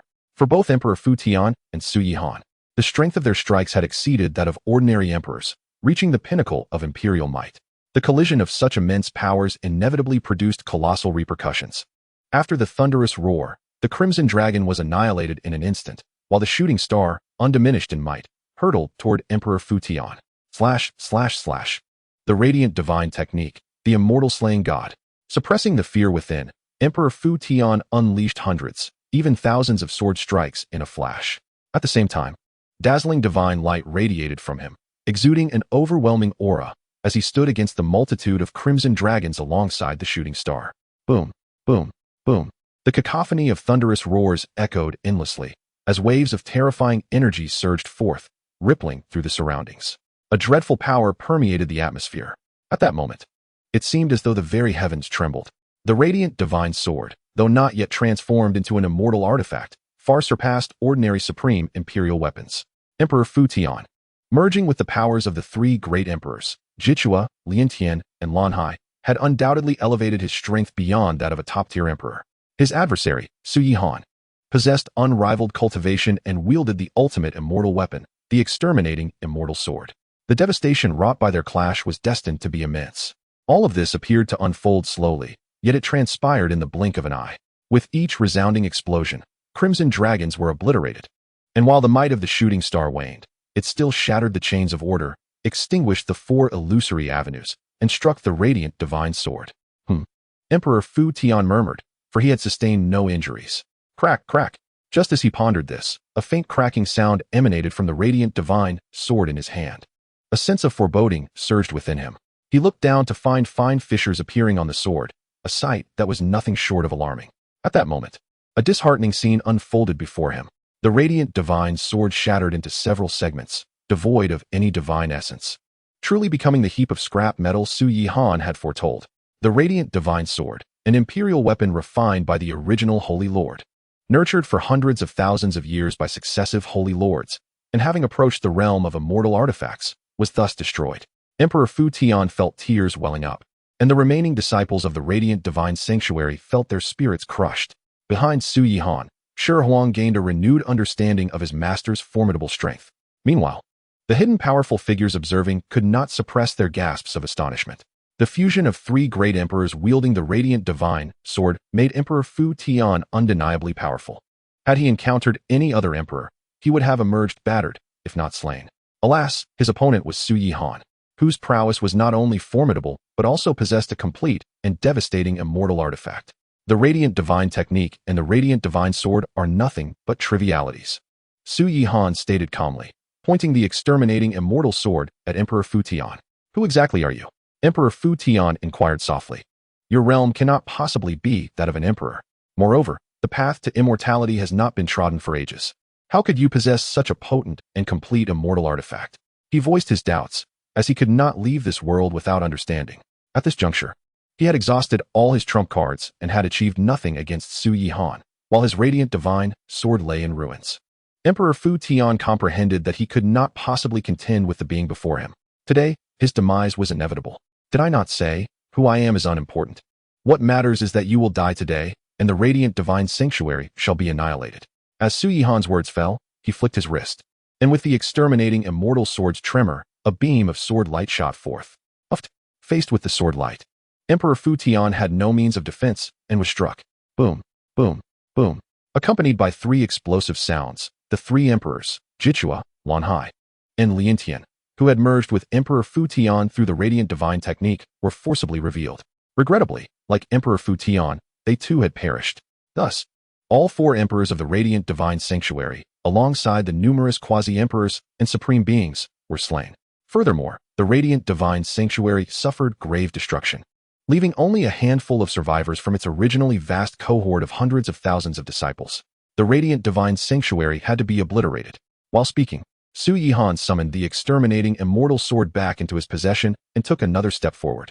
A radiant halo appeared, instantly enveloping the entire radiant divine sanctuary. Wherever the halo passed, everything was reduced to nothingness. Though the powerful figures in the shadows were envious of the exterminating immortal sword in Su Yihan's grasp, none dared to act against him. Soon, they all departed. Disciple thanks Master for avenging my grievances. Shi Huang knelt upon the ground, speaking sincerely. You have taken me as your master. This is my duty, Su Yihan replied. But Master, it seems my supreme bone has also been destroyed, Shi Huang lamented. The overwhelming strength of his master had obliterated even his innate supreme bone. Had it not been destroyed, perhaps it could have been transplanted anew. Do not worry, my disciple. I possess methods to allow you to cultivate anew, even to regenerate your supreme bone. Su Yihan reassured him with a smile. Master, is that true? Shi Huang asked, skepticism evident in his tone. Indeed, it is no falsehood, Su Yihan affirmed earnestly. Thank you, Master, Shi Huang responded. Do you have any matters to attend to? If not, then accompany me back to the southern territories for cultivation, spoke Su Yihan. Master, Stone Ruins hesitated upon hearing this. Since you have already become my disciple, feel free to express any concerns you may have, Su Yihan encouraged. Master, it is about my father, Stone Ruins revealed, seeking Su Yihan's guidance to ascertain whether his father had truly perished. Where has the heavenly sovereign ventured into that secret realm? Su Yihan inquired. Master, my father has likely gone to the Demon Sky secret realm, Stone Ruins replied. The Demon Sky secret realm? Su Yihan pondered, for he had not heard of it before. Please elaborate on this realm. Master, the Demon Sky secret realm was the former stronghold of the Demon Sect, dating back 150,000 years. For reasons unknown, the entire sect mysteriously perished overnight, and due to the formidable protective array, this occurrence remained concealed for a time. By the time anyone discovered the inexplicable demise of the Demon Sect, the area had already formed a secret realm under the array's influence. Although referred to as a secret realm, it is, in truth, a place of doom, filled with vengeful souls, malevolent spirits, and sinister forces, Stone Ruins explained. Su Yihan frowned slightly at Stone Ruins' words. According to him, the Demon Sect had been immensely powerful, surpassing that of an ordinary holy ground, with more than 10 sovereigns among their ranks. The notion that such formidable beings could perish inexplicably in a single night was utterly unfathomable. Chapter 38. Entering the Demon Sky's secret realm, the sinister forces. What sort of power could annihilate a multitude of sovereigns, quasi-sovereigns, and countless disciples in one night? Su Yihan could not help but wonder, could it be a force as invincible as his own? According to your account, your father's realm has reached the late Emperor stage. If he indeed fell within the Demon Sky's secret realm, he must have encountered not just one, but multiple vengeful spirits or malevolent entities of the Emperor stage, Su Yihan remarked. Upon hearing this, Stone Ruins' expression fell, for he could not accept the reality that his Emperor stage father might have perished within the Demon Sky's secret realm. Of course, your father possesses considerable strength and wields the unparalleled imperial weapon, the Celestial Mirror. It is not certain he would fall, Su Yihan reassured him. We should not delay. I shall take you to the Demon Sky's secret realm at once. Thank you, Master. Stone Ruins expressed his gratitude sincerely. With a thought, Su Yihan unleashed his power, enveloping Stone Ruins until they vanished from sight. After their departure, the space rippled, and a series of imposing figures emerged. Among them were sovereigns, quasi-sovereigns, and emperors. Without exception, they regarded the now-ruined Radiant Light Holy Land with a sense of trepidation. This individual possesses formidable strength, having undoubtedly transcended the Emperor stage, and wields a top-tier celestial artifact. Even an emperor would fall at his hands. One emperor spoke slowly. In my view, within the 5 domains, aside from the ancient families or forces in the central state, no one can rival him, another remarked. Isn't it quite normal? The 5 domains are vast and limitless, with prodigies emerging continuously. Although we are emperors, we cannot claim to know everything, someone else chimed in. Moreover, even though the path to ascension has not seen a presence in millions or even tens of millions of years, it does not mean that those from the celestial realm cannot descend, another added. Indeed, those from the celestial realm may very well descend. In my opinion, the old ones in the central state might be able to contact the celestial realm. Perhaps this individual is a reincarnation of a celestial being, concluded one. As Su Yihan led Stone Ruins toward the Demon Sky's secret realm, 2 arhats from the Thundersound Temple had already entered the southern territories. Following the Buddha's guidance toward the Unrivaled sect, the Demon Sky's secret realm lay a staggering distance of billions of miles from the Radiant Light Holy Land, near the shores of the Northern Sea. As the sky rippled with energy, Su Yihan and Stone Ruins materialized. Before them, the Demon Sky's secret realm loomed ominously, shrouding an expanse of 1,000,000 miles. The atmosphere within was dark and foreboding, filled with chilling winds and the wails of tormented souls. Even in the heavens above, Su Yihan felt a palpable coldness, and for Stone Ruins, who had lost all cultivation, the atmosphere was even more oppressive. Indeed, the Demon Sky's secret realm is as sinister as rumored, Su Yihan remarked slowly. Master, do you feel confident? Stone Ruins hesitated to ask. Although Su Yihan had effortlessly slain the likes of Fu Tian and 4 other sovereigns, annihilating the Radiant Light Holy Land and showcasing strength that far surpassed that of an emperor, they were now about to enter the notorious Demon Sky secret realm, rife with sovereigns, quasi-sovereigns, and the wrathful spirits of emperors. Moreover, there would be malevolent energies that could severely impact their mental state, not to mention the unknown sinister forces lurking within. Though reluctant to accept his father's demise in the Demon Sky secret realm, Stone Ruins understood that the likelihood of his father's survival was slim. If not, Fu Tian would not have dared to succeed the position of the Radiant Light Sovereign or covet his supreme bone. Thus, upon sensing the terror of the Demon Sky secret realm, he hesitated. If Su Yihan did not possess absolute certainty, he would prefer to refrain from entering. My dear disciple, there is no need for concern.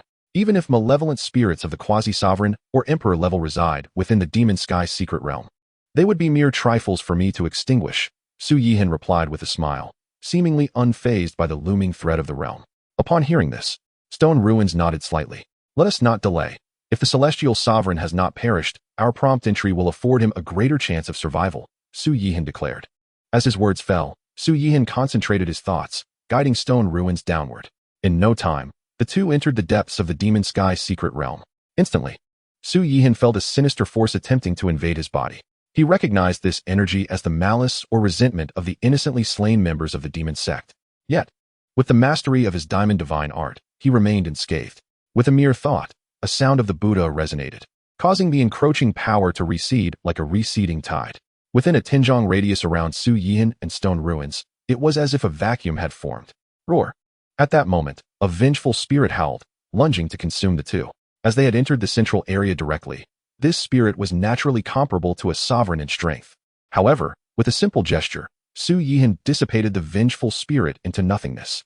The two continued onward, and soon they stumbled upon a skeletal remains. Upon closer inspection, they discovered the bones were already decayed, indicating that death had claimed its victim some time ago. Master, Master, there are inscriptions here. Stone ruins exclaimed excitedly upon spotting markings on a stone.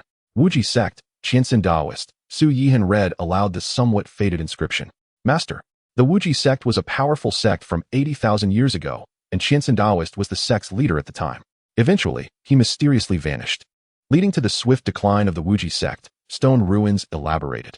I never imagined he would meet his end within the Demon Sky secret realm.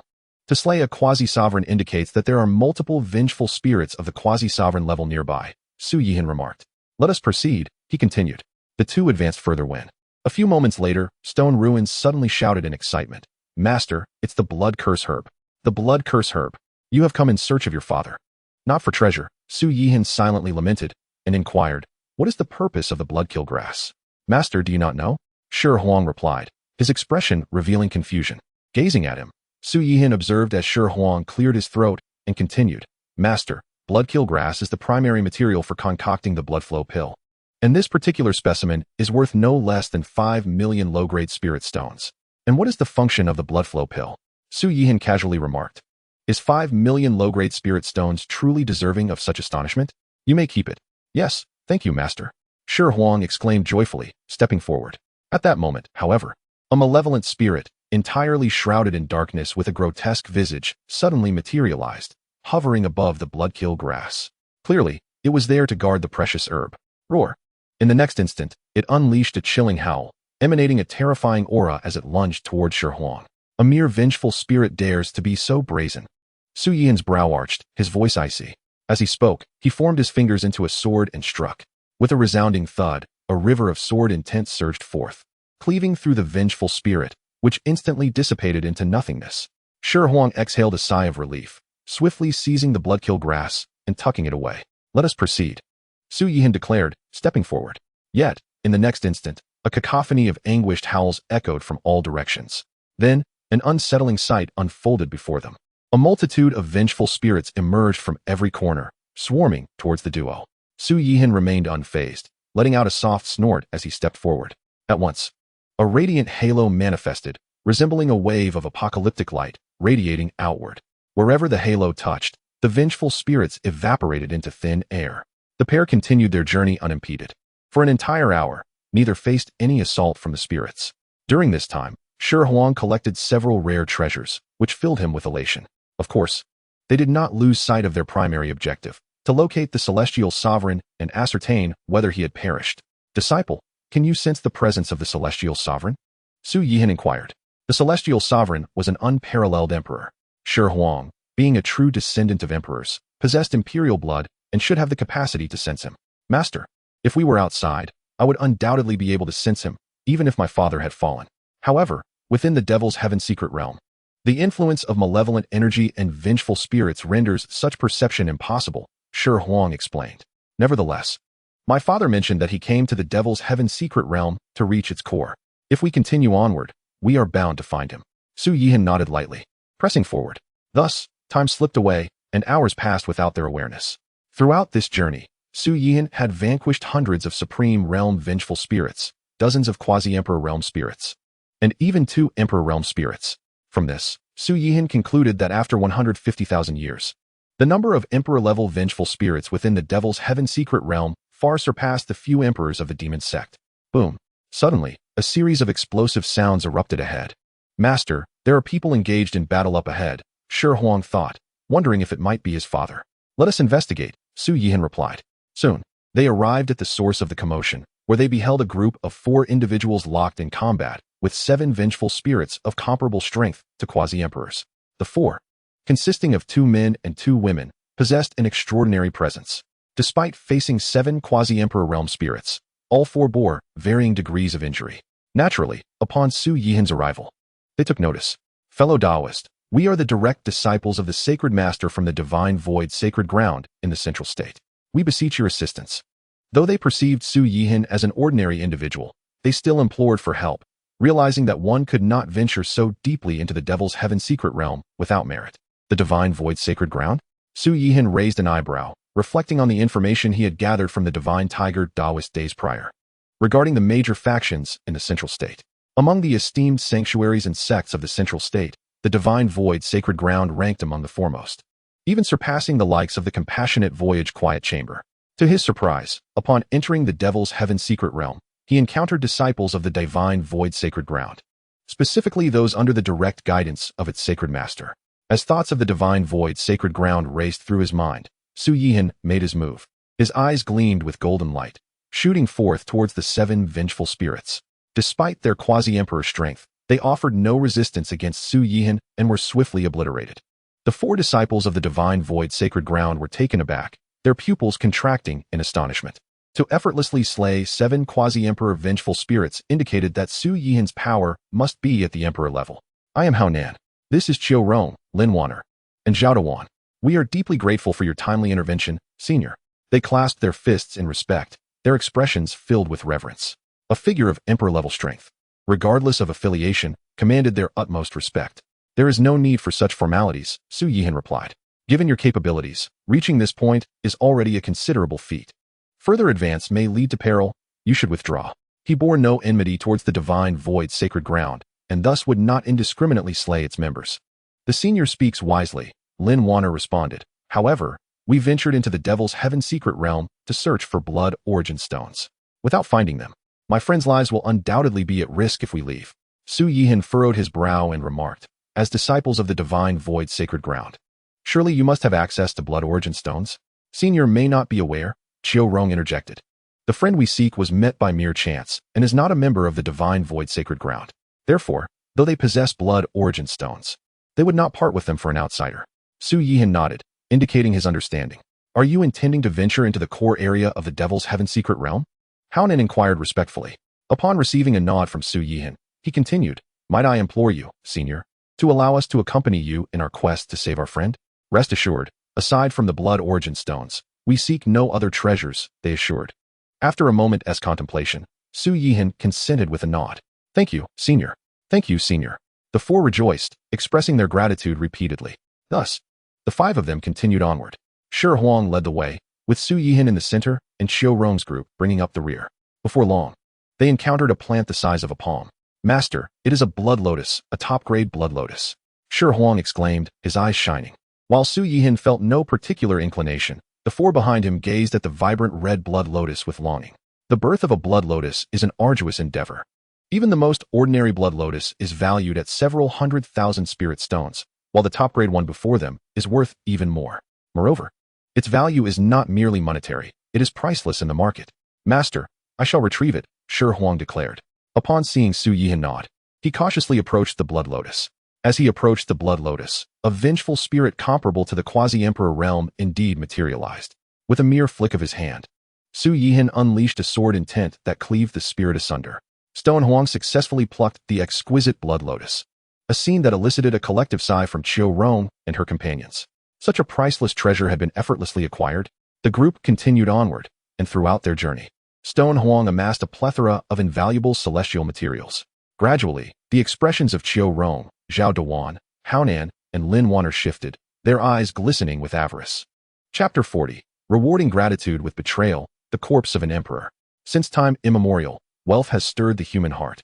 In this realm, where cultivation resources and celestial materials abound, the same holds true. As they traversed further, Stone Huang gathered an overwhelming bounty of celestial treasures, each one of the highest caliber. Naturally, Qiu Rong, Zhao Dawan, Lin Waner, and Hao Nan developed insatiable greed. Possessing such a trove of celestial materials would ensure that they would not have to worry about cultivation resources for at least several hundred years. Hao Nan conveyed to his fellow disciples via thought transmission, acknowledging the immeasurable worth of their findings. Lin Waner followed suit, questioning whether they would repay kindness with ingratitude. Zhao Dawan expressed disbelief, reminding them that without Senior Su, they would have perished. If he had not intervened, we would not have died, Xiao Rong countered, asserting that she possessed a trump card capable of slaying 7 quasi-emperor spirits, even inflicting severe damage upon an emperor-level adversary. Xiao Rong's assertion brought joy to Haonan and Lin Wanner, yet Zhao Duan frowned in silence. At that moment, Haonan transmitted again. This world operates on the principle of the survival of the fittest. A man is guilty merely for possessing treasures. Those who possess such invaluable celestial materials deserve their fate. However, Zhao Duan cautioned against seeking their demise, reminding them of their primary objective, to locate the Blood Origin Stone. With so many celestial treasures at hand, why search for the Blood Origin Stone at all? Haonan retorted, his words garnering agreement from Lin Wanner and Xiao Rong, although Zhao Duan disagreed. The four were bound by their shared status as direct disciples of the Divine Void Holy Master. With a silent sigh, she acquiesced to their inclination to repay kindness with betrayal. The group pressed forward, with Su Yihan leading the way, his demeanor unchanged, seemingly oblivious to the shift in the others. Master, look! A washing marrow ginseng, worth its weight in gold. Stone Huang's exclamation echoed. The group turned to witness a small plant shimmering with golden light ahead. This was indeed the washing marrow ginseng.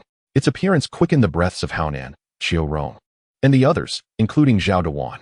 To describe the washing marrow ginseng as merely valuable would be an affront. Its worth eclipsed all the celestial treasures collected thus far. Such a treasure would undoubtedly tempt even the most powerful emperors.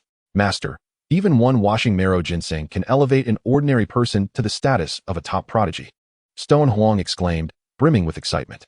Acquire it. Su Yihan replied, his expression unchanging, his tone indifferent. Whether it was 1 ginseng or 100, he remained unfazed. Stone Huang nodded, cautiously approaching the ginseng, fully aware that such a rare treasure would likely be guarded by formidable vengeful spirits. As anticipated, upon nearing the ginseng, a thunderous roar reverberated through the air. In that moment, the malevolent energy in the vicinity quaked. Suddenly, a blood-red vengeful spirit materialized, exuding an aura akin to that of a supreme emperor. The expressions of Haonan and the others shifted dramatically. Even Stone Huang, closest to the spirit, felt a shiver of fear. Do not panic, Su Yihan said calmly, and as his words fell, he formed a sword with his fingers, unleashing a fierce sword intent. At that instant, Xiao Rong, her mind racing, produced a pitch-black nail that transformed into a streak of darkness, hurtling towards Su Yihan's back. Attack! Strike him down! Xiao Rong bellowed, her aura erupting as she channeled her quasi-emperor power, aiming directly at Su Yihan. Haonan, Lin Wanner, and even Zhao Duan showed no hesitation, unleashing their full strength in a bid for a decisive blow. A cold smile curled on Su Yihan's lips as he scoffed lightly. The next moment, a magnificent Buddha appeared, radiating pure light that dispelled the darkness. The attacks of the 4 quasi-emperors evaporated under this golden radiance, as Xiao Rong's dark nail faltered, halted by an invisible barrier. This spectacle left Xiao Rong, Haonan, Lin Wanner, and Zhao Duan in utter shock. A nail capable of injuring even an emperor could not so much as scratch Su Yihan. With a swift motion, Su Yihan's sword intent effortlessly obliterated the emperor-level vengeful spirit. Stone Huang seized the washing marrow ginseng and returned to Su Yihan's side. You ungrateful wretches! My master saved your lives, and yet you repay kindness with malice. Stone Huang seethed with anger. With such despicable behavior, the Divine Void Holy Master must be a hypocrite as well. Flee! The 4 offered no defense, shouting in unison as they retreated hastily. Seek your own demise. Do not blame others. Su Yihan's voice was calm, and with a flick of his right arm, 4 corpses plummeted to the ground with a thud. Master! These 4 deserve their fate. Stone Huang remained furious. Wealth stirs the heart. Along this journey, you have accumulated countless celestial treasures and the washing marrow ginseng. Their actions are hardly surprising. Su Yihan spoke slowly. Let us proceed. I can sense that we are nearing the core area, Su Yihan declared. Indeed, Master, Stone Huang replied. And together they ventured forth. As they delved deeper, they encountered not stronger vengeful spirits, but rather fewer and fewer. Master, logically, as we approach the innermost region, the spirits should become more powerful. Why is it that we have not seen a single spirit now? Stone Huang pondered, perplexed. Su Yihan shook his head gently, indicating his own uncertainty. Soon, they pierced through the malevolent energy and beheld a corpse, unscathed, its clothing intact. Beside it lay a dull, cracked mirror, the sky mirror. This corpse belonged to Stone Huang's father, the former holy master of the shaking light holy land, the sky mirror emperor. Father! Stone Huang's expression shifted dramatically as he fell to the ground, weeping uncontrollably. The sky mirror emperor, when alive, was an emperor's son of noble status. Just 3 days after his demise, his supreme bone had been excavated, and had it not been for Su Yihan's timely intervention, he would have been dismembered and imprisoned in a heavenly prison. Su Yihan sighed quietly, offering no words of comfort, allowing Stone Huang to grieve freely. However, he secretly mused. Although the Grand Emperor is hailed as invincible throughout the world, there are indeed places that could lead to his downfall, such as the current Demon Heaven secret realm and the erosion of time. Even though he possesses unparalleled cultivation, he does not necessarily possess an everlasting lifespan. Chapter 41. The Mysterious Blood Egg and the Foolhardy Buddhist Monk. Time, like a blade, cleaves the proud. No matter how extraordinary your grace, how you might overshadow the world, or how you might reign as a peerless prodigy, you cannot withstand the ravages of time, which will eventually turn you into mere dust. The most evident examples are the sovereigns within the dark forbidden zone. These individuals were once deemed invincible emperors. Yet, as their lifespans draw near, reluctant to fall, they choose to sever their own lives, descending to the quasi-emperor realm. Furthermore, they instigate dark turmoil, slaughtering sentient beings and plundering the essence of life to replenish themselves. Su Yihan gazed upon the deceased Tianxiong emperor, his mind awash with myriad thoughts, yet he felt little concern, for he possessed the most formidable sign-in system, allowing him to check in daily. After weeping profusely, Shi Huang gradually ceased his tears, for he had already known that there was a 99 chance his father had perished within the Demon Heaven secret realm before entering. Master, after laying my father to rest, let us depart, Shi Huang stated. Su Yihan nodded slightly. With tear-streaked cheeks, Shi Huang found a clear patch of ground and began to dig. According to his reasoning, since the Tianxiong Emperor had fallen within the Demon Heaven secret realm, he would remain here eternally, undisturbed. Before long, a freshly dug grave emerged. After bowing 3 times, Shi Huang stood and addressed Su Yihan. Master, let us return to the southern territory. No rush, Su Yihan replied, his gaze fixed ahead. Since we are already here, we should proceed to the very center and investigate. Shi Huang, equally intrigued by the Demon Heaven secret realm, followed. Without vengeful spirits or rare treasures, their pace was naturally swift. In just over half an hour, they reached the heart of the Demon Heaven secret realm. However, the scene before them elicited expressions of astonishment and disbelief. For at the very center, there was no danger. Instead, there rested an egg, half a meter in size, entirely blood-red. Master, could it be that I am seeing things? Shi Huang murmured. In the center of the Demon Heaven secret realm, there lies an egg. Indeed, it is beyond comprehension, Su Yihan responded. In a place fraught with peril, capable of claiming the life of an emperor, there exists an egg. Moreover, I can sense that within this blood-red egg, an extraordinary life is gestating. Ahaha, kikik, oh ho ho. In the next moment, a chilling, eerie laugh emanated from the blood egg. Before the two could react, a flash of red light occurred, and the blood egg vanished in an instant. It seemed that their presence had caused certain restrictions to lift, allowing the egg to depart. Master, that egg has disappeared, Shi Huang exclaimed in disbelief. I am not blind. I can see, Su Yihan replied. It seemed that this blood egg was the greatest secret of the Demon Heaven secret realm. Now that it had vanished, whether it was a blessing or a curse remained uncertain. Let us return to the southern territory, Su Yihan declared. Meanwhile, 2 arhats from the Thunder Sound Temple, Wu and Jin Tong, had arrived above the Unrivaled sect in the southern territory. What? The 2 quasi-emperor arhats gazed in astonishment at the majestic structure below. If they were correct, this should have been the abode of the great Dao Sect. How had it now become the Unrivaled sect? Wu queried in confusion. Jin Tong scoffed, saying, regardless of whether it is the great Dao Sect or the Unrivaled sect, as long as the Vajra divine skill resides here, it matters not. Although they were monks, they bore the demeanor of demons. At that moment, the Shintiger Taoist appeared. He looked at the 2 bald arhats and clasped his fists, asking, Are you 2 from the Western Territory? Indeed, Wu replied. Who are you? Wasn't this the great Dao Sect? When did it become the Unrivaled sect? I am the Shintiger Taoist. Indeed, this was the great Dao Sect a few days ago, but now it is the Unrivaled sect, he explained, clasping his fists. He could sense that the realms of the 2 bald monks were above his own. Are you the leader of the Unrivaled sect? Jin Tong asked with a frown, for he did not perceive the aura of the Vajra divine skill emanating from the Shintiger Taoist. The sect leader is not in the sect, the Shintiger Taoist replied. If you wish to see him, you may choose another day to return. To see him? Jin Tong sneered. A mere sect leader dares to speak so grandly. Upon hearing this, the Shintiger Taoist immediately understood that these 2 bald monks were not to be trifled with. The sect leader is unrivaled. Even if an emperor were to come, whether or not he sees you depends entirely on his preference, the Shintiger Taoist said solemnly. After a series of events, he had completely pledged his allegiance to Su Yihan. Ha ha ha, such arrogance. Then I shall eradicate the Unrivaled Sect. Jin Tong laughed loudly. Activate the sect formation. The Shin Tiger Taoist remained unfazed, bellowing, and in the next moment, the entire Unrivaled Sect was enveloped by a layer of azure light. Do you think a mere formation can withstand me? Jin Tong scoffed repeatedly. With that, he struck out with his palm. A colossal hand radiating a destructive aura materialized, crashing down upon the azure light with a deafening roar. Though thunderous explosions erupted, the protective azure light of the Unrivaled Sect remained unmoved. Astonishing the two arhats from the Thunder Sound Temple, the Shin Tiger Taoist revealed a mocking expression, saying, "This formation was laid out by our sect leader. Do you two bald monks think you can break it? Presumptuous! How dare you insult me?" Wu and Jin Tong were immediately enraged, their auras flaring as they unleashed their full power. Boom, boom, boom. The sound echoed, but no matter how hard they exerted themselves, the azure light remained unmoved. This compelled them to regard the Unrivaled Sect with newfound seriousness. A mere formation could withstand two quasi-emperors. One could only imagine the strength of the sect leader.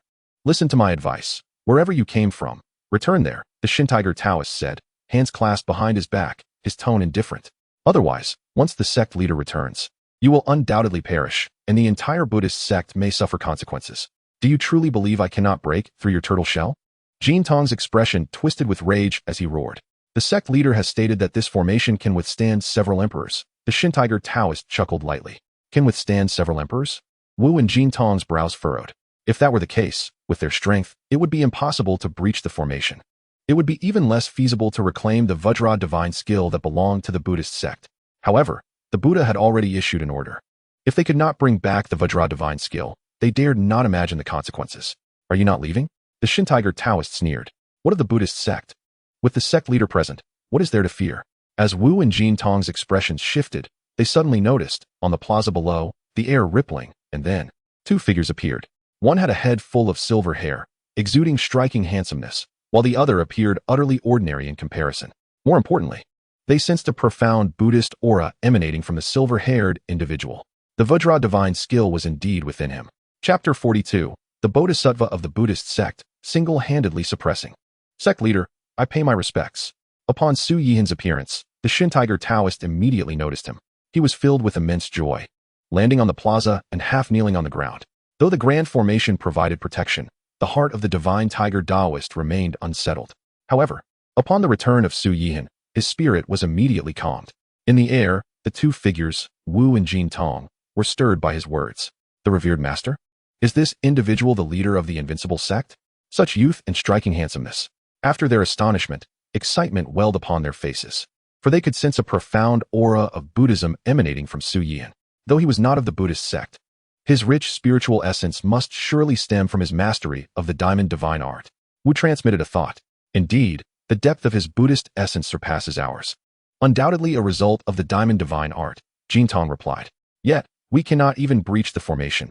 How can we possibly bring back the diamond divine art? Moreover, that divine tiger Taoist has already 1 foot in the realm of quasi-emperors, kneeling to pay respect. His strength is evident. At this juncture, we must report the situation here to the Buddha and send a bodhisattva, Wu conveyed. The two quickly reached a consensus and, through secret methods, reported the current circumstances to the Buddha.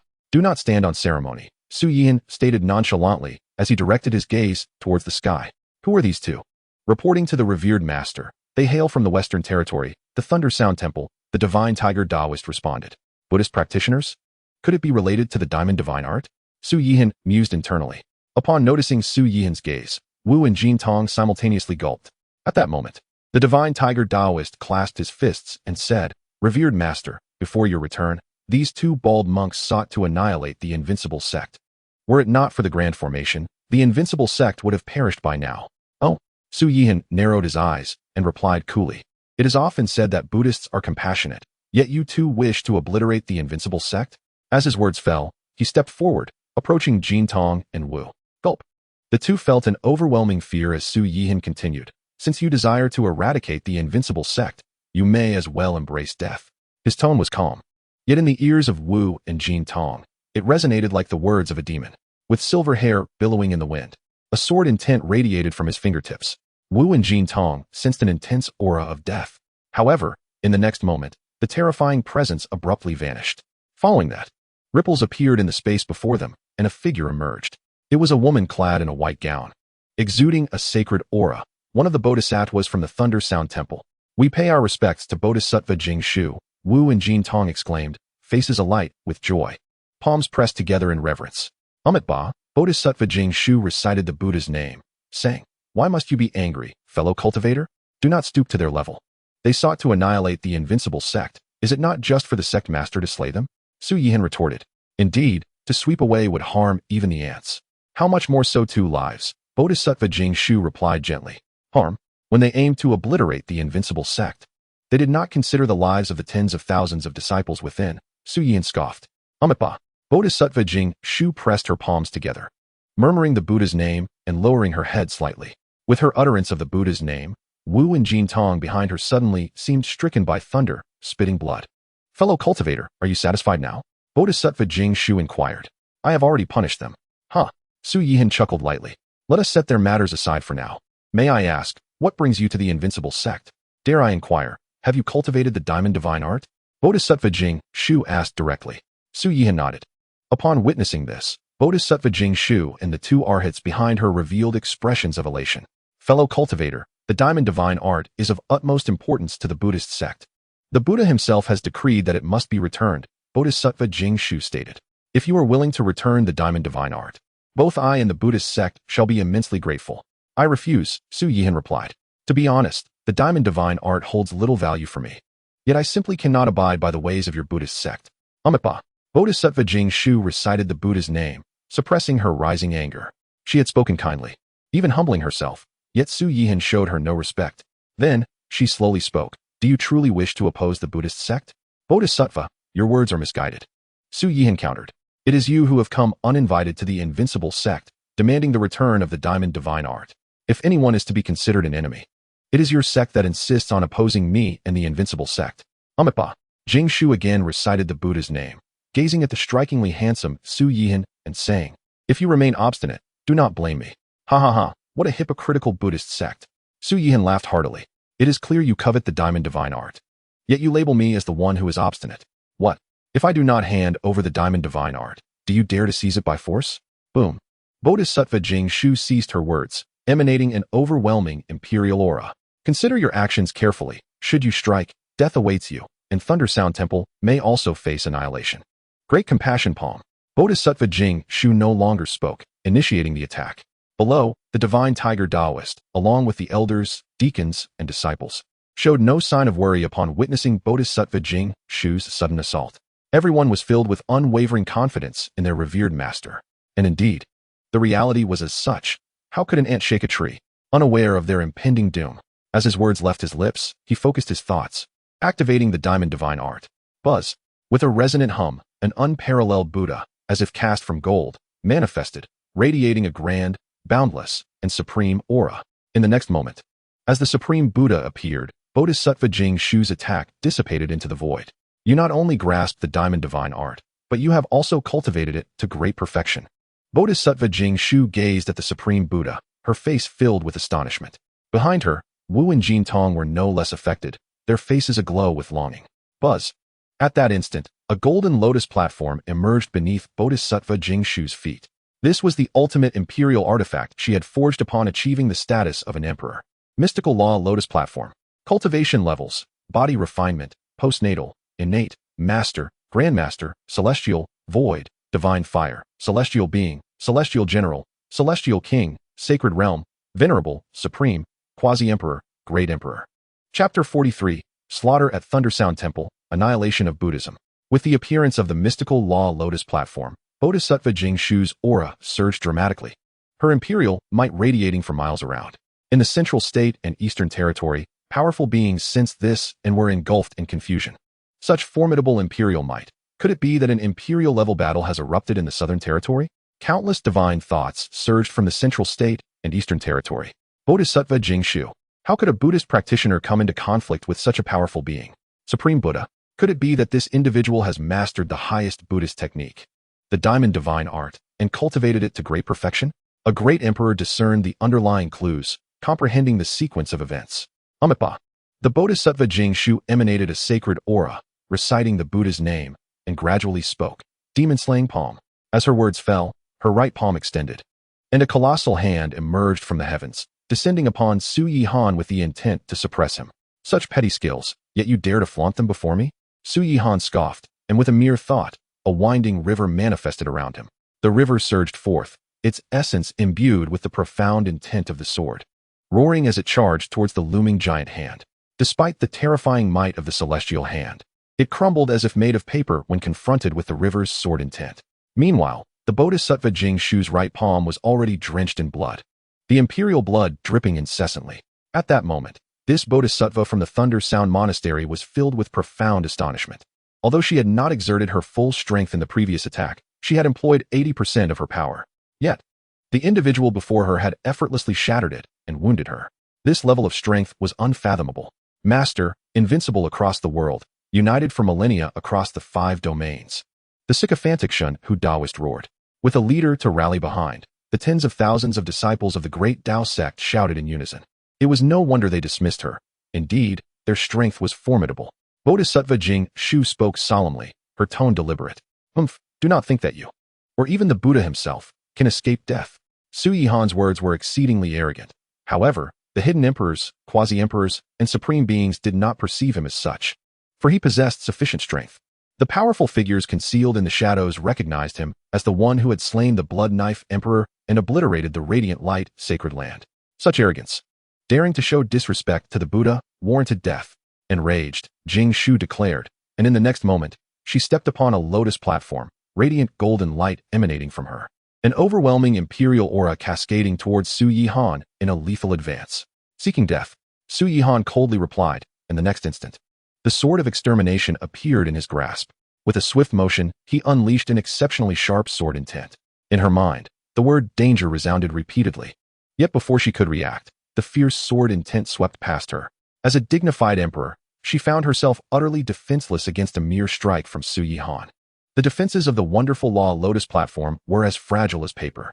In the following moment, a brilliant divine light shot from the position of Jing Shu's brow into the heavens. This was the heavenly heartmark of Bodhisattva Jing Shu. Crack! Thunder rumbled, and the sky darkened instantly, heavy clouds gathering, and blood rain began to fall. The fall of an emperor brought sorrow to the realm. Bodhisattva, Jing Shu Bodhisattva, cried Wu and Jin Tong, unable to bear the scene before them. It was unfathomable that a being as powerful as Jing Shu Bodhisattva could not withstand a single strike from the Invincible Sect master. Just then, Su Yihan struck once more. This time, his gaze was not directed at Wu and Jin Tong, but rather at the wonderful law lotus platform carrying Jing Shu's body. Boom!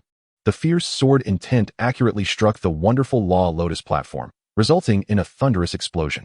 Cracks began to appear upon its surface. Boom! After a few breaths, the wonderful law lotus platform shattered explosively, transforming into countless fragments. This sight left the concealed powerful beings in utter disbelief. An ultimate imperial artifact had been destroyed just like that. How regrettable. Holding the sword of extermination, Su Yihan's icy gaze fell upon Wu and Jin Tong.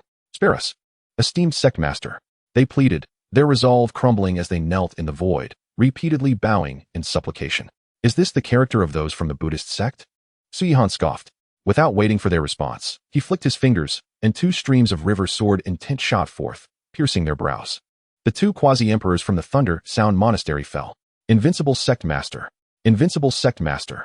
Invincible Sect Master. The sycophantic Xianxiaaudiobooks Daoist shouted once more. The hidden powerful figures, witnessing this scene, marveled at Su Yihan's audacity, yet acknowledged the strength to back it up. Little tiger. Su Yihan spoke slowly while holding the sword of extermination. The sect master commands. Xianxiaaudiobooks Daoist quickly clasped his fists. Those from the Buddhist sect dare to cause trouble. Thus, there is no necessity for their existence, Su Yihan stated calmly. Yet, his words resonated like thunder in the ears of Xianxiaaudiobooks Daoist, the elders, and disciples.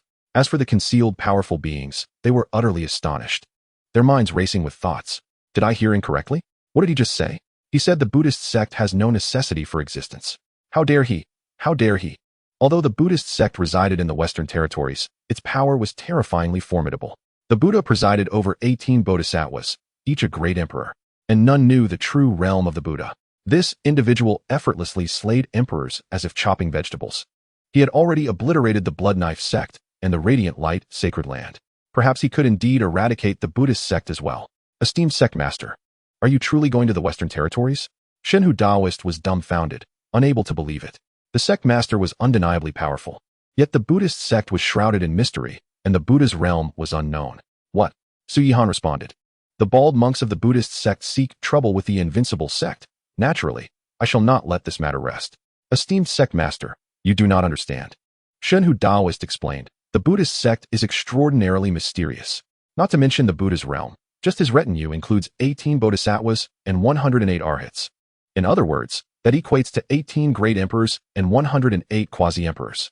Regardless of how many emperors or supreme beings they possess, I remain invincible, Su Yihan declared, wielding the sword of extermination, his silver hair flowing in the wind. With his handsome visage, he resembled a celestial being descended to the mortal realm. This sect master shall proceed to the Western Territories and return shortly, Su Yihan instructed. Shi Huang is my newly accepted direct disciple. Procure some elixirs for him to heal. As his words concluded, Su Yihan's figure gradually transformed into a wisp of vapor and vanished.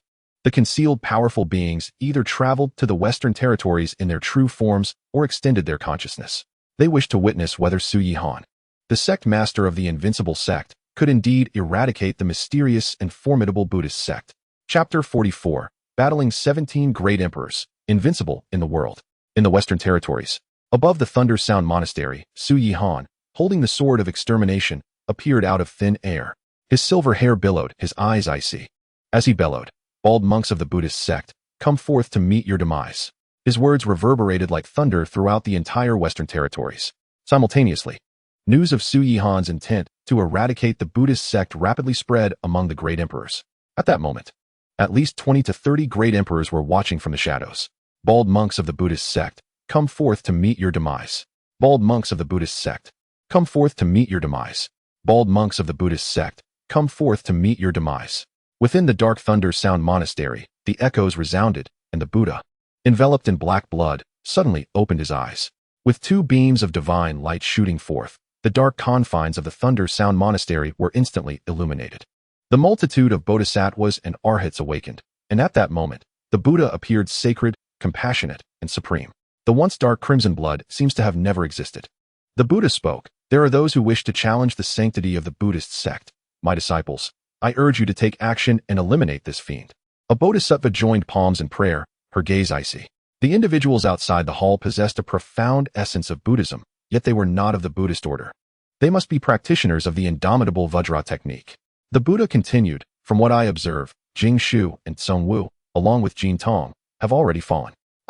Upon hearing this, the assembly of arhats and bodhisattvas were struck with shock and disbelief. Although Tsung Wu and Jin Tong were merely at the quasi-emperor level, Jing Shu Bodhisattva was a genuine emperor-level powerhouse, standing at the pinnacle of that realm, a top-tier emperor. Moreover, there existed the supreme emperor weapon, the mystic lotus platform. Even so, they had still been slain by the individuals outside the hall. The strength of these outsiders was indeed formidable. Amipa. The Buddha chanted the sacred name, casting his gaze over the remaining 17 bodhisattvas, and proclaimed, by my decree, you 17 shall capture this individual and await my judgment. Yes, we shall obey the Buddha's decree. The 17 bodhisattvas responded in unison. In the next moment, a flash of light enveloped the great hall, and the 17 vanished from sight. Above the Thunder Sound Treasure Monastery, Su Yihan stood with sword in hand, his gaze frigid. At that moment, the space before him rippled like the surface of water, and one by one, the 17 bodhisattvas materialized. It was indeed astonishing. 17 bodhisattvas had all appeared. Would this man be able to withstand their might? Perhaps not. The divine sword in his grasp was a top-tier celestial artifact, renowned for its lethality. Amitabha, the first bodhisattva, Manjushri, recited the sacred name and spoke slowly. So it is you who has slain Jing Shu Bodhisattva, Tsung Wu, and Jin Tong? Indeed, Su Yihan affirmed boldly. They sought to seize the indomitable Vajra technique that rightfully belongs to my sect. Tsung Wu and Jin Tong, those bald donkeys, deserved death for their attempts to annihilate the Invincible Sect. Amitabha, Manjushri Bodhisattva, chanted once more and stated, the indomitable Vajra technique is the highest secret art of the Buddhist order. You should return it to us. Ha ha ha, how hypocritical you bald donkeys are. Su Yihan retorted with scorn. Secretly, many emperors admired Su Yihan's audacity, for if it were they in his position, even wielding a top-tier lethal celestial artifact, they would not dare to be so arrogant before 17 bodhisattvas, especially with the Buddha present in the Thunder Sound Treasure Monastery. Amitabha, Manjushri Bodhisattva proclaimed, you are steeped in bloodshed. Today, we, the poor monks, shall eliminate the demons and uphold the path. Ha ha ha, what a noble cause to eliminate demons and uphold the path. Su Yihan laughed heartily, declaring, I have come here to eradicate you hypocritical bald donkeys, ensuring the Buddhist sect disappears from this world. Arrogant, conceited, insolent. The bodhisattvas erupted with fury, their voices booming. In the next instant, all 17 channeled their power, and in an instant, the heavens above were enveloped with rules and order. Around the 17 illusory great avenues radiated terrifying might.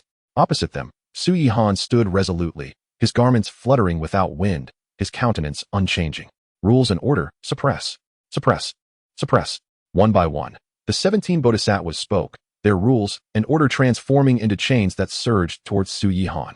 Though Su Yihan had slain Jing Shu Bodhisattva and wielded a top-tier lethal celestial artifact, the 17 did not underestimate him. They unleashed their full power from the very outset. As Su Yihan beheld the encroaching rules and order, he scoffed and swung the sword of slaying immortals. Swish! In that moment, he appeared as an invincible war god, unleashing wave after wave of slaughtering sword intent with the sword of slaying immortals. Bang! Bang! Bang! The clashes between the slaughtering sword intent and the rules and order produced thunderous echoes, sending terrifying waves spiraling outward. The hidden emperors were left astounded. For Su Yihan alone faced 17 emperors without being annihilated as they had anticipated. Instead, he was not even at a disadvantage. On the contrary, he shattered the chains of rules and order, steadily gaining the upper hand. Across from him, the assembly of bodhisattvas led by Manjushri had their pupils constrict in disbelief. At that moment, they understood why the Buddha had commanded all 17 of them to act simultaneously. Su Yihan's displayed strength, if faced by only 2 or 3, or even 3 to 5 of them, would have resulted in a swift demise. Boom, boom, boom. The thunderous roars erupted as Su Yihan's silver hair billowed. The sword of slaying immortals radiating an immense divine light, cutting through wave after wave of slaughtering sword intent, continually shattering the chains of rules and order. Everyone, this individual possesses extraordinary strength. Let us exert our utmost efforts and spare no expense to suppress him, awaiting the Buddha's judgment, Manjushri Bodhisattva bellowed, unleashing the terrifying power befitting an emperor once more. Boom, boom. The others followed suit. The 17 bodhisattvas, their energies intertwined, became as one, their might surpassing that of an ordinary coalition of 17 emperors. Inside the Thunder Sound Treasure Monastery, the Buddha and 106 arhats, with Song Wu and Jin Tong having perished at Su Yihan's hands, observed the scene, believing Su Yihan to be incapable of withstanding the onslaught. However, the next moment unveiled their grave misjudgment. In the air, Su Yihan's gaze was like lightning as he coldly asserted, since you covet the indomitable Vajra technique so desperately, allow me to demonstrate its perfected form. With a hum, he focused his thoughts, and a resonating sound echoed forth. An exalted Buddha, seemingly cast in gold, materialized.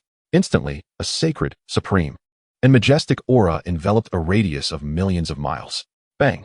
In the next moment, the supreme Buddha joined his palms in prayer, and a blinding golden radiance erupted, as if a resplendent sun had emerged from between his hands. Wherever the golden light passed, the rules and order melted away in an instant. This spectacle left the hidden emperors utterly astounded. Strong, exceedingly beyond belief. They had already adequately overestimated Su Yihan's strength. Yet now they realized they had gravely underestimated it. Opposite them, the 17, led by Manjushri Bodhisattva, felt their pupils constrict sharply, sensing an overwhelming sense of crisis. Chapter 45. The Massacre of Emperors, the Buddha Descends. A single individual's strength could withstand the combined might of 17 bodhisattvas while firmly maintaining the upper hand. Such power was truly earth-shattering. Is this all the prowess the bodhisattvas of the Buddhist sect possess? Su Yihan stood with sword in hand, mocking.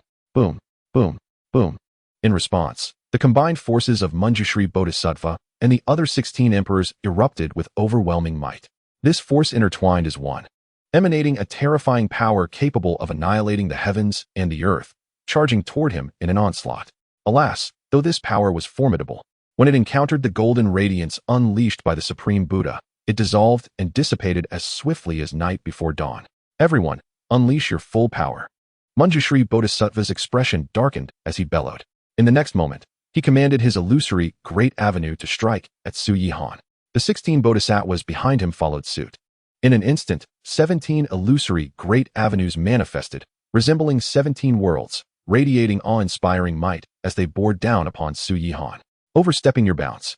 Su Yihan scoffed coldly and once again swung the sword of slaying immortals. Swish, swish, swish. In mere moments, the sword of slaying immortals had unleashed wave after wave of piercing sword intent, each strike corresponding to an illusory, great avenue. What was he attempting to achieve? This is the illusory grand avenue that bears the imprint of the heavenly heart. How could mere sword intent hope to shatter it? Indeed, can he not comprehend? This individual possesses formidable strength. Could it be that he is yet to attain the Dao and become an emperor? In the shadows, numerous emperors were engulfed in perplexity. However, the subsequent scene left them agape in profound astonishment. Waves of sword intent thunderously struck the illusory avenue. Were it merely this, the emperors would not have been taken aback. What truly astonished them was that upon the fierce sword intent clashing with the illusory avenue, it could not withstand the force, instantly disintegrating. In the blink of an eye, 17 illusory avenues vanished without a trace, as though they had never existed. Yet, the stains of blood at the corners of the 17 bodhisattvas' mouths testified that all that had transpired was indeed real. Unbelievable, simply inconceivable. He managed to obliterate the illusory avenue.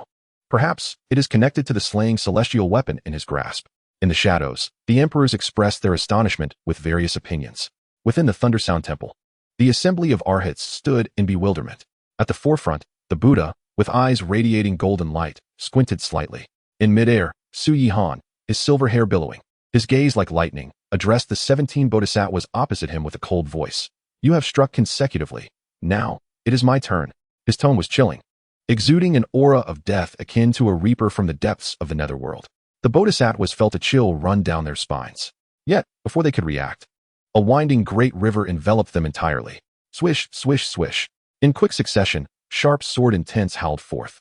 The 17 did not dare to be careless. Their power surged, and the chains of ordered rules manifested once more as the illusory avenue reappeared to defend against the onslaught.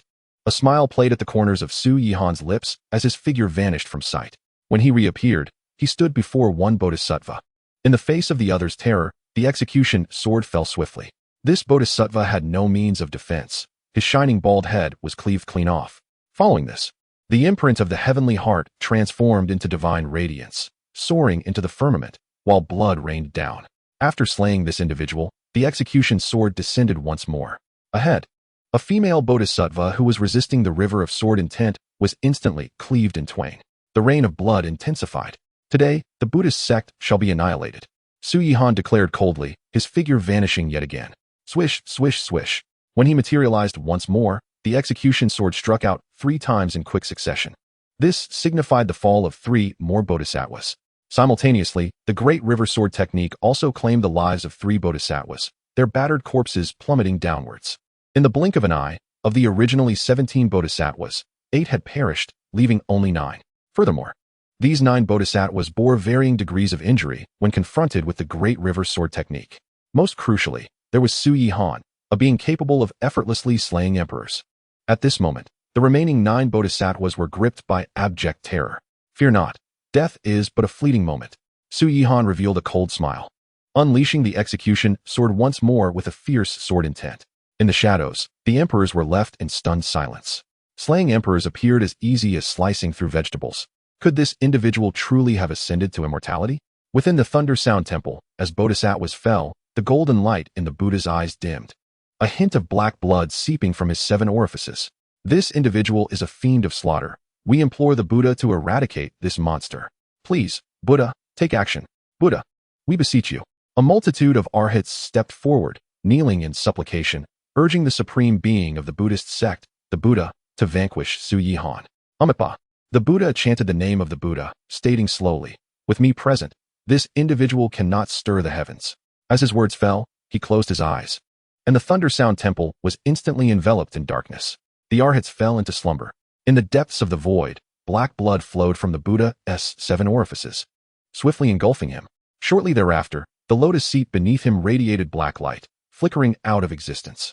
In midair, as Su Yihan unleashed his full power, only 3 bodhisattvas remained of the original 9, Manjushri Bodhisattva, and another male and female bodhisattva at the pinnacle of the emperor realm. At this moment, the winding great river had vanished, and Su Yihan stood with his sword, a faint smile gracing his lips. This sect leader has declared, today, the Buddhists shall be extinguished. Su Yihan spoke coldly. Although he had previously demonstrated formidable prowess, The emperors had been skeptical of his ability to obliterate the Buddhist sect. Now, however, these emperors sensed that Su Yihan might indeed possess the capability to annihilate the mysterious and powerful Buddhist sect. Fiend, even if you slay us. With the Buddha present, your demise is inevitable. Manjushri Bodhisattva intoned gravely. The followers of the Buddha held a blind faith in his power. The Buddha? Su Yihan scoffed. If he dares to come, I shall slay him alongside you. Arrogance. The Buddha is unrivaled in this world. Manjushri Bodhisattva exclaimed. Swish. Su Yihan refrained from further discourse, instead wielding the execution sword with all his might in a single, decisive strike. This strike was directed not at Manjushri Bodhisattva and the others, but at the Thunder Sound Temple below. Swish. A terrifying, sharp sword light howled forth, cleaving towards the Thunder Sound Temple in an instant. Boom. The thunderous roar echoed, and the terrifying waves surged forth in all directions. The emperors trembled, the ground cracking for thousands of miles. Yet, contrary to expectations, the Thunder Sound Temple did not shatter as Su Yihan had anticipated. If nothing unforeseen occurred, this Thunder Sound Temple must surely surpass the pinnacle of imperial weapons. Reaching the realm of celestial artifacts, and even among celestial artifacts, it belonged to the top tier. Su Yihan raised an eyebrow slightly. In the shadows, the emperors entertained similar thoughts. Only celestial artifacts could withstand celestial artifacts. What of celestial artifacts? Let us see how many of your strikes can endure. Su Yihan snorted lightly, and the execution sword instantly blazed with resplendent divine light. However, just as he prepared to strike, a blinding golden radiance suddenly appeared before him. And then, seated upon a lotus pedestal, radiating holiness, sanctity, brilliance, and an unparalleled aura, the Buddha materialized. Chapter 46. Severely injuring the Buddha. The sect leader is invincible. The Buddha, it is the Buddha. This is the Buddha. His realm must surely transcend that of the emperors. Indeed, the Buddha has always been enigmatic, yet this time, he was compelled to reveal himself by the sect leader of the Invincible Sect. The confrontation between the two would undoubtedly be spectacular. In the shadows, the emperors, witnessing the Buddha, began to murmur among themselves. Within the 5 domains, emperors reign supreme. Yet, there exists another, the Buddha. Buddha, we bow to you. We have seen the Buddha. The 3 bodhisattvas of Manjushri bowed immediately, simultaneously feeling a sense of relief. The Buddha's power was terrifyingly unparalleled. With the Buddha present, Su Yihan was doomed to perish. Moreover, even if the Buddha could not slay Su Yihan, he could still ensure the safety of the 3 of them. Amitabha. The Buddha chanted, fixing his gaze upon Su Yihan.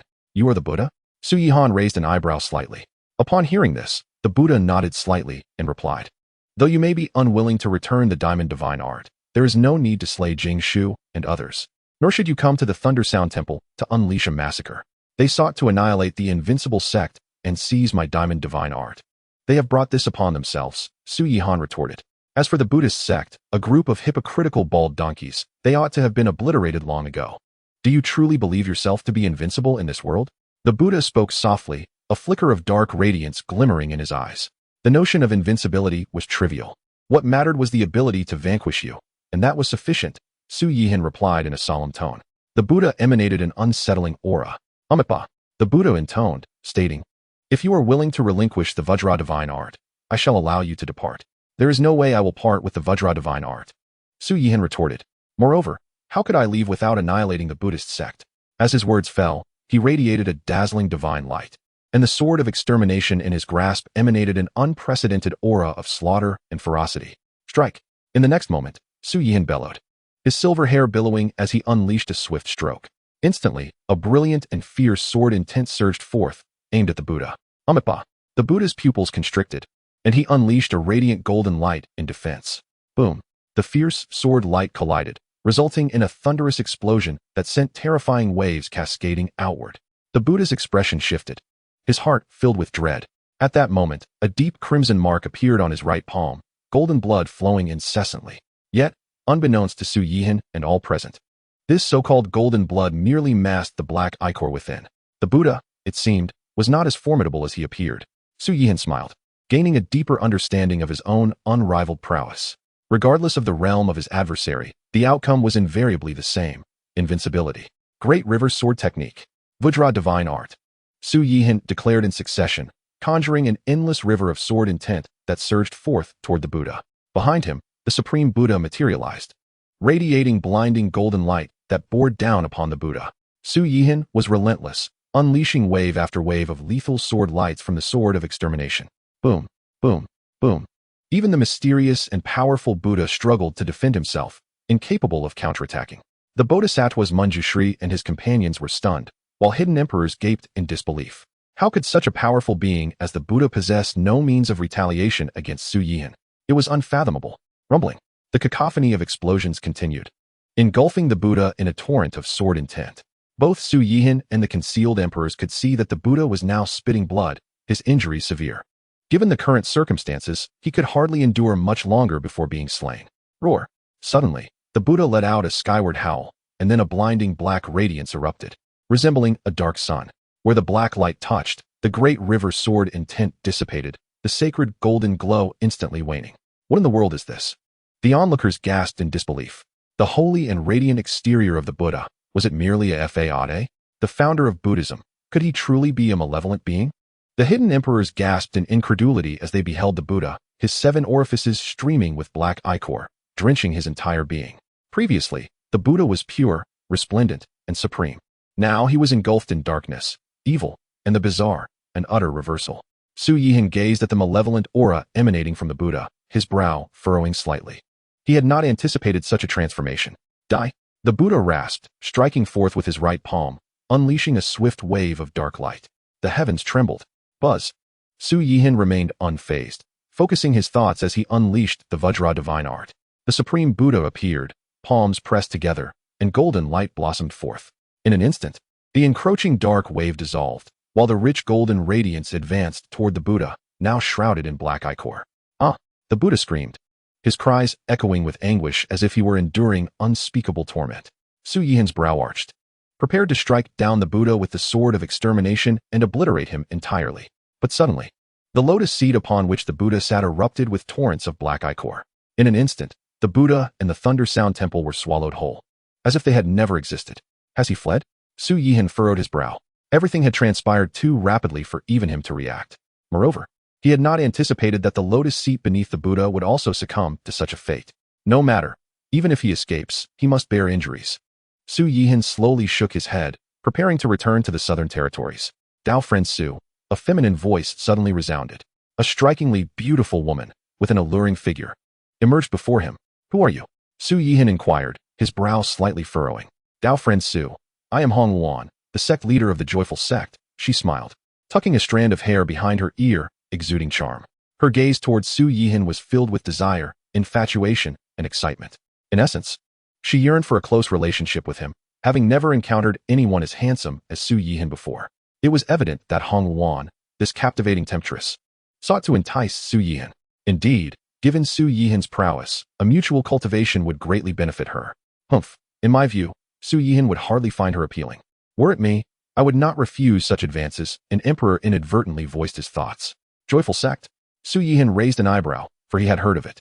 The Joyful Sect was situated in the Eastern Territories. Albeit not a holy site, it was nonetheless formidable, presided over by an emperor. This emperor was none other than Hong Wan herself. Moreover, she was known to have numerous lovers, with hundreds of supreme and quasi-emperors, and even dozens of emperors among them. This was due to her innate enchanting physique and her mastery of seductive arts after joining the Joyful Sect. Even emperors found it difficult to resist her allure. Yet, it was unfortunate that she had chosen the wrong person to entice. Ah, so it is the sect leader Hong Wan. What brings you here? Su Yihan inquired, raising an eyebrow. Dao friend Su, your ability to compel the Buddha to flee could be deemed invincible, Hong Wan remarked. I have long admired the strong. May I have the honor of sharing a few drinks with you? As she spoke, she began to weave her seductive arts, capturing the attention of several hidden emperors. However, Su Yihan, closest to her, remained unmoved, coldly stating, you lack that privilege. Ah, Hong Wan was taken aback. She had not anticipated such a response from him. Even more shocking was the realization that her seductive arts had no effect on Su Yihan. Was it due to the vast disparity in their strengths? She couldn't help but wonder. Dao friend Su, Hong Wan softly spoke, her demeanor now one of vulnerability, making one wish to cherish and protect her. Boom. Su Yihan, losing patience, waved his hand, unleashing a surge of power that sent her flying 1,000 feet, causing her to cough violently. Goodness, this Su Yihan truly is ruthless. Hey, this is truly normal. How could a top-tier powerhouse, easily capable of defeating the Buddha himself, ever be interested in someone as worthless as Hong Wan? Indeed, Only certain individuals would wish for Hong Wan to seduce them. If you seek death, I shall not hesitate to fulfill your wish. Upon seeing that Hong Wan was about to speak again, Su Yihan coldly interjected. As expected, upon hearing his words, Hong Wan was taken aback and promptly fell silent. For the murderous intent emanating from Su Yihan was utterly unmasked.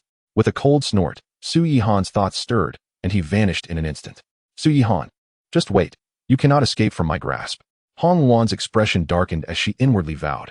Before long, you shall undoubtedly become one of my favored pets.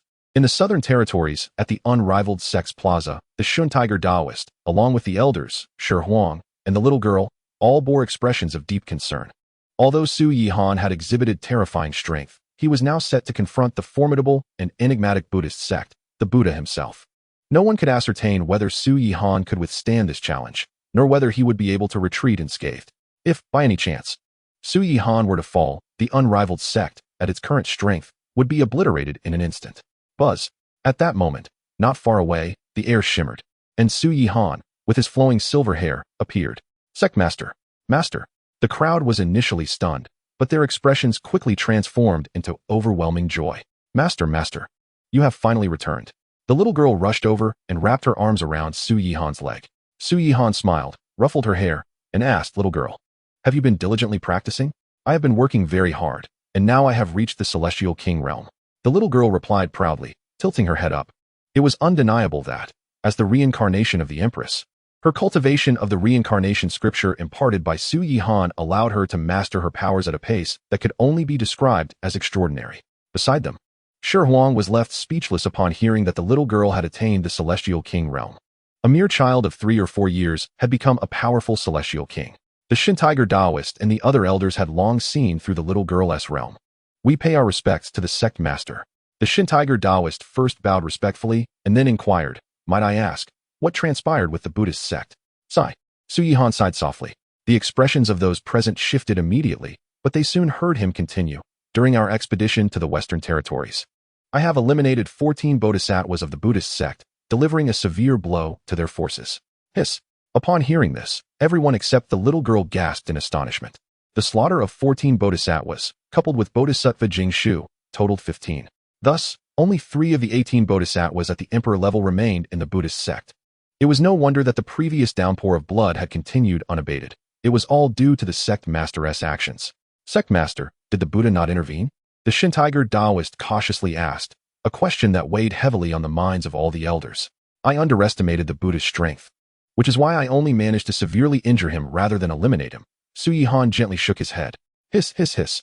At this revelation, the Shin Tiger Taoist and the elders collectively gasped. Even Shi Huang was no exception. Su Yihan immediately felt the temperature around him rise significantly. Sectmaster. Invincible throughout the ages, unifying the 5 domains. As the foremost sycophant, the Shin Tiger Taoist was the first to react, kneeling and shouting in reverence. The other elders quickly followed suit, bowing to the ground. Rise, all of you, Su Yihan said. Although I did not slay the Buddha, he fled with the Thunder Sound Treasure Monastery and 3 bodhisattvas, their whereabouts unknown. By the way, little tiger, investigate the origins of the Buddha, Su Yihan commanded, sensing that the Buddha's background was undoubtedly extraordinary. Yes, Sectmaster. The Shin Tiger Taoist replied respectfully before departing. Then, an elder stepped forward and clasped his fists, saying, Sectmaster.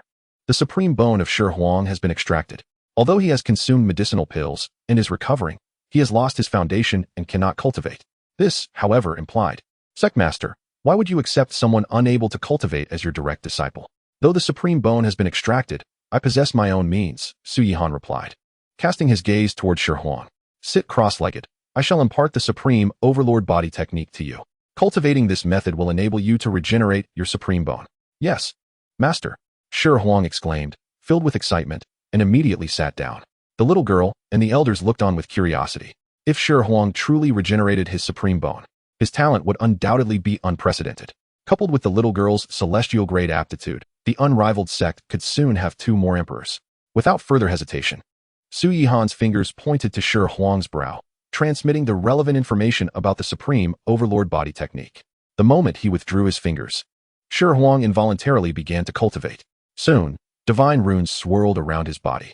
An abundance of spiritual energy surged wildly towards him, flooding into his being. Gradually, Even Su Yihan could sense a powerful force beginning to awaken within Shi Huang's abdomen.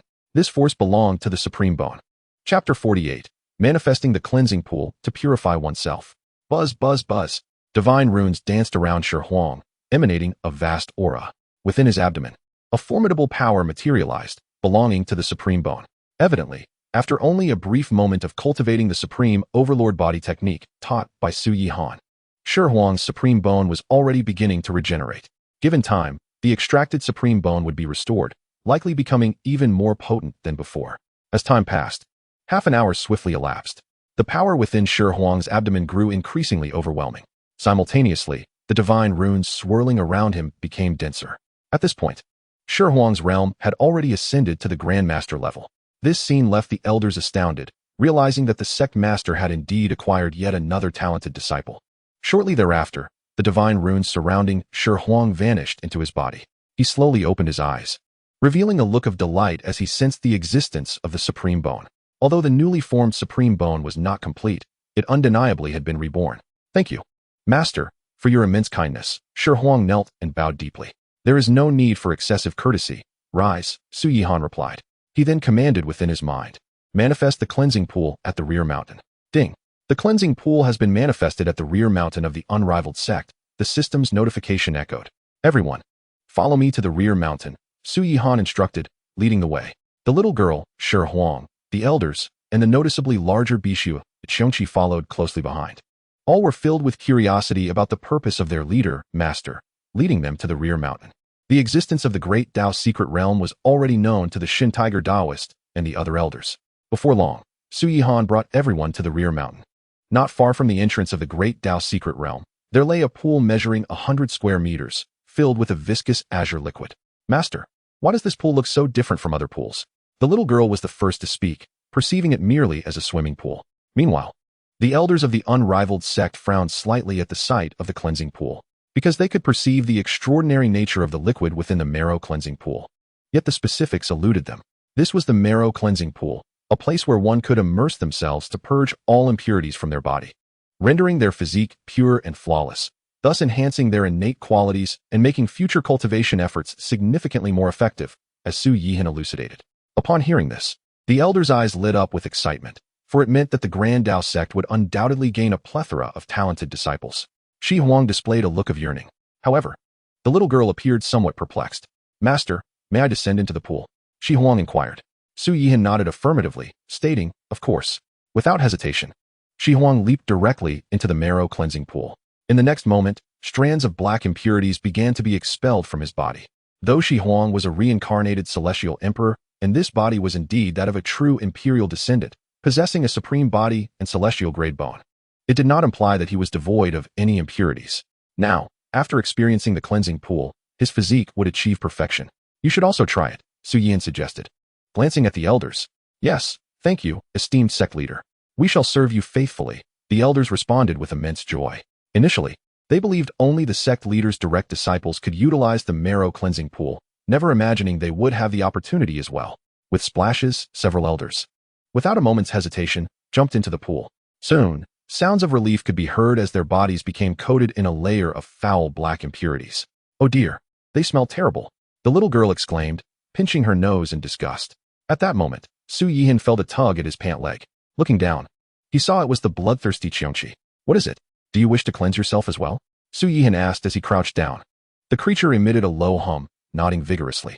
Su Yihan bent down, grasped its neck, and tossed it into the cleansing pool.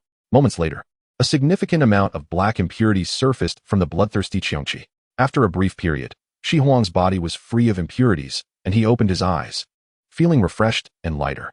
Master, I feel different from before, he exclaimed with delight. Su Yihan nodded slightly, turning his gaze towards the elders.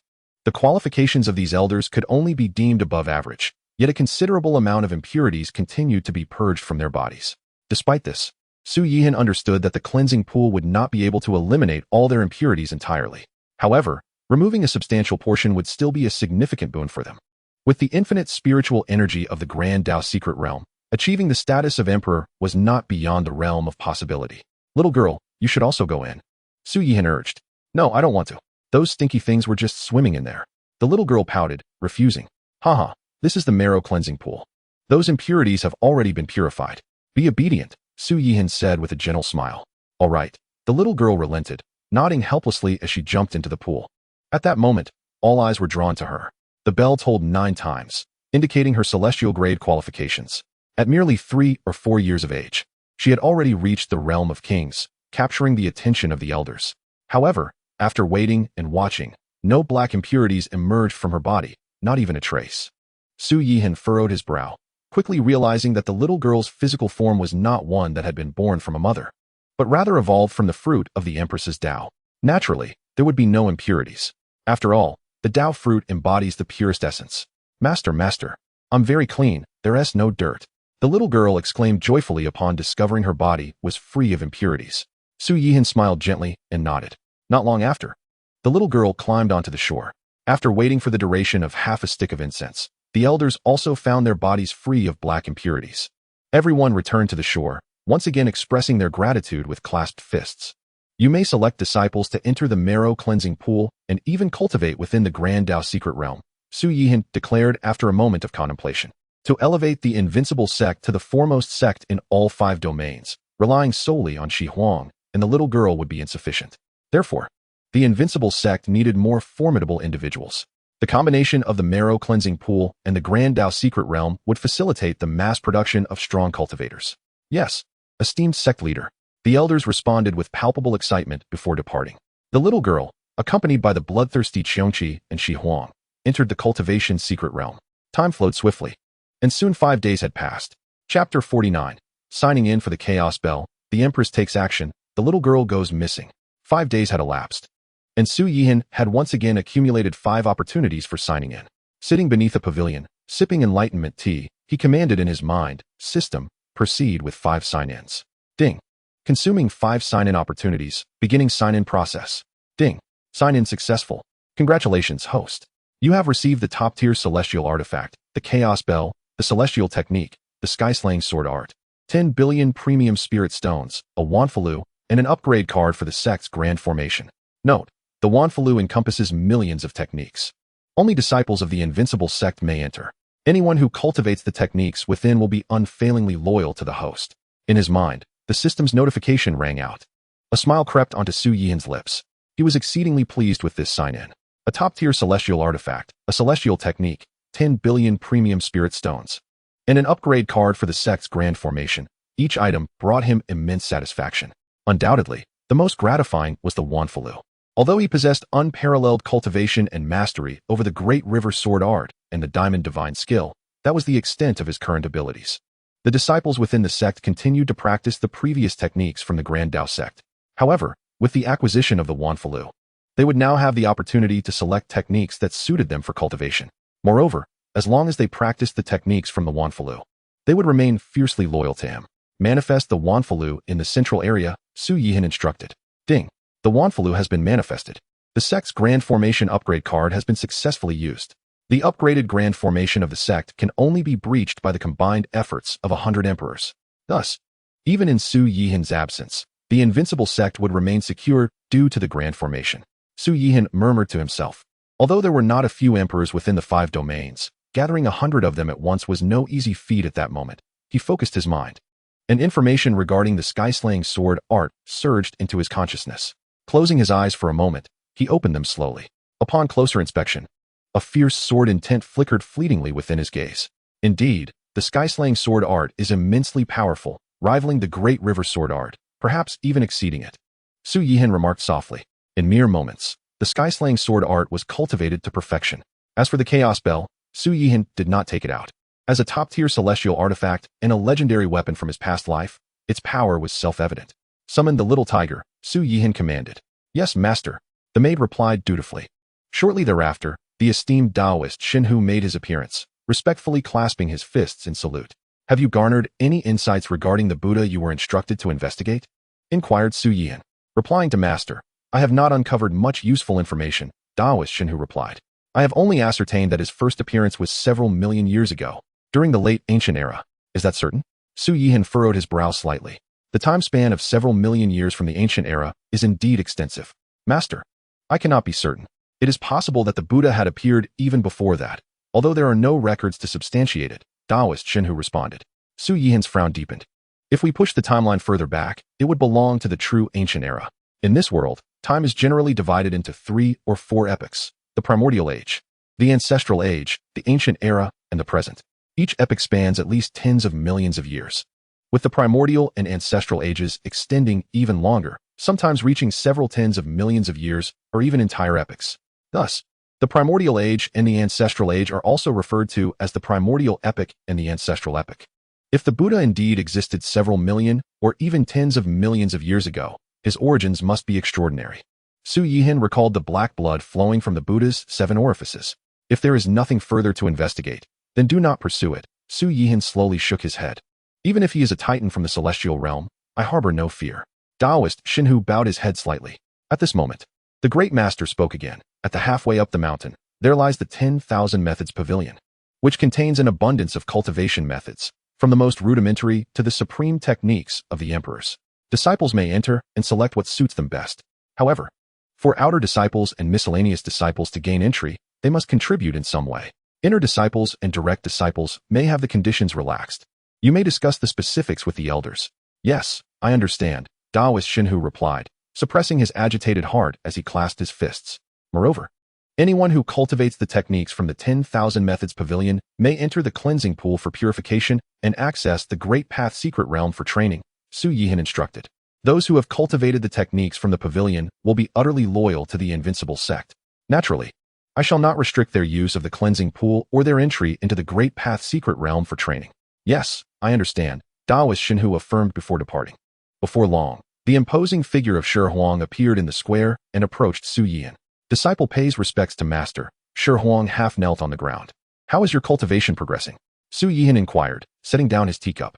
Master, after 5 days of training in the Great Path Secret Realm, it is equivalent to 5 years of cultivation. In this time, I have ascended to the Saint Realm, and my supreme bone has been reborn, far surpassing my previous capabilities. Shi Huang responded, his face radiant with joy. Originally, after the supreme bone had been extracted, he had felt despair. Even when Su Yihan mentioned a method for its rebirth, he had not fully believed it. And now, in just 5 days, he had not only reborn his supreme bone, but also ascended to the Saint Realm. It felt like a dream to Shi Huang. Su Yihan, taken aback by this revelation, mused to himself, indeed, as expected of a reincarnated celestial emperor, possessing the supreme overlord body and celestial grade aptitude, his cultivation speed is beyond description. At this rate, you will reach the quasi-emperor realm, or even the emperor realm in no more than a month, Su Yihan remarked with a smile. He then thought of the little girl he had not seen for 5 days and asked, is the little girl still cultivating? She has not come to see me in 5 days. Shi Huang was momentarily taken aback. Master, the senior sister left the Great Path Secret Realm 3 days ago. Has she not come to seek you? Upon hearing this, Su Yihan's brow furrowed. The little girl left the training secret realm, but did not come to find me. Where could she have gone? With a thought, Su Yihan extended his senses across the Invincible Sect, but found no trace of the little girl. The Empress. Those 2 words surfaced in his mind. He conjectured that the little girl must have left the Invincible Sect to seek out the Empress. The little girl is in danger. Chapter 50. The emergence of the Bronze Immortal Palace, shaking the 5 regions. The little girl is the Dao fruit of the Empress. Moreover, as she cultivates the wheel of the Dao, her command over power grows ever stronger. She can already sense the location of the Empress. Naturally, the Empress can also sense where the little girl is. Su Yihan speculated whether the little girl's rapid enhancement of power had triggered a sense of crisis in the Empress, prompting her to leave the Invincible Sect and head towards the Empress's location. Master, where can the senior sister go? She is all alone in the world, Shi Huang exclaimed. Panic etched across his face. Though they had only spent a few days together, he had come to understand that the little girl had been orphaned since childhood. Do not worry, she will not encounter any problems. I shall go and bring her back, Su Yihan replied slowly. He then closed his eyes and, drawing upon his unparalleled cultivation, began to sense the little girl's whereabouts. In the midst of the void, Su Yihan felt a life intertwined with his own karma. Located in the far distant east. Buzz, buzz, buzz. At that moment, a resonating hum emanated from the east, reverberating throughout the 5 regions. Soon after, a colossal and magnificent palace materialized. Perhaps due to the vast distance, the palace appeared somewhat nebulous. Yet, both Su Yihan and Shi Huang could feel the grand aura radiating from it. At this juncture, Daoist Xinhu, the Grand Elder, and several other elders arrived simultaneously. Each bore expressions of excitement and exhilaration. Greetings, Master. The crowd, led by Daoist Xinhu, clasped their fists in salute. Su Yihan surveyed the group and inquired, "What brings such joy? Master, do you not know?" Daoist Xinhu replied, his face beaming with a smile. "If I knew, would I still be asking you?" Su Yihan spoke slowly. "I ask you again." Upon hearing this, Daoist Xinhu felt a shiver run down his spine. During this time, Su Yihan had been amiable, causing them to forget. Su Yihan was the one who had previously annihilated dozens of sects in the southern region, the Blood Knife sect of the eastern region, the Shaking Light sacred ground of the northern region, and the supreme powers of the western region's Buddhist sect, with the death toll reaching tens of thousands, if not nearly 1,000,000. "Forgive me, Master." Daoist Xinhu hastily knelt in apology. Su Yihan exhaled, realizing that the sudden disappearance of the little girl had affected his mood. He spoke, "The reason for our excitement is that the Bronze Immortal Palace has appeared."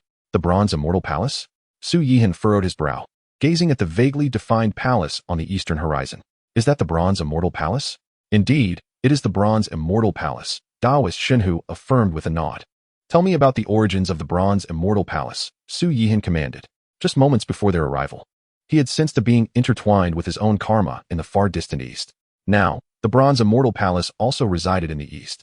Su Yihan suspected that the Empress was within the Bronze Immortal Palace. "Master, it is as follows." At present, the god tiger Daoist dared not conceal anything, meticulously articulating all he knew regarding the Bronze Immortal Palace. It was then that Su Yihan grasped the situation. The Bronze Immortal Palace first emerged millions, even tens of millions of years ago, during a time when the path to immortality had not yet been severed. Following that, for several million, even tens of millions of years, the Bronze Immortal Palace would manifest once every few 100,000 or million years. Each appearance would grant extraordinary opportunities to those fortunate enough to enter. The first 3 individuals to step into the Bronze Immortal Palace were as follows. One was named Yin Binghai, whose innate talent was astonishingly otherworldly. He was invincible among his peers. Within a mere few decades of entering the Bronze Immortal Palace, he successfully ascended to the immortal realm. The second, known as Chen Dego, was a humble farmer, toiling under the sun all his life. By sheer coincidence, he entered the Bronze Immortal Palace, and upon his emergence, he had already reached the realm of the Emperor, possessing formidable strength. The third was a pig butcher, who, like Chen Dego, entered the Bronze Immortal Palace by a stroke of fate, and similarly attained the Emperor's realm upon his return, showcasing immense power. Moreover, several others entered the Bronze Immortal Palace, some achieving the Emperor's realm, while others became quasi-emperors or supreme beings. There were also those who entered but never returned. Nevertheless, all of this serves to affirm the existence of celestial opportunities within the Bronze Immortal Palace. To take a step back, the immense fortune within is undeniable. With sufficient opportunity and a stroke of good luck, even an ordinary farmer or a butcher could ascend to the Emperor's realm. Thus, every time the Bronze Immortal Palace reemerges, it will undoubtedly attract countless prodigies, revered beings, supremes, and even quasi-emperors and emperor-level experts. According to the god tiger, it is highly probable that the Bronze Immortal Palace hails from the immortal realm. Su Yihan mused privately. If that is indeed the case, it suggests that the Empress may very well originate from the immortal realm. Even if she does not, she must have been the first to enter the Bronze Immortal Palace and may have even come to master it. Lord Sectmaster, will you be heading to the Bronze Immortal Palace? The god tiger Daoist inquired cautiously. I shall certainly go, Su Yihan replied. Then, may my subordinates accompany you, Sectmaster? The god tiger Daoist asked eagerly. My journey to the Bronze Immortal Palace is not in pursuit of celestial opportunities, but rather because my little girl mysteriously vanished 3 days ago. I sense that she is in the far-off east, Su Yihan declared. If you wish to accompany me, then come along, he added. Yes, thank you, Sectmaster. The god tiger Daoist and the others hastily expressed their gratitude. Activate the protective array. I will take you all with me, Su Yihan commanded. Yes, the crowd responded, clasping their fists in respect. Before long, the protective array was activated, enveloping the entire Invincible Sect in a radiant glow. With the protective array in place, anyone wishing to invade or obliterate the Invincible Sect would need to gather 100 emperors. Given the difficulty of assembling such a force, particularly with the emergence of the Bronze Immortal Palace, it would be even more improbable for 100 emperors to converge upon the Invincible Sect. In the plaza, with a thought, Su Yihan's power radiated outward, enveloping the god tiger Daoist and 9 others, causing them to vanish from sight. In the Central State region, within the Yi clan, Yi Bufan appeared in the Grand Hall, bowing to a stunning woman before him, saying, Fairy, the Bronze Immortal Palace has once again manifested. Will you be going? He then asked, will the Yi clan send someone as well? Huh. Yi Fantion scoffed, saying, what is there to gain from a dilapidated palace? I will not go, nor does the Yi clan need to send anyone. Yet, within the Bronze Immortal Palace, there are celestial opportunities, Yi Bufan countered. Even if the path to immortality is severed, the chances within are enough to make an emperor envious. Celestial opportunities? Ridiculous. Just wait and see. Very few who enter the Bronze Immortal Palace will return alive, Yi Fantian retorted with a sneer. Yi Bufan coldly replied, if you do not believe me, you may go yourself or send someone. A sense of dread gripped Yi Bufan, as he wondered if this reincarnated immortal was privy to some hidden truths. Chapter 51. Deep in the East Sea, powerful beings gather for the chance at immortality. In the depths of the East Sea, the inky waters churned violently, obscuring the sky. Suspended in midair, a magnificent bronze immortal palace floated serenely. Surrounding the palace were hundreds of individuals, each possessing at least the strength of a supreme being. At this moment, their gazes were filled with excitement and longing as they beheld the Bronze Immortal Palace. It is an undeniable fact that the Bronze Immortal Palace harbors celestial opportunities. Even if the path to immortality is severed and one cannot ascend, acquiring an opportunity could still lead to a significant enhancement in strength and an extension of lifespan. After countless millennia, the path to immortality had finally re-emerged. This time, the Emperor must enter. If he could obtain the elixir of immortality, he might live a second life. An elderly emperor, with white hair and slightly clouded eyes, gazed at the vastness of the Bronze Immortal Palace. Although he had attained the Emperor's realm, he could not escape the ravages of time. If he failed to secure an opportunity within the Bronze Immortal Palace this time, his demise would soon follow. Heh. Emperor Qingyu, your vitality is waning. In my opinion, it would be best not to enter the Immortal Palace. Otherwise, you would merely be seeking your own demise. It would be wiser to spend your remaining days in peace, a young emperor remarked with a grin. You brat. When I was invincible, your ancestors hadn't even been born, and you dare show me disrespect? The elderly emperor, known as Emperor Qingyu, coldly snorted. If you have the courage, I can spar with you for a few rounds, the young emperor retorted, but fell silent at the look in Qingyu's eyes. Though Qingyu's vitality was diminished, he remained a top-tier emperor and wielded an unparalleled emperor weapon. His strength was not to be underestimated. If he were truly provoked and unleashed his wrath, the young emperor would undoubtedly perish. Bronze Immortal Palace, I hope I can secure an opportunity to attain the Emperor's realm, a supreme being intoned solemnly. With so many supremes, quasi-emperors, and emperors seeking opportunities, how easy could it be?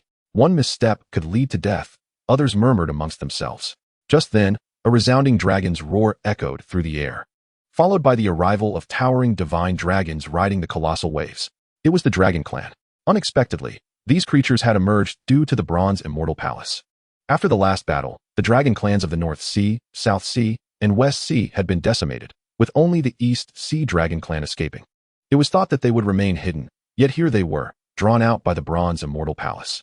Just wait and see. When those beasts arrive, conflict with the Dragon Clan is inevitable. As this emperor's words faded, dark clouds rapidly approached from the northern horizon.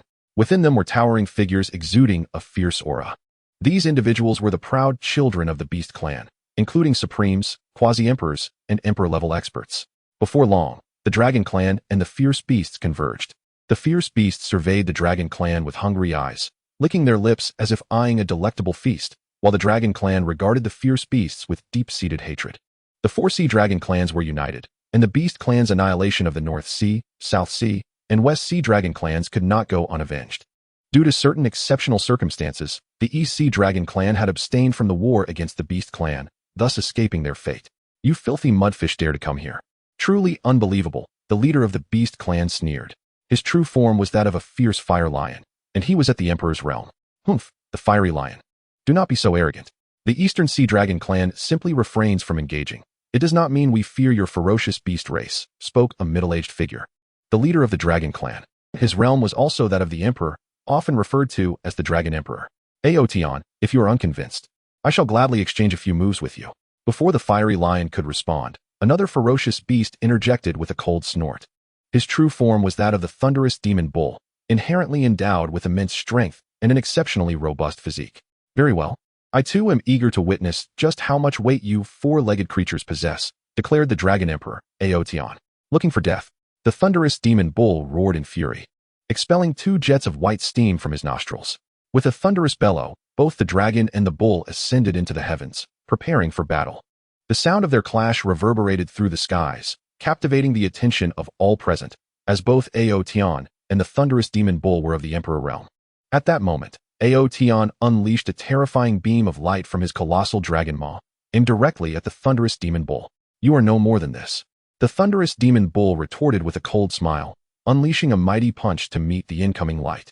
In an instant, a tremendous shockwave radiated outward, leaving the sky devoid of clouds. Rules of order, suppress. Aotian roared, manifesting the laws of order to strike down upon his opponent. I too am an emperor. The thunderous demon bull bellowed, as his own laws of order materialized, clashing violently with Aotian's. However, at that crucial moment, the thunderous demon bull suddenly vanished from his position, reappearing right in front of Aotian. Thunderous bull fist, he shouted, his right fist, infused with terrifying power, crashing down. The blow struck Aotian before he could react, sending his immense dragon body hurtling backward. This scene left the dragon clan's formidable warriors visibly distressed. Yet just then, the thunderous demon bull's expression shifted as he sensed an overwhelming aura of danger. Without a moment's hesitation, he surged to the side in an attempt to evade. His reflexes were commendable, yet still a fraction too slow. A ripping sound echoed as a deep gash appeared on his back, exposing flesh to the bone. In the very spot he had just occupied, a spinning green dragon scale radiated the aura of a supreme artifact. Damn it, you have transformed your only reverse scale into a supreme artifact. The thunderous demon bull seethed, caught off guard. The other ferocious beasts and human warriors also displayed expressions of surprise. The act of refining one's own reverse scale into a supreme artifact was unprecedented. Humph, regrettably. I used myself as bait, merely managing to injure you without slaying you. Aotian lamented with a hint of disappointment. Very well, I shall certainly slay you today. The thunderous demon bull roared, transforming into a streak of black light, charging at Aotian. As the two emperors clashed, the space below rippled with energy as Su Yihan, accompanied by the divine tiger Taoist and 9 elders, made their entrance. Upon appearing, the 11 of them instinctively raised their gazes. Dragon clan, beast clan, Su Yihan murmured. As a descendant of dragons, he had truly laid eyes upon a divine dragon. Curiously, Su Yihan scrutinized both Aotian and the thunderous demon bull, while nearby human warriors regarded him with curiosity. Who is this person? I have never seen him before, one of the emperors exclaimed in astonishment. Indeed, he can manifest out of thin air, yet why can I sense no trace of power from him? The 10 individuals accompanying him included 1 at the quasi-emperor realm and 9 at the supreme realm, yet all treated him with utmost caution and respect, which only deepened the confusion of those around. He is Su Yihan, the Invincible Sect leader of the southern wilderness. A startled emperor soon cried out. His words swiftly redirected the attention of many from the battle above to Su Yihan. Hiss, how did this fellow arrive? With him here, how could we hope to seize any opportunity? Ah, the Blue Fish Emperor, it seems you truly have no hope now. Better to await your demise, someone lamented. Wait, what are you all discussing? Another inquired, puzzled. When did an invincible sect emerge in the southern wilderness? And why must the Blue Fish Emperor await death just because their leader has arrived? How long has it been since you last ventured out? You are unaware of the invincible sect's existence. Please, enlighten us. A bearded giant interjected, his brutish appearance suggesting a simple mind. He questioned Su Yihan precisely because the slaying of the Bloodblade Emperor and the destruction of the Bloodblade Sect had not gone unnoticed by numerous emperors. Listen closely. A quasi-emperor cleared his throat and continued. The one who slayed the Bloodblade Emperor, annihilated the Bloodblade Sect, defeated the 4 emperors of the fallen heaven, destroyed the Radiant Light Holy Land, and vanquished 15 arhats of the Buddha, severely wounding the Buddha himself, is none other than Su Yihan, the leader of the Invincible Sect. The proclamation sent shockwaves through the crowd. The Bloodblade Emperor was already a top-tier emperor wielding a supreme artifact. To slay him required the combined efforts of several emperors. Not to mention the formidable Radiant Light Holy Land and the mysterious Buddha sect, both of which possessed multiple emperors. As the quasi-emperor witnessed the astonished expressions of the gathered emperors, he reveled in their disbelief and continued. The 4 of the fallen heaven had mastered the Radiant Light Divine technique, merging into one, armed with the Radiant Light Divine Sword, which was nearly an immortal weapon. Yet they were ultimately vanquished by Su Yihan's single sword strike. The gathered warriors were further astonished. Even many powerful members of the Dragon Clan and Beast Clan gazed at Su Yihan with incredulity. How could someone so young possess such terrifying strength? Yet, why could they not sense any power or pressure emanating from him? More importantly, how could even the Buddha himself be bested by this young man? Such a notion was unfathomable. The Buddha, though rarely seen outside the Thundersound Temple, was universally acknowledged to surpass emperors in strength. Otherwise, the 18 bodhisattvas and 108 arhats would not serve him without question. Yet now, Even such a formidable being had been rendered powerless before the prowess of Su Yihan, an astonishing feat master of the sect. Your mere name is enough to stun these emperors. The divine tiger Taoist praised, feeling a swell of pride. Such a powerhouse is our Invincible Sect's leader. A loyal disciple of the White Tiger Taoist. Humph, I have never heard of such tales, and I sense no power from him. A bearded giant finally spoke, his brutish demeanor suggesting a lack of understanding. His presence and questions arose from the disbelief that such grand achievements could be attributed to a single individual, especially one who seemed devoid of any discernible strength. Especially during the battle in the western frontier, there were more than 20 emperors secretly observing. Among these 20 emperors, 5 or 6 were present at this location. The mighty emperor, if you doubt my words, you may certainly test your strength. One emperor spoke slowly. Having witnessed firsthand how Su Yihan had slain numerous arhats of the Buddhist sect and defeated their leader, his motivation to speak was rooted in his enmity with the mighty emperor, coupled with Su Yihan's decisive nature, prompting him to seize the opportunity to eliminate this foe. The mighty emperor, true to his title, displayed a lack of intellect. Upon hearing the words, he scoffed, "You may fear him, but I do not." With that, his gaze fell upon Su Yihan, mocking, "Invincible Sect? Such audacity. I shall see for myself how much weight your claim of invincibility truly holds. Do not court death." Su Yihan's gaze finally landed on him as he spoke in a calm tone. The moment his words left his lips, everyone present, including the dragon and beast clans, stirred with excitement. Their focus diverted from the duel between the 2 emperors above. "What did you say?" The mighty emperor bellowed in fury. "When I traversed the 5 realms, you were likely still wandering among your father and brother." As his words fell, a formidable imperial pressure enveloped the area. The mighty emperor sneered, launching a powerful punch towards Su Yihan. Sealing his own fate, he had no one to blame. Su Yihan spoke coldly, and as the radiant fist approached, he brought his 2 fingers together like a sword, slicing through the air gently. In the next moment, a streak of azure sword light erupted from his fingers, emanating an aura capable of cleaving heaven and earth, the sword of heaven's destruction.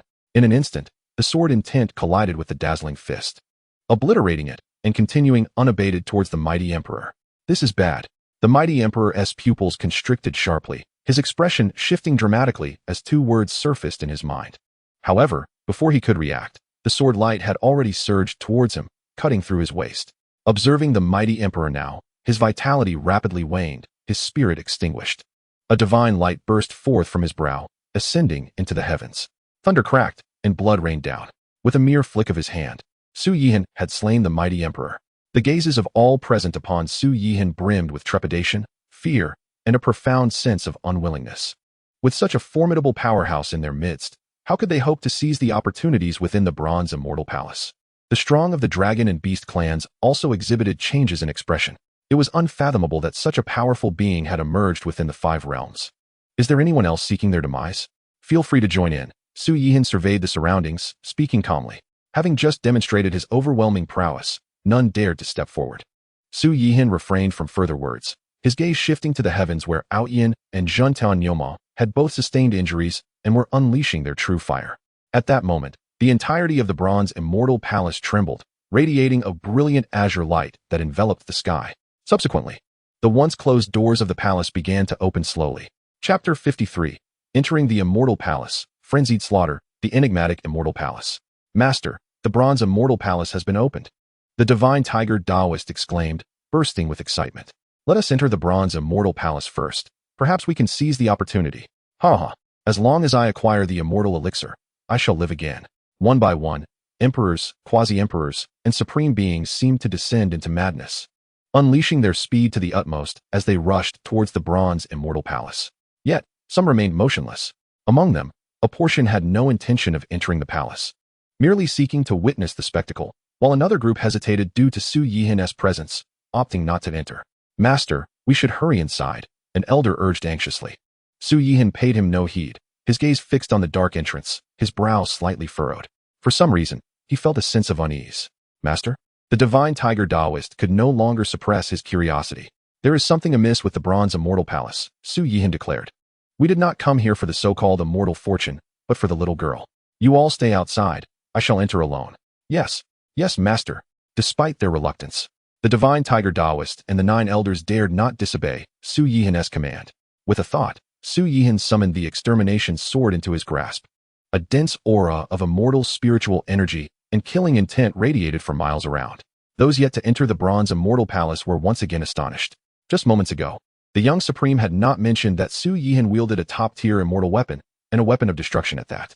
However, even with such an artifact, the fact that Su Yihan could obliterate the Bloodblade sect and severely wound the Buddhist leader indicated that his strength far surpassed that of a typical top-tier emperor.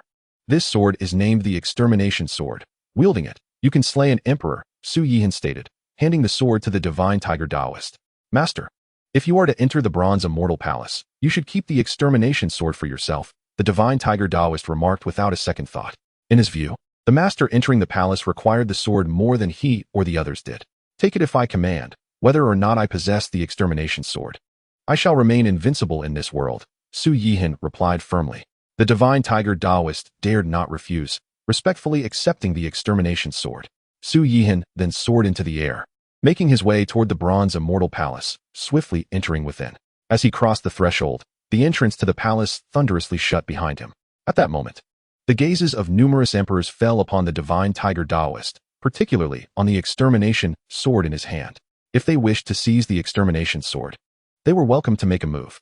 The divine tiger Taoist, unperturbed, coldly declared, anyone who dares to act, step forward. Yet, none dared to make a move.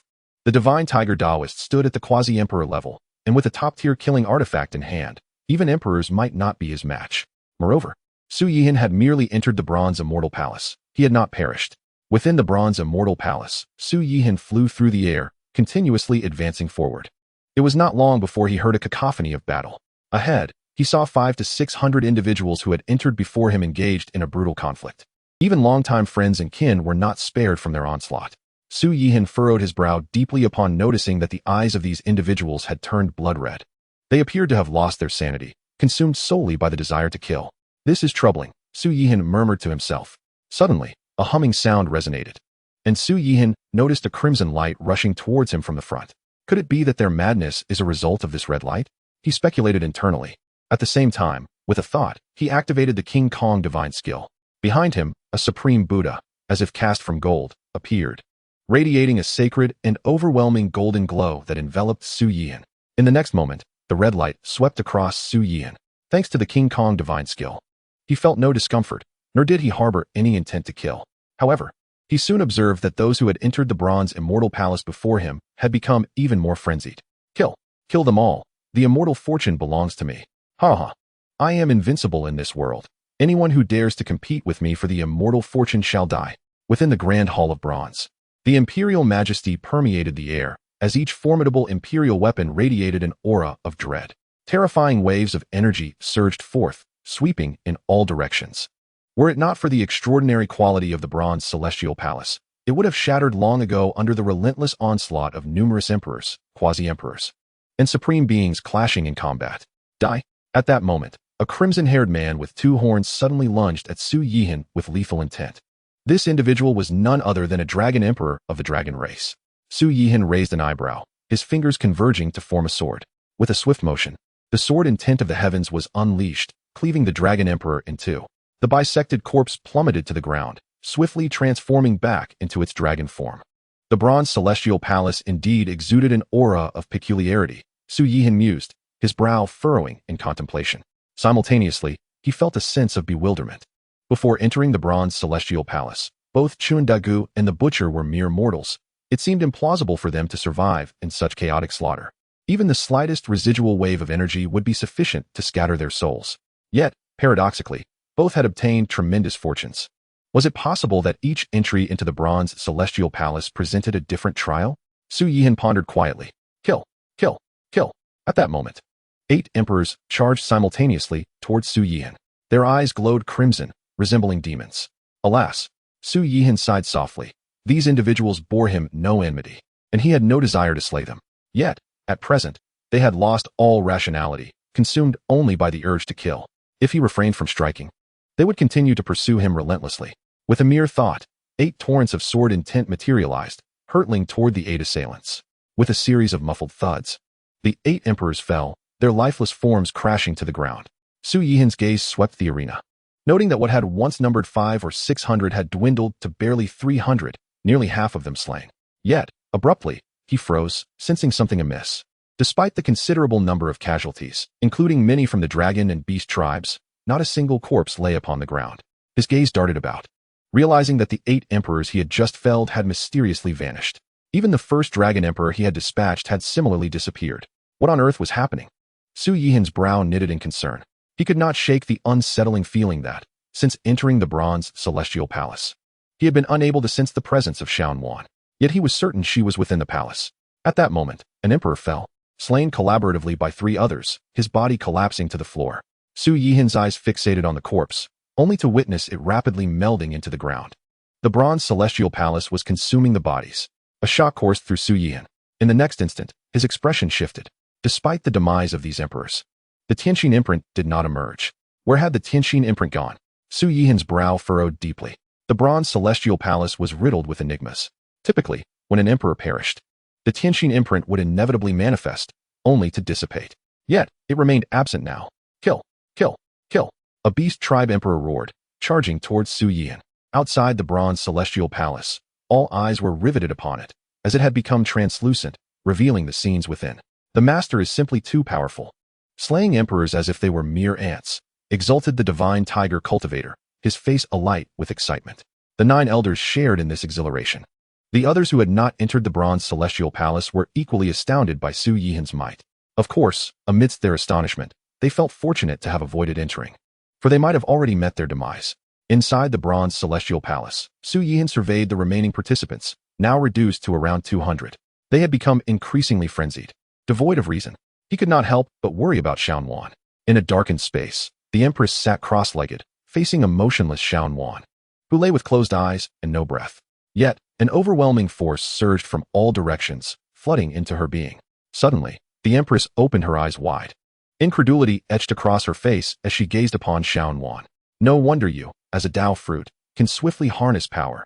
You have obtained the reincarnation Dao scripture. She mused, her astonishment morphing into profound delight.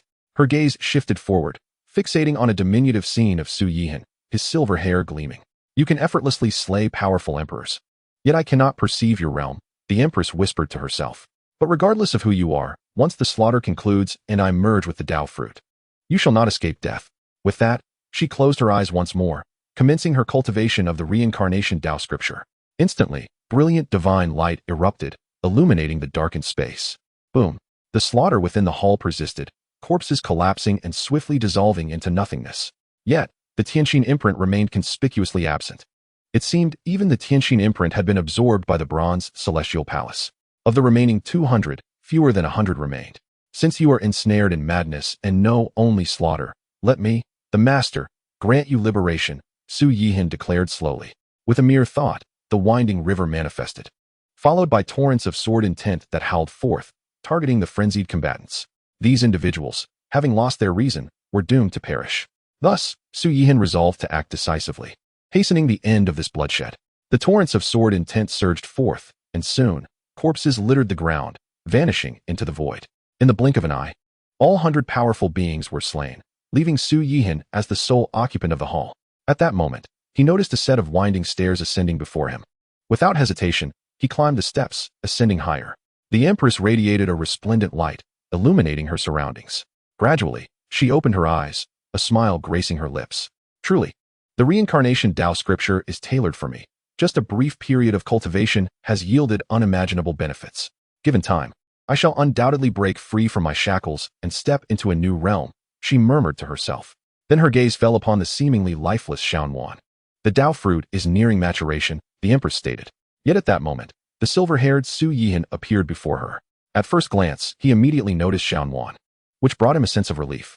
His gaze then shifted to the empress, and he declared, Xianwan is my disciple. I will not allow anyone to harm her. I have already gleaned the circumstances from her memories, the empress replied, regarding Su Yihan. I intend to take her with me, Su Yihan asserted. The empress lightly shook her head. She is my Dao fruit, belonging to me, not to you. From the moment she became my disciple, she belongs to me. Not your Dao fruit, Su Yihan stated solemnly. You and I share no animosity. I have no desire to kill you, the empress retorted, a laugh escaping her lips. Ha ha. Su Yihan, while this emperor may not perceive your exact realm, there is one thing you must comprehend, regardless of your standing. You shall never be a match for this emperor. Coincidentally, This is precisely what our sect wishes to convey to you. Su Yihan spoke solemnly. Even if you are a titan of the celestial realm, a supreme being among the immortals, to me, you are but an insignificant insect. Above the East Sea, as Su Yihan materialized before the Empress, the onlookers beheld her majesty. This is the Empress of the Celestial Palace, truly a figure of unparalleled grace. Those who enter the Bronze Celestial Palace are granted opportunities, even ascending to immortality. Thus, this individual's power is beyond imagination. The Bronze Celestial Palace may not belong to this realm, likely originating from the Celestial Realm, which implies that the Empress hails from there. It is no wonder that she could deliver a grievous blow to the Buddha. Even when faced with the Empress, Su Yihan remains unabashedly arrogant. Powerful beings murmured among themselves. The Taoist of the Divine Tiger and the 9 elders observed their sect leader and the Empress, their brows slightly furrowed, anxiety creeping into their hearts. While their sect leader is formidable, the Empress's strength is equally unfathomable. Ha ha ha, truly worthy of the title of the Invincible Sect leader. Su Yihan, your arrogance knows no bounds. The Empress seemed to have heard the most ludicrous joke. Surrender the little girl, and I shall depart immediately. Su Yihan retorted, or perhaps, I shall slay you and take the girl with me. She is the fruit of my path and is nearing maturity. The Empress spoke slowly, her meaning unmistakable. There is no way she would allow Su Yihan to take the little girl. You are courting death, Su Yihan coldly declared. As his words fell, a winding river manifested, encircling him. River sword technique. The Empress was momentarily taken aback, then exclaimed in astonishment. What is your relation to the river Immortal Emperor? Su Yihan furrowed his brow slightly and replied. This sect leader has no connection to the river Immortal Emperor you speak of. Impossible. The Empress shook her head. The river sword technique was created by the river Immortal Emperor, and none of his disciples have been able to comprehend or cultivate it. Yet you have mastered it to perfection. Enough of your prattle. I shall ask you one last time. Will you surrender the little girl? Su Yihan showed no interest in the river Immortal Emperor as he spoke. The reason for his reluctance to act directly was the concern that in slaying the Empress, the little girl might be caught in the crossfire and dissipate. Chapter 55. The Empress's Fear, the Flower of the Great Path. The Empress gazed at Su Yihan and the winding river surrounding him, her brow furrowing. She could scarcely believe that she would witness the river sword technique in the lower realm. Suppressing her astonishment, she spoke slowly, let alone you. Even if the river Immortal Emperor descended, he could not take the fruit of the path away. Upon hearing this, Su Yihan's expression darkened, and the winding river behind him roared. In the next moment, streams of river sword intent shot forth, slashing towards the Empress. Humph, with just you? The Empress scoffed, unleashing power far beyond the realm of the Emperors, forming a protective barrier before her. Bang, bang, bang. The river sword intent struck the barrier, producing muffled sounds.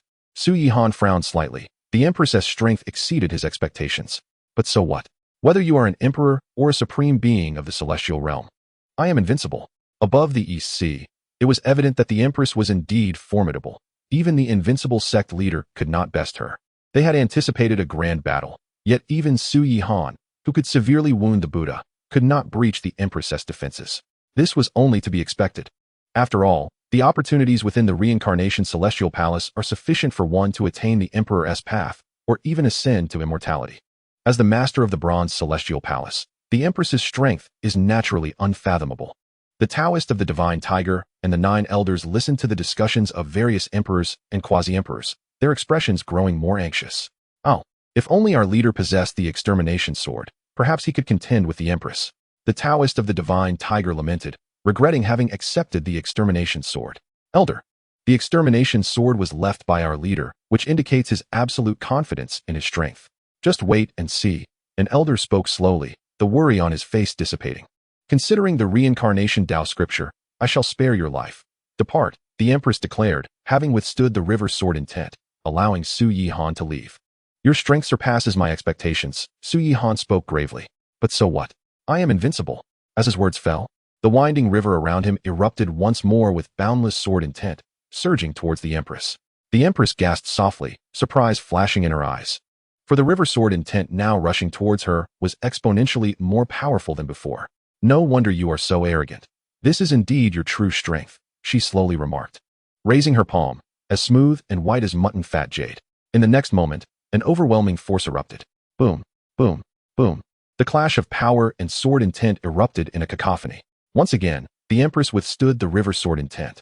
Heaven-slashing sword technique, Su Yihan declared coldly. his fingers converging to form a sword as he slashed downward. With a swish, an incredibly sharp heaven-slashing sword intent surged forth, exuding an aura capable of cleaving the heavens. Aimed at the Empress, the heaven-slashing sword technique. The Empress's expression shifted to one of astonishment for the first time, not merely due to Su Yihan's execution of the technique, but because she sensed a looming threat. Yet this is the lower realm. The Empress clearly perceived that Su Yihan had not yet ascended to immortality nor even attained the Emperor's path. How could he wield such power that posed a threat to her? The Empress dared not underestimate him, her palm striking out with the same pristine elegance. In an instant, a torrent of energy cascaded forth, attempting to repel the heaven-slashing sword intent. Alas, this endeavor was destined to be in vain. Wherever the heaven-slashing sword intent passed, the deluge of energy was severed in an instant. The Empress's expression changed dramatically, yet before she could react, the heaven-slashing sword intent surged forth and struck her palm. A piercing pain coursed through her, and a deep gash appeared on her palm, as red as blood, dripping continuously. The Empress was injured. Above the East Sea, all who bore witness to this scene were left in shock. Moments ago, they had proclaimed that while Su Yihan was indeed powerful, he could never match the Empress. Yet now, she had been wounded. The Invincible Sect leader's might is truly formidable.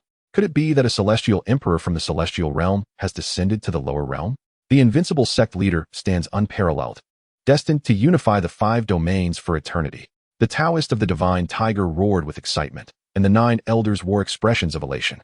Very well. You have managed to wound this emperor. The Empress's eyes blazed with fury as she fixed her gaze on Su Yihan.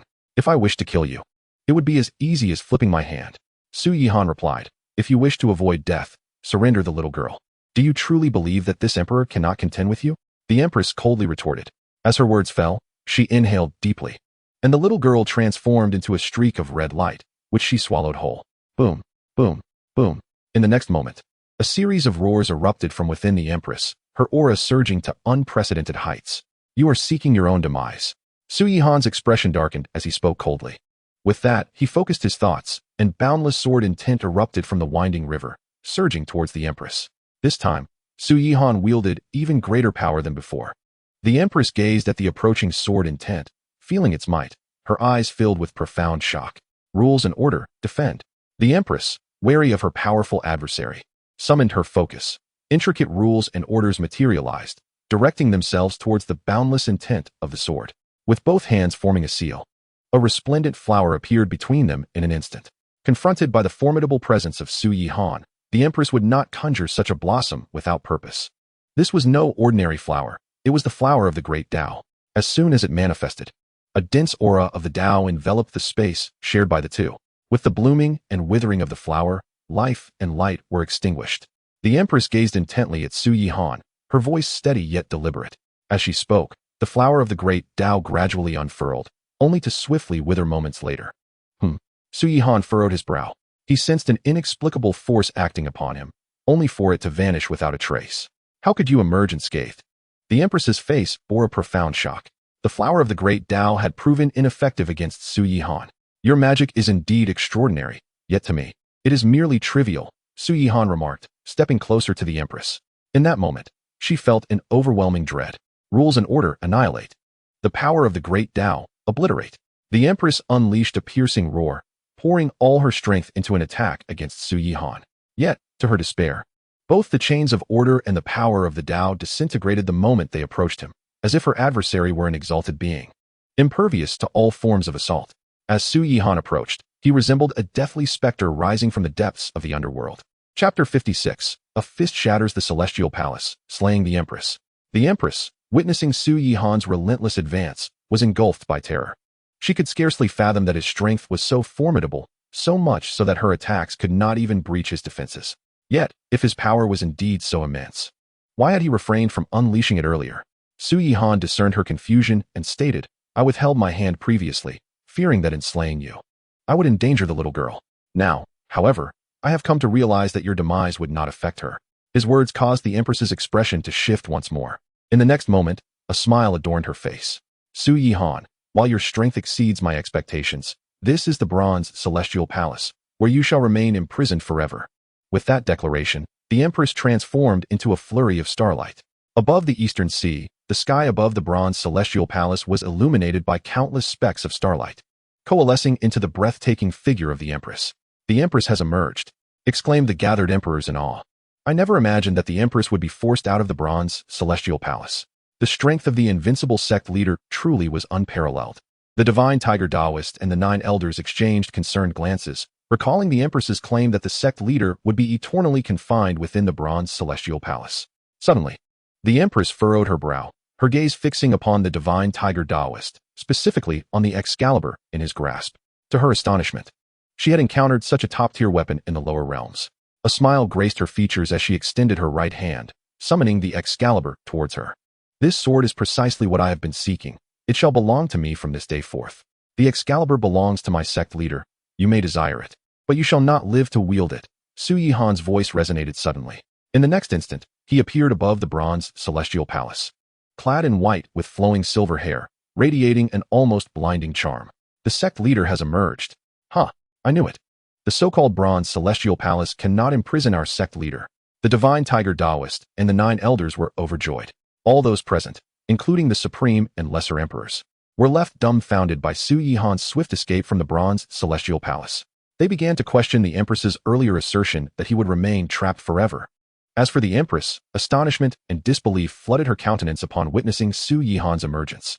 "The bronze celestial palace is sealed. How could you possibly escape?" Su Yihan chuckled lightly in response. "There is nothing impossible about it. It is merely a palace infused with rules and order, and you think it could confine me?" At that moment, the Excalibur in the Empress's hand emitted a sharp cry, breaking free from her grasp and soaring into Su Yihan's hands. With a mere thought, he stowed it away. The Empress's expression darkened. Extending her right hand, she rapidly shrank the bronze celestial palace, drawing it into her possession. "Then let us engage in battle," she declared, invoking the bronze celestial palace to suppress Su Yihan. It loomed like a world unto itself, exuding an overwhelming and grandiose aura. Su Yihan regarded the descending bronze celestial palace, flipping his palm to summon the second celestial artifact he had obtained, the Chaos Bell. In the next instant, a rich essence of celestial energy surged forth, spreading in all directions. Unbelievable. Could it be that he truly hailed from the celestial realm, possessing 2 celestial artifacts, both of the highest caliber? Truly befitting of the sect leader. The Empress, gazing at the Chaos Bell pulsating with chaotic energy in Su Yihan's grasp, was once again taken aback. With a swift motion, he hurled the Chaos Bell towards the bronze celestial palace. In the skies above, the 2 celestial artifacts clashed incessantly, both radiating magnificent and overwhelming energies. The terrifying fluctuations swept outward, the mere aftermath capable of easily annihilating an emperor. "Who exactly are you?" the Empress inquired gravely.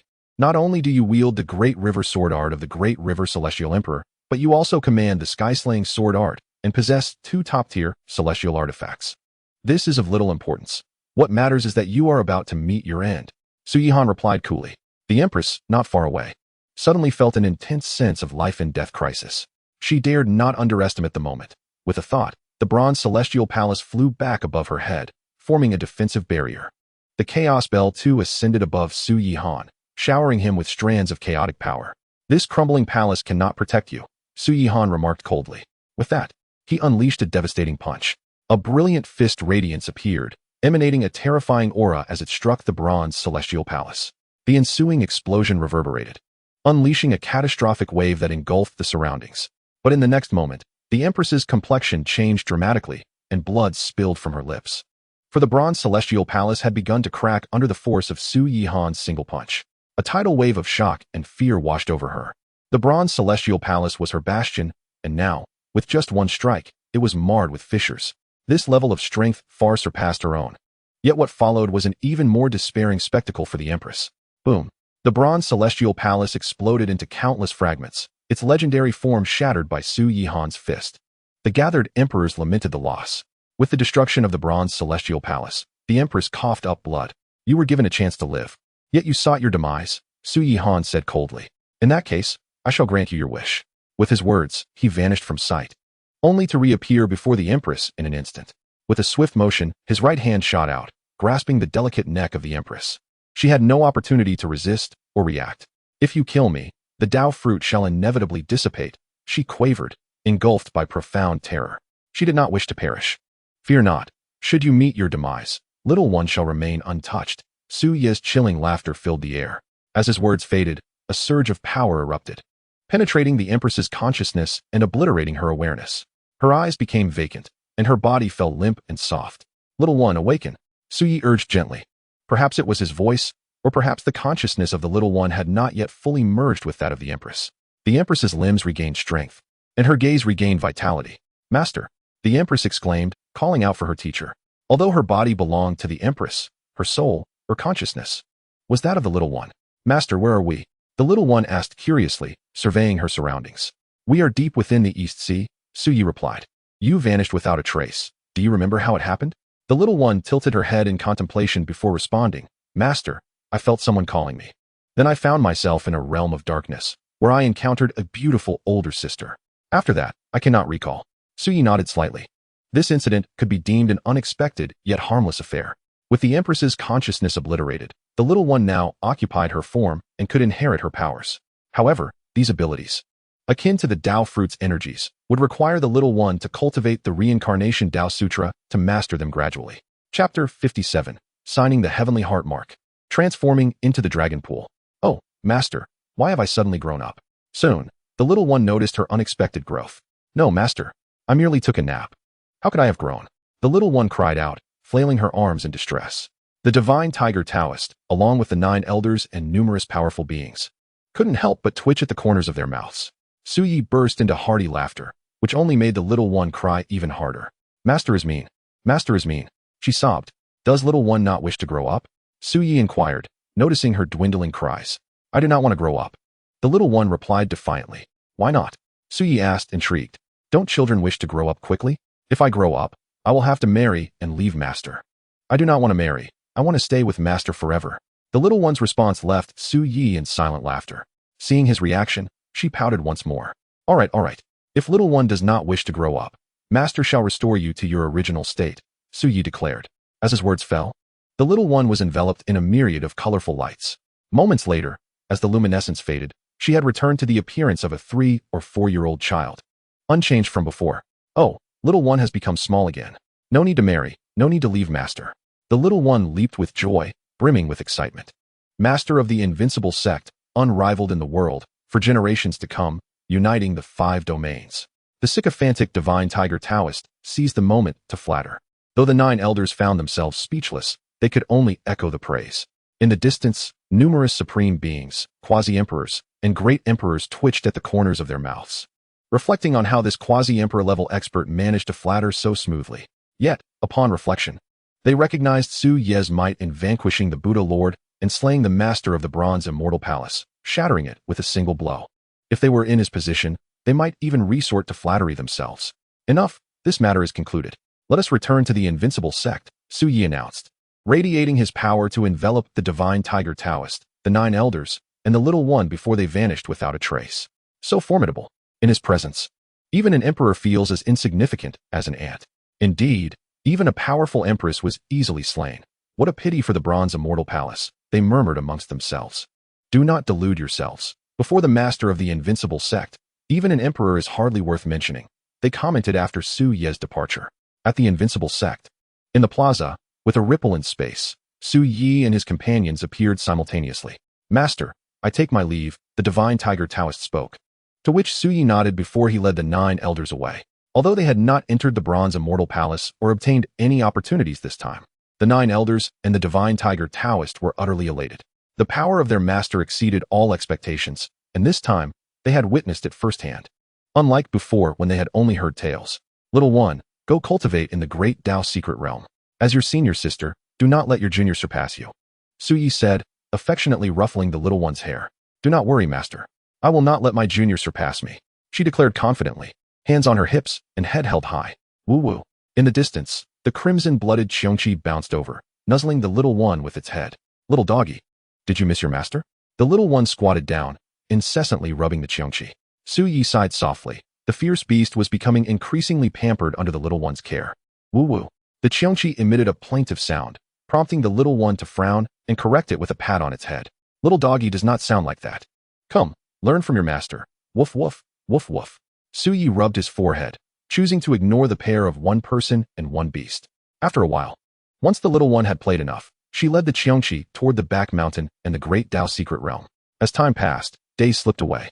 In the brief span of a few days, news of the Bronze Immortal Palace being shattered by the Invincible Sect's master, Su Yi, and the Empress's demise spread throughout the 5 domains. In the Central Continent domain, within the Yi family's Grand Hall, Yi Bufan spoke respectfully. What the fairy has said is entirely true. Su Yi's strength is indeed terrifying. He shattered the Bronze Immortal Palace with a single punch and slain the Empress. Yi Fantian chuckled lightly. This was within my expectations. I am not surprised. However, I did not foresee that Su Yi had mastered the Great River Sword technique, the Heaven-Slaying Sword technique, and the Diamond Divine Art to perfection. Truly incredible. May I ask, fairy, is Su Yi from the Immortal Realm? Yi Bufan inquired, voicing the doubts in his heart. After all, mastering 3 supreme immortal arts and possessing 2 supreme immortal artifacts, if he were not from the Immortal Realm, where else could he be from? I have not heard of such a powerful being in the Immortal Realm, Yi Fantian replied, frowning slightly. If he were from the Immortal Realm, it would be impossible for him to simultaneously master the Great River Sword technique and the Heaven-Slaying Sword technique, as the Great River Immortal Emperor and the Heaven-Slaying Immortal Emperor are sworn enemies, and it is unlikely they would pass their ultimate techniques to the same individual. Thus, it appears that Su Yi is indeed shrouded in mystery. This individual possesses formidable strength. For now, we need not concern ourselves with him. You must swiftly gather the divine gold materials and the treasures of heaven and earth that I require. Once the path to immortality opens, the Yi family shall rise to greatness, Yi Fantian commanded. Yes, rest assured, fairy. Yi Bufan responded eagerly, his face alight with excitement. At the Invincible Sect, Su Yi sat beneath a pavilion, sipping enlightenment tea. For days had passed, allowing him to sign in 4 times. System, sign in 4 times. Ding. Consuming 4 sign-in opportunities. Beginning sign-in process. Ding. Sign-in successful. Congratulations, host. You have received 100 billion premium spirit stones, 1 heavenly heart mark, the Crimson Flame Soul Refining Tower, and the Transforming Dragon Pool. Note, the Tianqin mark allows a peak quasi-emperor to directly merge, thereby achieving the path to becoming an emperor. The Crimson Flame Soul Refining Tower, filled with ethereal crimson flames, it can forge divine consciousness and souls, rendering one more formidable. The Dragon Transformation Pool, a treasure of the Dragon Clan, aquatic beasts and serpents entering it can transform into dragons, reverting their bloodlines. Goodness. The results of the 4 sign-ins reveal that the value of 100 billion spirit stones is the least, followed by the Dragon Transformation Pool. Su Yihan mused inwardly. The Dragon Transformation Pool is a treasure of the Dragon Clan, but he cannot simply hand it over to them without reason. Thus, for the Invincible Sect, the value of the Dragon Transformation Pool does not surpass that of the Crimson Flame Soul Refining Tower. As for the Tianqin mark, it is undoubtedly the most precious among the 4 sign-in results. For a single Tianqin mark can create a great emperor. The Tianqin mark obtained through signing in can allow a quasi-emperor to merge without wasting time on condensation or requiring the acknowledgement of heaven and earth. Little Tiger's realm should have already reached the peak of quasi-emperor. The Tianqin mark can facilitate his merging. Su Yihan thought to himself, feeling content with the sycophantic Xinhu Daoist. Chapter 58, Merging the Mark, Ascension to Emperor. Go summon Little Tiger, Su Yihan commanded without turning back. The maidservant behind him promptly acknowledged. Moments later, Little Tiger appeared in the plaza, clasping his fists in salute, saying, Subordinate pays respects to the sect master. May I inquire what orders you have? Have you stepped into the quasi-emperor realm? Su Yihan set down his teacup and inquired, replying to the sect master. I successfully entered the quasi-emperor realm 2 days ago and have reached the peak today, the Xinhu Daoist exclaimed with barely contained excitement. I owe my achievements to the sect master's teachings of the indestructible Xinhu Sutra and the cleansing pool, as well as the great Dao secret realm. All of this is well-deserved, Su Yihan replied. As long as you remain devoted to this sect master, opportunities will be countless. Even ascending to immortality is not impossible. Such words made the Xinhu Daoist's breath quicken. Yet, the thought of the immortal path being severed for several million years, even tens of millions, gradually cooled his excited heart. I hardly dare to contemplate immortality. Attaining the status of emperor would be more than enough for me, the Xinhu Daoist said. Sect master, speaking of becoming an emperor, I have a question to ask. Speak freely, Su Yihan nodded slightly. Sect master, how can one gain the acknowledgement of heaven and earth to condense the Tianqin mark and attain the status of emperor? The Xinhu Daoist gazed expectantly at his revered sect master. Su Yihan was at a loss for words. His invincible cultivation was attained through sign-ins. Strictly speaking, he was still an ordinary person, not even at the body refinement realm. How could he possibly know how to gain the acknowledgement of heaven and earth, condense the Tianqin mark, and attain the status of emperor? Nonetheless, This did not hinder his pretense. With a subtle smile gracing his face, he slowly began to speak. To become an emperor, must one truly require the acknowledgement of heaven and earth to condense the Tianqin mark? The Xinhu Daoist was taken aback and couldn't help but inquire, Sect Master, what do you mean? I do not understand.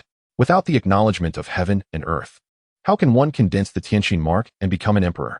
Su Yihan cleared his throat and responded, for others, indeed. To become an emperor necessitates the acknowledgement of heaven and earth and the condensation of the Tianqin mark. But for you, you are under my command, and thus the path to becoming an emperor need not be so cumbersome. The Xinhu Daoist looked at his sect master in disbelief, his heart racing with excitement. Sect master, do you have a way to help me ascend to emperor? Su Yihan nodded slightly. Seeing this, the Xinhu Daoist wasted no time and immediately knelt on the ground. Bowing his head as he declared, I am deeply grateful for the sect master's great favor. I shall serve you faithfully. No need for such formality. Rise, Su Yihan instructed. The Xinhu Daoist complied, his face unable to conceal his exhilaration. To become an emperor. Previously, he would hardly have dared to imagine it. Yet now, merely a few days after aligning himself with Su Yihan, he was on the brink of becoming an emperor. The thought alone sent waves of excitement through him. Su Yihan did not hesitate, flipping his palm to reveal a sphere of radiance. This is the Tianqin mark. Once you merge with it, you shall directly ascend to the realm of emperor. The Tianqin mark. The Xinhu Daoist stuttered, overwhelmed. Though he was not yet an emperor, he understood that the Tianqin mark was a unique treasure. Once an emperor falls, the Tianqin mark dissipates. This was common knowledge, an immutable truth. But why would the sect master possess the Tianqin mark? Furthermore, how could it be in someone else's control? Do you not need it? Su Yihan asked. Are you afraid I would harm you? No, the Xinhu Daoist quickly replied, snapping back to reality. I was simply too excited. I never anticipated that the sect master would possess the Tianqin mark. Enough with the pleasantries, merge with it, Su Yihan urged, tossing the Tianqin mark into the air. The Xinhu Daoist instinctively reached out to catch it. However, he did not grasp it, for the moment the Tianqin mark touched his palm, it fused into him. The Xinhu Daoist's spirit surged, and he sat cross-legged, closing his eyes. In an instant, an abundance of spiritual energy from heaven and earth surged toward him. Simultaneously, boundless rules and orders unfolded above the heavens, where the outlines of 3,000 great Daos emerged. The 9 elders of the Invincible Sect, along with numerous disciples, immediately noticed this extraordinary event. The commotion accompanying the ascension to emperor was unparalleled, and this was merely the beginning. Before long, a radiant beam of colorful light shot from the center of the Xinhu Daoist's forehead, soaring towards the ethereal 3,000 great Daos above. In the next moment, the colorful light landed upon one of the illusory great Daos, which then rapidly approached, encircling the Xinhu Daoist. Surrounding him were countless rules and orders. As time passed, the aura of the emperor realm emanated from the Xinhu Daoist, radiating outward. In the northern, eastern, western, and central regions, powerful figures soared into the air, their profound gazes fixed upon the southern sky. The manifestation of rules, the emergence of the great Dao, and the merging of the Tianqin mark with the ethereal great Dao indicated that someone in the southern region was about to attain the status of emperor. Incredible. If memory serves, the last time someone became an emperor was a full 10,000 years ago. Who could it be in the southern region? Could it be the sect master of the Invincible Sect? Impossible. The sect master could easily slay emperors, severely injure the Buddha Lord, and kill the empress of the Bronze Immortal Palace. His realm must have long surpassed that of an emperor. If not the sect master, then who could it be? Powerful figures exchanged puzzled glances. The entire southern region was enveloped in an overwhelming imperial might, while the heavens above were adorned with boundless rules and the 3,000 illusory great Daos. They were unable to probe with their divine senses or approach personally. In the plaza of the Invincible Sect, soon, the endless rules and orders, along with the illusory great Dao, merged into the Xinhu Daoist's body. At this moment, the Xinhu Daoist's aura reached its zenith. To be precise, he should now be addressed as the Xinhu Emperor. Su Yihan looked at the Xinhu Daoist, a satisfied smile gracing his face.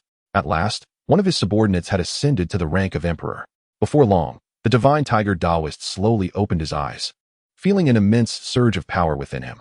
His heart brimmed with exuberance, giving rise to unprecedented confidence.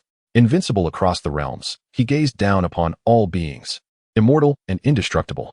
With his hands clasped behind his back, he ascended gradually into the air, proclaiming in a deep voice, "Today, I, the divine tiger Daoist, have attained enlightenment and ascended to the throne of the divine tiger emperor." However, he suddenly sensed a piercing gaze fixed upon him. Instantly, a wave of displeasure washed over the divine tiger emperor. he mused. Who dares to gaze upon me, truly unaware of their mortality? Just as he was about to speak, he realized that the source of the gaze belonged to the esteemed, invincible, and revered Lord of the Sect. Chapter 59. The Manifestation of the Dragon Pool. The stirring of the Dragon Clan, the ancestors mobilized. How does the Divine Tiger Emperor feel? Su Yihan regarded the Divine Tiger Daoist in the firmament above, a teasing smile gracing his lips.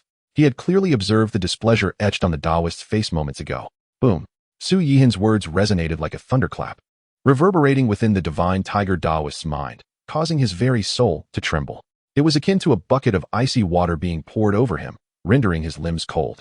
He dared not hesitate for an instant, landing in the square and kneeling upon the ground, declaring with a resonant voice, "Thank you, esteemed Lord of the Sect.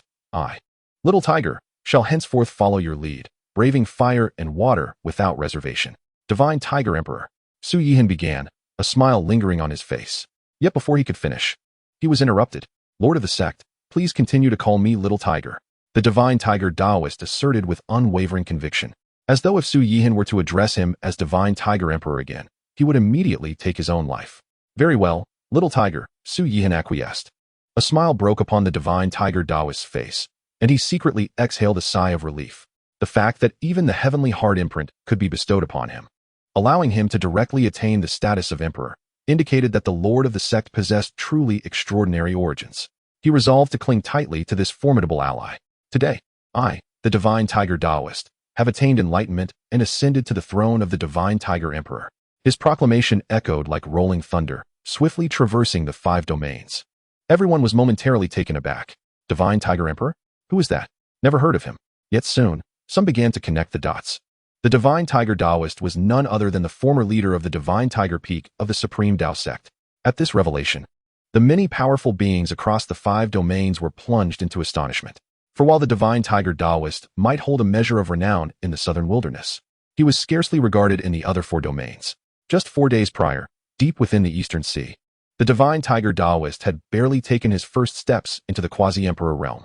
What an astonishing feat! Within merely 4 days, he had ascended to Emperor. "My husband couldn't possibly match that pace," some female cultivators mused inwardly. As shock enveloped the 5 domains, within the plaza of the Invincible Sect, a multitude of elders and attendants appeared, their faces adorned with envy as they gazed upon the towering figure of the Divine Tiger Daoist.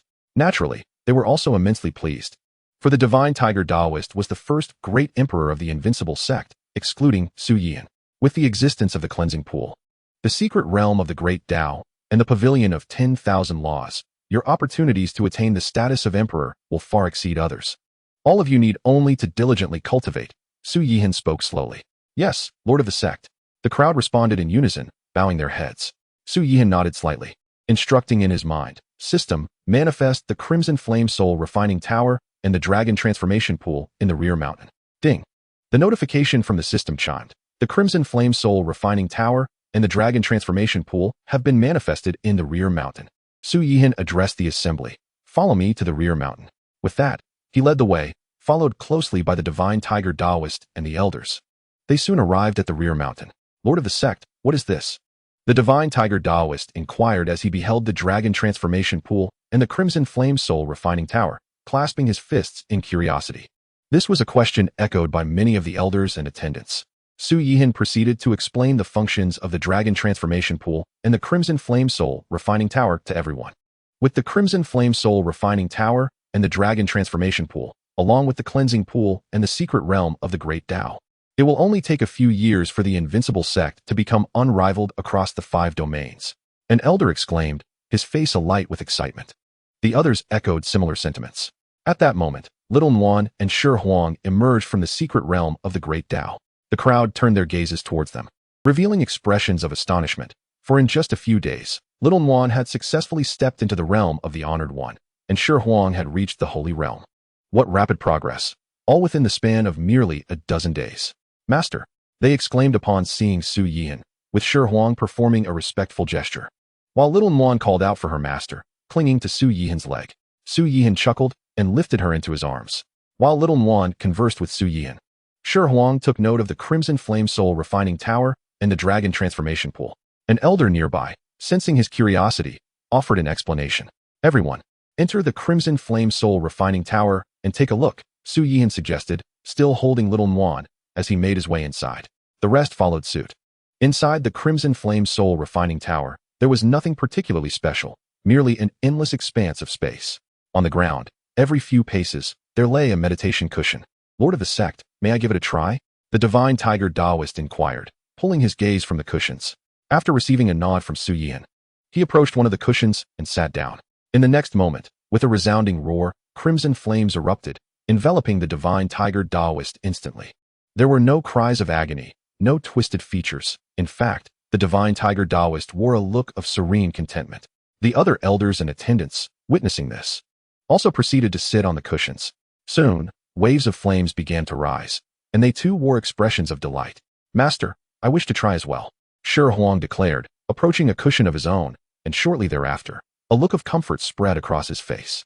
Master, I want to try too, little Nguyen exclaimed, wriggling free from Su Yihan's embrace and racing to a cushion, where she promptly sat down.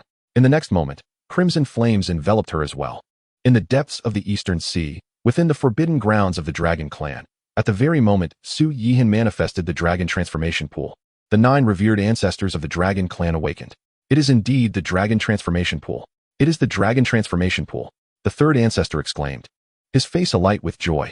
Indeed, it is unmistakably the Dragon Transformation Pool. I can feel the blood within me stirring. Only the Dragon Transformation Pool could have such an effect. Elder brother, do you sense it? The 7th ancestor inquired. All eyes turned to the elder, the first ancestor of the Eastern Sea Dragon Palace. Indeed, the aura of the Dragon Transformation Pool is palpable, right here in the southern wilderness. The first ancestor spoke slowly, excitement evident in his tone. Time is of the essence. Let us dispatch someone to the southern wilderness immediately. We must bring the Dragon Transformation Pool back to the Dragon Clan. The 9th ancestor proclaimed eagerly.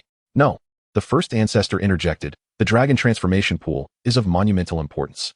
9th, you shall lead 10 Dragon Emperors personally to the southern wilderness. No matter what. Regardless of who possesses the Dragon Transformation Pool, it must be brought back. Yes, rest assured, elder brother, the 9th ancestor replied, exhilarated as he departed the forbidden grounds of the Dragon Clan. Within the Crimson Flame Soul Refining Tower, not long after, the divine tiger Taoist and the elders sequentially opened their eyes. Lord of the sect, this Crimson Flame Soul Refining Tower is extraordinarily powerful. Just a brief moment here, and I already feel my consciousness and soul growing stronger, the divine tiger Taoist exclaimed, his face radiant with joy. He has attained the path of the emperor.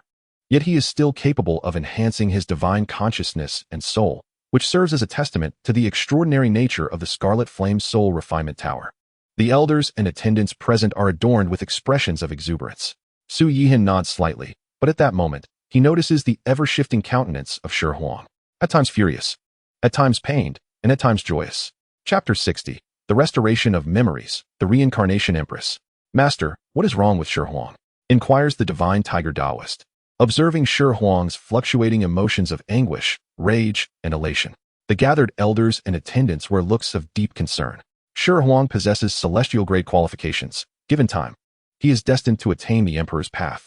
He is the future pillar of the Invincible Sect, and any unforeseen mishap would be intolerable. Su Yihan gently shakes his head, indicating his own uncertainty. Before long, the crimson flames enveloping Shi Huang vanish. He slowly opens his eyes. In that instant, everyone senses a profound change in him. Previously, Shi Huang's gaze was clear. Now it is profound, akin to that of an ancient relic that has witnessed the passage of countless eons. Shi Huang, how do you feel? The divine tiger Taoist speaks first. Shi Huang, however, disregards him, casting a complex look towards Su Yihan. Su Yihan sighs inwardly, already comprehending the situation. He speaks. You all may leave for now. Yes. The crowd bows in acknowledgement, and little Guagua, noticing her master's serious demeanor, follows suit and departs. Have you regained your memories? Su Yihan directly inquires. Indeed, Shi Huang's eyes deepen, filled with complexity as he gazes at Su Yihan. There is but one explanation for this. He has restored his memories. As a reincarnation of a celestial emperor, unlike little Guagua, he is naturally able to recover memories of his past life. Shi Huang nods, stating, with the aid of the Scarlet Flame Soul Refinement Tower, I have regained my memories. Do you still recognize me as your master? Su Yihan continues to question.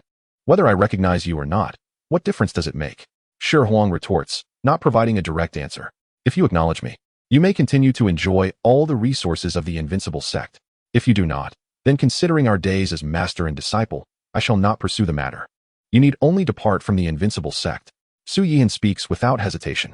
Are you not afraid of the monumental karma upon me? Shi Huang voices solemnly.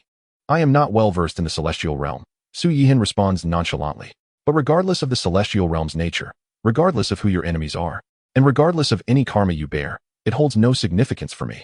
My enemies are extraordinarily formidable, to the extent that even celestial emperors are far from their match. Shi Huang declares. That is of little consequence, Su Yihan replies. Shi Huang falls into silence, contemplating for a moment before rising to half kneel before Su Yihan, proclaiming. Disciple Shi Huang pays respects to Master. Shi Huang chooses to acknowledge Su Yihan as his master for several reasons. Firstly, Su Yihan rescued him and imparted the supreme dominance body technique. Secondly, the Invincible Sect possesses the great Dao secret realm and the cleansing marrow pool, both of which are treasures even in the celestial realm. And thirdly, the celestial emperor is deceased, and he is now Shi Huang. Haha, excellent, my obedient disciple.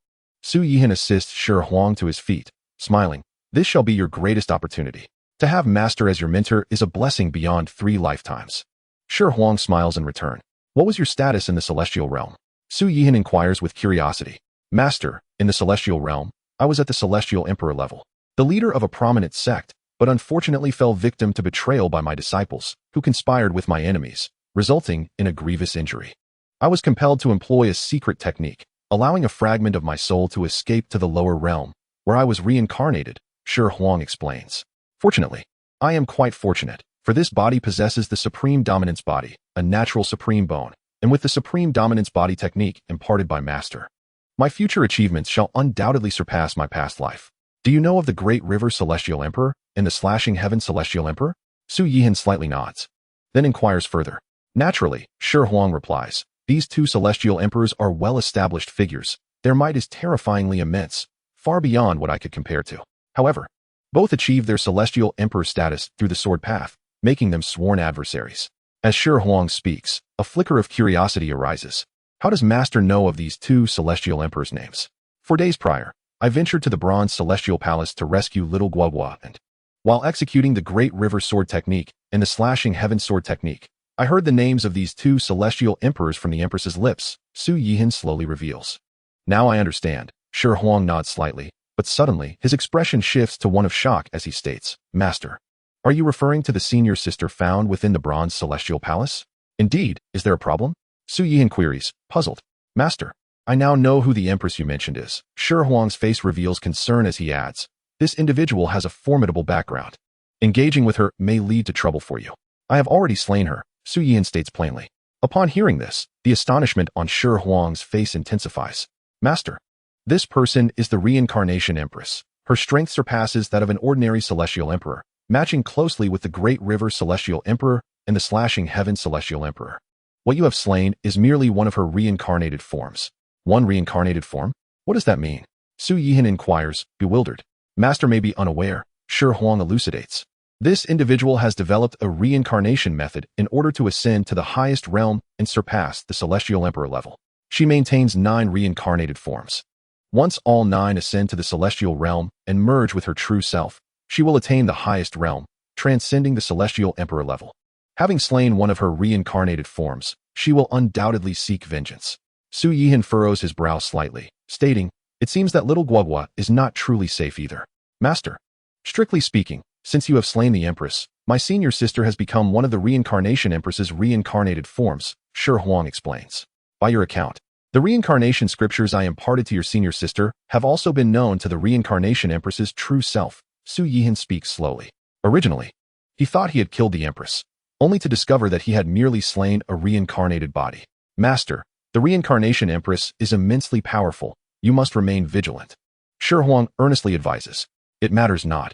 If she dares to come, I shall completely eliminate her. Su Yihan chuckles lightly, his laughter laced with disdain towards the Reincarnation Empress. Seeing his master so confident, Shi Huang cannot help but inquire. May I ask what realm you currently reside in? What realm? That question truly perplexes me. Su Yihan muses inwardly. I possess no specific realm. All I possess is unparalleled strength. Enough, you may leave now. Su Yihan interjects as he notices Shi Huang's intent to inquire further.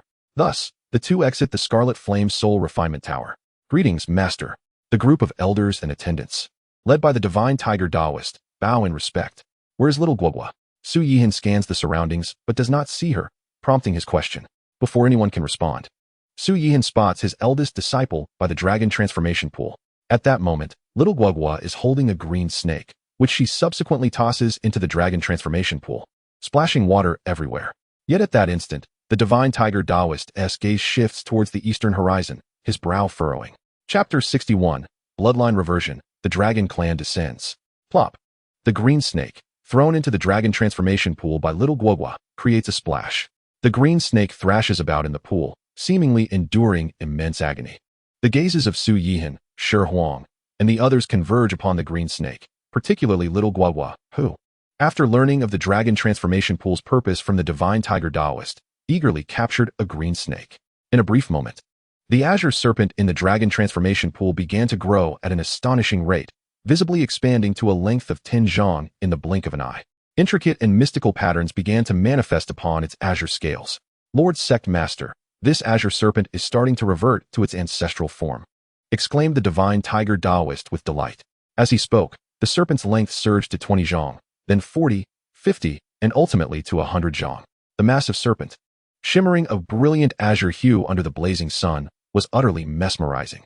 Though the azure serpent has reached 100 meters in length, it still belongs to the serpentine species, remarked the divine tiger Daoist, puzzled. There's no rush. Let us observe, replied Su Yihan with a faint smile. Indeed, as his words fell, the azure serpent let out a thunderous roar, and its head began to transform. 2 prominent bumps emerged atop its head, and soon after, 2 dragon horns sprouted forth. Additionally, a layer of azure dragon scales began to form along its extensive body. At that moment, the azure serpent was transformed, yet it had not evolved into a divine dragon. Rather, it had become a horned dragon. However, with the dragon transformation pool at its disposal, it was only a matter of time before it would evolve into a true divine dragon. With a mighty roar, the azure horned dragon soared into the air, bowing its head repeatedly to Su Yihan and the little girl, as if paying homage. From now on, you shall remain at the unbeatable sect to cultivate. I grant you the name, Little Qing, Su Yihan said with a gentle smile. Do you accept? The azure-horned dragon nodded vigorously, expressing its willingness, and danced joyfully in the air, clearly exhilarated.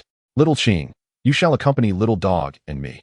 The 3 of us will play together, the little girl declared, hands on her hips and head held high. Little Qing, not daring to refuse, eagerly nodded in agreement.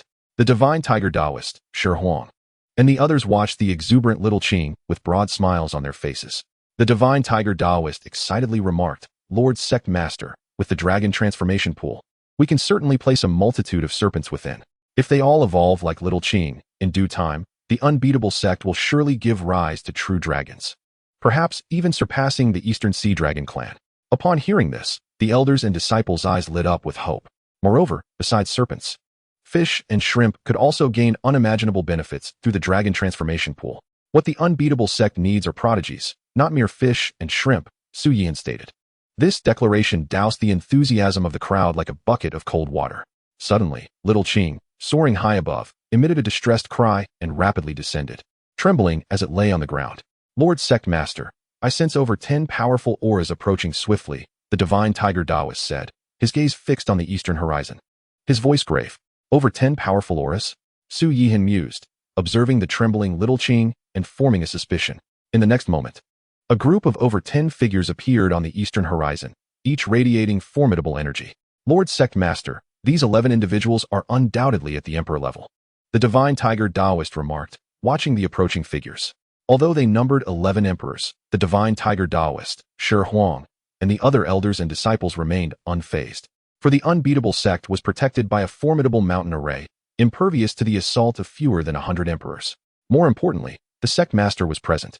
The 18 bodhisattvas of the Buddhist sect had seen 15 of their number slain, and their leader gravely injured by the sect master. The bronze celestial palace had been shattered to countless pieces by the sect master's fist, resulting in the demise of the empress. Now, with merely 11 emperors, what was there to fear? Before long, the dragon clan, led by the 9th ancestor, arrived above the unbeatable sect. Their gaze fell not upon Su Yihan, the divine tiger Daoist, nor Shi Huang and the little girl, but immediately fixated on the dragon transformation pool. It is indeed the dragon transformation pool, exclaimed the 9th ancestor. I can feel the blood within me stirring. It yearns to enter the dragon transformation pool.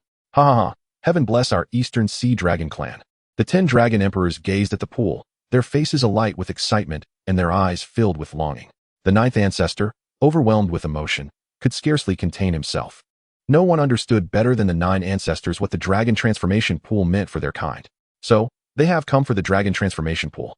The divine tiger Taoist and the others realized. Lord Sect Master, the dragon transformation pool is a priceless treasure for the dragon clan. And now they have come to seize it, the divine tiger Taoist stated with a subtle smile. If they act like the Buddhist sect, I would not hesitate to allow the dragon clan's extinction, Su Yihan replied, unperturbed. After a considerable time, the 9th ancestor and the 10 dragon emperors finally regained their composure, scrutinizing Su Yihan and his companions. Naturally, their primary focus was on the divine tiger Taoist, for to them, Su Yihan appeared as an ordinary individual, devoid of any cultivation. Are you the sect master of this sect? One of the dragon emperors asked disdainfully. Hand over the dragon transformation pool, and we shall not trouble you, otherwise your sect shall be obliterated. Lord Sect Master, they are indeed seeking their own demise, the divine tiger Taoist chuckled. Haha, indeed. Who would have thought there are still those daring enough to cause trouble at the unbeatable sect? These 4-legged reptiles have dwelled in the depths of the Eastern Sea for far too long. Unaware of the sect master's terrifying achievements, the elders and disciples chimed in. Presumptuous! How dare you insult the dragon clan? The first dragon emperor shouted furiously, extending his right palm to strike the elder who had spoken of the 4-legged reptiles.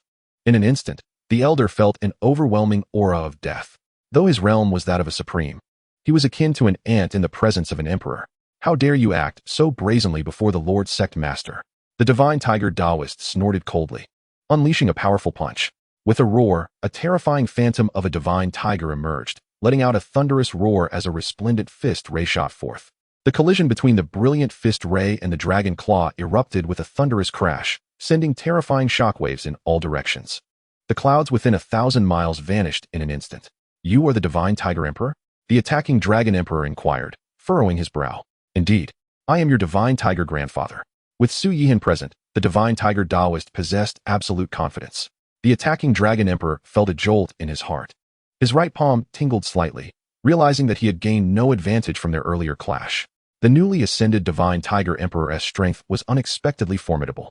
Chapter 62. The 4-legged reptiles seek their own demise. The strength of the divine tiger Taoist exceeded the expectations of the 9th ancestor and the 10 dragon emperors. No wonder he was so arrogant. Having just become an emperor, he displayed such power. Given time, ordinary emperors would indeed struggle against him. The dragon emperor who had just attacked sneered, Unfortunately, today shall be your day of demise. Kill. As he spoke, he transformed into a streak of light, vanishing from his spot, charging towards the divine tiger Taoist.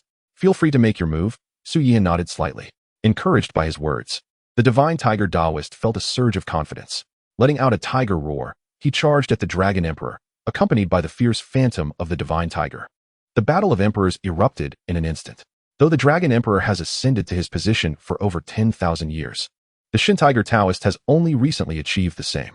However, the Shin Tiger Taoist possesses the Tianxin mark, awarded through a signing-in system, combined with the Shin Tiger Indestructible Sutra, rendering his strength not inferior to that of the Dragon Emperor. Amidst the air, the 9 Dragon Emperors and the 9th Ancestor observed the 2 equally matched contenders, their hearts trembling slightly. After a few breaths, the 9th Ancestor spoke slowly. Ao Qing, annihilate all those below. Understood. The Dragon Emperor, known as Ao Qing, clasped his fists in acknowledgement. Subsequently, a terrifying imperial might emanated from him as his right hand transformed back into its true form, a dragon claw, aiming towards Su Yihan, the little girl, and Shi Huang. The dragon claw was enveloped by the order of rules, exuding a fearsome aura. Except for Su Yihan, the little girl, Shi Huang, and the elders present felt as insignificant as ants. Your strength may not be inferior to mine, but you alone cannot protect them. Nor can you safeguard the dragon transformation pool, the dragon emperor scoffed while attacking. Unperturbed, the Shin Tiger Taoist remained calm, for he had the presence of his sect leader. A mere 4-legged insect dares to act so presumptuously. Su Yihan smirked, his fingers aligning to form a sword that sliced through the air. Swish. Thud. A fierce sword intent erupted, reaching its target in an instant. With a muffled sound, the colossal dragon claw was severed cleanly. Dragon blood rained down like a torrential downpour. In the heavens above, Ao Qing stared in horror at his dismembered arm, his heart surging with tumultuous waves. To his perception, the individual below was merely an ordinary person. Yet with a single strike, he had sustained injury. The other 8 dragon emperors also changed their expressions, while the ninth ancestor furrowed his brow slightly, for at his level, he could not discern Su Yihan's realm nor detect any fluctuations in power. Haha, with the sect leader present, all you four-legged insects shall perish. The Shin Tiger Taoist, having repelled the Dragon Emperor with the Shun Tiger Indestructible Sutra, wore a mocking expression. Who are you exactly? The ninth ancestor inquired, halting Ao Qing and the others from continuing their assault. Who I am is of little importance. What matters is why you have come, Su Yihan replied slowly. The Dragon Transformation Pool is a treasure of the Dragon Clan. From where did you acquire it? The ninth ancestor pressed on. The origin of this treasure is of no concern to you or the Dragon Clan, Su Yihan stated. The Dragon Transformation Pool now belongs to the Invincible Sect. Pointing at the trembling little Qing on the ground, he added, this is little Qing, who just moments ago was but a green snake. Upon entering the Dragon Transformation Pool, her bloodline evolved, and she is now a green flood dragon. Given time, apart from the Eastern Sea Dragon Clan, the Invincible Sect will also possess numerous true dragons. If you are willing to return the Dragon Transformation Pool, the Dragon Clan will offer significant rewards. The ninth ancestor suppressed his excitement and spoke solemnly. If a mere green snake can evolve into a green flood dragon upon entering the Dragon Transformation Pool, then we, the true Dragon Clan, if we were to enter, could surely revert our bloodline to that of the ancestral dragons, especially myself and my 8 brothers. Haha, the Dragon Transformation Pool was acquired by this sect leader. How could it be returned to the Dragon Clan? Su Yihan retorted. The Invincible Sect resides in the southern territories, while the Dragon Clan dwells deep in the Eastern Sea. There is no enmity between us. If you wish to avoid death, depart swiftly, and I shall not hold you accountable. The Dragon Transformation Pool is a treasure of the Dragon Clan and can only belong to them. If you are unwilling to return it, do not blame me for employing great power against the weak and the many against the few. The ninth ancestor's voice turned icy. Should you strike, not only will you perish, but the Eastern Sea Dragon Clan may face annihilation. Su Yihan responded confidently, a smile gracing his face. You are truly arrogant. Let me see just how strong you are. The ninth ancestor, filled with anger, launched his right hand towards Su Yihan and the others. Just based on you? Su Yihan bore a look of profound disdain. He regarded the descending colossal hand without making any move. Yet, in the next moment, a golden light surged forth from within him. In the heavens above, surrounded by chaotic power, the Chaos Bell exuded a profound and heavy aura. Clang! The Chaos Bell rang, sending forth a golden wave that swept forward. The colossal hand, the first to confront this golden light, was utterly powerless to withstand it, disintegrating in an instant. Following that, the Dragon Emperor, who was evenly matched with the Shin Tiger Taoist, also could not resist the terrifying golden wave. In but a moment, his soul was obliterated, his essence dissipated, and his physical form reduced to dust, lost to the universe. This scene caused the ninth ancestor's expression to shift dramatically, instilling terror in the 9 Dragon Emperors behind him. Roar! The ninth ancestor was the first to react, releasing a thunderous dragon roar as he transformed back into his true form, a colossal dragon. He unleashed his power to the utmost, enveloping himself. As for Ao Qing and the other 8 Dragon Emperors, he found himself powerless, sensing the sheer strength and terror of the golden wave. In the next moment, the golden wave swept through. The ninth ancestor felt as though struck by lightning, his enormous dragon form instantly becoming a bloody mess, dragon blood pouring forth. He felt as though even his soul was being torn apart. As for Ao Qing and the other 8 Dragon Emperors, they faced the overwhelming golden wave, having no chance to resist, turning to dust, leaving no remains behind. Roar! Who are you? The ninth ancestor bellowed. How could such a powerful celestial artifact exist? Simultaneously, he used secret methods to notify the other 8 elders of the Dragon Clan. Who I am is not for you to know. Today, you are doomed. Su Yihan spoke coldly, an infinite killing intent glimmering in his eyes. At that moment, waves of divine consciousness from the realm of emperors spread forth. Upon realizing that it was the sect leader of the Invincible Sect battling the Dragon Clan, they were all taken aback. They thought, this formidable sect leader of the Invincible Sect is indeed restless. Just days after slaying the Empress of the Bronze Immortal Palace, he is now clashing with the Dragon Clan. Just then, the space rippled, and the remaining 9 elders of the Dragon Clan simultaneously appeared. Eldest brother, second brother, third brother. The ninth ancestor looked at his 8 brothers, nearly moved to tears. The situation was dire, too dire. As the 9th ancestor of the Eastern Sea Dragon Clan, he had nearly been annihilated by a celestial artifact. In the shadows, the powerful beings at the Emperor level gazed at the suddenly appearing 8 elders of the Dragon Clan, their hearts trembling. For at their level, they could not fathom the realm of the 9 Dragon Ancestors. So this is the true foundation of the Dragon Clan. Indeed, 9 beings surpassing the Emperor level, truly deserving of their reputation. If the Dragon Clan possesses 9 such formidable beings, why did they not intervene when the Western Sea, Northern Sea, and Southern Sea Dragon clans were annihilated? What do you know? An emperor remarked. Among the 4 seas, only the Eastern Sea Dragon clan is the true Dragon clan. The other 3 Sea Dragon clans are merely mixed-blooded. In the shadows, the emperors debated, while Su Yihan observed the 9 ancestral dragon lords, slightly narrowing his eyes. Despite the 9th ancestor's grim appearance, the 1st ancestor and the others paid him no heed. They did not even glance at Su Yihan, the Shintiger Taoist, or the chaos bell hovering in the heavens. Instead, their gaze was fixated upon the dragon transformation pool at the back of the Invincible Sect. For with their strength and realms, even from the heavens, they could sense the longing of their bloodlines. What is going on, 9th Elder? After a brief moment, the 8th ancestor inquired in a solemn tone. The gazes of the other 7 elders also fell upon the 9th Elder. It was he, a figure of remarkable prowess, wielding a supreme celestial artifact. The 9th Elder's enormous dragon-like eyes glared at Su Yihan, bellowing in anger. At this moment, the 8 elders noticed the chaotic bell hovering above, radiating an aura of celestial spirit and chaotic energy. Might you hail from the celestial realm? The 1st ancestor narrowed his eyes and spoke gravely, for even he could not discern Su Yihan's true power. The origin of this sect leader is of little consequence. What truly matters is whether you wish for life or death, Su Yihan asked with a light smirk. Hell, what of death? What of life? The 1st ancestor wore a smile, seemingly unfazed by Su Yihan's presence. Death is simple. I could easily grant it to you, Su Yihan replied. Life is equally simple. Submit to this sect leader. Submit to the Invincible Sect. Initially, Su Yihan had indeed intended to annihilate the Dragon Clan, but upon reflection, he considered that with the Dragon transformation pool at his disposal, it would not be unwise for the Dragon Clan to submit. Ha ha ha, splendid. Young man, you possess quite the audacity. The 1st ancestor laughed heartily. I shall present you with 2 paths. I am all ears, Su Yihan replied indifferently. Surrender the Dragon transformation pool, and I shall depart immediately, causing you no distress, nor shall I hold you accountable for the slaying of 10 Dragon Emperors. And you will be generously rewarded. Alternatively, if you refuse to hand over the Dragon transformation pool, I shall take your life. You truly believe you can contend with me? Su Yihan laughed, though it was a derisive scoff, a sneer of disdain. Feel free to test that, the 1st ancestor replied, buzzing. At that moment, behind the 9 dragon ancestors, the fabric of space rippled as numerous dragon emperors and quasi-emperors descended. Upon a cursory glance, there were no fewer than 15 emperors and over 40 quasi-emperors. The strength of the Eastern Sea Dragon clan was utterly terrifying. For merely this force was already formidable enough to rival great sects and holy lands.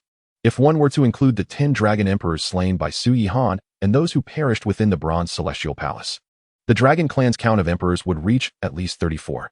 Moreover, there were still 9 ancestors whose power surpassed that of emperors. Silently, the emperors witnessed this scene, their excitement palpable. Su Yihan stood with his hands clasped behind his back, gazing at the 1st ancestor, and sighed. It is no easy feat for an ant to shake a tree, yet you remain oblivious to your impending demise. As he spoke, he soared into the air, coldly declaring, Since you seek death, I shall oblige. Boy, you possess guts. Allow me to see just how much weight you carry. The 1st ancestor's declaration was followed by an immediate and fierce attack. Oblivion Dragon Fist. He let out a thunderous roar, launching his right fist. Instantly, a shadowy, ink-like fist of energy surged forth, exuding an aura of annihilation, racing towards Su Yihan. Merely a parlor trick. Su Yihan scoffed, his right fist striking out, unleashing a brilliant fist of light. Boom. In the next moment, the radiant fist collided with the dark fist, resulting in a thunderous explosion.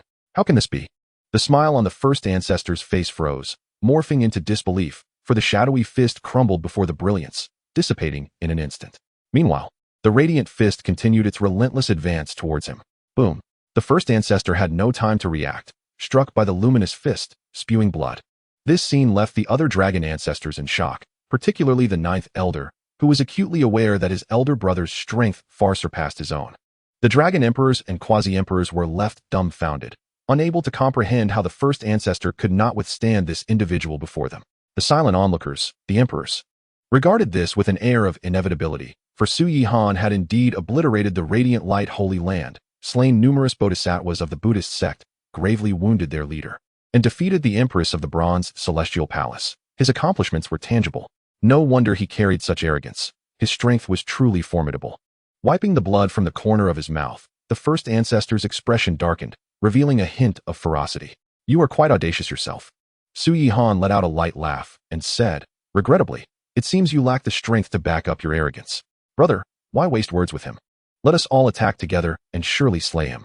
Indeed, brother, if we slay him and obtain the dragon transformation pool, our strength shall soar. Kill, kill, kill." The dragon ancestors voiced their anger in unison. Kill. Upon witnessing this, the first ancestor no longer hesitated, roaring as he transformed into his true form, a colossal divine dragon. The other 8 dragon ancestors followed suit. In the heavens above, 9 towering divine dragons emanated a fearsome aura, their roars shaking the skies. Compared to them, Su Yihan appeared as insignificant as dust. Overestimating oneself. Su Yihan chuckled coldly.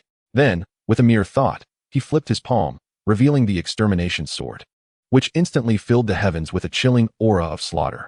Kill, he uttered softly, releasing a single word, wielding the extermination sword, and, beneath the shadow of the chaotic bell, charged toward the 9 formidable divine dragons above. Roar, kill, kill, kill. The 9 dragon ancestors unleashed a thunderous roar, their terrifying jaws spewing divine light, intent on reducing Su Yihan to mere pulp. Yet, lamentably, the onslaught of the 9 dragon ancestors was entirely thwarted by the chaotic bell. Ao Hong, I command you to lead the dragon clan in reclaiming the dragon transformation pool that belongs to us. Any who obstruct shall be slain. The first ancestor of the dragon clan issued orders while unleashing his fury. Chapter 64, Bloodline Awakening. The ancestral dragon reappears. Kill, kill, kill. Ao Hong received the command without hesitation, making his way toward the rear mountain of the Invincible Sect, followed by the multitude of dragon emperors and quasi-emperors. This is it. While Su Yihan's strength is formidable, the 9 ancestors of the dragon clan exceed even that of emperors. If they join forces, they need not kill him. Merely stalling him will suffice to bring about the downfall of the Invincible Sect. Indeed, though Su Yihan is powerful, the Invincible Sect is vastly weaker, with only the Divine Tiger Emperor able to put up a fight. Originally, it was thought that Su Yihan could still suppress the dragon clan and continue the legend. Yet this unforeseen spectacle unfolded. The onlookers, including the divine tiger Taoist, Xian Wan, Shi Huang, and the elders, all changed their expressions. With this sect leader present, you shall not kill a single one.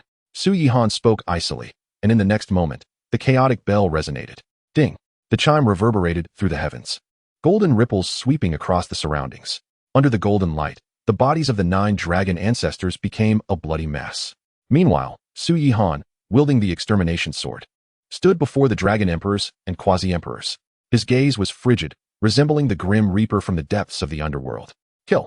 He bellowed, the extermination sword cleaving down. A fierce sword light howling forth. Thud, thud, thud. The sound of muffled impacts echoed as 3 dragon emperors and 8 quasi-emperors were severed in half. The heavenly heart mark ascended to the heavens, a torrential rain of blood pouring down.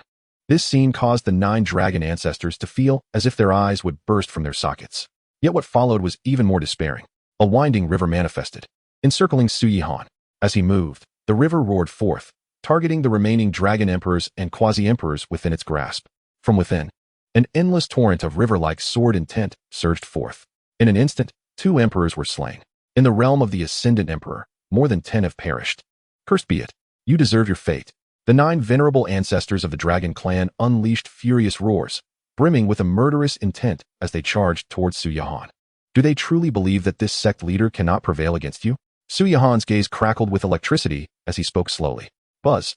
In the next moment, an unparalleled Buddha manifested. A sacred, radiant, and supreme aura permeated the heavens and the earth. This was the perfected Vajra divine art. Bang! The supreme Buddha pressed its palms together, unleashing a blinding golden brilliance. How could this be? How could you wield the highest secret technique of the Buddhist sect? Faced with the dazzling golden light, the 9 ancestors of the dragon clan found themselves utterly defenseless, spitting blood as they were sent flying. They gazed in horror at the supreme Buddha behind Su Yihan, their dragon faces filled with terror. Whoosh! Su Yihan paid them no heed, his extermination sword cleaving once more. His target was the remaining dragon emperors and ascendant emperors. Bang bang bang. As expected, one by one, lifeless bodies plummeted to the ground. At this moment, among the dragon clan's emperors and ascendant emperors, only 1 emperor and 3 ascendant emperors remained. Moreover, these 4 were grievously wounded in the face of the Grand River Sword technique. Do not kill me, venerable sect leader. Wong Mu is willing to surrender, willing to submit. In the face of death, the dragon emperor abandoned all resistance and knelt in midair. Venerable sect leader, I too wish to submit. I too wish to submit. So do I. The three ascendant emperors, witnessing this, hesitated not for a moment and likewise surrendered, kneeling in midair. Seeing this, Su Yihan's thoughts stirred, and the winding grand river dissipated. He spoke indifferently. Since you choose to surrender, I shall temporarily spare your lives. Step aside and watch as I slay these 9 four-legged serpents. Su Yihan's words were like a reprieve from death to Ao Mu and the others, who dared not hesitate and retreated far away. Ao Mu, Ao Shui, Ao Song, Ao Quan, you four, how dare you betray the dragon clan? You deserve to die? The sixth ancestor roared with fury, employing the Annihilation dragon fist, intent on obliterating the three. Ao Mu and the others' expressions changed drastically, enveloped by an overwhelming aura of death. Buzz. At this critical moment, a flash of golden light appeared, deflecting the sixth ancestor's assault. It was the Chaos Bell. With this sect leader present, you cannot kill them. Su Yihan stood with his sword, speaking calmly. Rather than waste your energy, consider how you might survive a little longer. Brothers, this individual possesses 2 supreme celestial artifacts and has cultivated the highest secret technique of the Buddhist sect. His strength is extraordinary. The first ancestor spoke solemnly. To slay him, we must invoke the ancestral dragon. Brother, come forth. I have long harbored such an idea. Indeed, should we succeed in killing this man and obtain the dragon transformation pool, it will all be worthwhile. Ha ha ha. The ancestral dragon shall return. Let us see how you resist. One by one, the ancestors of the dragon clan spoke, seemingly driven to madness. In unison, they bellowed. Bloodline awakened. I am the body of the ancestral dragon. Bloodline awakened. I am the eyes of the ancestral dragon. Bloodline awakened. I am the head of the ancestral dragon. As their voices echoed, a potent surge of bloodline power erupted from the 9 ancestors of the dragon clan. This power did not belong to them. It belonged to the ancestral dragon. As the ancestral dragon's bloodline power was unleashed, the first ancestor transformed into the dragon's body. The second ancestor morphed into the dragon's head. The third ancestor became the dragon's eyes. In an instant, a colossal dragon, 100,000 zhang in length, emerged in the heavens, exuding an aura of ancient ferocity. Goodness, is this the ancestral dragon? Unbelievable. The 9 ancestors of the dragon clan can actually awaken their bloodline and temporarily transform into the ancestral dragon. Their strength, already surpassing that of emperors, now unified and augmented by the ancestral dragon's bloodline power, raises the question of whether Su Yihan can withstand it. Meanwhile, the hidden emperors felt a tidal wave of apprehension. Though they were unrivaled emperors, at this moment, they felt as insignificant as ants. Ao Mu and his companions, gazing at the terrifying presence of the ancestral dragon, couldn't help but feel a twinge of regret, pondering how they might seek forgiveness from the 9 ancestors should Su Yihan perish. Within the Invincible Sect, the divine tiger Taoist and the elders looked upon the dragon spanning the sky with expressions of concern. At this moment, the colossal dragon above evoked a sense of dread that even surpassed that of the empress within the bronze immortal palace. Meanwhile, Shi Huang, having regained memories of his past life, gazed at the giant dragon, murmuring, the bloodline of the ancestral dragon. The 9 ancestors of the dragon clan actually harbor ancestral dragon bloodline. Could it be that they hail from the celestial realm? Su Yihan regarded the ancestral dragon stretching across the heavens, narrowing his eyes. This was beyond his expectations. But so what? You are free to do as you wish. I am invincible. Do not think that merely awakening your bloodline power and temporarily transforming into the ancestral dragon will deter this sect leader. Even if the true ancestral dragon were to descend, there would only be one outcome in the face of this sect leader: death. Su Yihan stood resolute with his sword, his silver hair billowing without wind. He resembled an invincible war god, exuding unwavering confidence against any foe. In the next moment, wielding the extermination sword, he charged toward the colossal dragon. Chapter 65. The ancestral dragon descends. Roar. The dragon let out an enraged roar, as if Su Yihan's proactive strike was an affront to its majesty. In the next moment, it unleashed a torrent of terrifying energy from its gaping maw. The Chaos Bell. Su Yihan's eyes sparkled with intensity as his thoughts stirred, causing the Chaos Bell to suddenly expand to a height of 10,000 zhang. Boom, boom, boom. Following that, the horrific energy surged forth, crashing against the Chaos Bell. The thunderous eruption revealed that the Chaos Bell effortlessly withstood the onslaught of terrifying energy. This only fueled the dragon's fury further, as its massive claws lunged towards Su Yihan. I shall slay you.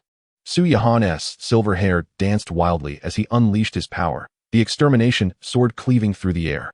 A battle of epic proportions unfolded between man and dragon in the heavens, a terrifying aura enveloping the 5 domains.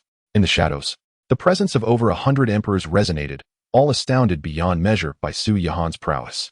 The 9 ancestors of the dragon clan, having awakened their bloodline power and temporarily transformed into the ancestral dragon, could obliterate the heavens even if they could only unleash 1/10,000th of the true ancestral dragon strength. Yet, Su Yihan not only held his ground but pressed the attack against the colossal dragon. The extent of Su Yihan's strength was beyond imagination. This sect leader has declared, even if the true ancestral dragon were to descend, the only fate awaiting it is death. As Su Yihan spoke, the extermination sword descended. With a sharp whoosh, an extremely fierce sword intent surged forth, striking directly against the colossal dragon's massive form. Roar! Accompanied by a heart-wrenching dragon's wail, the colossal dragon was cleaved in two, dragon blood raining down like a torrential downpour. The Vajra divine art. Su Yihan spoke coldly. The supreme Buddha manifested once more, radiating a blinding golden light. Under this golden brilliance, the dragon emitted a mournful and piercing cry, enduring immense suffering. Su Yihan did not rush to slay the colossal dragon. Instead, he tormented it bit by bit. Whether by the extermination sword or the Grand River sword technique, or the use of the chaos bell, he inflicted relentless agony. Unbeknownst to him, as the dragon's injuries deepened, in the deepest recesses of the dragon realm of the celestial sea, the slumbering ancestral dragon sensed the excruciating pain emanating from its bloodline. It slowly opened its colossal eyes, and a faint sound emerged from its maw. In the depths of the ether, it could feel the anguish of its kin, the Yazi, suffering greatly in the lower realm. After speaking, the ancestor dragon slowly closed its eyes, yet a fragment of consciousness transcended the boundaries of the two realms and descended into the lower world. Having played enough, are you prepared for death? Su Yihan stood with his sword, his voice calm, yet resolute. At this moment, the colossal dragon, having lost a significant portion of its body, was drenched in blood, its claws severed completely. Its enormous eyes, now blood-red, were evidently blind. In the shadows, several emperors and the members of the Invincible Sect once again bore witness to Su Yihan's formidable strength. Shi Huang's face was alight with excitement, feeling fortunate that even after regaining his memories, he still acknowledged this master. Meanwhile, the Force-subservient Wong Mu felt relieved that they had not erred in their recognition, otherwise, they would surely meet their doom. Suddenly, the battered dragon released a thunderous roar. Instantly, its blind eyes regained sight, and the severed parts of its body began to regenerate. In the blink of an eye, this severely wounded dragon astonishingly restored itself to its original form, emanating a terrifying aura that far surpassed its previous state. What is happening? The onlookers, including the hidden emperors, were filled with confusion. It was gravely injured and near death. How could it regain its strength so rapidly and possess an even more formidable presence? The members of the Invincible Sect were equally perplexed. Su Yihan merely furrowed his brow momentarily before relaxing. Regardless of any hidden trump cards possessed by the 9 ancient ancestors of the dragon clan, he felt no fear. How dare these insignificant ants torment the supreme dragon clan? The dragon's maw opened, speaking human words. This time, however, the tone was laden with ancient sorrow. Who are you? Su Yihan inquired, sword in hand, raising an eyebrow. He sensed that the entity conversing with him was not one of the 9 ancient ancestors, but rather an unfamiliar consciousness. The world knows me as the Ancestor Dragon. The dragon's declaration was astonishing. The hidden emperors and members of the Invincible Sect, including the God Tiger Taoist and elder disciples, all changed their expressions. The mere mention of the Ancestor Dragon was enough to instill fear across the realm. The Ancestor Dragon's consciousness has descended. Shi Huang, having awakened memories from a past life, murmured in disbelief. As a reincarnated immortal emperor, he understood better than anyone the vast power of the Ancestor Dragon. The Great River Immortal Emperor and the Celestial Slashing Immortal Emperor were established figures of immense strength, far beyond the capabilities of ordinary immortal emperors. However, when compared to the Ancestor Dragon, they paled in comparison, not to mention the Reincarnation Empress. In the entire immortal realm, only a few, like the Phoenix Ancestor and the Qilin Ancestor, could stand shoulder to shoulder with the Ancestor Dragon, alongside the great sacred lands, sects, and ancient families. In the immortal realm, these individuals were the true titans, the real powerhouses. And now, such a formidable being had sent a fragment of its consciousness to breach the barriers of the two realms and descend into the lower world, an utterly inconceivable feat. The 4 surrendering Wong Mu were utterly horrified, stammering in disbelief. Su Yihan cast a glance at the 4, snorting coldly. Do not think that even if it is merely a fragment of consciousness that has descended, I would hesitate to strike down its true form. As ever, he exuded arrogance, brazenly dismissing all. How dare these insignificant ants show disrespect to me? The dragon's mouth opened once more. Before Su Yihan could respond, It expressed its confusion. You possess 2 supreme immortal artifacts and have managed to inflict severe harm upon my 9 descendants. Yet why can I sense no trace of power emanating from you? What is so strange about that? Su Yihan scoffed.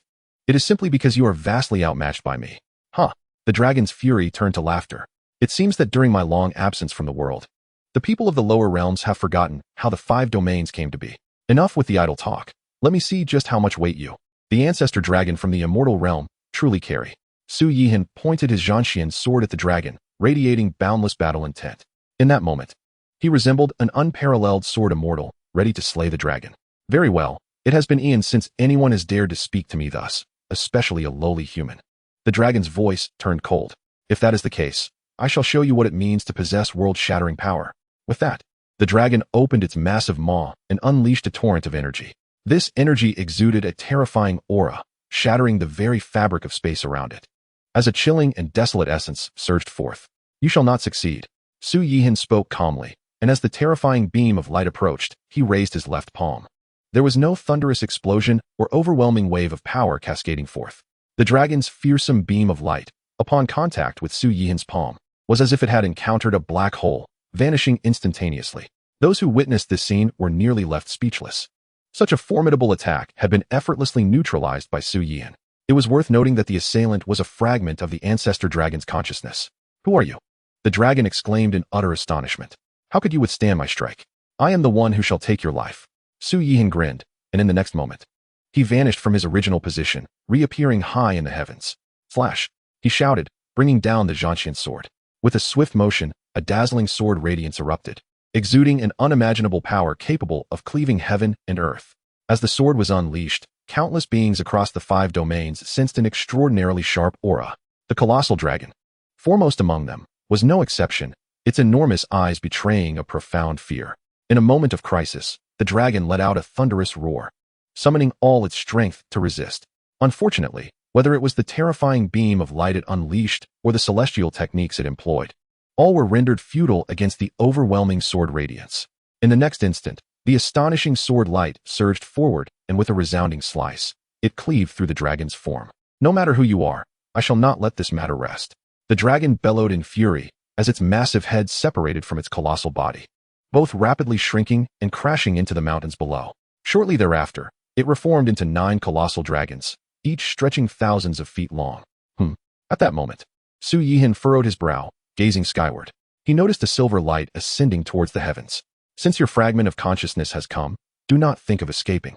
Su Yihan smirked, activating the celestial slashing sword technique. The celestial slashing sword intent swiftly pursued the fragment of the ancestor dragon's consciousness. After a muffled sound, the ancestor dragon's fragment was utterly annihilated. Yet, in the following moment, a system notification echoed within Su Yihan's mind. Ding! Due to the host slaying a fragment of the ancestor dragon's consciousness, the ancestor dragon now harbors a grudge. As the saying goes, if one does not offend me, I shall not offend them. But if one offends me, I shall surely slay them. The ancestor dragon's consciousness descended from the immortal realm with the intent to annihilate the host. Triggering a system task, slay the ancestor dragon. Upon completion, a generous reward shall be granted. Unexpectedly, a system task has been triggered, Su Yihan mused. However, I possess unmatched cultivation. Even the ancestor dragon is of little concern. He truly managed to slay the ancestor dragon's consciousness. Someone corrected. It was merely a fragment of its consciousness. Even a fragment of consciousness is still the ancestor dragon's consciousness. Not even an ordinary immortal would stand a chance against it. Another remarked. Indeed, the leader of the Invincible Sect can slay even the ancestor dragon's consciousness. His realm is beyond measure, the hidden emperors whispered among themselves. At this very moment, all present had firmly concluded that Su Yihan was the preeminent force among the 5 domains. The lord of the sect, unparalleled in the world, transcending the ages, a true dragon amongst mere insects. The ever-obedient Shintiger Taoist, quick to react, immediately prostrated himself, bowing his head as he spoke, exhibiting not an ounce of the imperial majesty befitting an emperor. The gathered elders, stewards, and tens of thousands of disciples quickly followed suit, imitating his sycophantic behavior. Although they were indeed flattering him, the hidden presence of various emperors did not perceive it as mere flattery or praise for Su Yihan. For the Invincible Sect leader truly lived up to his name. Disregarding the Shintiger Taoist and the others, Su Yihan sheathed the Excalibur of Immortality and the Chaos Bell. directing his gaze towards the 4 surrendering members of the Ao clan. Subordinate Ao Mu, together with Ao Shui, Ao Song, and Ao Quan, pay homage to the sect master. They declared, "The sect master is unmatched in the world, a force that reverberates throughout the 5 domains, destined to endure through the ages." Sensing Su Yihan's scrutiny, the 4 knelt without hesitation, echoing the Shintiger Daoist's flattering words. "Are there any other emperor-level cultivators within the Dragon Clan, besides yourself?" Su Yihan inquired. In response to the sect master, apart from myself and the 3 subordinates, Ao Shui, Ao Song, and Ao Quan, there are no other emperors or quasi-emperors within the Dragon Clan. Ao Mu replied candidly. "In that case, you shall become the clan leader of the Dragon Clan, and the 3 of you will serve as vice-clan leaders." Su Yihan commanded. "Within the Hall of 10,000 Methods, there are emperor-level secret techniques for you 4 to choose from for cultivation. Subsequently, you may utilize the Blood Cleansing Pool, the Crimson Flame Soul Refining Tower, and the Dragon Transformation Pool to delve into the mystical realm of the Great Path." "Indeed. We are deeply grateful, Sect Master," Ao Mu and the others exclaimed, brimming with excitement. After all, so many formidable beings had perished, and the coveted Dragon Transformation Pool was now at their disposal. Furthermore, they had ascended to the roles of clan leader and vice-clan leaders. The only difference was that previously they had been under the dominion of 9 revered ancestors, whereas now they were under the authority of the Sect Master. There was little distinction. "May I inquire, Sect Master, how shall we handle the East Sea Dragon Clan?" Ao Mu hesitated before asking. "You may take some time to return to the East Sea. Those willing to submit may come to the Invincible Sect for cultivation. However, the level of resources available for cultivation will depend on their individual aptitude," Su Yihan replied. "As for those unwilling to submit, they may be slain. If you find it within yourselves to refrain, simply allow them to wither away on their own." "Understood." Ao Mu and the others acknowledged once more. With that, this fierce battle had reached a temporary conclusion. The hidden emperor-level forces swiftly departed, and the Invincible Sect returned to tranquility. The 4, Ao Mu and his companions, first visited the Hall of 10,000 Methods. After selecting several powerful techniques, they entered the Dragon Transformation Pool. Without any surprises, all 4 experienced a bloodline awakening, triggering the ancestral dragon bloodline hidden within their veins. Moreover, Ao Mu's strength advanced further, while Ao Shui, Ao Quan, and Ao Song each reached the pinnacle of the quasi-emperor realm, once recognized by the heavens and forming the heavenly heart imprint. They would be able to ascend to emperor status. "Master," Shi Huang addressed after the crowd had departed. "What troubles you?" Su Yihan inquired. "Master, you have severed a strand of the ancestral dragon's consciousness. He will undoubtedly seek vengeance," Shi Huang stated. "Moreover, the ancestral dragon's power ranks among the elite in the celestial realm, surpassing even the Great River Celestial Emperor and the Slaying Heaven Celestial Emperor. Only a few ancient beings, such as the Phoenix Ancestor and the Qilin Ancestor, can rival him. Fear not, my dear disciple. I do not regard the ancestral dragon as a threat," Su Yihan replied with a light laugh. "Even if he does not come for me, there shall come a day when I will venture into the celestial realm and personally put an end to him." "Your confidence reassures me, Master," Shi Huang sighed in relief. "Now, go and cultivate diligently, striving to achieve the status of emperor at the earliest opportunity." "Certainly." Shi Huang clasped his fists and departed.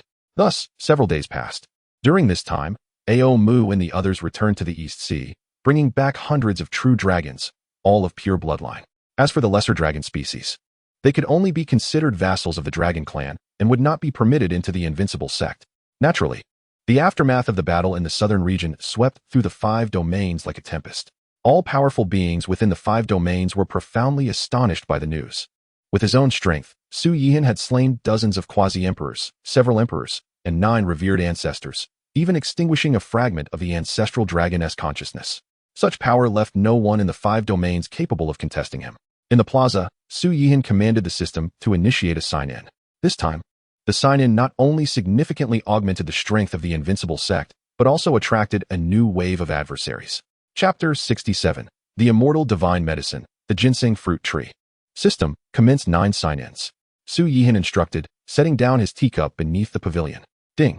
Consuming 9 sign-in opportunities, commencing sign-in. Ding. Sign-in successful. Congratulations, host. You have received 1 heavenly heart imprint, the Celestial Technique, Great Wilderness Exorcism Palm, another heavenly heart imprint, a Ginseng Fruit Tree, another heavenly heart imprint, a Trial Tower, and yet another heavenly heart imprint. Note, the Ginseng Fruit Tree is an immortal medicine. Absorbing its immortal properties allows one to shed their old body and live anew. It is a coveted treasure for the Dark Sovereign. The fruits it bears also have the power to enhance aptitude and prolong lifespan. Trial Tower, within. It can simulate myriad battle scenarios, honing the mind and enhancing combat experience. By heavens, 9 sign-ins yielded a total of 6 heavenly heart imprints. Alongside another celestial technique and the Trial Tower, Su Yihan remarked, a satisfied smile gracing his lips. Of all these, what pleased him most was the immortal medicine. The ginseng fruit tree. Even without absorbing its immortal properties, simply consuming the ginseng fruit would provide unimaginable benefits to all within the Invincible Sect. Summon all the elders and the little girl, Shi Huang, Su Yihan commanded. Understood, Sect Master. The servant girl acknowledged and departed. Before long, everyone appeared before Su Yihan. Greetings, Sect Master. Greetings, Master. They proclaimed in unison, bowing respectfully. The little girl joyfully climbed onto Su Yihan's shoulders, wrapping her arms around his neck with pride, exclaiming, Master, I have already reached the Supreme Realm. In just a few more days, I will attain the Quasi-Emperor level, then the Emperor level.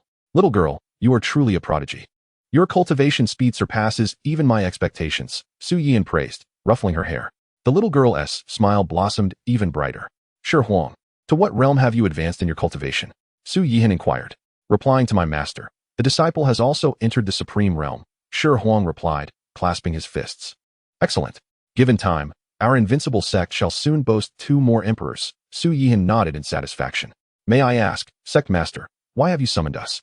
Inquired Shintiger Daoist, the Grand Elder of the Invincible Sect. Among you, who has reached the pinnacle of the Quasi-Emperor realm? Su Yihan surveyed the group, posing the question. Though he possessed invincible cultivation, he lacked specific insight into the realms of others. Naturally, he could consult the system, but it was better to have them express it themselves. Sect Master, I have attained the pinnacle of the Quasi-Emperor realm. Ao Shui spoke first. My cultivation has also reached the pinnacle of the Quasi-Emperor realm. Another elder chimed in. So have I? Exclaimed yet another.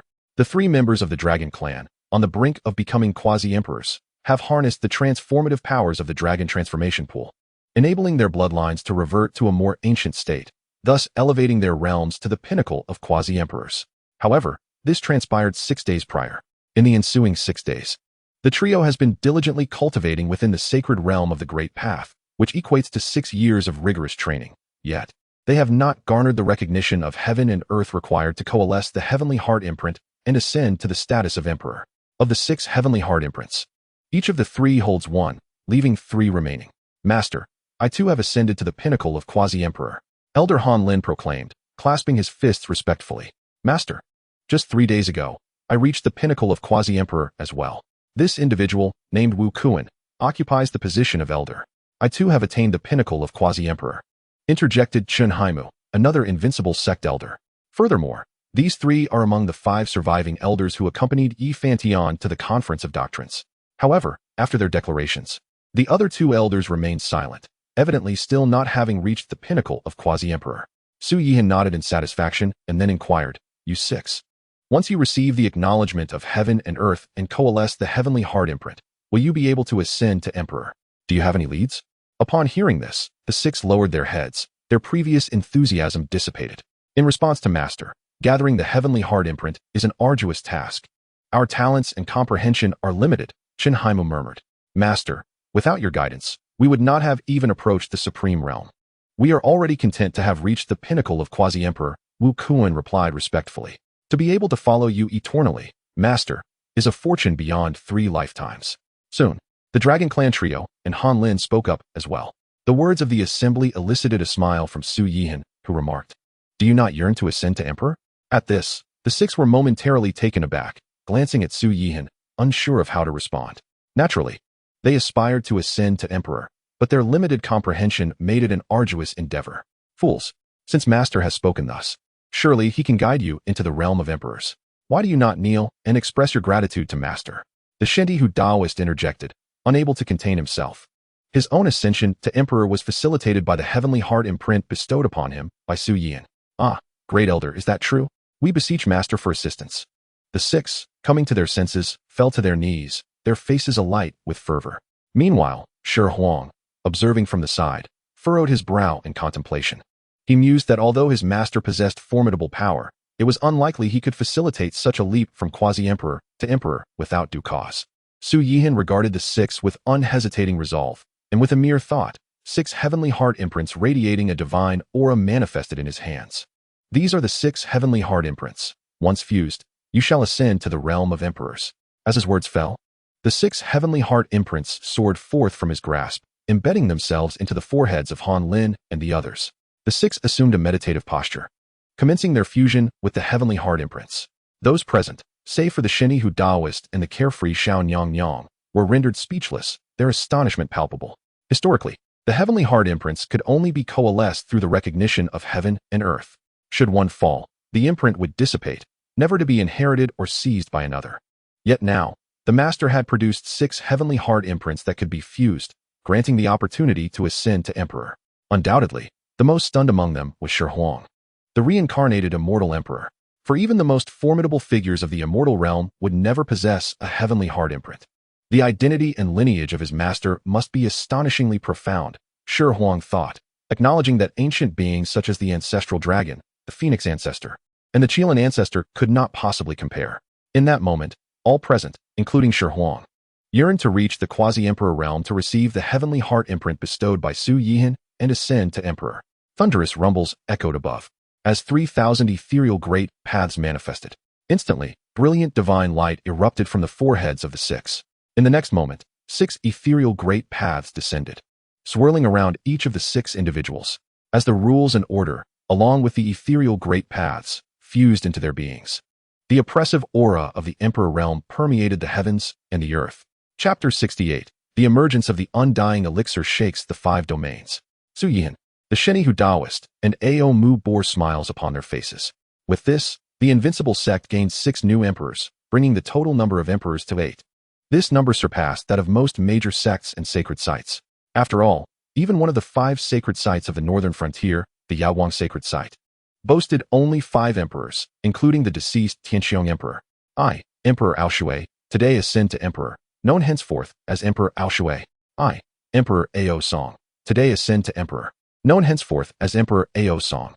I, Emperor Ao Quan, today ascend to emperor, known henceforth as Emperor Ao Quan.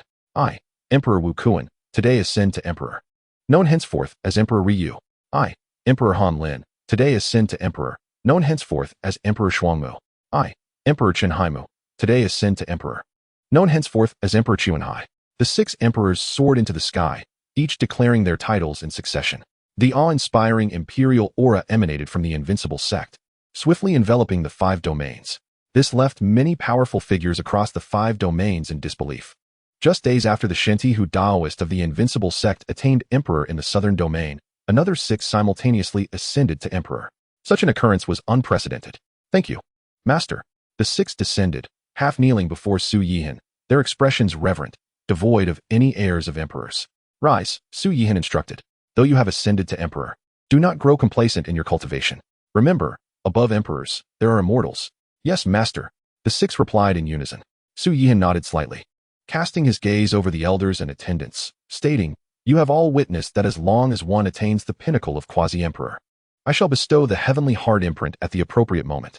For others, ascending to emperor may be as difficult as reaching the heavens. For you, the disciples of the Invincible Sect, it is as simple as turning one's hand. Rest assured, Master, we shall strive diligently in our cultivation. The assembly replied, clasping their fists. The Invincible Sect possesses the Cleansing Pool, the Dragon Transformation Pool, the Crimson Flame Soul Refining Tower, and the Sacred Realm of the Great Path. Each of these is a coveted treasure of the major sacred sites and sects, yet the Invincible Sect holds them all. Such opportunities are rare and cannot be sought after. Now, follow me to the back mountain, Su Yihan instructed as he rose, leading the way towards the rear mountain. Simultaneously, he commanded in his mind for the soul refining tower to materialize at the back mountain. As everyone followed behind Su Yihan, they speculated on what wondrous treasures the master would unveil this time. Soon, they arrived at the rear mountain, where they beheld a towering trial tower, blood-red and reaching a height of 100 feet. Su Yihan elaborated, this is the trial tower, capable of manifesting myriad combat scenarios, allowing one to immerse themselves within and hone their combat experience. Master, I wish to enter, Shi Huang declared eagerly upon witnessing this. Very well, proceed, Su Yihan nodded slightly. Without hesitation, Shi Huang entered the trial tower. As he did, the first level of the tower became transparent, allowing everyone to glimpse the interior. At that moment, a ferocious beast materialized opposite Shi Huang. Roar. The beast let out a fearsome roar, its terrifying maw gaping wide as it lunged to devour Shi Huang. Seeking death, Shi Huang calmly declared, delivering a punch that struck the beast, causing it to spew blood before dissipating into nothingness. However, in the next moment, dozens of ferocious beasts emerged from all directions, their presence becoming increasingly formidable. Roar. One by one, the beasts let out a thunderous roar, their massive jaws agape as they charged forward. Sword chi slashed through the air. With an unwavering demeanor, Shi Huang soared into the sky, unleashing a torrent of sword intent. In an instant, the ferocious beasts were cleaved down, disintegrating into nothingness. After a brief pause, as no new beasts appeared, Shi Huang proceeded to ascend to the 32nd level. Unsurprisingly, he passed through the second level with ease. Subsequently, Shi Huang, with an invincible might, effortlessly traversed layer after layer. Naturally, as he ascended, he encountered adversaries beyond mere beasts, including vengeful spirits, divine beasts, and malevolent ghosts, each progressively more powerful. At the 31st level, Shi Huang faced the golden-winged rock. Despite exerting all his strength, he found himself continually retreating. He understood that without employing the Supreme Bone, it would be impossible for him to slay the rock and ascend to the 32nd level. Supreme Bone, Destructive Calamity Light. Without a moment's hesitation, Shi Huang roared. In an instant, profound runes radiated from his body, swirling in the air. Following that, a beam of pitch-black light shot forth from his chest. This dark light exuded an aura of annihilation. The moment it appeared, it crashed into the golden-winged rock. The formidable rock, which had posed a challenge for Shi Huang, was obliterated by the destructive calamity light, dissipating into the void. Gasping for breath, Shi Huang advanced towards the 32nd level. In the rear mountains of the Invincible Sect, Master, Shi Huang's Supreme Bone is indeed formidable, far beyond what the average Supreme can withstand, remarked the divine tiger Taoist, retracting his gaze with a smile. Indeed, and as his realm ascends, the power of the Supreme Bone will only grow stronger, added Wong Mu.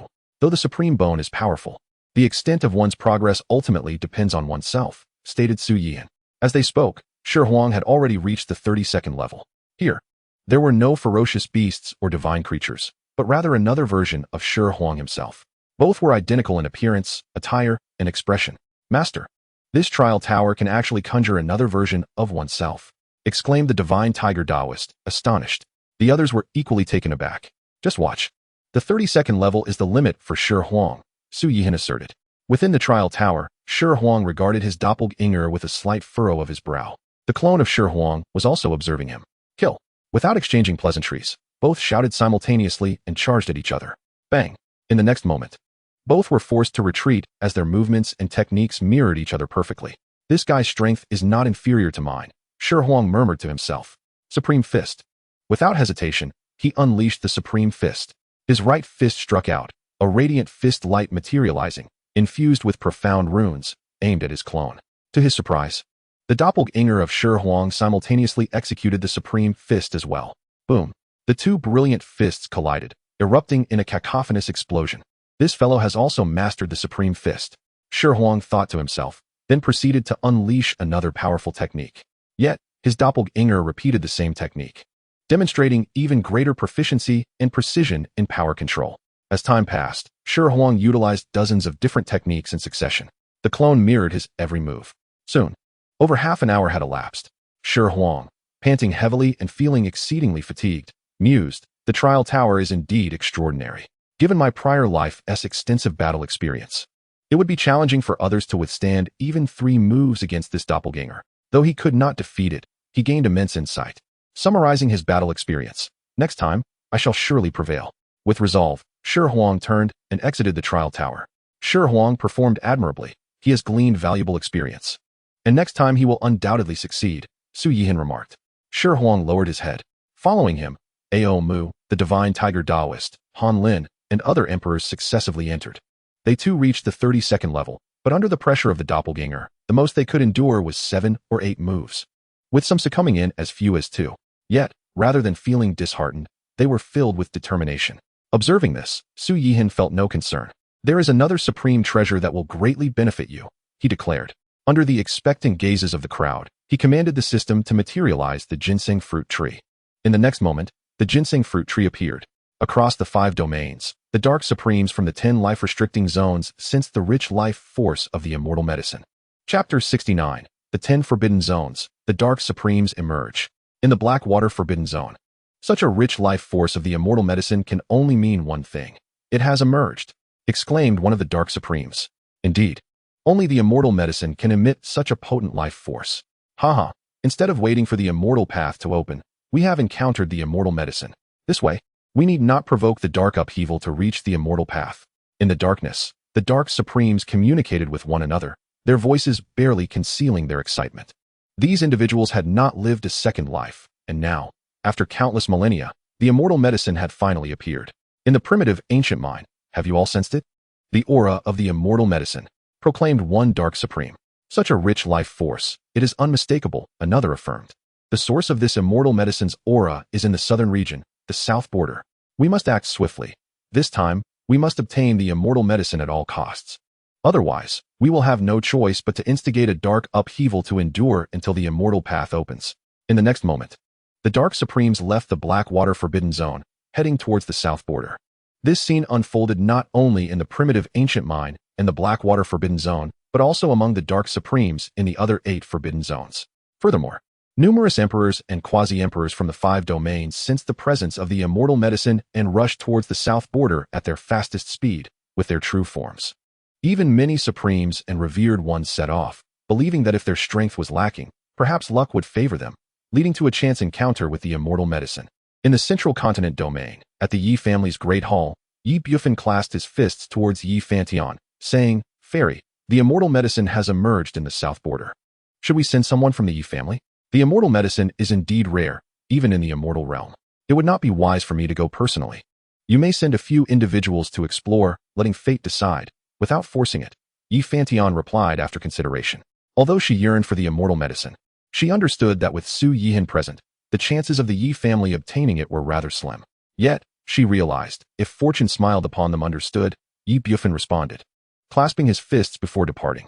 In the now empty Great Hall, Yi Fantian murmured to herself, "Since your rise, numerous significant events have unfolded in a short span. And now even the immortal medicine has appeared. Who exactly are you?" In the Divine Void's sacred land, the Divine Void Sovereign slowly opened his eyes. "Pay your respects to the Sovereign." In the hall, a dozen emperors and several dozen quasi-emperors bowed deeply. "Have you uncovered any news regarding my 4 personally trained disciples?" The Divine Void Sovereign inquired, his voice grave and imbued with authority. In reverence to the Holy Sovereign, the 4 individuals ventured into the mystic realm of demons. One of the emperors clasped his fists and spoke. "The mystic realm of demons?" The Divine Void Sovereign furrowed his brow slightly. At this moment, the emperor continued, "However, it is possible that the 4 did not perish at the hands of the vengeful spirits within the mystic realm, but rather by the hand of Su Yihan, the master of the Invincible Sect in the southern territories. Elaborate," commanded the Divine Void Sovereign.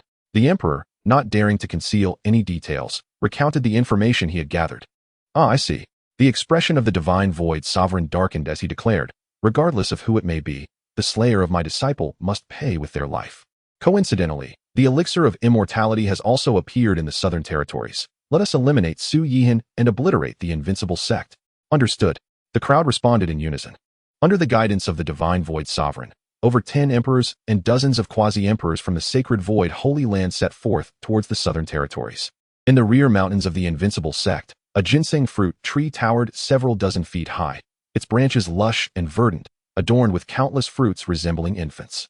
The ginseng fruits exuded a rich fragrance and possessed a unique vitality. Just a single whiff brought a refreshing sensation throughout one's entire being. More importantly, the ginseng fruit tree emanated a potent essence of immortality. This was the true treasure of the elixir of immortality. The divine tiger Taoist, Wong Mu, Wu Kuan, Han Lin, and other emperors, alongside a multitude of elders and disciples, gazed in disbelief at the ginseng fruit tree. The elixir of immortality.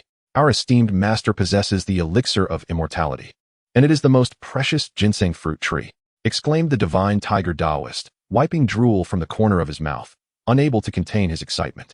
The others echoed his sentiments. Having regained memories of his previous life, Shi Huang gazed at the ginseng fruit tree, waves of intense emotion surging within him. The elixir of immortality, even in the celestial realm, was a coveted treasure among the powerful. Now, his master possessed such a marvel. Truly, he had chosen the right master. How fragrant! The little girl's eyes sparkled as she beheld the ginseng fruits. Without hesitation, she flew to the branches, reached out her chubby little hands, plucked one, and began devouring it eagerly.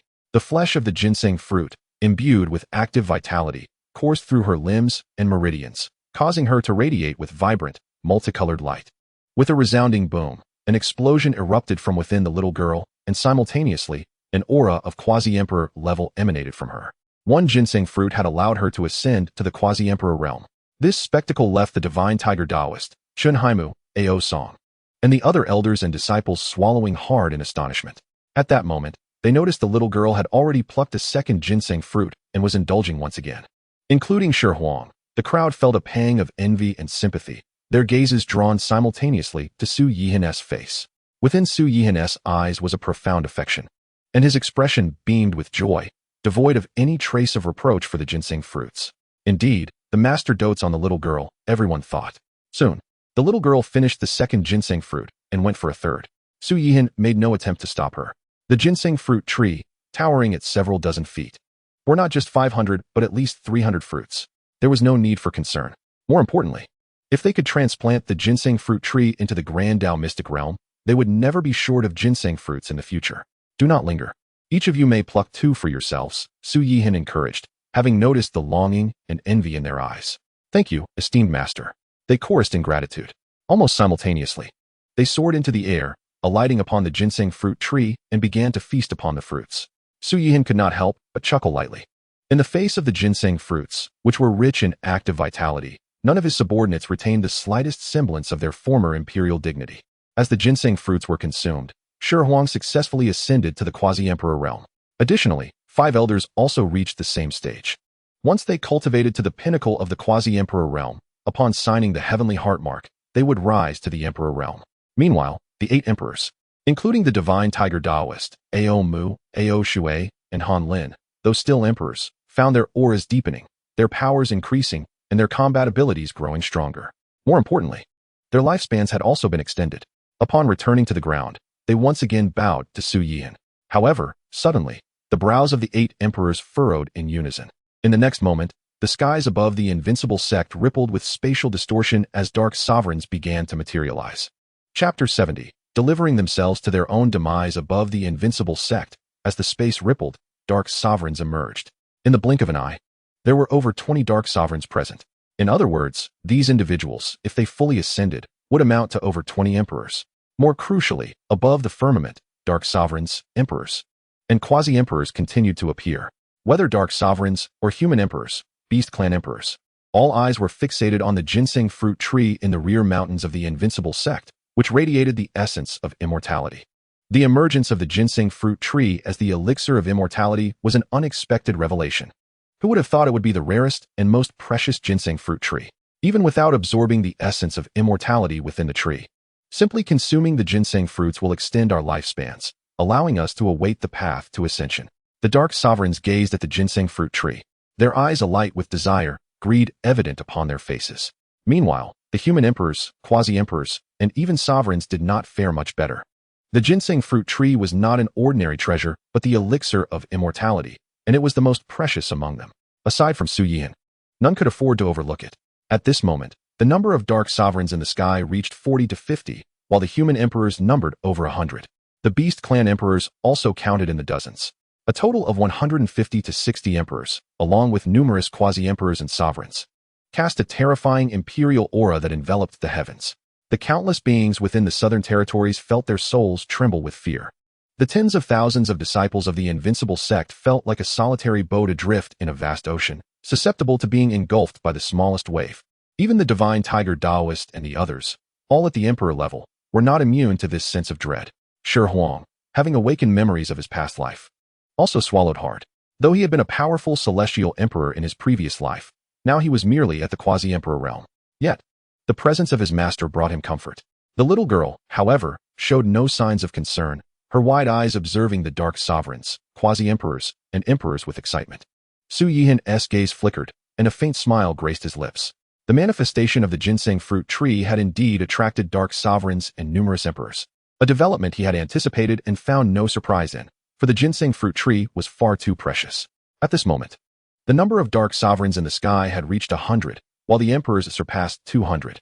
The number of quasi-emperors and sovereigns was even higher.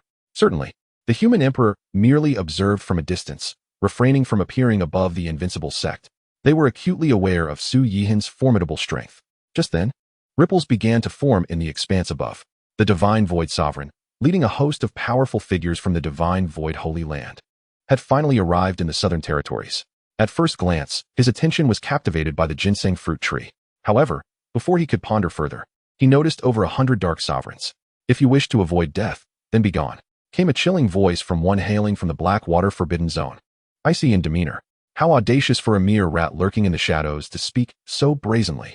The Divine Void Sovereign, being a top-tier emperor, was naturally unperturbed by the dark sovereigns. Yet, his taunt of dirty rat drew the collective gaze of the 100-odd dark sovereigns towards him. Even though the Divine Void Sovereign was a top-tier emperor, a sense of alarm flickered within him. You have 3 breaths. If you do not retreat, you shall meet your demise. Another dark sovereign spoke coldly, prepared for an ultimate escalation. Humph, if you wish to fight, then let us fight. The Divine Void Sovereign declared solemnly. Friends, the filthy rats of the dark forbidden zone have long hidden in the shadows. Even we could not find them. Now, attracted by the immortal medicine, let us join forces to eliminate these inhuman rats before contending for the immortal medicine. In the heavens above, despite the presence of over 100 dark sovereigns, the number of human emperors was undoubtedly greater. As the Divine Void Sovereign articulated, this indeed represented an excellent opportunity to annihilate the dark forbidden zone. At the very least, they could slay dozens of dark sovereigns, severely wounding them and rendering them incapable of instigating a dark upheaval. However, just as the Divine Void Sovereign finished speaking, one emperor stepped forward. I share the same sentiment. Another emperor declared, I have long desired to slay these vile creatures, yet have been unable to locate their lair. Today we shall fight. Fight, fight, fight. An increasing number of human emperors rose to their feet, a terrifying imperial might pervading the celestial expanse. The 100-odd dark sovereigns from the 10 dark forbidden zones gazed expressionlessly at the human emperors. Though they spoke little, they were all prepared for an ultimate escalation. Since they had dared to come, they were naturally ready for a full-scale war with the human race.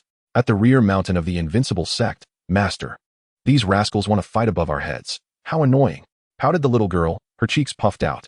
Master, whether it be the denizens of the dark forbidden zone or the human emperors, they regard the Invincible Sect and you with utter disdain. They deserve to die 1,000 deaths, exclaimed the ever-loyal Divine Tiger Taoist, his face contorted with fury.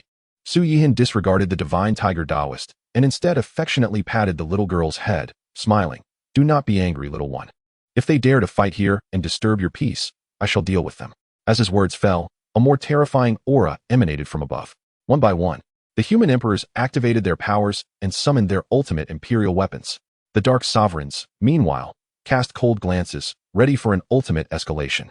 If you wish to annihilate us, you must also pay a price, a sovereign from the Blackwater Forbidden Zone stated icily. Humph, though you may be numerous, what of it? If we die, at least half of you shall perish as well, said a dark sovereign from the primitive ancient mind. Upon hearing this, many of the human emperors who were poised to strike furrowed their brows, hesitating. For these individuals were of mid to low-tier strength among the emperors, lacking the enhancement of ultimate imperial weapons. The leader of the Black God Forbidden Zone observed this and solemnly proclaimed, as long as we procure the ginseng fruit tree, we can extend our lifespans. When the path to immortality opens, we shall not instigate a dark upheaval. One immortal medicine in exchange for countless human lives is indeed a bargain. His words caused many human emperors to frown deeply. In their hearts, they believed that countless lives could not possibly equate to a single immortal medicine, especially not to hand it over to the dark forbidden zone. Yet, there were also several human emperors who displayed signs of temptation. To them, offering the solitary immortal medicine to the dark forbidden zone in exchange for countless human lives seemed a fair deal. With a sigh, Su Yihan stepped forward and appeared in the sky above. Gentlemen, if you wish to engage in battle here, ought you not seek the opinion of this sect master? Clad in white garments, with silver hair and a visage that rivaled the reader's expectations, he resembled a celestial being descended to the mortal realm. Who are you? Inquired a dark sovereign, puzzled. Why do I sense not the slightest fluctuation of power from you? You pitiful trash. Unaware of who this sect master is or the ownership of the ginseng fruit tree, dare to come and steal it? Are you seeking death? Although Su Yihan wore a smile, his tone was chillingly frosty. The ginseng fruit tree belongs to you? The dark sovereign furrowed his brow. How could one who possessed the ginseng fruit tree possibly be an ordinary person devoid of cultivation? If not, could it belong to your family? Su Yihan raised an eyebrow. Here, there exists not only the ginseng fruit tree, but also the dragon transformation pool, the bone washing pool, the Crimson Flame Soul Refining Tower, the Trial Tower, and the Great Dao Secret Realm. By the way, within the Great Dao Secret Realm, the spiritual energy is dense, showcasing 3,000 Great Daos. With the passage of time flowing at a rate 365 times that of the outside world, one day of cultivation here equates to a year of cultivation outside. Upon uttering these words, the Dark Sovereigns were struck with shock. However, the human emperors, quasi-emperors, and sovereigns revealed gleaming eyes, expressing their insatiable greed. Setting aside everything else, the mere existence of the Great Dao Secret Realm ignited their deepest desires. Possessing the Great Dao Secret Realm, even a small sect could swiftly grow and rise. Furthermore, there were the rare treasures of the Bone Washing Pool, the Dragon Transformation Pool, and the Trial Tower. At the rear mountain of the Invincible Sect, everyone was puzzled as to why the sect master would proactively reveal such information, particularly regarding the significance of the Great Dao Secret Realm. You are Su Yihan? The Divine Void Sovereign suppressed his astonishment and greed, speaking gravely. Indeed, I am this sect master, Su Yihan replied, slightly lifting his chin. And you are? I am the Divine Void Sovereign. The Divine Void Sovereign affirmed, introducing himself. Su Yihan responded with a dismissive "Oh," his face curling into a sneer. You are the Divine Void Sovereign. The 4 ungrateful wretches were your disciples. It seems my 4 direct disciples who entered the Demon Heaven Secret Realm were indeed slain by you. The Divine Void Sovereign spoke in a low voice. Correct. It was I who killed them. In the Demon Heaven Secret Realm, I saved them, yet they repaid kindness with enmity. Their deaths are well-deserved, Su Yihan stated. Very well. The Divine Void Sovereign replied. Su Yihan, since you admit to their murder, then I shall slay you with no further words required. Ha ha ha, just based on you? Su Yihan laughed derisively. Then, his smile faded, and he said, the Buddha Lord was gravely injured and fled. The Bronze Immortal Palace Empress was slain by me. Yet you still dare to come forth, declaring your intent to slay me. It seems you have some backing. You speak rightly, Su Yihan, the Divine Void Sovereign coldly laughed. Since I have come, I naturally possess support. As he spoke, both the Dark Sovereigns and the human emperors restrained their auras, quietly observing. For the human emperors were well aware of Su Yihan's might. The Dark Sovereigns, upon hearing Su Yihan's claims of injuring the Buddha Lord and slaying the Bronze Empress, were struck with shock and trepidation. Thus, they are eager to ascertain the true prowess of Su Yihan. As for the tens of thousands of disciples of the Invincible Sect, along with numerous stewards, elders, 8 esteemed emperors, and the little girl, both Shi Huang and his companion possess unwavering confidence in Su Yihan, showing no signs of concern. Although the Lord of the Divine Void is the master of the Divine Void Sacred Land, his strength is far beyond that of an ordinary emperor, possessing the unparalleled emperor weapon of divine light. Yet, how does this compare? To the sect master, he is but an ant, mere dust. Since you are so self-assured, feel free to make your move. A faint smile graced Su Yihan's face. No matter what support or trump card you possess, I am invincible. Soon you shall weep. The Lord of the Divine Void scoffed coldly, then with a flick of his hand, a palm-sized crimson paper appeared. In the next moment, a thick, acrid stench of blood enveloped the heavens and the earth. Is this a blood-sealing talisman? Such a potent scent of blood can only signify a blood-sealing talisman. No wonder he dares to confront Su Yihan. It turns out he relies on this talisman. The assembly of human emperors, quasi-emperors, and supreme beings were all taken aback. They had speculated that the Lord of the Divine Void's trump card was a celestial artifact, or that the Divine Void Sacred Land harbored a being surpassing the emperor level. Yet, they never anticipated that the Lord's reliance would be a blood-sealing talisman. To forge such a talisman, one must sacrifice countless lives. A Dark Supreme scoffed, remarking, what difference is there between this act and that of the emperors who self-harm? Indeed, we are labeled as Dark Supremes, even referred to as foul rats in the shadows. Yet what are you? One by one, the Dark Supremes laughed derisively. Below, amidst the crowd of the Invincible Sect, only Wong Mu from the Dragon Clan exhibited a change in expression. The others were unaware of how the blood-sealing talisman was crafted or its specific effects. Wong Mu, how is the blood-sealing talisman created, and what is its function? Inquired the Divine Tiger Daoist, his expression fraught with anxiety. Previously, he held immense confidence in Su Yihan. Yet now, inexplicably, a thread of worry began to rise. To forge a blood-sealing talisman, one must use countless living beings as materials. Wong Mu spoke solemnly. And the function of the blood-sealing talisman is to seal. It contains the resentment and hatred of countless beings, making it inescapable. As I know from the records of the primordial era, there once descended an evil celestial being who sought to refine millions of lives. At that time, none of the myriad races of the lower realms could stand against this evil celestial. Just as the lower realm was about to be entirely refined, A supreme being rose to confront it. Even many emperors and quasi-emperors were no match for the evil celestial, and it seemed this supreme was simply seeking death. Yet, against the formidable evil celestial, this supreme emerged victorious, and the reason he could slay the evil celestial was because of the blood-sealing talisman. The revelation that the blood-sealing talisman could even seal celestial beings left the divine tiger Taoist, Wong Mu, and others, who were previously unaware of its implications, aghast. Unable to suppress their gasps of horror, their expressions of concern intensified. Su Yihan naturally overheard Wong Mu's remarks. Truthfully, the function of the blood-sealing talisman exceeded his expectations. But so what? I am invincible. Do as you please. Despite having slain the Empress of the Bronze Celestial Palace and severely injuring the Buddha, demonstrating remarkable strength, the Lord of the Divine Void declared, regardless of your strength, you cannot withstand the blood-sealing talisman. Today, your demise is inevitable. With that, he summoned divine fire, igniting the blood-sealing talisman. Blood-sealing talisman seal? The Lord of the Divine Void exclaimed, and in an instant, the ignited talisman transformed into a streak of crimson light, racing towards Su Yihan. Chapter 72. Invincible, the end of the Divine Void's sacred land. The blood-sealing talisman moved with incredible speed, resembling a bolt of crimson lightning. In the next moment, the red light struck Su Yihan's brow directly. Immediately after, a chilling bloodlight enveloped Su Yihan. Roar, return my life. Kill, kill, kill. Su Yihan seemed to be engulfed in hallucinations, perceiving millions of vengeful spirits emitting heart-wrenching roars surrounding him. He then felt a peculiar force coursing through his limbs.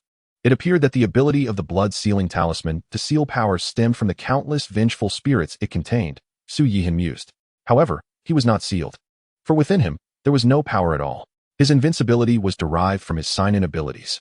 Even after comprehending the ancient Immortal Sutra, the River Sword technique, and the Diamond Divine Art, it remained unchanged. Master, Sect Master, the Divine Tiger Taoist, Shi Huang, and others gasped in unison upon witnessing the crimson light strike Su Yihan's brow, fully covering him. Could it be that even the mighty sect master of the Invincible Sect could not withstand the blood-sealing talisman? No matter how strong Su Yihan was, could he possibly surpass the evil celestial of the primordial era? If even the evil celestial could be sealed, how could he hope to escape? This was truly the end. With Su Yihan sealed, although the Invincible Sect still had 8 esteemed emperors, they could not possibly resist the Lord of the Divine Void, let alone contend with the over 100 Dark Supremes. The assembly of human emperors voiced their concerns. Ha ha ha, Su Yihan, this is the blood-sealing talisman. Even if you are a celestial king or a supreme celestial emperor, you cannot withstand its sealing power. The Lord of the Divine Void laughed maniacally as he beheld Su Yihan enveloped in crimson light. Once you are dead, everything belonging to the Invincible Sect will be mine. And under my leadership, the Divine Void's sacred land shall become the foremost sacred land of the 5 domains. And you shall perish. With these words, the Lord of the Divine Void unleashed a palm strike, summoning a bolt of purple lightning aimed at Su Yihan. Though this strike was merely a casual gesture, he was a top-tier emperor, and even quasi-emperors could not withstand it. A mocking smile adorned the face of the Lord of the Divine Void. He had indeed vanquished the Bloodblade Pavilion, obliterated the Radiant Light's sacred land, slain numerous bodhisattvas of the Buddha's teachings, severely wounded the Buddha, shattered the Bronze Celestial Palace, and killed the Empress. He was undoubtedly a formidable being. But what of it? In the end, would he not die at his own hands?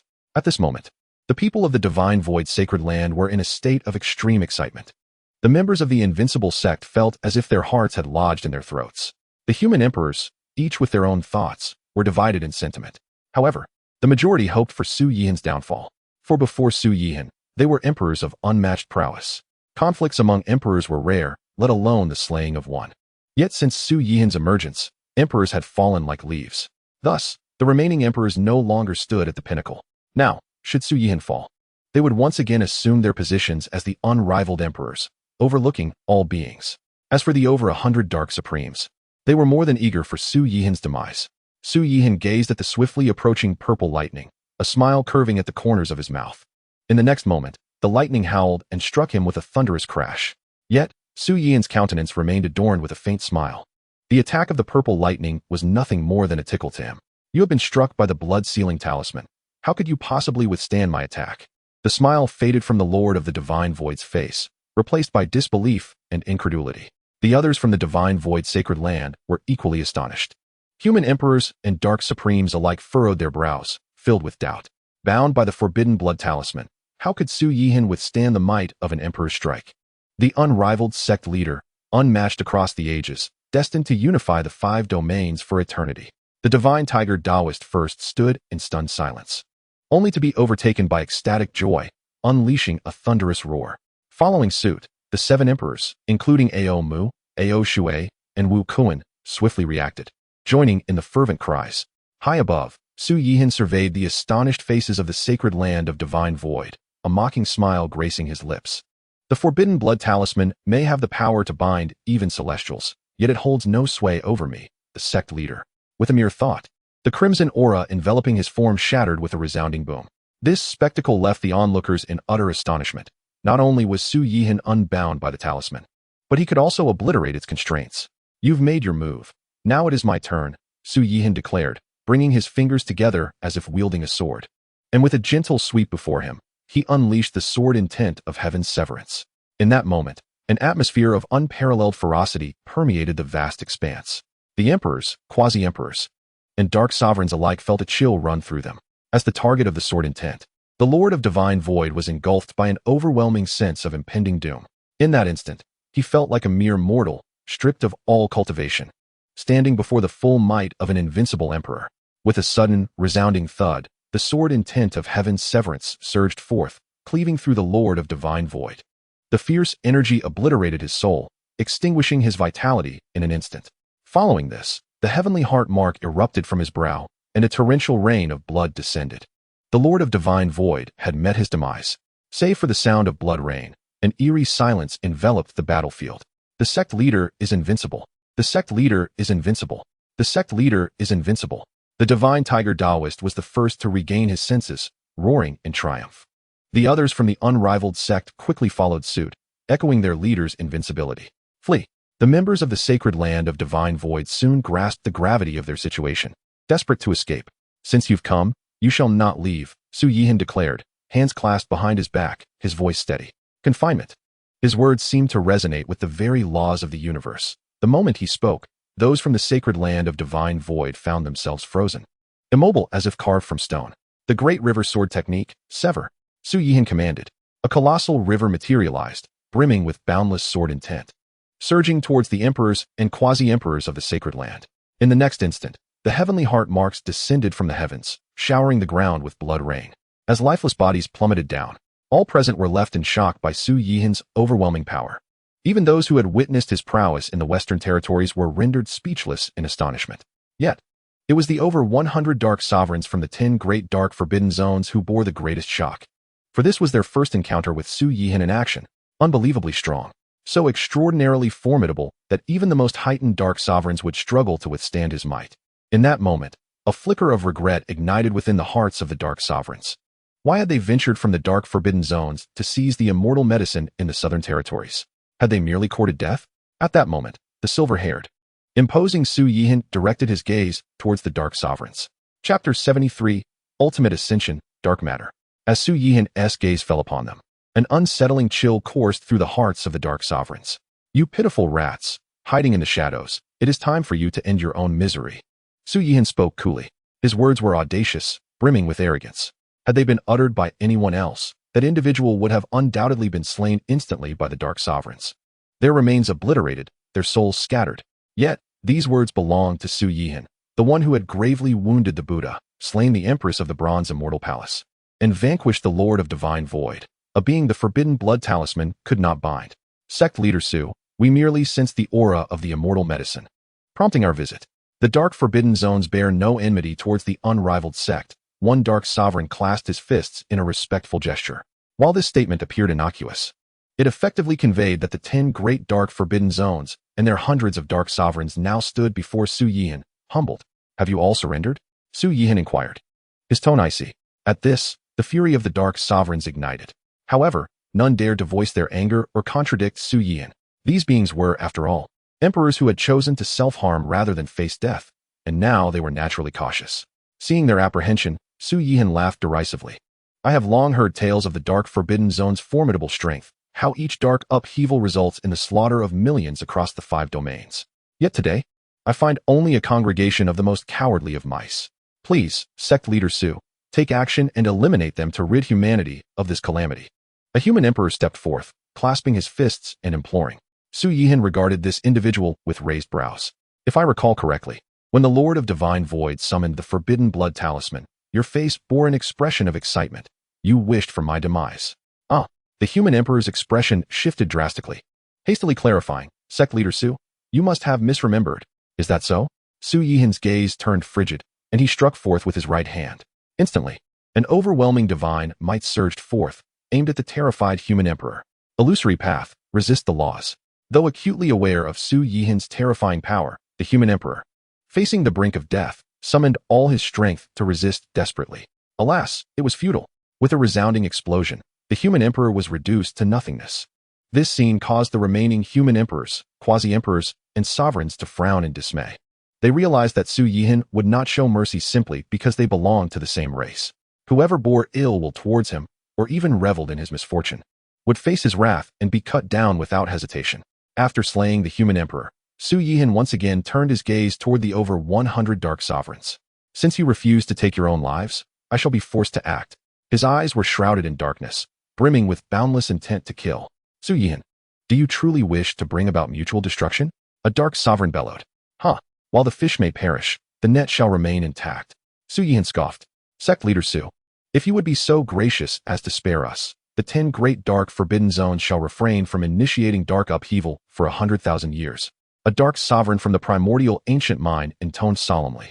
To slay you all and quell the dark forbidden zones would naturally prevent any such upheaval. Su Yihan replied coolly. Sect Leader Su, we would not have come if we did not possess some form of assurance. If you refuse to show mercy, then we have no choice but to fight to the death. Just moments ago, the Lord of Divine Void's backing had proven ineffective against Su Yihan. Now, he was curious as to what the Dark Sovereign's support might be. Regardless of your trump cards or backing, I fear nothing, Su Yihan declared boldly. At his proclamation, the expressions of the over 100 Dark Sovereigns darkened. Today, those who wish to survive must battle. Indeed, only by fighting can we secure our lives. Let us engage in battle. The Dark Forbidden Zones fear no one. The Dark Sovereigns roared in fury. Then let it be war. Ultimate ascension. In the next instant, the over 100 Dark Sovereigns erupted in unison, each reaching for their utmost potential. Boom. The 100 Dark Sovereigns, each enveloped in a manifestation of ordered rules and ethereal pathways, exuded an overwhelming imperial pressure that caused all beings within the 5 domains to tremble in fear. Yet, despite their utmost transcendence, it was insufficient. Su Yihan, with his hands clasped behind his back and silver hair billowing in the wind, spoke with ease. This is all you're doing, Su Yihan. One of the Dark Sovereigns roared. If calamity befalls the 5 domains because of this, the consequences rest squarely upon your shoulders. Dark matter, converge. Dark matter, converge. Dark matter, converge. In unison, over 100 Dark Sovereigns bellowed. Then, a strand of black matter, as fine as hair, surged forth from their foreheads and gathered in the heavens above. What is this? Su Yihan furrowed his brow at the amalgamating dark matter, sensing an uncanny aura. The assembly of human emperors, sovereigns, and quasi-emperors also frowned, perplexed by the nature of this dark matter. Dark servants, beckon the arrival of darkness. Dark servants, beckon the arrival of darkness. The 100 Dark Sovereigns gazed at the gathering dark matter, their expressions wild with frenzy. Suddenly, the dark matter in the sky erupted forth with a sinister glow. Crack! The sound of shattering glass echoed. In the sky, space itself fractured. This essence, such malevolent energy, what have these beasts connected to? Could this truly be the essence of the Dark Sovereigns, the very source of the Dark Abyss? The hearts of the human emperors were seized with dread. Being closest to the spatial rift, Su Yihan felt the bizarre energy more acutely. At that moment, torrents of dark matter flowed from the rift, like ravenous beasts drawn to fresh blood and flesh, surging towards the 100 Dark Sovereigns. In an instant, a multitude of dark matter fused with the foreheads of the Dark Sovereigns. At that moment, their collective might intensified, their aura becoming even more eerie. Kill, kill, kill. After today, this realm shall be shrouded in darkness. The 100 Dark Sovereigns, imbued with boundless murderous intent, charged towards Su Yihan. Su Yihan's expression remained unchanged, yet his mind raced. The so-called Dark Sovereigns were likely not as simple as self-inflicted wounds. More likely, they were intertwined with the dark matter. Regardless of how much dark matter they absorbed, to this master, they were but mere playthings. With a chilling demeanor, Su Yihan spoke, flipping his palm to reveal the Excalibur of celestial slaughter. Kill, he uttered, brandishing the sword as he advanced upon the 100 Dark Sovereigns. Chapter 74, Annihilation of the Dark Sovereigns. Su Yihan, with his flowing silver hair and the Excalibur in hand, resembled a god of war descending from the celestial realm. He radiated an endless aura of death as he advanced upon the 100 Dark Sovereigns. Swish! A formidable blade of light flashed, severing a Dark Sovereign in two. The terrifying sword intent shattered its very soul, obliterating its essence. One emperor had fallen. Yet, no mark of the heavenly heart emerged from its forehead. Perhaps this individual had previously inflicted a self-wound. Even with enhanced powers, they could not be deemed a true emperor. Or perhaps it was due to the influence of the dark matter. Kill! Kill! Kill! Su Yihan's gaze blazed like lightning, the Excalibur radiating a dazzling brilliance that captivated the heart. He transformed into a god of slaughter, relentlessly decimating the Dark Sovereigns. Hiss! Truly, the master of the Invincible Sect possesses formidable prowess. Indeed, the Dark Sovereigns, having maximally transcended and opened spatial rifts to accommodate more dark matter, experienced a significant surge in power. Yet, faced with the master of the Invincible Sect, they were as fragile as mere chickens, destined to be swiftly vanquished. With such strength, the master of the Invincible Sect undoubtedly commanded a position of power even in the celestial realm. The human emperors debated amongst themselves. On the back mountain of the Invincible Sect, the young girl, Shi Huang, the divine tiger Taoist, and Mu observed Su Yihan's rampage, their anxieties dissipating, replaced by palpable excitement. Our master is invincible. Cursed. How can such a powerful being exist in the lower realms? I want to go back. I do not wish to die. The Dark Sovereigns emitted cries, whether wailing or bizarre. Their words indicated that they seemed to be under the control of the dark matter, no longer themselves. Regardless of where you hail from, or who you are, since you have arrived, there is no escape. Su Yihan bellowed, heaven-severing sword technique. With a ferocious shout, the Excalibur descended fiercely. Swish!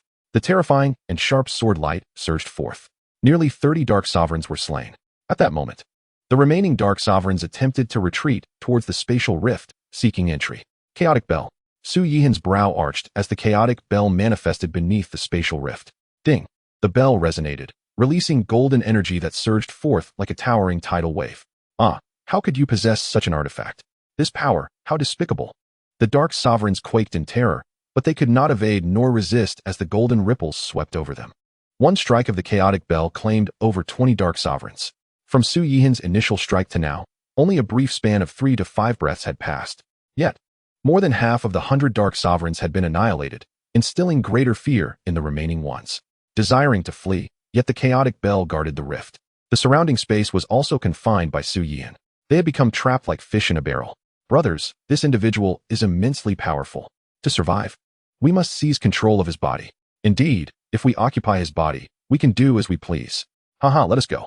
In the next moment, torrents of dark matter surged from the remaining Dark Sovereigns' foreheads, coalescing into a colossal visage that obscured the sky, advancing towards Su Yihan.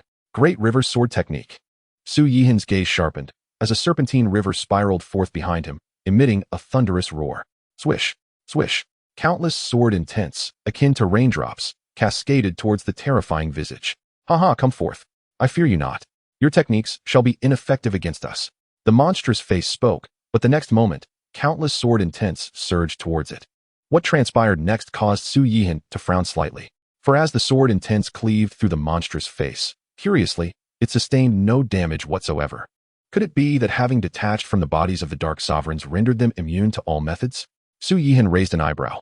The human emperors also knitted their brows. Meanwhile, the Dark Sovereigns gazed upon the abundance of dark matter with eyes filled with longing, seemingly oblivious to the fact that they were no longer in control of their own bodies. Heaven-severing sword technique. Su Yihan struck again. The scenario repeated. The fierce sword light penetrated the monstrous visage without inflicting the slightest harm. Swish! Boom! Su Yihan ceased casting techniques, and instead unleashed a series of strikes with the Excalibur. His right fist pounding forth. The fierce sword intent and terrifying fist energy erupted simultaneously, emanating a cataclysmic aura as they surged towards the colossal visage. Ineffectual. Though your prowess is formidable, it presently poses no threat to us. Had it not been for the preservation of your corporeal form, those brethren would not have succumbed to your hand. Truly, impervious to all, immune to every form of harm? Su Yihan furrowed his brow.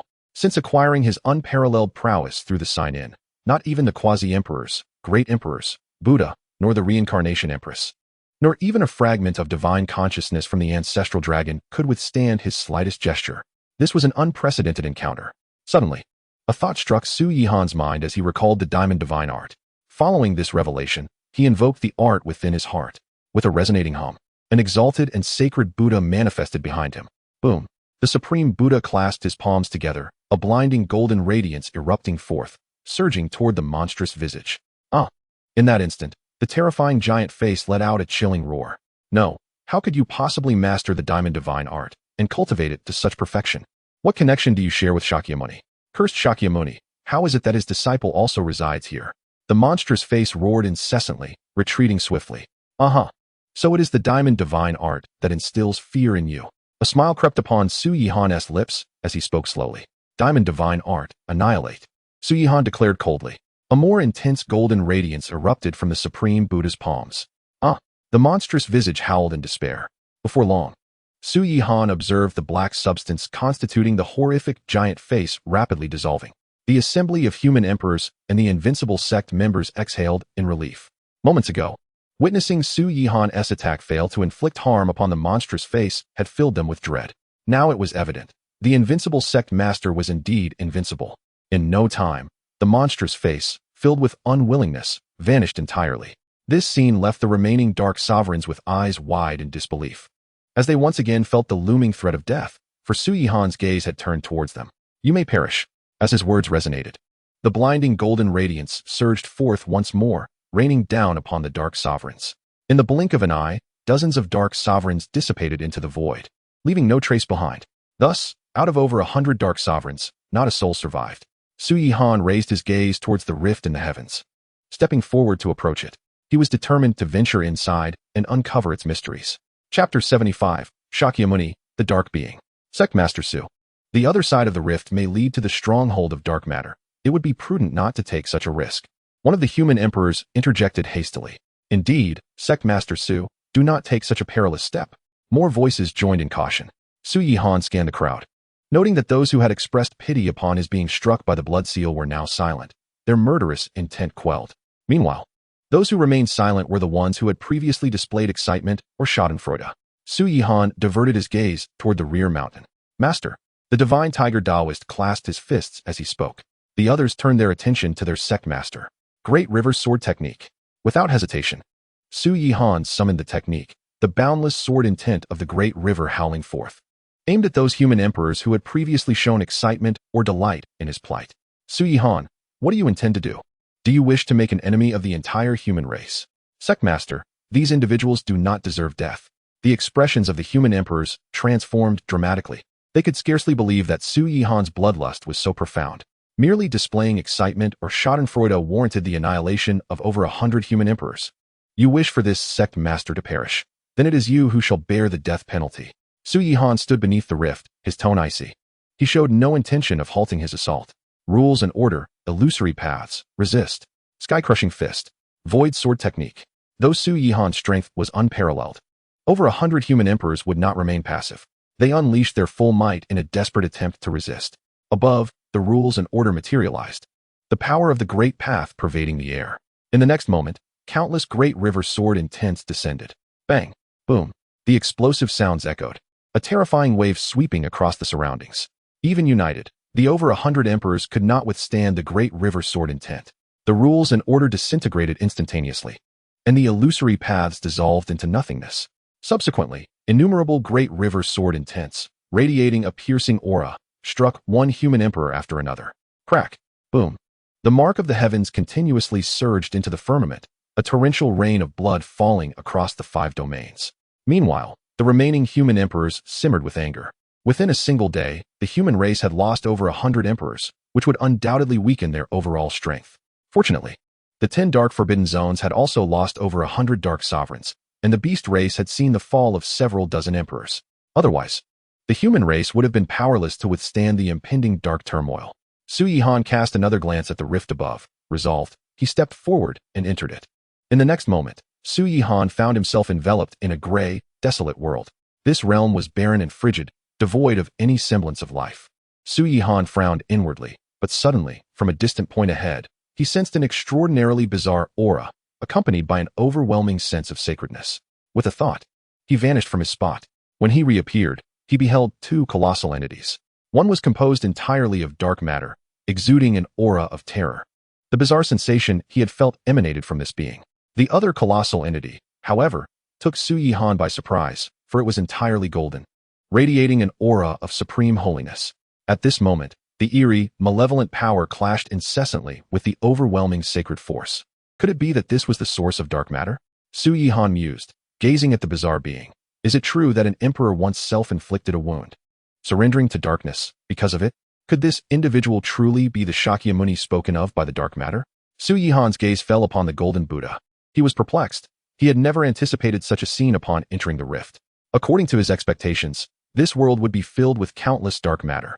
Young friend, how is it that you have mastered the supreme secret arts of Buddhism? Just then, a faint voice resonated in Su Yihan's mind. It was the golden Buddha before him.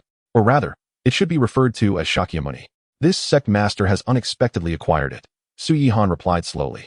I sense no fluctuations of power emanating from you. Yet you stand here, suggesting that you are not merely ordinary. The voice in his mind continued. A dark sovereign opened the space using the dark matter within, resulting in a surge of dark matter. Now, the dark matter has been eradicated by this sect master. Su Yihan responded. Driven by curiosity, I ventured in to uncover the truth, only to be met with this unexpected sight. No wonder I sensed a slight weakening in the power of this dark being. It must be due to your presence. Are you Shakyamuni? Su Yihan inquired, raising an eyebrow. In some ways, yes, and in others, no. It is merely a title. The voice of the golden Buddha continues to resonate in Su Yihan's mind. Is this the source of darkness? Did those emperors take their own lives because of him? Su Yihan inquired. Indeed. The emperors of the lower realms took their own lives because of him. Yet he is but a creature of darkness, not the source of it. Su Yihan nodded slightly. And with a thought, he invoked the Vajra divine art. Behind him, the supreme Buddha materialized, an aura of sanctity and supremacy permeating the surroundings. The supreme Buddha that appeared behind Su Yihan seemed even more sacred and vast than the one before him.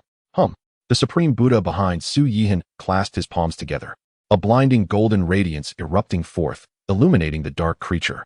Instantly, the dark creature let out a piercing scream as its massive form began to shrink gradually. Unexpectedly, the young friend's Vajra divine art has been cultivated to such profound heights, the golden Buddha remarked, appearing quite astonished. In the next moment, a dazzling golden light also erupted from the golden Buddha. Consequently, the dark creature was being dissolved at a visibly rapid pace. Roar! The dark creature bellowed, unleashing a surge of black light to confront the two supreme Buddhas. Alas, it could not withstand the combined might of both supreme Buddhas. In the next instant, it transformed into a streak of black light and fled at great speed. The supreme Buddha, in turn, became a streak of golden light, pursuing swiftly. This place has been besieged by darkness. Young friend, you should depart quickly to avoid being tainted by the dark matter, which may affect your own being. The voice of the golden Buddha echoed in Su Yihan's mind. The two colossal figures soon vanished from sight. Su Yihan gazed toward the horizon, furrowing his brows slightly. And then, with a flicker of his form, he disappeared. Above the Indomitable Sect, the space rippled, and Su Yihan appeared, standing tall like a celestial being. Heal, he uttered, casting his gaze upon the spatial rift. As his voice resonated, the rift began to mend at a visibly rapid pace. His attention then fell upon the multitude of human emperors. Chapter 76. 5 Emperors enter the Indomitable Sect. Are you all still lingering? Do you not wish to seize the ginseng fruit tree? Su Yihan stood with his hands behind his back, his silver hair flowing in the wind. These human emperors, beast clan emperors, and dark sovereigns had all come for the elixir of immortality. Now, the dark sovereign and beast clan emperors had all been slain, and Su Yihan had also dispatched over 100 human emperors. To be candid, Su Yihan did not believe that the remaining human emperors would dare to covet the ginseng fruit tree any longer. Indeed, as soon as Su Yihan's words left his lips, dozens of human emperors exchanged glances. In the next moment, the space rippled again as one by one, the emperors departed. However, 5 remained. Why do you 5 not take your leave? Su Yihan squinted. Below, the thousands of disciples of the Indomitable Sect, along with numerous elders, looked curiously at the 5 emperors. Esteemed sect master, I am the Ascending Sky Emperor, a free spirit without attachments, wishing to join the Indomitable Sect. Esteemed sect master, I am the Fire Serpent Emperor, also a free spirit, seeking to join the Indomitable Sect and hoping for your acceptance. Master Sect Leader. The remaining 3 soon spoke up, introducing themselves as Black Rat, Begonia, and Sky Wind. All 5 emperors desired to join the Indomitable Sect. You are already unmatched emperors in the world. Why would you wish to join the Indomitable Sect? Su Yihan raised an eyebrow and questioned. Esteemed Sect Master, you jest, Sky Wind Emperor replied first.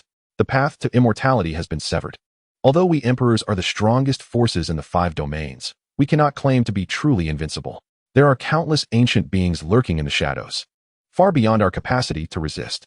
More importantly, the path to immortality may soon reappear. By joining the Indomitable Sect, we can receive your protection. Sky Wind paused before continuing. Furthermore, the Indomitable Sect possesses the great Dao secret realm, the dragon transformation pool, and the ginseng fruit tree. Perhaps we might advance further with these resources. Su Yihan nodded slightly, knowing that Sky Wind Emperor spoke the truth. He then turned his gaze to the other 4. Do you share the same sentiments? All 4 nodded in unison. Their desire to join the Indomitable Sect was not solely based on the great Dao secret realm or the cleansing pools. More importantly, it was because of Su Yihan's unmatched prowess displayed before them. You must think carefully, Su Yihan spoke solemnly. Once you join the Indomitable Sect, you shall be bound by its rules and must not betray it. Otherwise, there will be no place for you to rest in death. Rest assured, esteemed Sect Master. Since we wish to join the Indomitable Sect, we willingly accept your command. Standing together with the sect in life and death, the 5 emperors declared in unison, their resolve unwavering. Upon hearing this, Su Yihan nodded slightly. Greetings, esteemed Sect Master. The 5, without hesitation, knelt halfway in midair. Below, the likes of the divine tiger Taoist, Ao Mu, Ao Song, and thousands of disciples watched this scene with great excitement. Rise, Su Yihan said with a smile. The Indomitable Sect has the 10,000 Laws Pavilion, teeming with imperial techniques for you to choose from freely. Afterwards, you may proceed to the cleansing pools, the great Dao secret realm, and the Crimson Flame Soul refining tower to cultivate. Yes, thank you, esteemed Sect Master. The 5 exclaimed, their excitement palpable. Even as powerful emperors, the cleansing pools, the Crimson Flame Soul refining tower, and the great Dao secret realm held immense benefits for them. By the way, take 2 ginseng fruits each and consume them. Su Yihan added after a moment's thought. Yes, thank you, esteemed Sect Master. The Fire Serpent Emperor and the others were even more elated. Soon, the 5 entered the Indomitable Sect, heading towards the 10,000 Laws Pavilion to select suitable imperial techniques. Su Yihan landed in the plaza. Master, you are incredible. The little girl bounced over joyfully. Behind her, Shi Huang, Divine Tiger Taoist, Ao Shui, and Chun Haimu all wore expressions of exhilaration. In a single day, their esteemed sect master had slain over 100 dark sovereigns and more than 100 human emperors. And even the dark creatures and forbidden blood symbols were powerless against him. After today, the name of the Indomitable Sect would surely echo throughout the 5 domains. The Indomitable Sect Master, unrivaled in the world, eternally indestructible, revered across the myriad realms. The first loyal follower, Divine Tiger Taoist, was the first to voice this newfound slogan. Behind him, Ao Song, Ao Shui, and the other 7 emperors, along with numerous elders and disciples, were initially taken aback before quickly responding with fervor.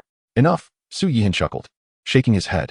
From this day forth, the name of the Indomitable Sect shall indeed resonate throughout the 5 domains, and no force shall dare challenge it. All of this is thanks to the Sect Master's unmatched prowess. Divine Tiger Taoist spoke up immediately. Issue a decree from our Sect Master. Henceforth, the Indomitable Sect shall open its mountains to the 5 domains and recruit disciples widely. As soon as these words were spoken, the expressions of Divine Tiger Taoist and the others brightened. Esteemed Sect Master, should we lower the criteria for accepting disciples? Divine Tiger Taoist inquired respectfully. No need. Let us adhere to the original standards, Su Yihan replied without hesitation. The Indomitable Sect seeks only elites. We would rather have fewer than compromise quality. Yes, esteemed Sect Master. I understand. Divine Tiger Taoist clasped his fists. The others did the same. All of you may leave now. Su Yihan waved his hand. The crowd bowed in soon. Only the little girl, Bai Shui Qiongqi, and Shi Huang remained in the plaza. Little girl, go and play with Bai Shui Qiongqi, Su Yihan said, a tender smile gracing his lips. The little girl responded with a soft clutching the bloodborne Xianxia as she dashed off in another direction. Does Master have any commands? Shi Huang inquired, clasping his fists and bowing his head. Indeed, does the Immortal Realm have a Buddhist sect? Who is the leader of the Buddhist sect? Su Yihan asked. Master, the Immortal Realm certainly possesses a Buddhist sect, and within the vast and boundless Immortal Realm, the power of the Buddhist sect is also exceedingly formidable. The leader of the sect is known as Shakyamuni, Shi Huang replied. As for the dark matter, I have not heard of it, he added. Su Yihan frowned slightly upon hearing this. Shi Huang then felt a stir in his heart and asked, Master, what did you see on the other side of the spatial rift? On the other side of the spatial rift, I beheld a supreme Buddha and a dark creature. Su Yihan revealed. Could that Buddha be Shakyamuni? Shi Huang exclaimed in astonishment. He is both yes and no, Su Yihan replied. However, it is certainly related to Shakyamuni. Master, as the leader of the Buddhist sect, Shakyamuni is an unparalleled power in the immortal realm. Even the great river Immortal Emperor and the heavenly slaughter Immortal Emperor cannot compare to him, Shi Huang remarked, filled with shock. Such a formidable being is unable to vanquish the dark creature? What I witnessed was the supreme Buddha confronting the dark creature, and he seemed to be at a disadvantage. Su Yihan stated. Upon hearing this, Shi Huang's expression of shock deepened. Enough, go and cultivate. Su Yihan waved his hand, losing interest in further inquiries. Yes. Shi Huang bowed and turned to leave. As time flowed by, half a month had swiftly passed. Chapter 77, The Fiery Red Lotus of Karma, 100 Heavenly Heart Tokens. Half a month had gone by, and the events surrounding the Invincible Sect had spread throughout the 5 regions. The name Invincible Sect resonated like thunder among the countless beings of the 5 regions. Meanwhile, Su Yihan's name, during this fortnight, had become almost synonymous with the whispers of billions across the realms. Naturally, a small portion of individuals harbored doubts regarding the veracity of these events. After all, to single-handedly slay over 200 Emperor-level powerhouses within a day, while simultaneously countering the forbidden blood symbols, shattering dark matter, and penetrating to the other side of the spatial rift, was indeed incredible. As his fame soared, news of the Invincible Sect's recruitment of disciples swept through the 5 regions like a tempest. Alongside this, it was also reported that the Invincible Sect possessed rare treasures such as the immortal ginseng fruit tree, the supreme secret realm, the cleansing pool, the dragon transformation pool, the trial tower, and the scarlet flame soul refining tower. Of course, the requirements for enrolling in the Invincible Sect also became widely known, leading those of mediocre or even commendable aptitude to abandon the thought of venturing to the southern border. In the plaza of the Invincible Sect, Su Yihan took a sip of enlightenment tea and set down his cup, having signed in 10 times prior. He had upgraded the Invincible Sect once more and acquired some heavenly materials and earthly treasures, yet overall, he felt he had not gained substantial benefits. Su Yihan mused silently. Presently, the realms of the little girl, Shi Huang, and several elders had already entered the quasi-emperor stage, and he hoped that the remaining 5 sign-in opportunities would yield the Heavenly Heart tokens. System, sign in 5 times. Su Yihan commanded without hesitation in his mind. Ding. Consumed 5 sign-in opportunities, beginning sign-in. Signing in. Ding. Sign-in successful. Congratulations, host, for obtaining the Supreme Emperor Weapon, Divine Tiger Seal, the Supreme Emperor Weapon, Divine Dragon Scissors, the Supreme Emperor Weapon, Li Hua Sword, the top-tier Immortal Artifact, Fiery Red Lotus of Karma, and 100 Heavenly Heart tokens. As Su Yihan listened to the system's prompts, he initially furrowed his brow slightly, having received 3 Supreme Emperor Weapons consecutively. It was only upon the 4th sign-in that he obtained the top-tier Immortal Artifact, the Fiery Red Lotus of Karma. However, this still was not what Su Yihan had desired. Fortunately, during the final sign-in, he finally acquired the Heavenly Heart tokens, and remarkably, he received 100 tokens in one go. This meant that all quasi-emperor powerhouses within the Invincible Sect would be able to ascend to the Emperor realm and attain enlightenment as emperors. A smile crept onto Su Yihan's face as he contemplated this. Convey my command to the sect. Summon all quasi-emperor powerhouses to see me immediately. Su Yihan spoke slowly. Yes. Sectmaster. A stunning maid standing not far away hastily bowed and departed to relay Su Yihan's orders. Before long, a gathering of quasi-emperors arrived. We pay our respects to the Sectmaster. They all greeted in unison. Su Yihan scanned the room and noted that the Invincible Sect now boasted 23 quasi-emperors. Apart from the little girl and Shi Huang, he could hardly recall the names of the others. Yet, without exception, every gaze directed at him was filled with reverence and respect. In addition to these quasi-emperors, the 13 emperors led by the Divine Tiger Daoist also made their appearance. All but 5, Emperor Tianfeng, Emperor Huasha, Emperor Haitang, Emperor Heishu, and Emperor Qingtian, who had joined the sect later, had already surmised the purpose of Su Yihan summoning the quasi-emperors. After all, the reason these 8 had ascended to the Emperor realm was due to Su Yihan bestowing upon them the Heavenly Heart tokens. There's no need for excessive formalities. Su Yihan began, speaking gently. I have called you here because you have all stepped into the quasi-emperor stage. At this statement, the Divine Tiger Daoist, Ao Song, and the others quietly acknowledged the truth of his words. Su Yihan continued. Here in my possession are Heavenly Heart tokens that can be directly assimilated. Once you fuse with them, you will immediately gain the recognition of heaven and earth, allowing you to ascend and become emperors. At this proclamation, every quasi-emperor present gasped in awe. Even those 5 elders who had previously witnessed Ao Mu, Ao Shui, Chen Haimu, and others ascend to the Emperor realm were equally astonished. Earlier, Su Yihan had already granted them 7 heavenly heart tokens. They had assumed that, even if he possessed more, it could not possibly be in abundance. Now, however, he was prepared to bestow heavenly heart tokens upon all 23 quasi-emperors present. The number of heavenly heart tokens in the sect master's possession must be staggering, thought the divine tiger Daoist, Ao Shui, Wu Kuan, Han Lin, and Shi Huang, all sharing similar sentiments. Thank you, sect master. We shall undoubtedly serve you and the Invincible Sect with unwavering loyalty. The 22 quasi-emperors declared in unison, kneeling half on the ground, including Shi Huang. Meanwhile, the little girl was joyfully playing with the blood-born xianxia, oblivious to the prospect of ascending to the Emperor realm. At that moment, the blood-born xianxia had grown to an impressive 3 zhang and appeared remarkably fierce. The little girl rode atop it as if on horseback, and the xianxia showed no sign of discontent. Without hesitation, Su Yihan focused his thoughts, and 23 heavenly heart tokens materialized, floating before the 23 quasi-emperors. Fuse with them, he instructed gently. Yes, with hearts filled with excitement, the group began to assimilate the heavenly heart tokens.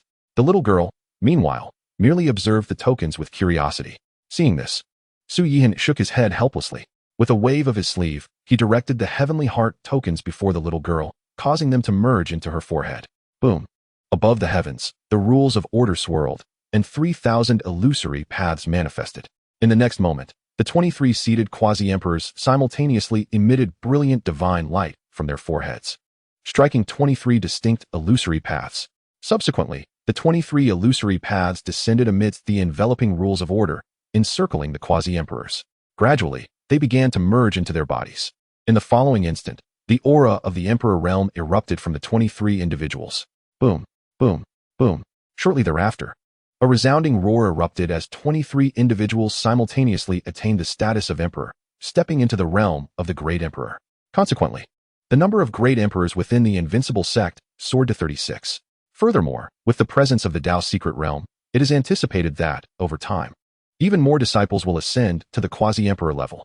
When the time comes, with Su Yihan bestowing the heavenly heart mark, these individuals will also be able to enter the Great Emperor realm. Subsequently, the 23 ascended into the skies, standing tall amidst the vast expanse, proclaiming their names.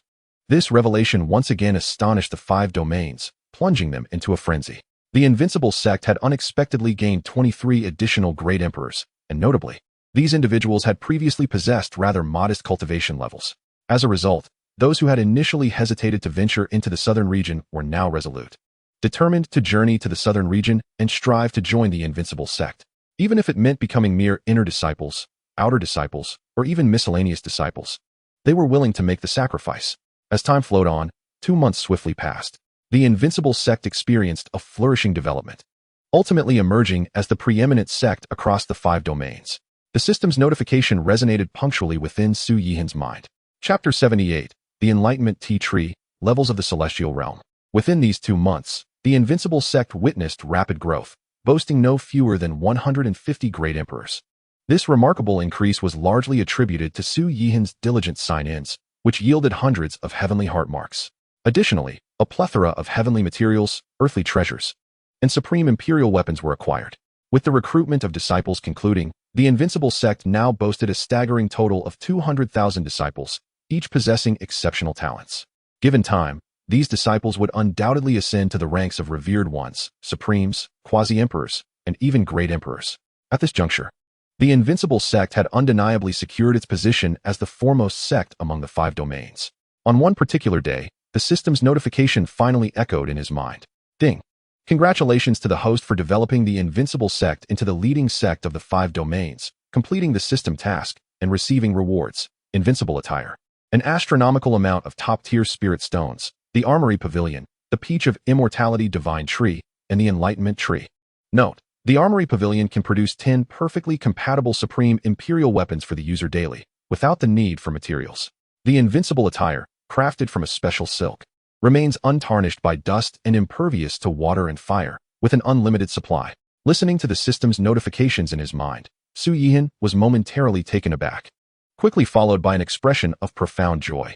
The astronomical amount of spirit stones was of little consequence, as he had already acquired several hundred billion during the past 2 months alone. What truly captivated his interest were the Armory Pavilion and the Enlightenment Tree. The Armory Pavilion, without a doubt, was remarkable, capable of producing 10 supreme imperial weapons daily without requiring any materials. In just a matter of days, each of the 150 great emperors of the Invincible Sect would be equipped with one or even several supreme imperial weapons. The Enlightenment Tree, on the other hand, promised to enhance training significantly. When placed within the Dao secret realm, the two would synergize magnificently. As for the Peach of Immortality Divine Tree, it merely served as an embellishment, given that they already possessed the ginseng fruit tree. Place the Enlightenment Tree and the Peach of Immortality Divine Tree in the back mountain, and position the Armory Pavilion to the right of the plaza, Su Yihan instructed in his mind. Ding. The Enlightenment Tree and the Peach of Immortality Divine Tree have been established in the back mountain, and the Armory Pavilion has been positioned to the right of the plaza. As the system's notification resonated, Su Yihan observed that the previously desolate right side of the plaza had transformed, revealing a magnificent hall.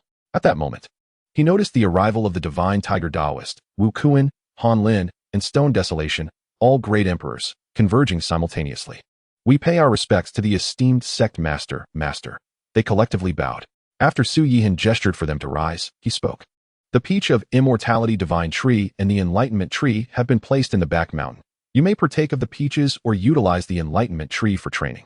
Now it is clear that you are indeed the esteemed sect master. A shared thought arose among the great emperors. Naturally, it was entirely reasonable for Su Yihan, who could produce heavenly heart marks, to introduce two immortal herbs once again. Esteemed master, what is that? The Divine Tiger Daoist was the first to notice the Armory Pavilion on the right. Following his inquiry, all eyes turned toward the Armory Pavilion. Su Yihan explained, "This is the Armory Pavilion, which can produce 10 supreme imperial weapons daily without requiring any materials." Hiss. As soon as Su Yihan's words left his lips, a chorus of gasps filled the air. 10 supreme imperial weapons daily, and no materials required? How is that even possible? This is utterly inconceivable. Waves of astonishment surged through the hearts of the great emperors, leaving them in utter disbelief. Yet, they did not question Su Yihan's words. Master, with the Armory Pavilion in place, the strength of the Invincible Sect will soar exponentially within just a few days. Stone Desolation exclaimed, his face brimming with excitement. At that moment, he felt no animosity toward the Celestial Realm's adversaries. Rather, he was grateful to them. If not for their previous defeat, he would not have been compelled to reincarnate into the lower realm. Had he not reincarnated, he would never have encountered Su Yihan, nor would he possess the current opportunity. Sensing the rising warmth in the vicinity, Su Yihan continued. The Armory Pavilion not only produces 10 supreme imperial weapons daily, but can also generate weapons that are perfectly suited to the desires of the user. Esteemed master, may I, too, enter the Armory Pavilion? The Divine Tiger Daoist hesitated momentarily before speaking. His hesitation stemmed from the fact that 2 months prior, Su Yihan had already bestowed upon him the Heavenly Tiger Seal acquired during his sign-in. Of course, Su Yihan replied. Any great emperor of the Invincible Sect is permitted to enter the Armory Pavilion. Yes, thank you, esteemed master. The group expressed their gratitude before eagerly entering the Armory Pavilion, leaving only Stone Desolation behind. My dear disciple, do you not wish to enter? Su Yihan inquired gently, replying to Master, when I reincarnated. My celestial artifact remained in the upper realm. As long as I return to the celestial realm, I can retrieve it. Therefore, I do not require a supreme imperial weapon. Stone Desolation responded. Su Yihan nodded slightly and asked, your cultivation level has reached the pinnacle of the great emperor realm. Have you yet touched upon the celestial realm? Master, the path to immortality has been severed. Even I cannot grasp the celestial realm in the lower realm, Stone Desolation replied. What we can do is solidify our foundations and await the reopening of the path to immortality. Su Yihan nodded slightly and then said, please share with me the classifications of the realms following ascension to the celestial realm. Stone Desolation looked at his master in surprise, contemplating how such a powerful figure would inquire about the classifications of realms after ascension. I have never been to the celestial realm. Thus, I am unaware of how its realms are classified. Su Yihan spoke softly. Master, in the celestial realm, the classifications beneath the celestial realm are identical to those in the 5 domains. Above the great emperor realm, there are the human immortal realm, earth immortal realm, heaven immortal realm, golden immortal, Xian immortal, great Luo golden immortal, great Luo Xian immortal, immortal monarch realm, immortal sovereign realm, immortal emperor realm, immortal king realm, and immortal emperor realm.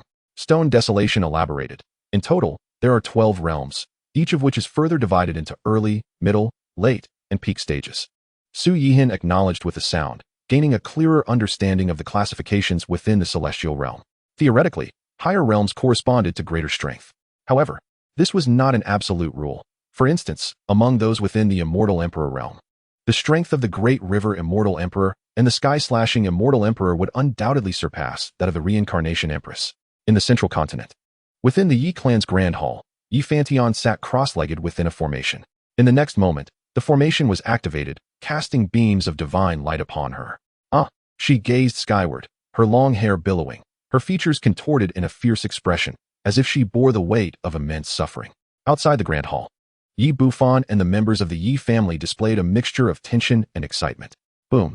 In the next instant, a deafening roar erupted, a terrifying force sweeping forth, causing the hall to crumble. Yi Fantian's demeanor remained composed, yet he exuded an aura that instilled dread. Fairy, have you succeeded? Yi Bufan trembled with excitement, unable to contain himself.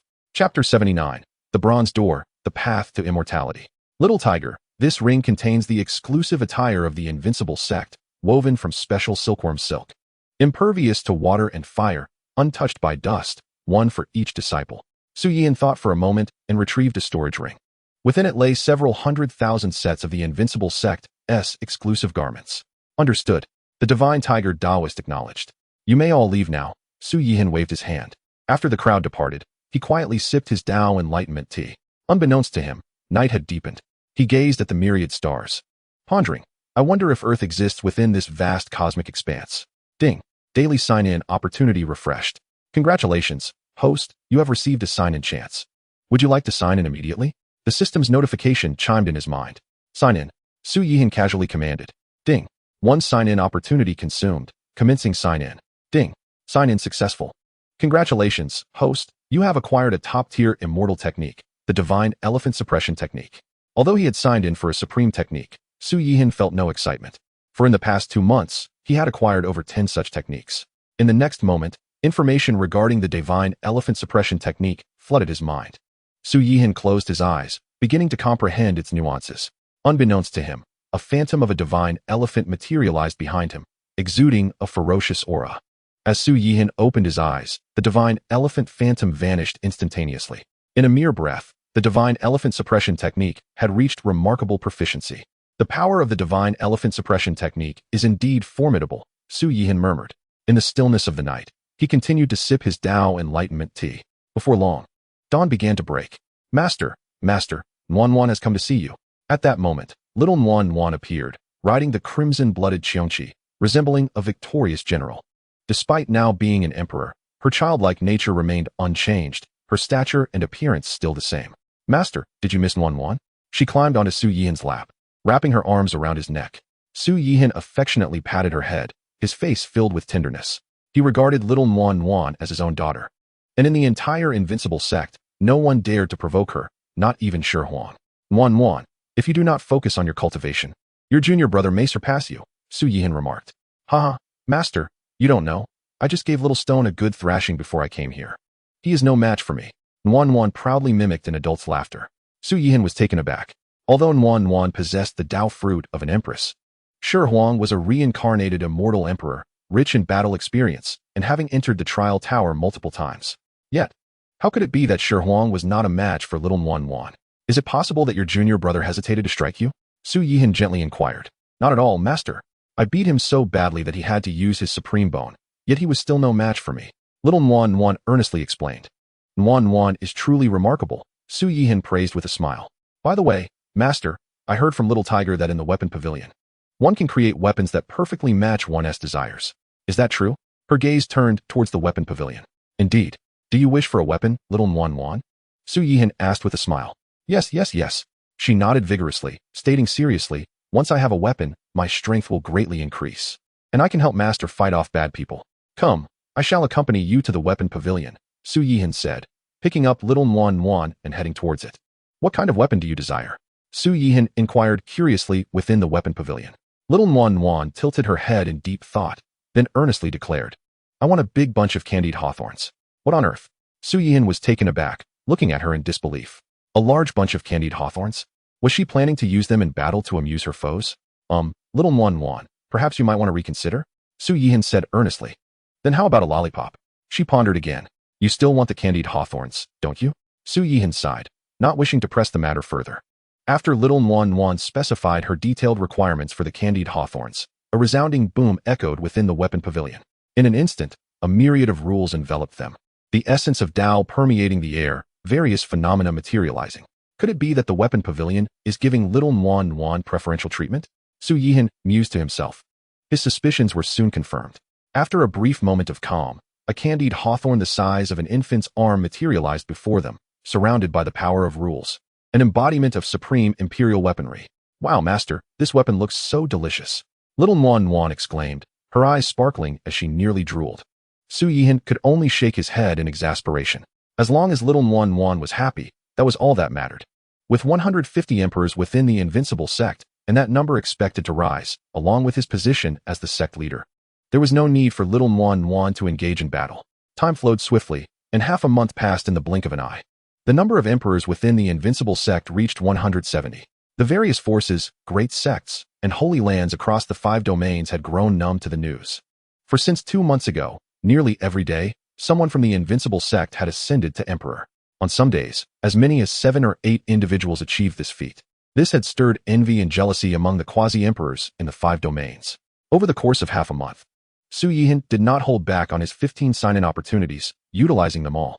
Besides acquiring hundreds of heavenly heart marks, he did not receive any other noteworthy treasures. Su Yihan remained indifferent to this outcome. With his invincible cultivation, the Invincible Sect had become the most formidable sect in the 5 domains. In truth, he felt utterly content. Master, little Wan is here to see you. At that moment, little Wan appeared, riding the crimson-blooded xianxia, with a small green plate resting on her arm. In her hands, she held the supreme imperial weapon, the candied hawthorn. Su Yihan chuckled, shaking his head. Where have you been running off to these past few days? He inquired. Master, I went out to play and made several friends. Little Wan replied, jumping down from the crimson-blooded xianxia. Su Yihan nodded slightly, about to say something when suddenly, a thunderous clap reverberated across the 5 domains. This thunder was exceedingly abrupt. Instinctively, Su Yihan looked up, only to furrow his brow the next moment.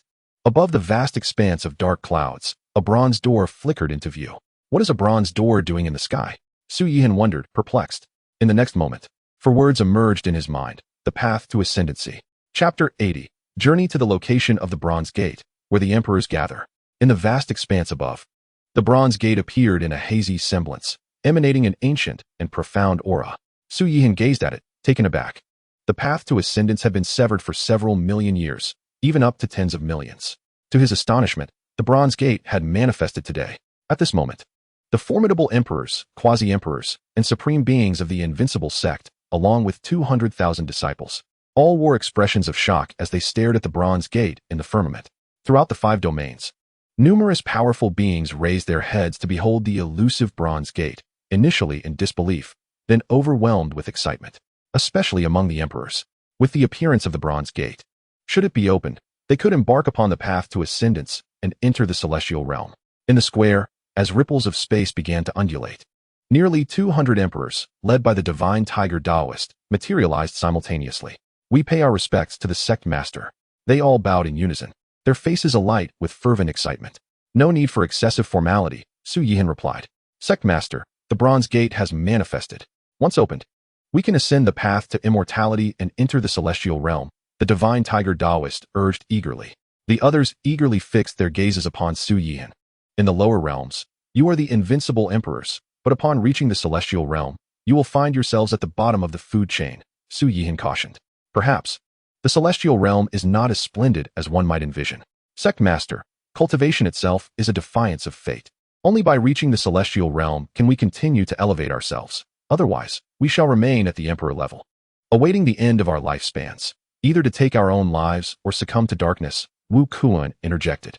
Indeed, sect master, please lead us to open the Bronze Gate, to ascend the path to immortality, and to amplify the Invincible Sect within the celestial realm. Mu clasped his fists. Sect master, more and more emperors voiced their hopes, all desiring Su Yihan to guide them to the Bronze Gate, to open it, to ascend the path to immortality, and to enter the celestial realm. Master, I too have adversaries in the celestial realm, and do not wish to merely survive in the lower realms. At this moment, Shi Huang clasped his fists and spoke. The issues concerning senior sister can only be resolved in the celestial realm. Su Yihan regarded his second disciple and the gathered followers, pondering for a moment. then declared, "Very well, since you all wish to venture to the celestial realm, I shall lead you there." "Yes, thank you, Sectmaster," they responded, overwhelmed with excitement. Kneeling once more in reverence, everyone believed that Su Yihan possessed terrifying strength. If he chose to act, he would undoubtedly be able to open the Bronze Gate and ascend the path to immortality. "Investigate the exact location of the Bronze Gate's emergence," Su Yihan instructed. "Yes," they responded, clasping their fists before departing. This scene was mirrored across the many clans and sacred places within the 5 domains. Even among the 10 dark forbidden zones, Dark Supremes exchanged information, seeking to ascertain the exact location of the Bronze Gate's appearance. Their self-inflicted wounds were due to the impending end of their lifespans. Now, with the emergence of the Bronze Gate, entering it could extend their lives. In the central continent, at the Yi family estate, Yi Fantian, a figure of ethereal grace and unparalleled beauty, tilted her chin to gaze at the Bronze Gate high above in the firmament, a serene smile gracing her exquisite features. "Bronze Gate, you have finally appeared." She spoke softly, though her tone lacked overt excitement. "Fairy, the Bronze Gate has emerged, and your strength has been restored. You can finally return to the celestial realm." Behind her, Yi Bufan clasped his fists, his face adorned with obsequious admiration. Although he was the patriarch of the Yi family, a forebear of Yi Fantian, she hailed from the celestial realm and, now restored, surpassed the emperor level. Naturally, the entire Yi family revered Yi Fantian above all. "Fear not. I shall not forget the Yi family. When I ascend to the celestial realm, the Yi family shall rise along with me," Yi Fantian promised. With the emergence of the Bronze Gate, the 5 domains descended into a frenzy. Various factions, along with countless emperors and quasi-emperors, scrambled to locate the Bronze Gate's corporeal form. It was not until the 3rd day that news arrived. A divine fire realm cultivator had discovered a spatial rift above Tianyin Mountain in the central continent, within which a Bronze Gate could be vaguely discerned. This revelation sent emperors, quasi-emperors, supremes, and revered beings racing towards Tianyin Mountain in the central continent. At the Invincible Sect square, the divine tiger Daoist reported this matter to Su Yihan. Su Yihan nodded slightly, and then inquired, "Have you retrieved your ultimate imperial weapons?" Replying to the sect master, "Currently, every emperor of the Invincible Sect possesses 1, if not 2, ultimate imperial weapons," the divine tiger Daoist beamed. The other emperors nodded in agreement. "Excellent," Su Yihan acknowledged, then instructed in his mind, "System, execute 3 sign-ins." Ding. Consuming 3 sign-in opportunities, commencing sign-in process. Ding. Sign-in successful. Congratulations to the host for receiving 100 billion top-tier spirit stones, 100 billion top-tier spirit stones, and a sect formation upgrade card. Note: using the sect formation upgrade card will enhance the strength of the sect's formation. After enhancement, it can only be breached by beings of the golden immortal realm. Use the sect formation upgrade card. Su Yihan commanded directly. Ding. The sect formation upgrade card has been successfully utilized. As the system's notification echoed in his mind, the formation enveloping the entire Invincible Sect began to resonate with a series of thunderous sounds. Before long, the rumbling ceased, and the divine tiger Daoist, Ao Shui, Han Lin, and over 200 emperors could all feel that the strength of the sect's formation had increased exponentially. Sectmaster, with the current strength of the sect's formation, even more emperors would struggle to breach it, the divine tiger Daoist remarked. "This is the 2nd time I have upgraded the sect's formation, below the golden immortal realm. It is impenetrable," Su Yihan stated calmly. This declaration once again astonished everyone, as they understood the hierarchical classification within the realm of immortality. Even in the celestial realm, the golden immortal realm is regarded as a pillar of strength. "Where's little Nian?" Su Yihan noticed the absence of little Nian and could not help but inquire. "Master, she is not within the sect," Shi Huang replied. "Not within the sect?" Su Yihan furrowed his brow upon hearing this, then closed his eyes to sense carefully. To his surprise, he found that little Nian was actually in the central continent. This child is becoming increasingly audacious, even venturing to the central continent. Su Yihan felt a twinge of anger. "There is no need for concern, Sectmaster. Little Nian is already at the emperor level, equipped with an ultimate imperial weapon, and accompanied by the emperor-level blood-soaked Xianxia and the supreme-level Shao Qing. She will be fine," the divine tiger Daoist interjected reassuringly. "Very well, let us not dwell on her. We shall proceed to the central continent," Su Yihan decided swiftly, his mind stirring with power, enveloping all present, and then they vanished from sight. Chapter 81. Arrival at Tianyin Mountain, where the strong gather. Above Tianyin Mountain, at an indeterminate time, a spatial rift had appeared. The rift was not large. Currently only the thickness of an adult's arm. Through the rift, one could discern a vague outline of the Bronze Gate within. The bronze gate that had manifested in the firmament above the 5 domains was a projection of this very rift. Buzz, buzz, buzz. In the next moment, the space began to ripple incessantly as one emperor after another, quasi-emperors, and supremes appeared. Indeed, it is here. The bronze gate is within this spatial rift. The rift was too small for the bronze gate to fully reveal itself. As you observe closely, the spatial rift is gradually expanding, and within a few days, the bronze door is destined to emerge in the 5 domains. Powerful beings gaze at the spatial rift and begin to speak. Although their words differ, an overwhelming excitement permeates their tones. After millions, even tens of millions of years, the path to immortality is finally about to unveil itself. How could they not be thrilled? As the conversation unfolds, ripples continue to emanate from the spatial rift, and one by one, formidable figures materialize. In no time, the heavens above Tianyin Mountain are graced by the presence of hundreds of emperors and over 200 quasi-emperors, not to mention the even greater number of sovereigns and respected beings. Suddenly, another wave of ripples cascades through the space, and Su Yihan leads over 200 emperors from the Invincible Sect into view. In an instant, a terrifying imperial aura envelopes the heavens and the earth, drawing everyone's attention. Gasp! When they witness the appearance of more than 200 emperors all at once, they collectively inhale sharply. Yet, it does not take long for some to recognize Su Yihan. It is the leader of the Invincible Sect, Su Yihan. It is astonishing that even such a formidable entity has been drawn to the path of immortality. While Sect Master Su possesses immense strength and may not be particularly interested in the path to immortality, the more than 200 emperors from the Invincible Sect undoubtedly yearn to ascend it. With the presence of the Invincible Sect's leader, it seems the path to immortality may be beyond our reach. Their words resonate clearly in the ears of Su Yihan, Shenhu Daoist, Wong Mu, and others. There is no need for concern, esteemed guests. If we can open the bronze door, the path to immortality will be accessible to all, Su Yihan stated without hesitation. Upon hearing this, everyone was momentarily taken aback, including the 200 emperors of the Invincible Sect. The sect master has actually declared that emperors outside the Invincible Sect may enter the path to immortality. Thank you, Sect Master Su. Thank you, leader of the Invincible Sect. I am Xianxia the Emperor. May I have the honor of joining the Invincible Sect? I too wish to join the Invincible Sect. Me as well. As Xianxia spoke, an increasing number of emperors, quasi-emperors, and even sovereigns echoed their desire to join the Invincible Sect.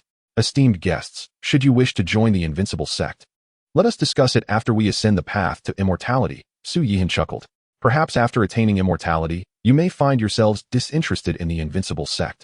This remark was, of course, a jest from Su Yihan, not to mention ascending the path to immortality or becoming a golden immortal. Even reaching the status of an immortal king would not lead them to consider themselves a match for Su Yihan. After all, he was the terror who had slain the Empress, defeated a fragment of the Ancestor Dragon's consciousness, and severely injured the Buddha Lord. Buzz, buzz, buzz. At that moment, ripples surged through the space once more, and more emperors made their appearance. Su Yihan turned his gaze and discovered that over 50 emperors from the Beast clan had arrived. Although there exists enmity between the human and beast clans, it is not particularly profound. At most, it is the younger generation of humans who are accustomed to hunting or taming the beasts, using them as mounts or battle companions. Such matters do not concern the emperors. Consequently, the human emperors merely glanced at their beast counterparts before returning their attention elsewhere. Meanwhile, the emperors of the Beast clan focused intently on the spatial rift. As time passed, more and more emperors emerged. Gasp! That is Emperor Zhantian. I remember he perished thousands of years ago. Who would have thought he is still alive? Look, that is Emperor Hejiao. He was already a top-tier emperor 30,000 years ago. I thought he had also met his end, but it seems he still lives. That is Emperor Qingfeng. 100,000 years ago, he single-handedly defeated 3 dark sovereigns. Astonishingly, he too has survived. As more emperors appeared, numerous identities sparked waves of astonishment among the crowd. Buzz. Just then, the space rippled once more, and a group of several dozen individuals materialized. The onlookers directed their gazes to the forefront, where a remarkably beautiful celestial maiden stood. Behind her were over 20 emperors and more than 50 quasi-emperors. The Yi family. It is indeed a member of the Yi family. Wait, why is the head of the Yi family standing behind her? It seems that the Yi family venerates this young woman. Su Yihan's gaze was immediately drawn to Yi Fantian, revealing an expression of realization. After being informed by Shurfeyer of Yi Fantian's esteemed position within the Yi family, he had suspected that she might still be alive. At this moment, Yi Fantian was also looking at him, a subtle smile gracing her face, not as if she had encountered an adversary, but rather as if she were greeting a friend. Sect Master Su, I am still alive. Are you surprised? Yi Fantian initiated the conversation. Su Yihan gently shook his head, replying, I am not surprised. I had my suspicions. It seems Shurfeyer has informed you. As Yi Fantian spoke, her gaze shifted towards Shurfeyer, but she quickly returned her attention to Su Yihan. Sectmaster Su. Such a formidable individual as yourself also aspires to ascend the path to immortality and enter the immortal realm? While I do not yearn for the immortal realm, the 200 emperors of the Invincible Sect are indeed eager to attain immortality, and I shall naturally assist them, Su Yihan proclaimed, standing with his hands clasped behind his back. Sectmaster Su, despite your extraordinary strength, ascending the path to immortality may not be an easy feat. Yi Fantian remarked with a smile. It seems you possess some knowledge? Su Yihan raised an eyebrow. Just wait and see. Surprises beyond your imagination await you. Yi Fantian replied with a light laugh. Observing this exchange, Su Yihan chose not to elaborate further. Meanwhile, the numerous powerful beings present listened to their conversation in silence, each deep in thought. At the location of Cihang Jingjai, Shurfeyer glanced at Su Yihan once more before withdrawing her gaze. By now, the number of emperors gathered at Tianyin Mountain had exceeded 500, with the quasi-emperors surpassing 1,000, and the sovereigns and respected beings were even more numerous. The frequency of ripples emanating from the spatial rift had significantly decreased. Master, Nuan has arrived. Just then, a familiar voice echoed among the Invincible Sect members. It was the little girl, Nuan. As they turned their gazes westward, they beheld Nuan riding a fierce beast, the blood-quenching xianxia. With a small azure dragon coiled around her arm and holding a divine imperial weapon, a candied hawthorn, in her hand. Seeing Nuan, a smile broke across Su Yihan's face. Aside from the over 200 emperors of the Invincible Sect, the others were left in shock at the sight of the little girl, a mere child of 3 or 4 years, and yet she is a being of emperor caliber. More astonishingly, the beast beneath her is also of the emperor realm. The dragon upon her arm is of the quasi-emperor realm, and the candied hawthorn she holds is a top-tier divine imperial weapon. The emperors were utterly astounded. As Nuan approached Su Yihan, he affectionately patted her head and said, From now on, you must not wander off. I understand, Master, Nuan replied obediently with a nod. Only then did the gathered emperors come to their senses. It was no wonder she had reached the emperor realm at such a tender age. No wonder she rode a fierce beast of emperor caliber.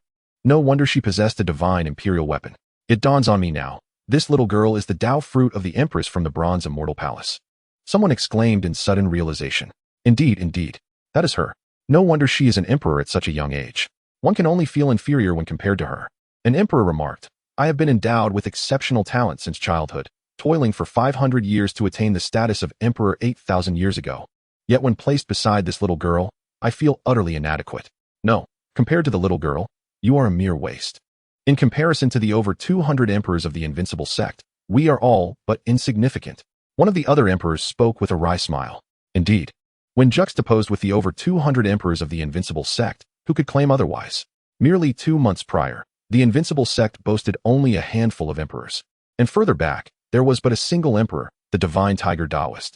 Yet now, merely 2 months later, the number of emperors within the Invincible Sect has surged past 200. At this rate, in a few months, the number of emperors may well breach 1,000. With the strength of the Invincible Sect alone, it could dominate the 5 realms. Buzz. Just then, ripples appeared in the fabric of space, and a towering figure emerged. This individual, exuding an air of nobility, possessed striking features and piercing eyes, radiating an extraordinary aura that surpassed the realm of emperors. Upon his arrival, he captured the attention of all present, save for Su Yihan. His gaze first drifted to the spatial rift, brows furrowing slightly. Moments later, he redirected his attention towards Su Yihan, inquiring, Are you the sect master of the Invincible Sect? Su Yihan offered a slight nod, remaining reticent. You annihilated the Bloodblade Pavilion, devastated the Radiant Light Holy Land, severely injured the Buddha Master, vanquished the Empress of the Bronze Immortal Palace, obliterated 9 ancestral dragons, and extinguished a fragment of the primordial dragon's consciousness. Yet, why do I sense no trace of power from you? You appear as an ordinary individual devoid of cultivation. And then, Su Yihan responded nonchalantly, seemingly unimpressed by the figure before him. I am merely curious, he continued, his gaze shifting to the little girl, Shi Huang, and the Divine Tiger Daoist. In such a brief span, the Invincible Sect has birthed so many emperors. You must have played a part in this. And if I did, what would it matter? Su Yihan retorted, It matters not. I am merely intrigued by how they receive the world's acknowledgement and condense the heavenly heart mark. Su Yihan perceived that the individual before him harbored suspicions or perhaps knowledge of something deeper. At this juncture, The formidable figure continued. I neglected to introduce myself. I am the Nine Phoenix Emperor. Gasp. The name Nine Phoenix Emperor sent ripples of astonishment through the crowd, faces reflecting disbelief. He is the Nine Phoenix Emperor? How is that possible? The Nine Phoenix Emperor was a peerless powerhouse 500,000 years ago. Indeed, but if he were not the Nine Phoenix Emperor, why would he impersonate him? Murmured the emperors in hushed tones. Behind Su Yihan, many of the 200 emperors also voiced their astonishment. He is indeed the Nine Phoenix Emperor. The divine tiger Taoist murmured, barely concealing his shock. Little tiger, what do you know? Su Yihan queried. Master Sect leader. The name Nine Phoenix Emperor resonated across the 5 realms 500,000 years ago. He was the unequivocal strongest of his time, the divine tiger Taoist recounted. The Nine Phoenix Emperor, born with the Nine Phoenix divine body, attained the world's recognition within 30 years of cultivation, condensing the heavenly heart mark and attaining emperorhood. Following his ascension, he single-handedly quelled the 3 great zones of life, slaying over 20 dark sovereigns. Subsequently, he established the Nine Phoenix divine dynasty, reigning over the 5 realms for 500,000 years, during which time no prodigy dared to raise their head. But one day, the Nine Phoenix Emperor ventured into the starry void and vanished for tens of thousands of years, leading everyone to believe he had perished. Henceforth, the Nine Phoenix divine dynasty collapsed, and the dark zones seized the opportunity to instigate chaos, plunging the 5 realms into a millennium of darkness. To their astonishment, the Nine Phoenix Emperor had not perished.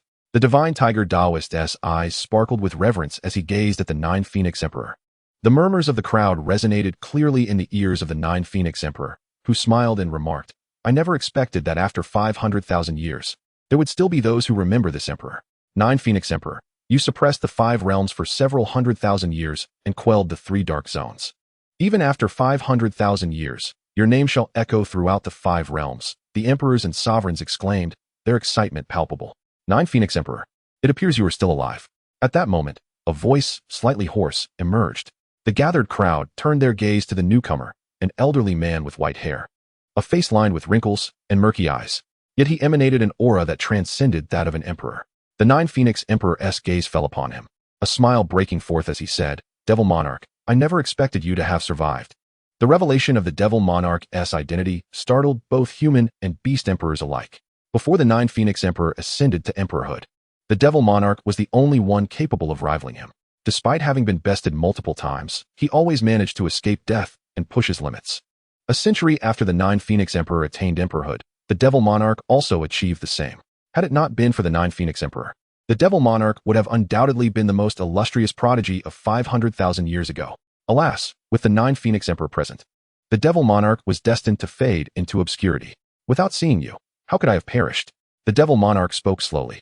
After 500,000 years apart, I trust your strength has only grown. Why not seize this moment and engage in a duel? 500,000 years ago, you never bested me. What more now?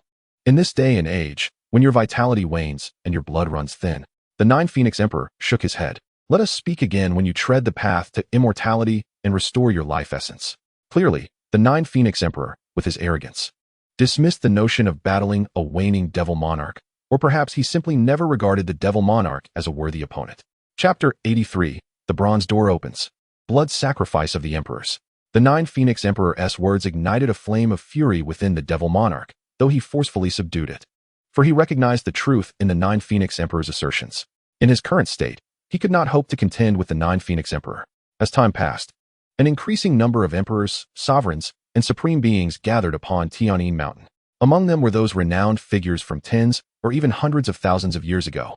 Su Yihan surmised that with the opening of the path to immortality, nearly every emperor and sovereign in the 5 realms, along with those long-hidden emperors, had arrived.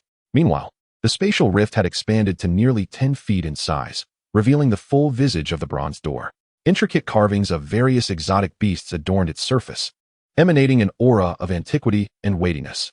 Everyone's gaze was firmly fixed upon the bronze door, eager to be among the first to enter as it opened and ascend the path to immortality. Buzz. Suddenly, the bronze door within the spatial rift began to tremble violently, an overwhelming force radiating from it. The path to immortality is about to open. The path to immortality is finally set to commence. Once I embark upon it, I can extend my lifespan. Since the severance of the path to immortality, countless prodigies had been eroded by time and perished in the lower realms. Now, the path was about to re-emerge. The emperors, sovereigns, and supreme beings were beside themselves with excitement and delight. Boom. At long last, the bronze door broke free from the confines of the spatial rift, emerging into the 5 realms. Open the bronze door and ascend the path to immortality, roared one emperor, striking the bronze door with a mighty punch. In the next instant, a tremendous explosion echoed forth. The bronze door remained steadfast, yet the emperor was sent reeling back, blood spewing from his mouth. This scene caused all present to frown slightly, including the 9 Phoenix Emperor and the Devil Monarch, along with other formidable beings from 500,000 years ago. As per their understanding, the Bronze Gate would automatically open upon the arrival of the 5 domains, requiring no external force. However, the current circumstances appeared quite contrary.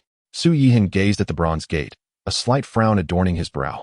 To commence the path to immortality, a blood sacrifice was necessary. In the next moment, a grand and resounding voice echoed within Su Yihan's mind. A blood sacrifice was indeed required to unlock the Bronze Gate. Realization dawned upon him. If that were the case, then it was time to slay. In the subsequent instant, numerous emperors, semi-emperors, and supreme beings descended into madness, launching frenzied attacks. At this moment, there was no distinction between the human and beast races. Everyone engaged in combat solely for the purpose of killing and offering blood to the Bronze Gate. Master of the sect? The divine tiger Taoist, noticing Su Yihan's frown, could not help but speak up. Do not rush, let us wait. This sect master senses something amiss. Su Yihan gently shook his head. Thus, the remaining emperors, semi-emperors, and supreme beings clashed violently, while Su Yihan led the Invincible Sect's emperors to retreat to a safe distance. The first to fall were numerous supremes. What troubled Su Yihan was that the bodies of these supremes, though they fell to the ground, transformed into mummified corpses in the blink of an eye. Even some semi-emperor and certain emperor corpses exhibited the same phenomenon. Could it be that the Bronze Gate was absorbing the power of these deceased individuals? Su Yihan furrowed his brow, pondering this unsettling thought. Boom, boom, boom. Above the Tianyin mountain, energies surged wildly, rules collided, and order enveloped the space, with ethereal roads constantly clashing. At this moment, countless beings across the 5 domains felt a tremor from the depths of their souls. Before long, one supreme after another, along with semi-emperors, were mercilessly slaughtered. Of course, some managed to retreat in time to save their lives. Meanwhile, above the Tianyin mountain, hundreds of emperors continued their brutal skirmishes. Every moment saw emperors falling, and a rain of blood incessantly poured down. You lot, do you intend to fish in troubled waters? At this juncture, the Demon Lord fixed his gaze upon Su Yihan and the 200 or so emperors of the Invincible Sect. What will you do? The Divine Tiger Taoist exclaimed. What could the Demon Lord of millions of years ago possibly do? With the sect master present, even if celestial beings were to descend, what is there to fear? And what will you do? I shall slay you all and offer a blood sacrifice to the Bronze Gate. The Demon Lord retorted coldly, his killing intent palpable. At this moment, many emperors turned their attention toward him, including the 9 Phoenix Emperor, eager to witness whether the Invincible Sect's master was truly as formidable as he had heard. You seek your own demise, Su Yihan replied icily. Then let me see just how capable you truly are. The Demon Lord displayed no fear, and as he spoke, he unleashed a palm strike imbued with overwhelming might towards Su Yihan. Seeking death, Su Yihan raised an eyebrow, sweeping his sleeve, unleashing a terrifying force. In an instant, the rapidly approaching palm shadow dissipated explosively, while the power Su Yihan emitted continued its relentless advance toward the Demon Lord. At this moment, the Demon Lord sensed an all-too familiar aura of death, more intense than when facing the 9 Phoenix Emperor. Bang! A dull thud resonated as the force collided with the Demon Lord. In that fleeting moment, the Demon Lord's form vanished into the void, as if erased from time itself, never to be seen again. This spectacle left the emperors in a state of shock. Undoubtedly, the one most astonished was the 9 Phoenix Emperor. He had never anticipated that Su Yihan's strength would be so overwhelming that even the Demon Lord could not withstand a single blow. Though the Demon Lord's vitality had waned and he was no longer at his peak, he was still a top-tier emperor who had survived for millions of years. Even he himself could not have accomplished such a feat. The fact that this sect master refrains from making a move does not imply fear of you. Su Yihan's gaze swept across the gathering, his voice cold. Without needing to speak further, no one dared to provoke the members of the Invincible Sect. Following a brief tranquility, the chaos of the imperial clash erupted once more. With each fallen emperor, their corpses transformed into mummies. Su Yihan observed that the once closed Bronze Gate had now opened a narrow crack. A rich essence of immortality surged forth, invigorating the spirit and uplifting the heart. Sectmaster, the Bronze Gate has begun to open. Though a mere crack had formed, it was still a long way from fully opening. Behind Su Yihan, the emperors were all aflame with excitement. With Su Yihan present, they needed not engage in the slaughter, for none could hunt them down. Su Yihan regarded the slightly ajar bronze gate, furrowing his brow in contemplation. The requirement for a blood sacrifice to fully open the gate felt exceedingly ominous. Meanwhile, the carnage persisted, with ever more emperors meeting their demise. Within a short half-hour, only 70 or 80 emperors remained atop Tianyin Mountain. The rest had fallen, becoming mere mummies. Among the remaining, each was exceptionally powerful, capable of slaying their peers. At this moment, these individuals reached an unspoken consensus to cease their fighting, turning their gazes towards Su Yihan and the 200 or so emperors of the Invincible Sect. Chapter 84. The Bronze Gate opens, the Emperor appears. Originally, over 1,000 emperors had now dwindled to merely 70 or 80. In this moment, they ceased their bloodshed, focusing their attention on Su Yihan and the 200 emperors of the Invincible Sect. What? Do you wish to seek your own demise? Su Yihan scoffed. The divine tiger Taoist, Wu Kuan, and others showed no signs of worry, for even without Su Yihan, their 200 emperors were unafraid of these 70 or 80 individuals. Sect Master, to open the Bronze Gate, a blood sacrifice is required. Otherwise, it shall not open, and the path to immortality will remain concealed. The 9 Phoenix Emperors spoke slowly, and then Su Yihan raised an eyebrow in inquiry. Sect Master, the original 1,000 emperors have now dwindled to 70 or 80. While your Invincible Sect still boasts over 200 emperors, the 9 Phoenix Emperor continued. I believe those behind you should also partake in the bloodshed. Upon hearing this, Su Yihan laughed. He had never anticipated that after slaying the Demon Lord in one strike, the 9 Phoenix Emperor and the remaining 70 or 80 emperors would still desire the Invincible Sect's emperors to join the fray. Did they not fear that he might annihilate them all? Observing from a distance, some emperors, semi-emperors, and supremes wore peculiar expressions. Very well. Then let it be as you wish. With that, Su Yihan's voice rang out, and a winding river manifested behind him. Swish, swish, swish. In the next moment, countless sword intents surged forth from the river, slicing toward the 9 Phoenix Emperor and the others. Su Yihan, do you intend to make an enemy of the 5 domains? The 9 Phoenix Emperor exclaimed, his expression shifting. What of it? If I am invincible, then the world shall be my enemy. Su Yihan retorted defiantly. Buzz, buzz, buzz. The 70 or 80 emperors, facing the sky-slaying sword technique, dared not be careless.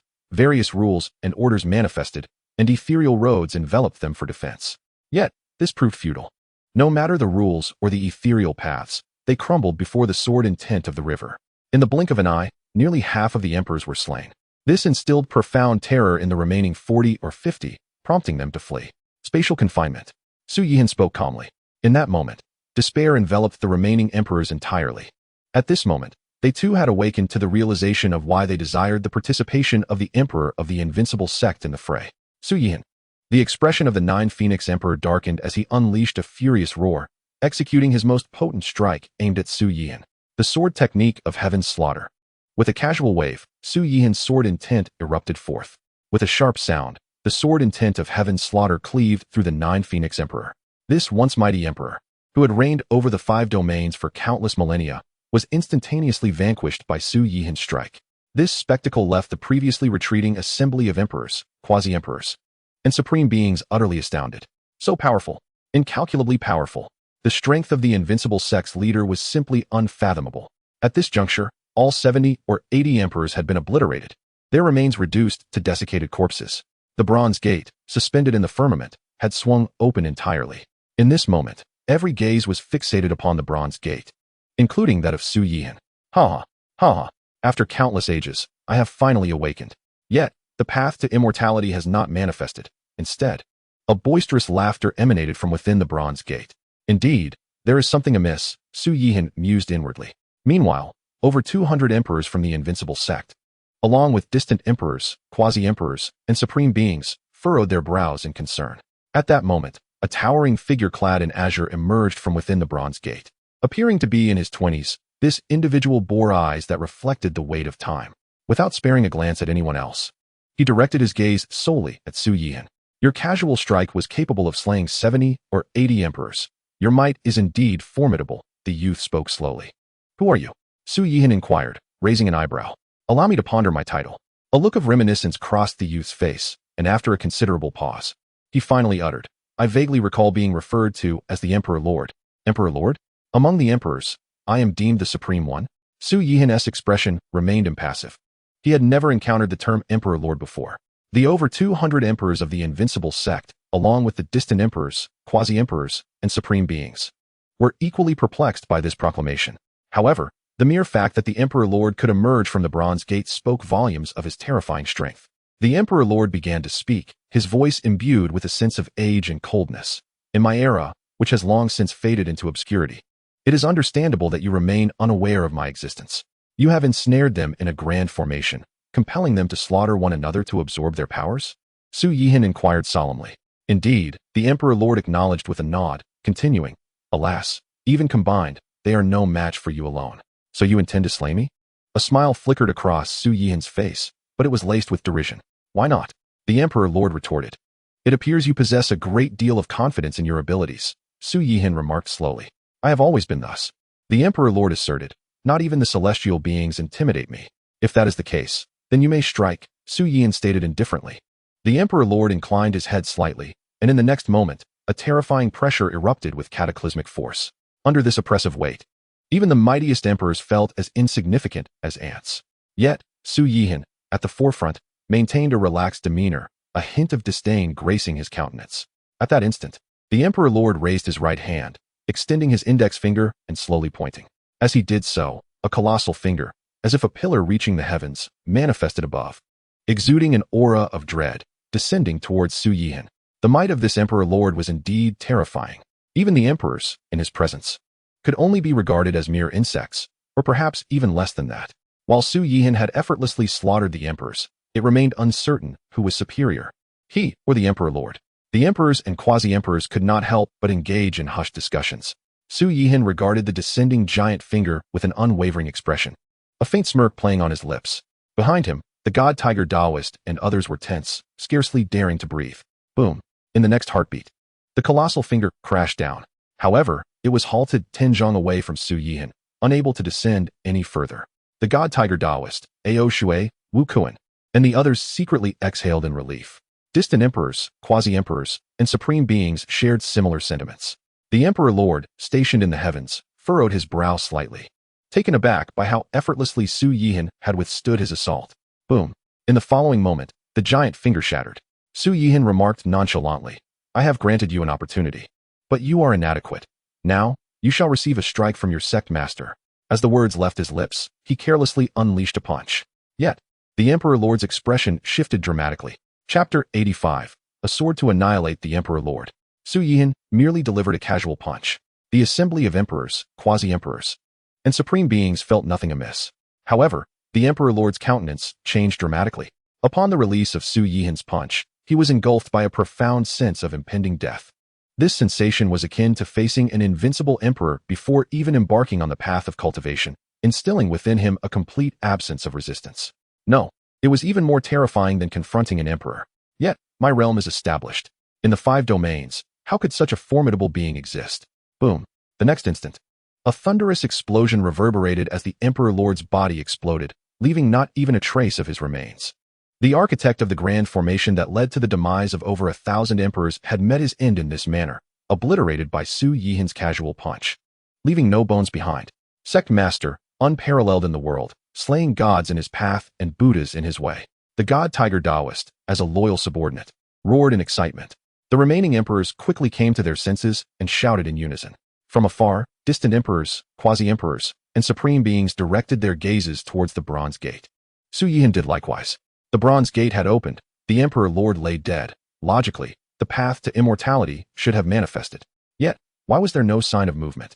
Su Yihan scrutinized the Bronze Gate, a slight frown etching his brow. He speculated that within the Bronze Gate, there was no path to immortality. This was all merely a ruse orchestrated by the Emperor Lord. You all wait here. I shall venture inside to investigate. Su Yihan spoke slowly, taking a step forward to stand before the Bronze Gate. Under the watchful eyes of the crowd, he entered the Bronze Gate. Inside, he found a landscape of rivers and mountains. Overall, this space was not vast and bore no unusual characteristics. Boom. Suddenly, a resounding explosion erupted, causing the waters to flow backward, the mountains to upheave, and the stars to hang inverted.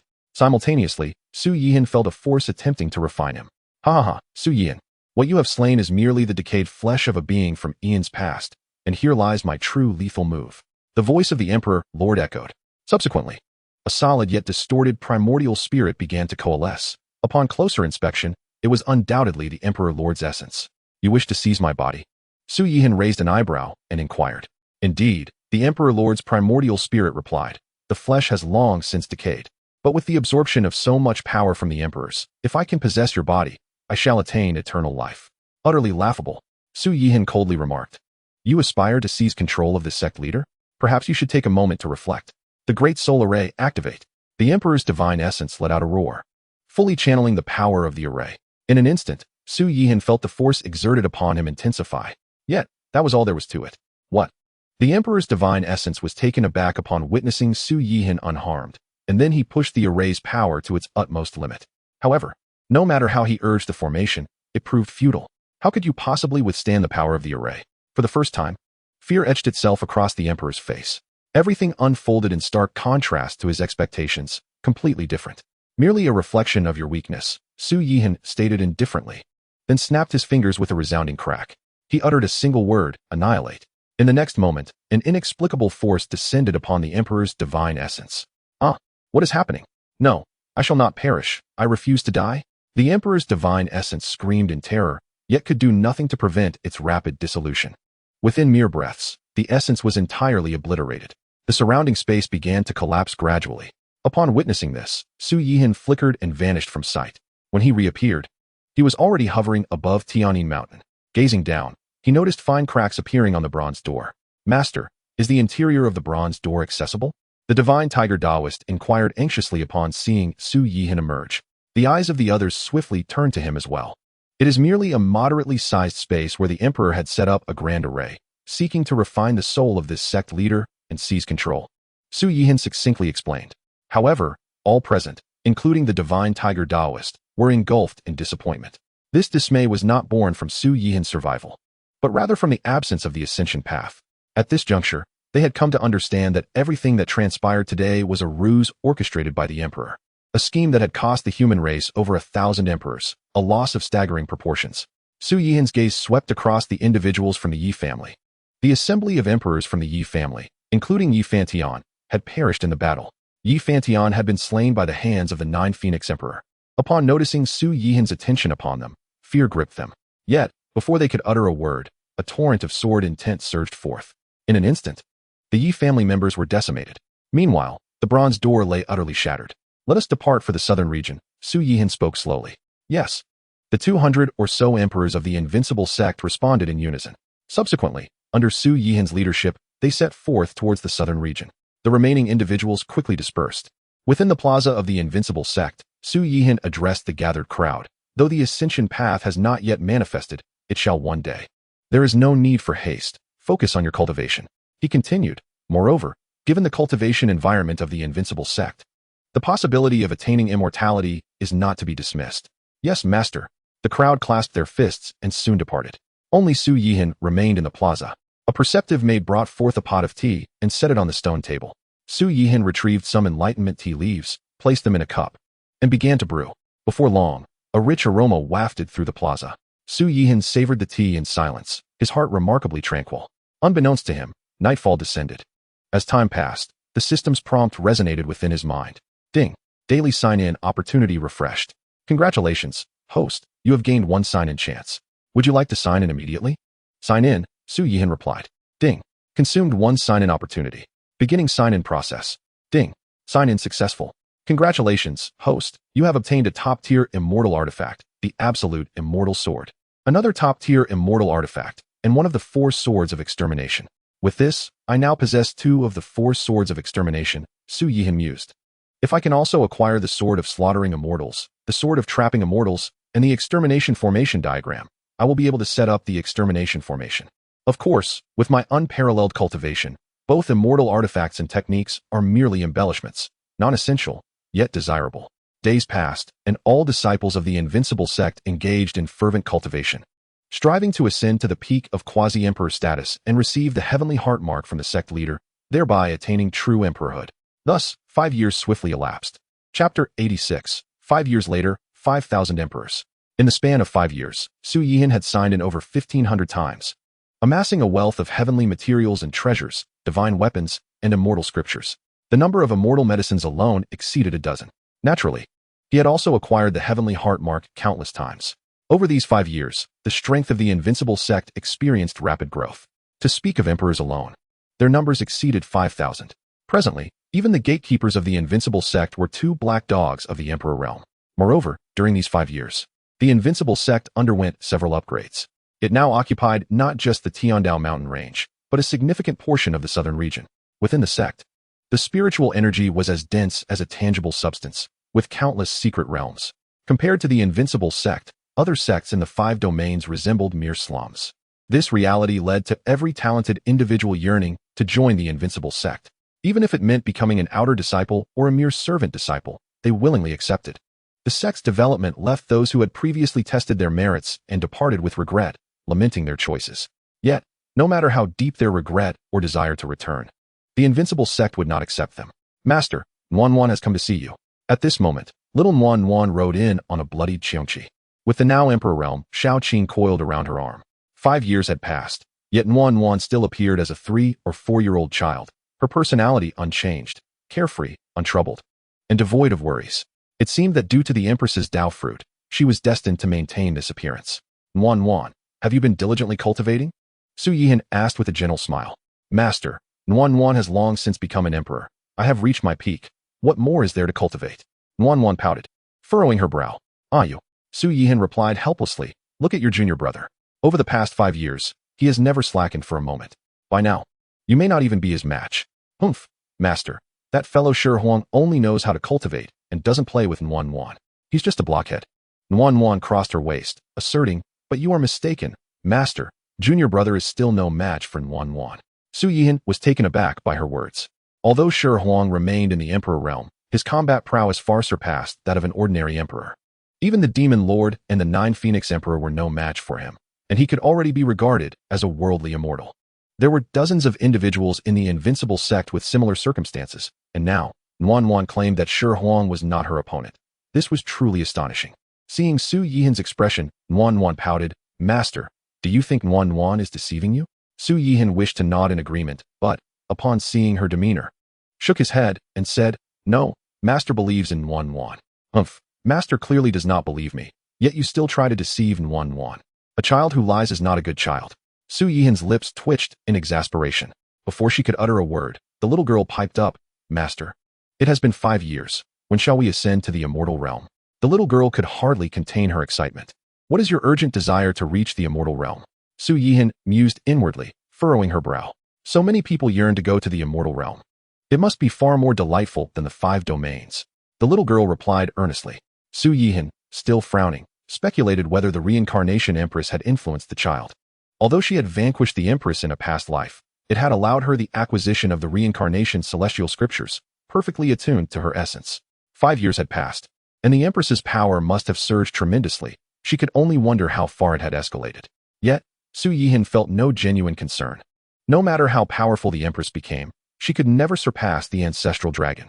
When the path to immortality shall appear, even I do not know, Su Yihan said, gazing at the vast azure sky, cloaked in dark clouds.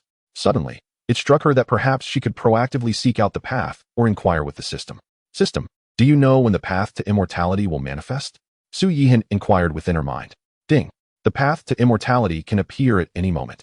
Does the host require it to manifest now? The system's notification echoed, leaving Su Yihan with a peculiar expression. Her system had the capability to summon the path to immortality at will. Little girl, go summon Shi Huang and the others. Gather all disciples of the Invincible Sect. Su Yihan commanded. Master, what is the purpose of this? The little girl asked. Did you not wish to ascend to the immortal realm?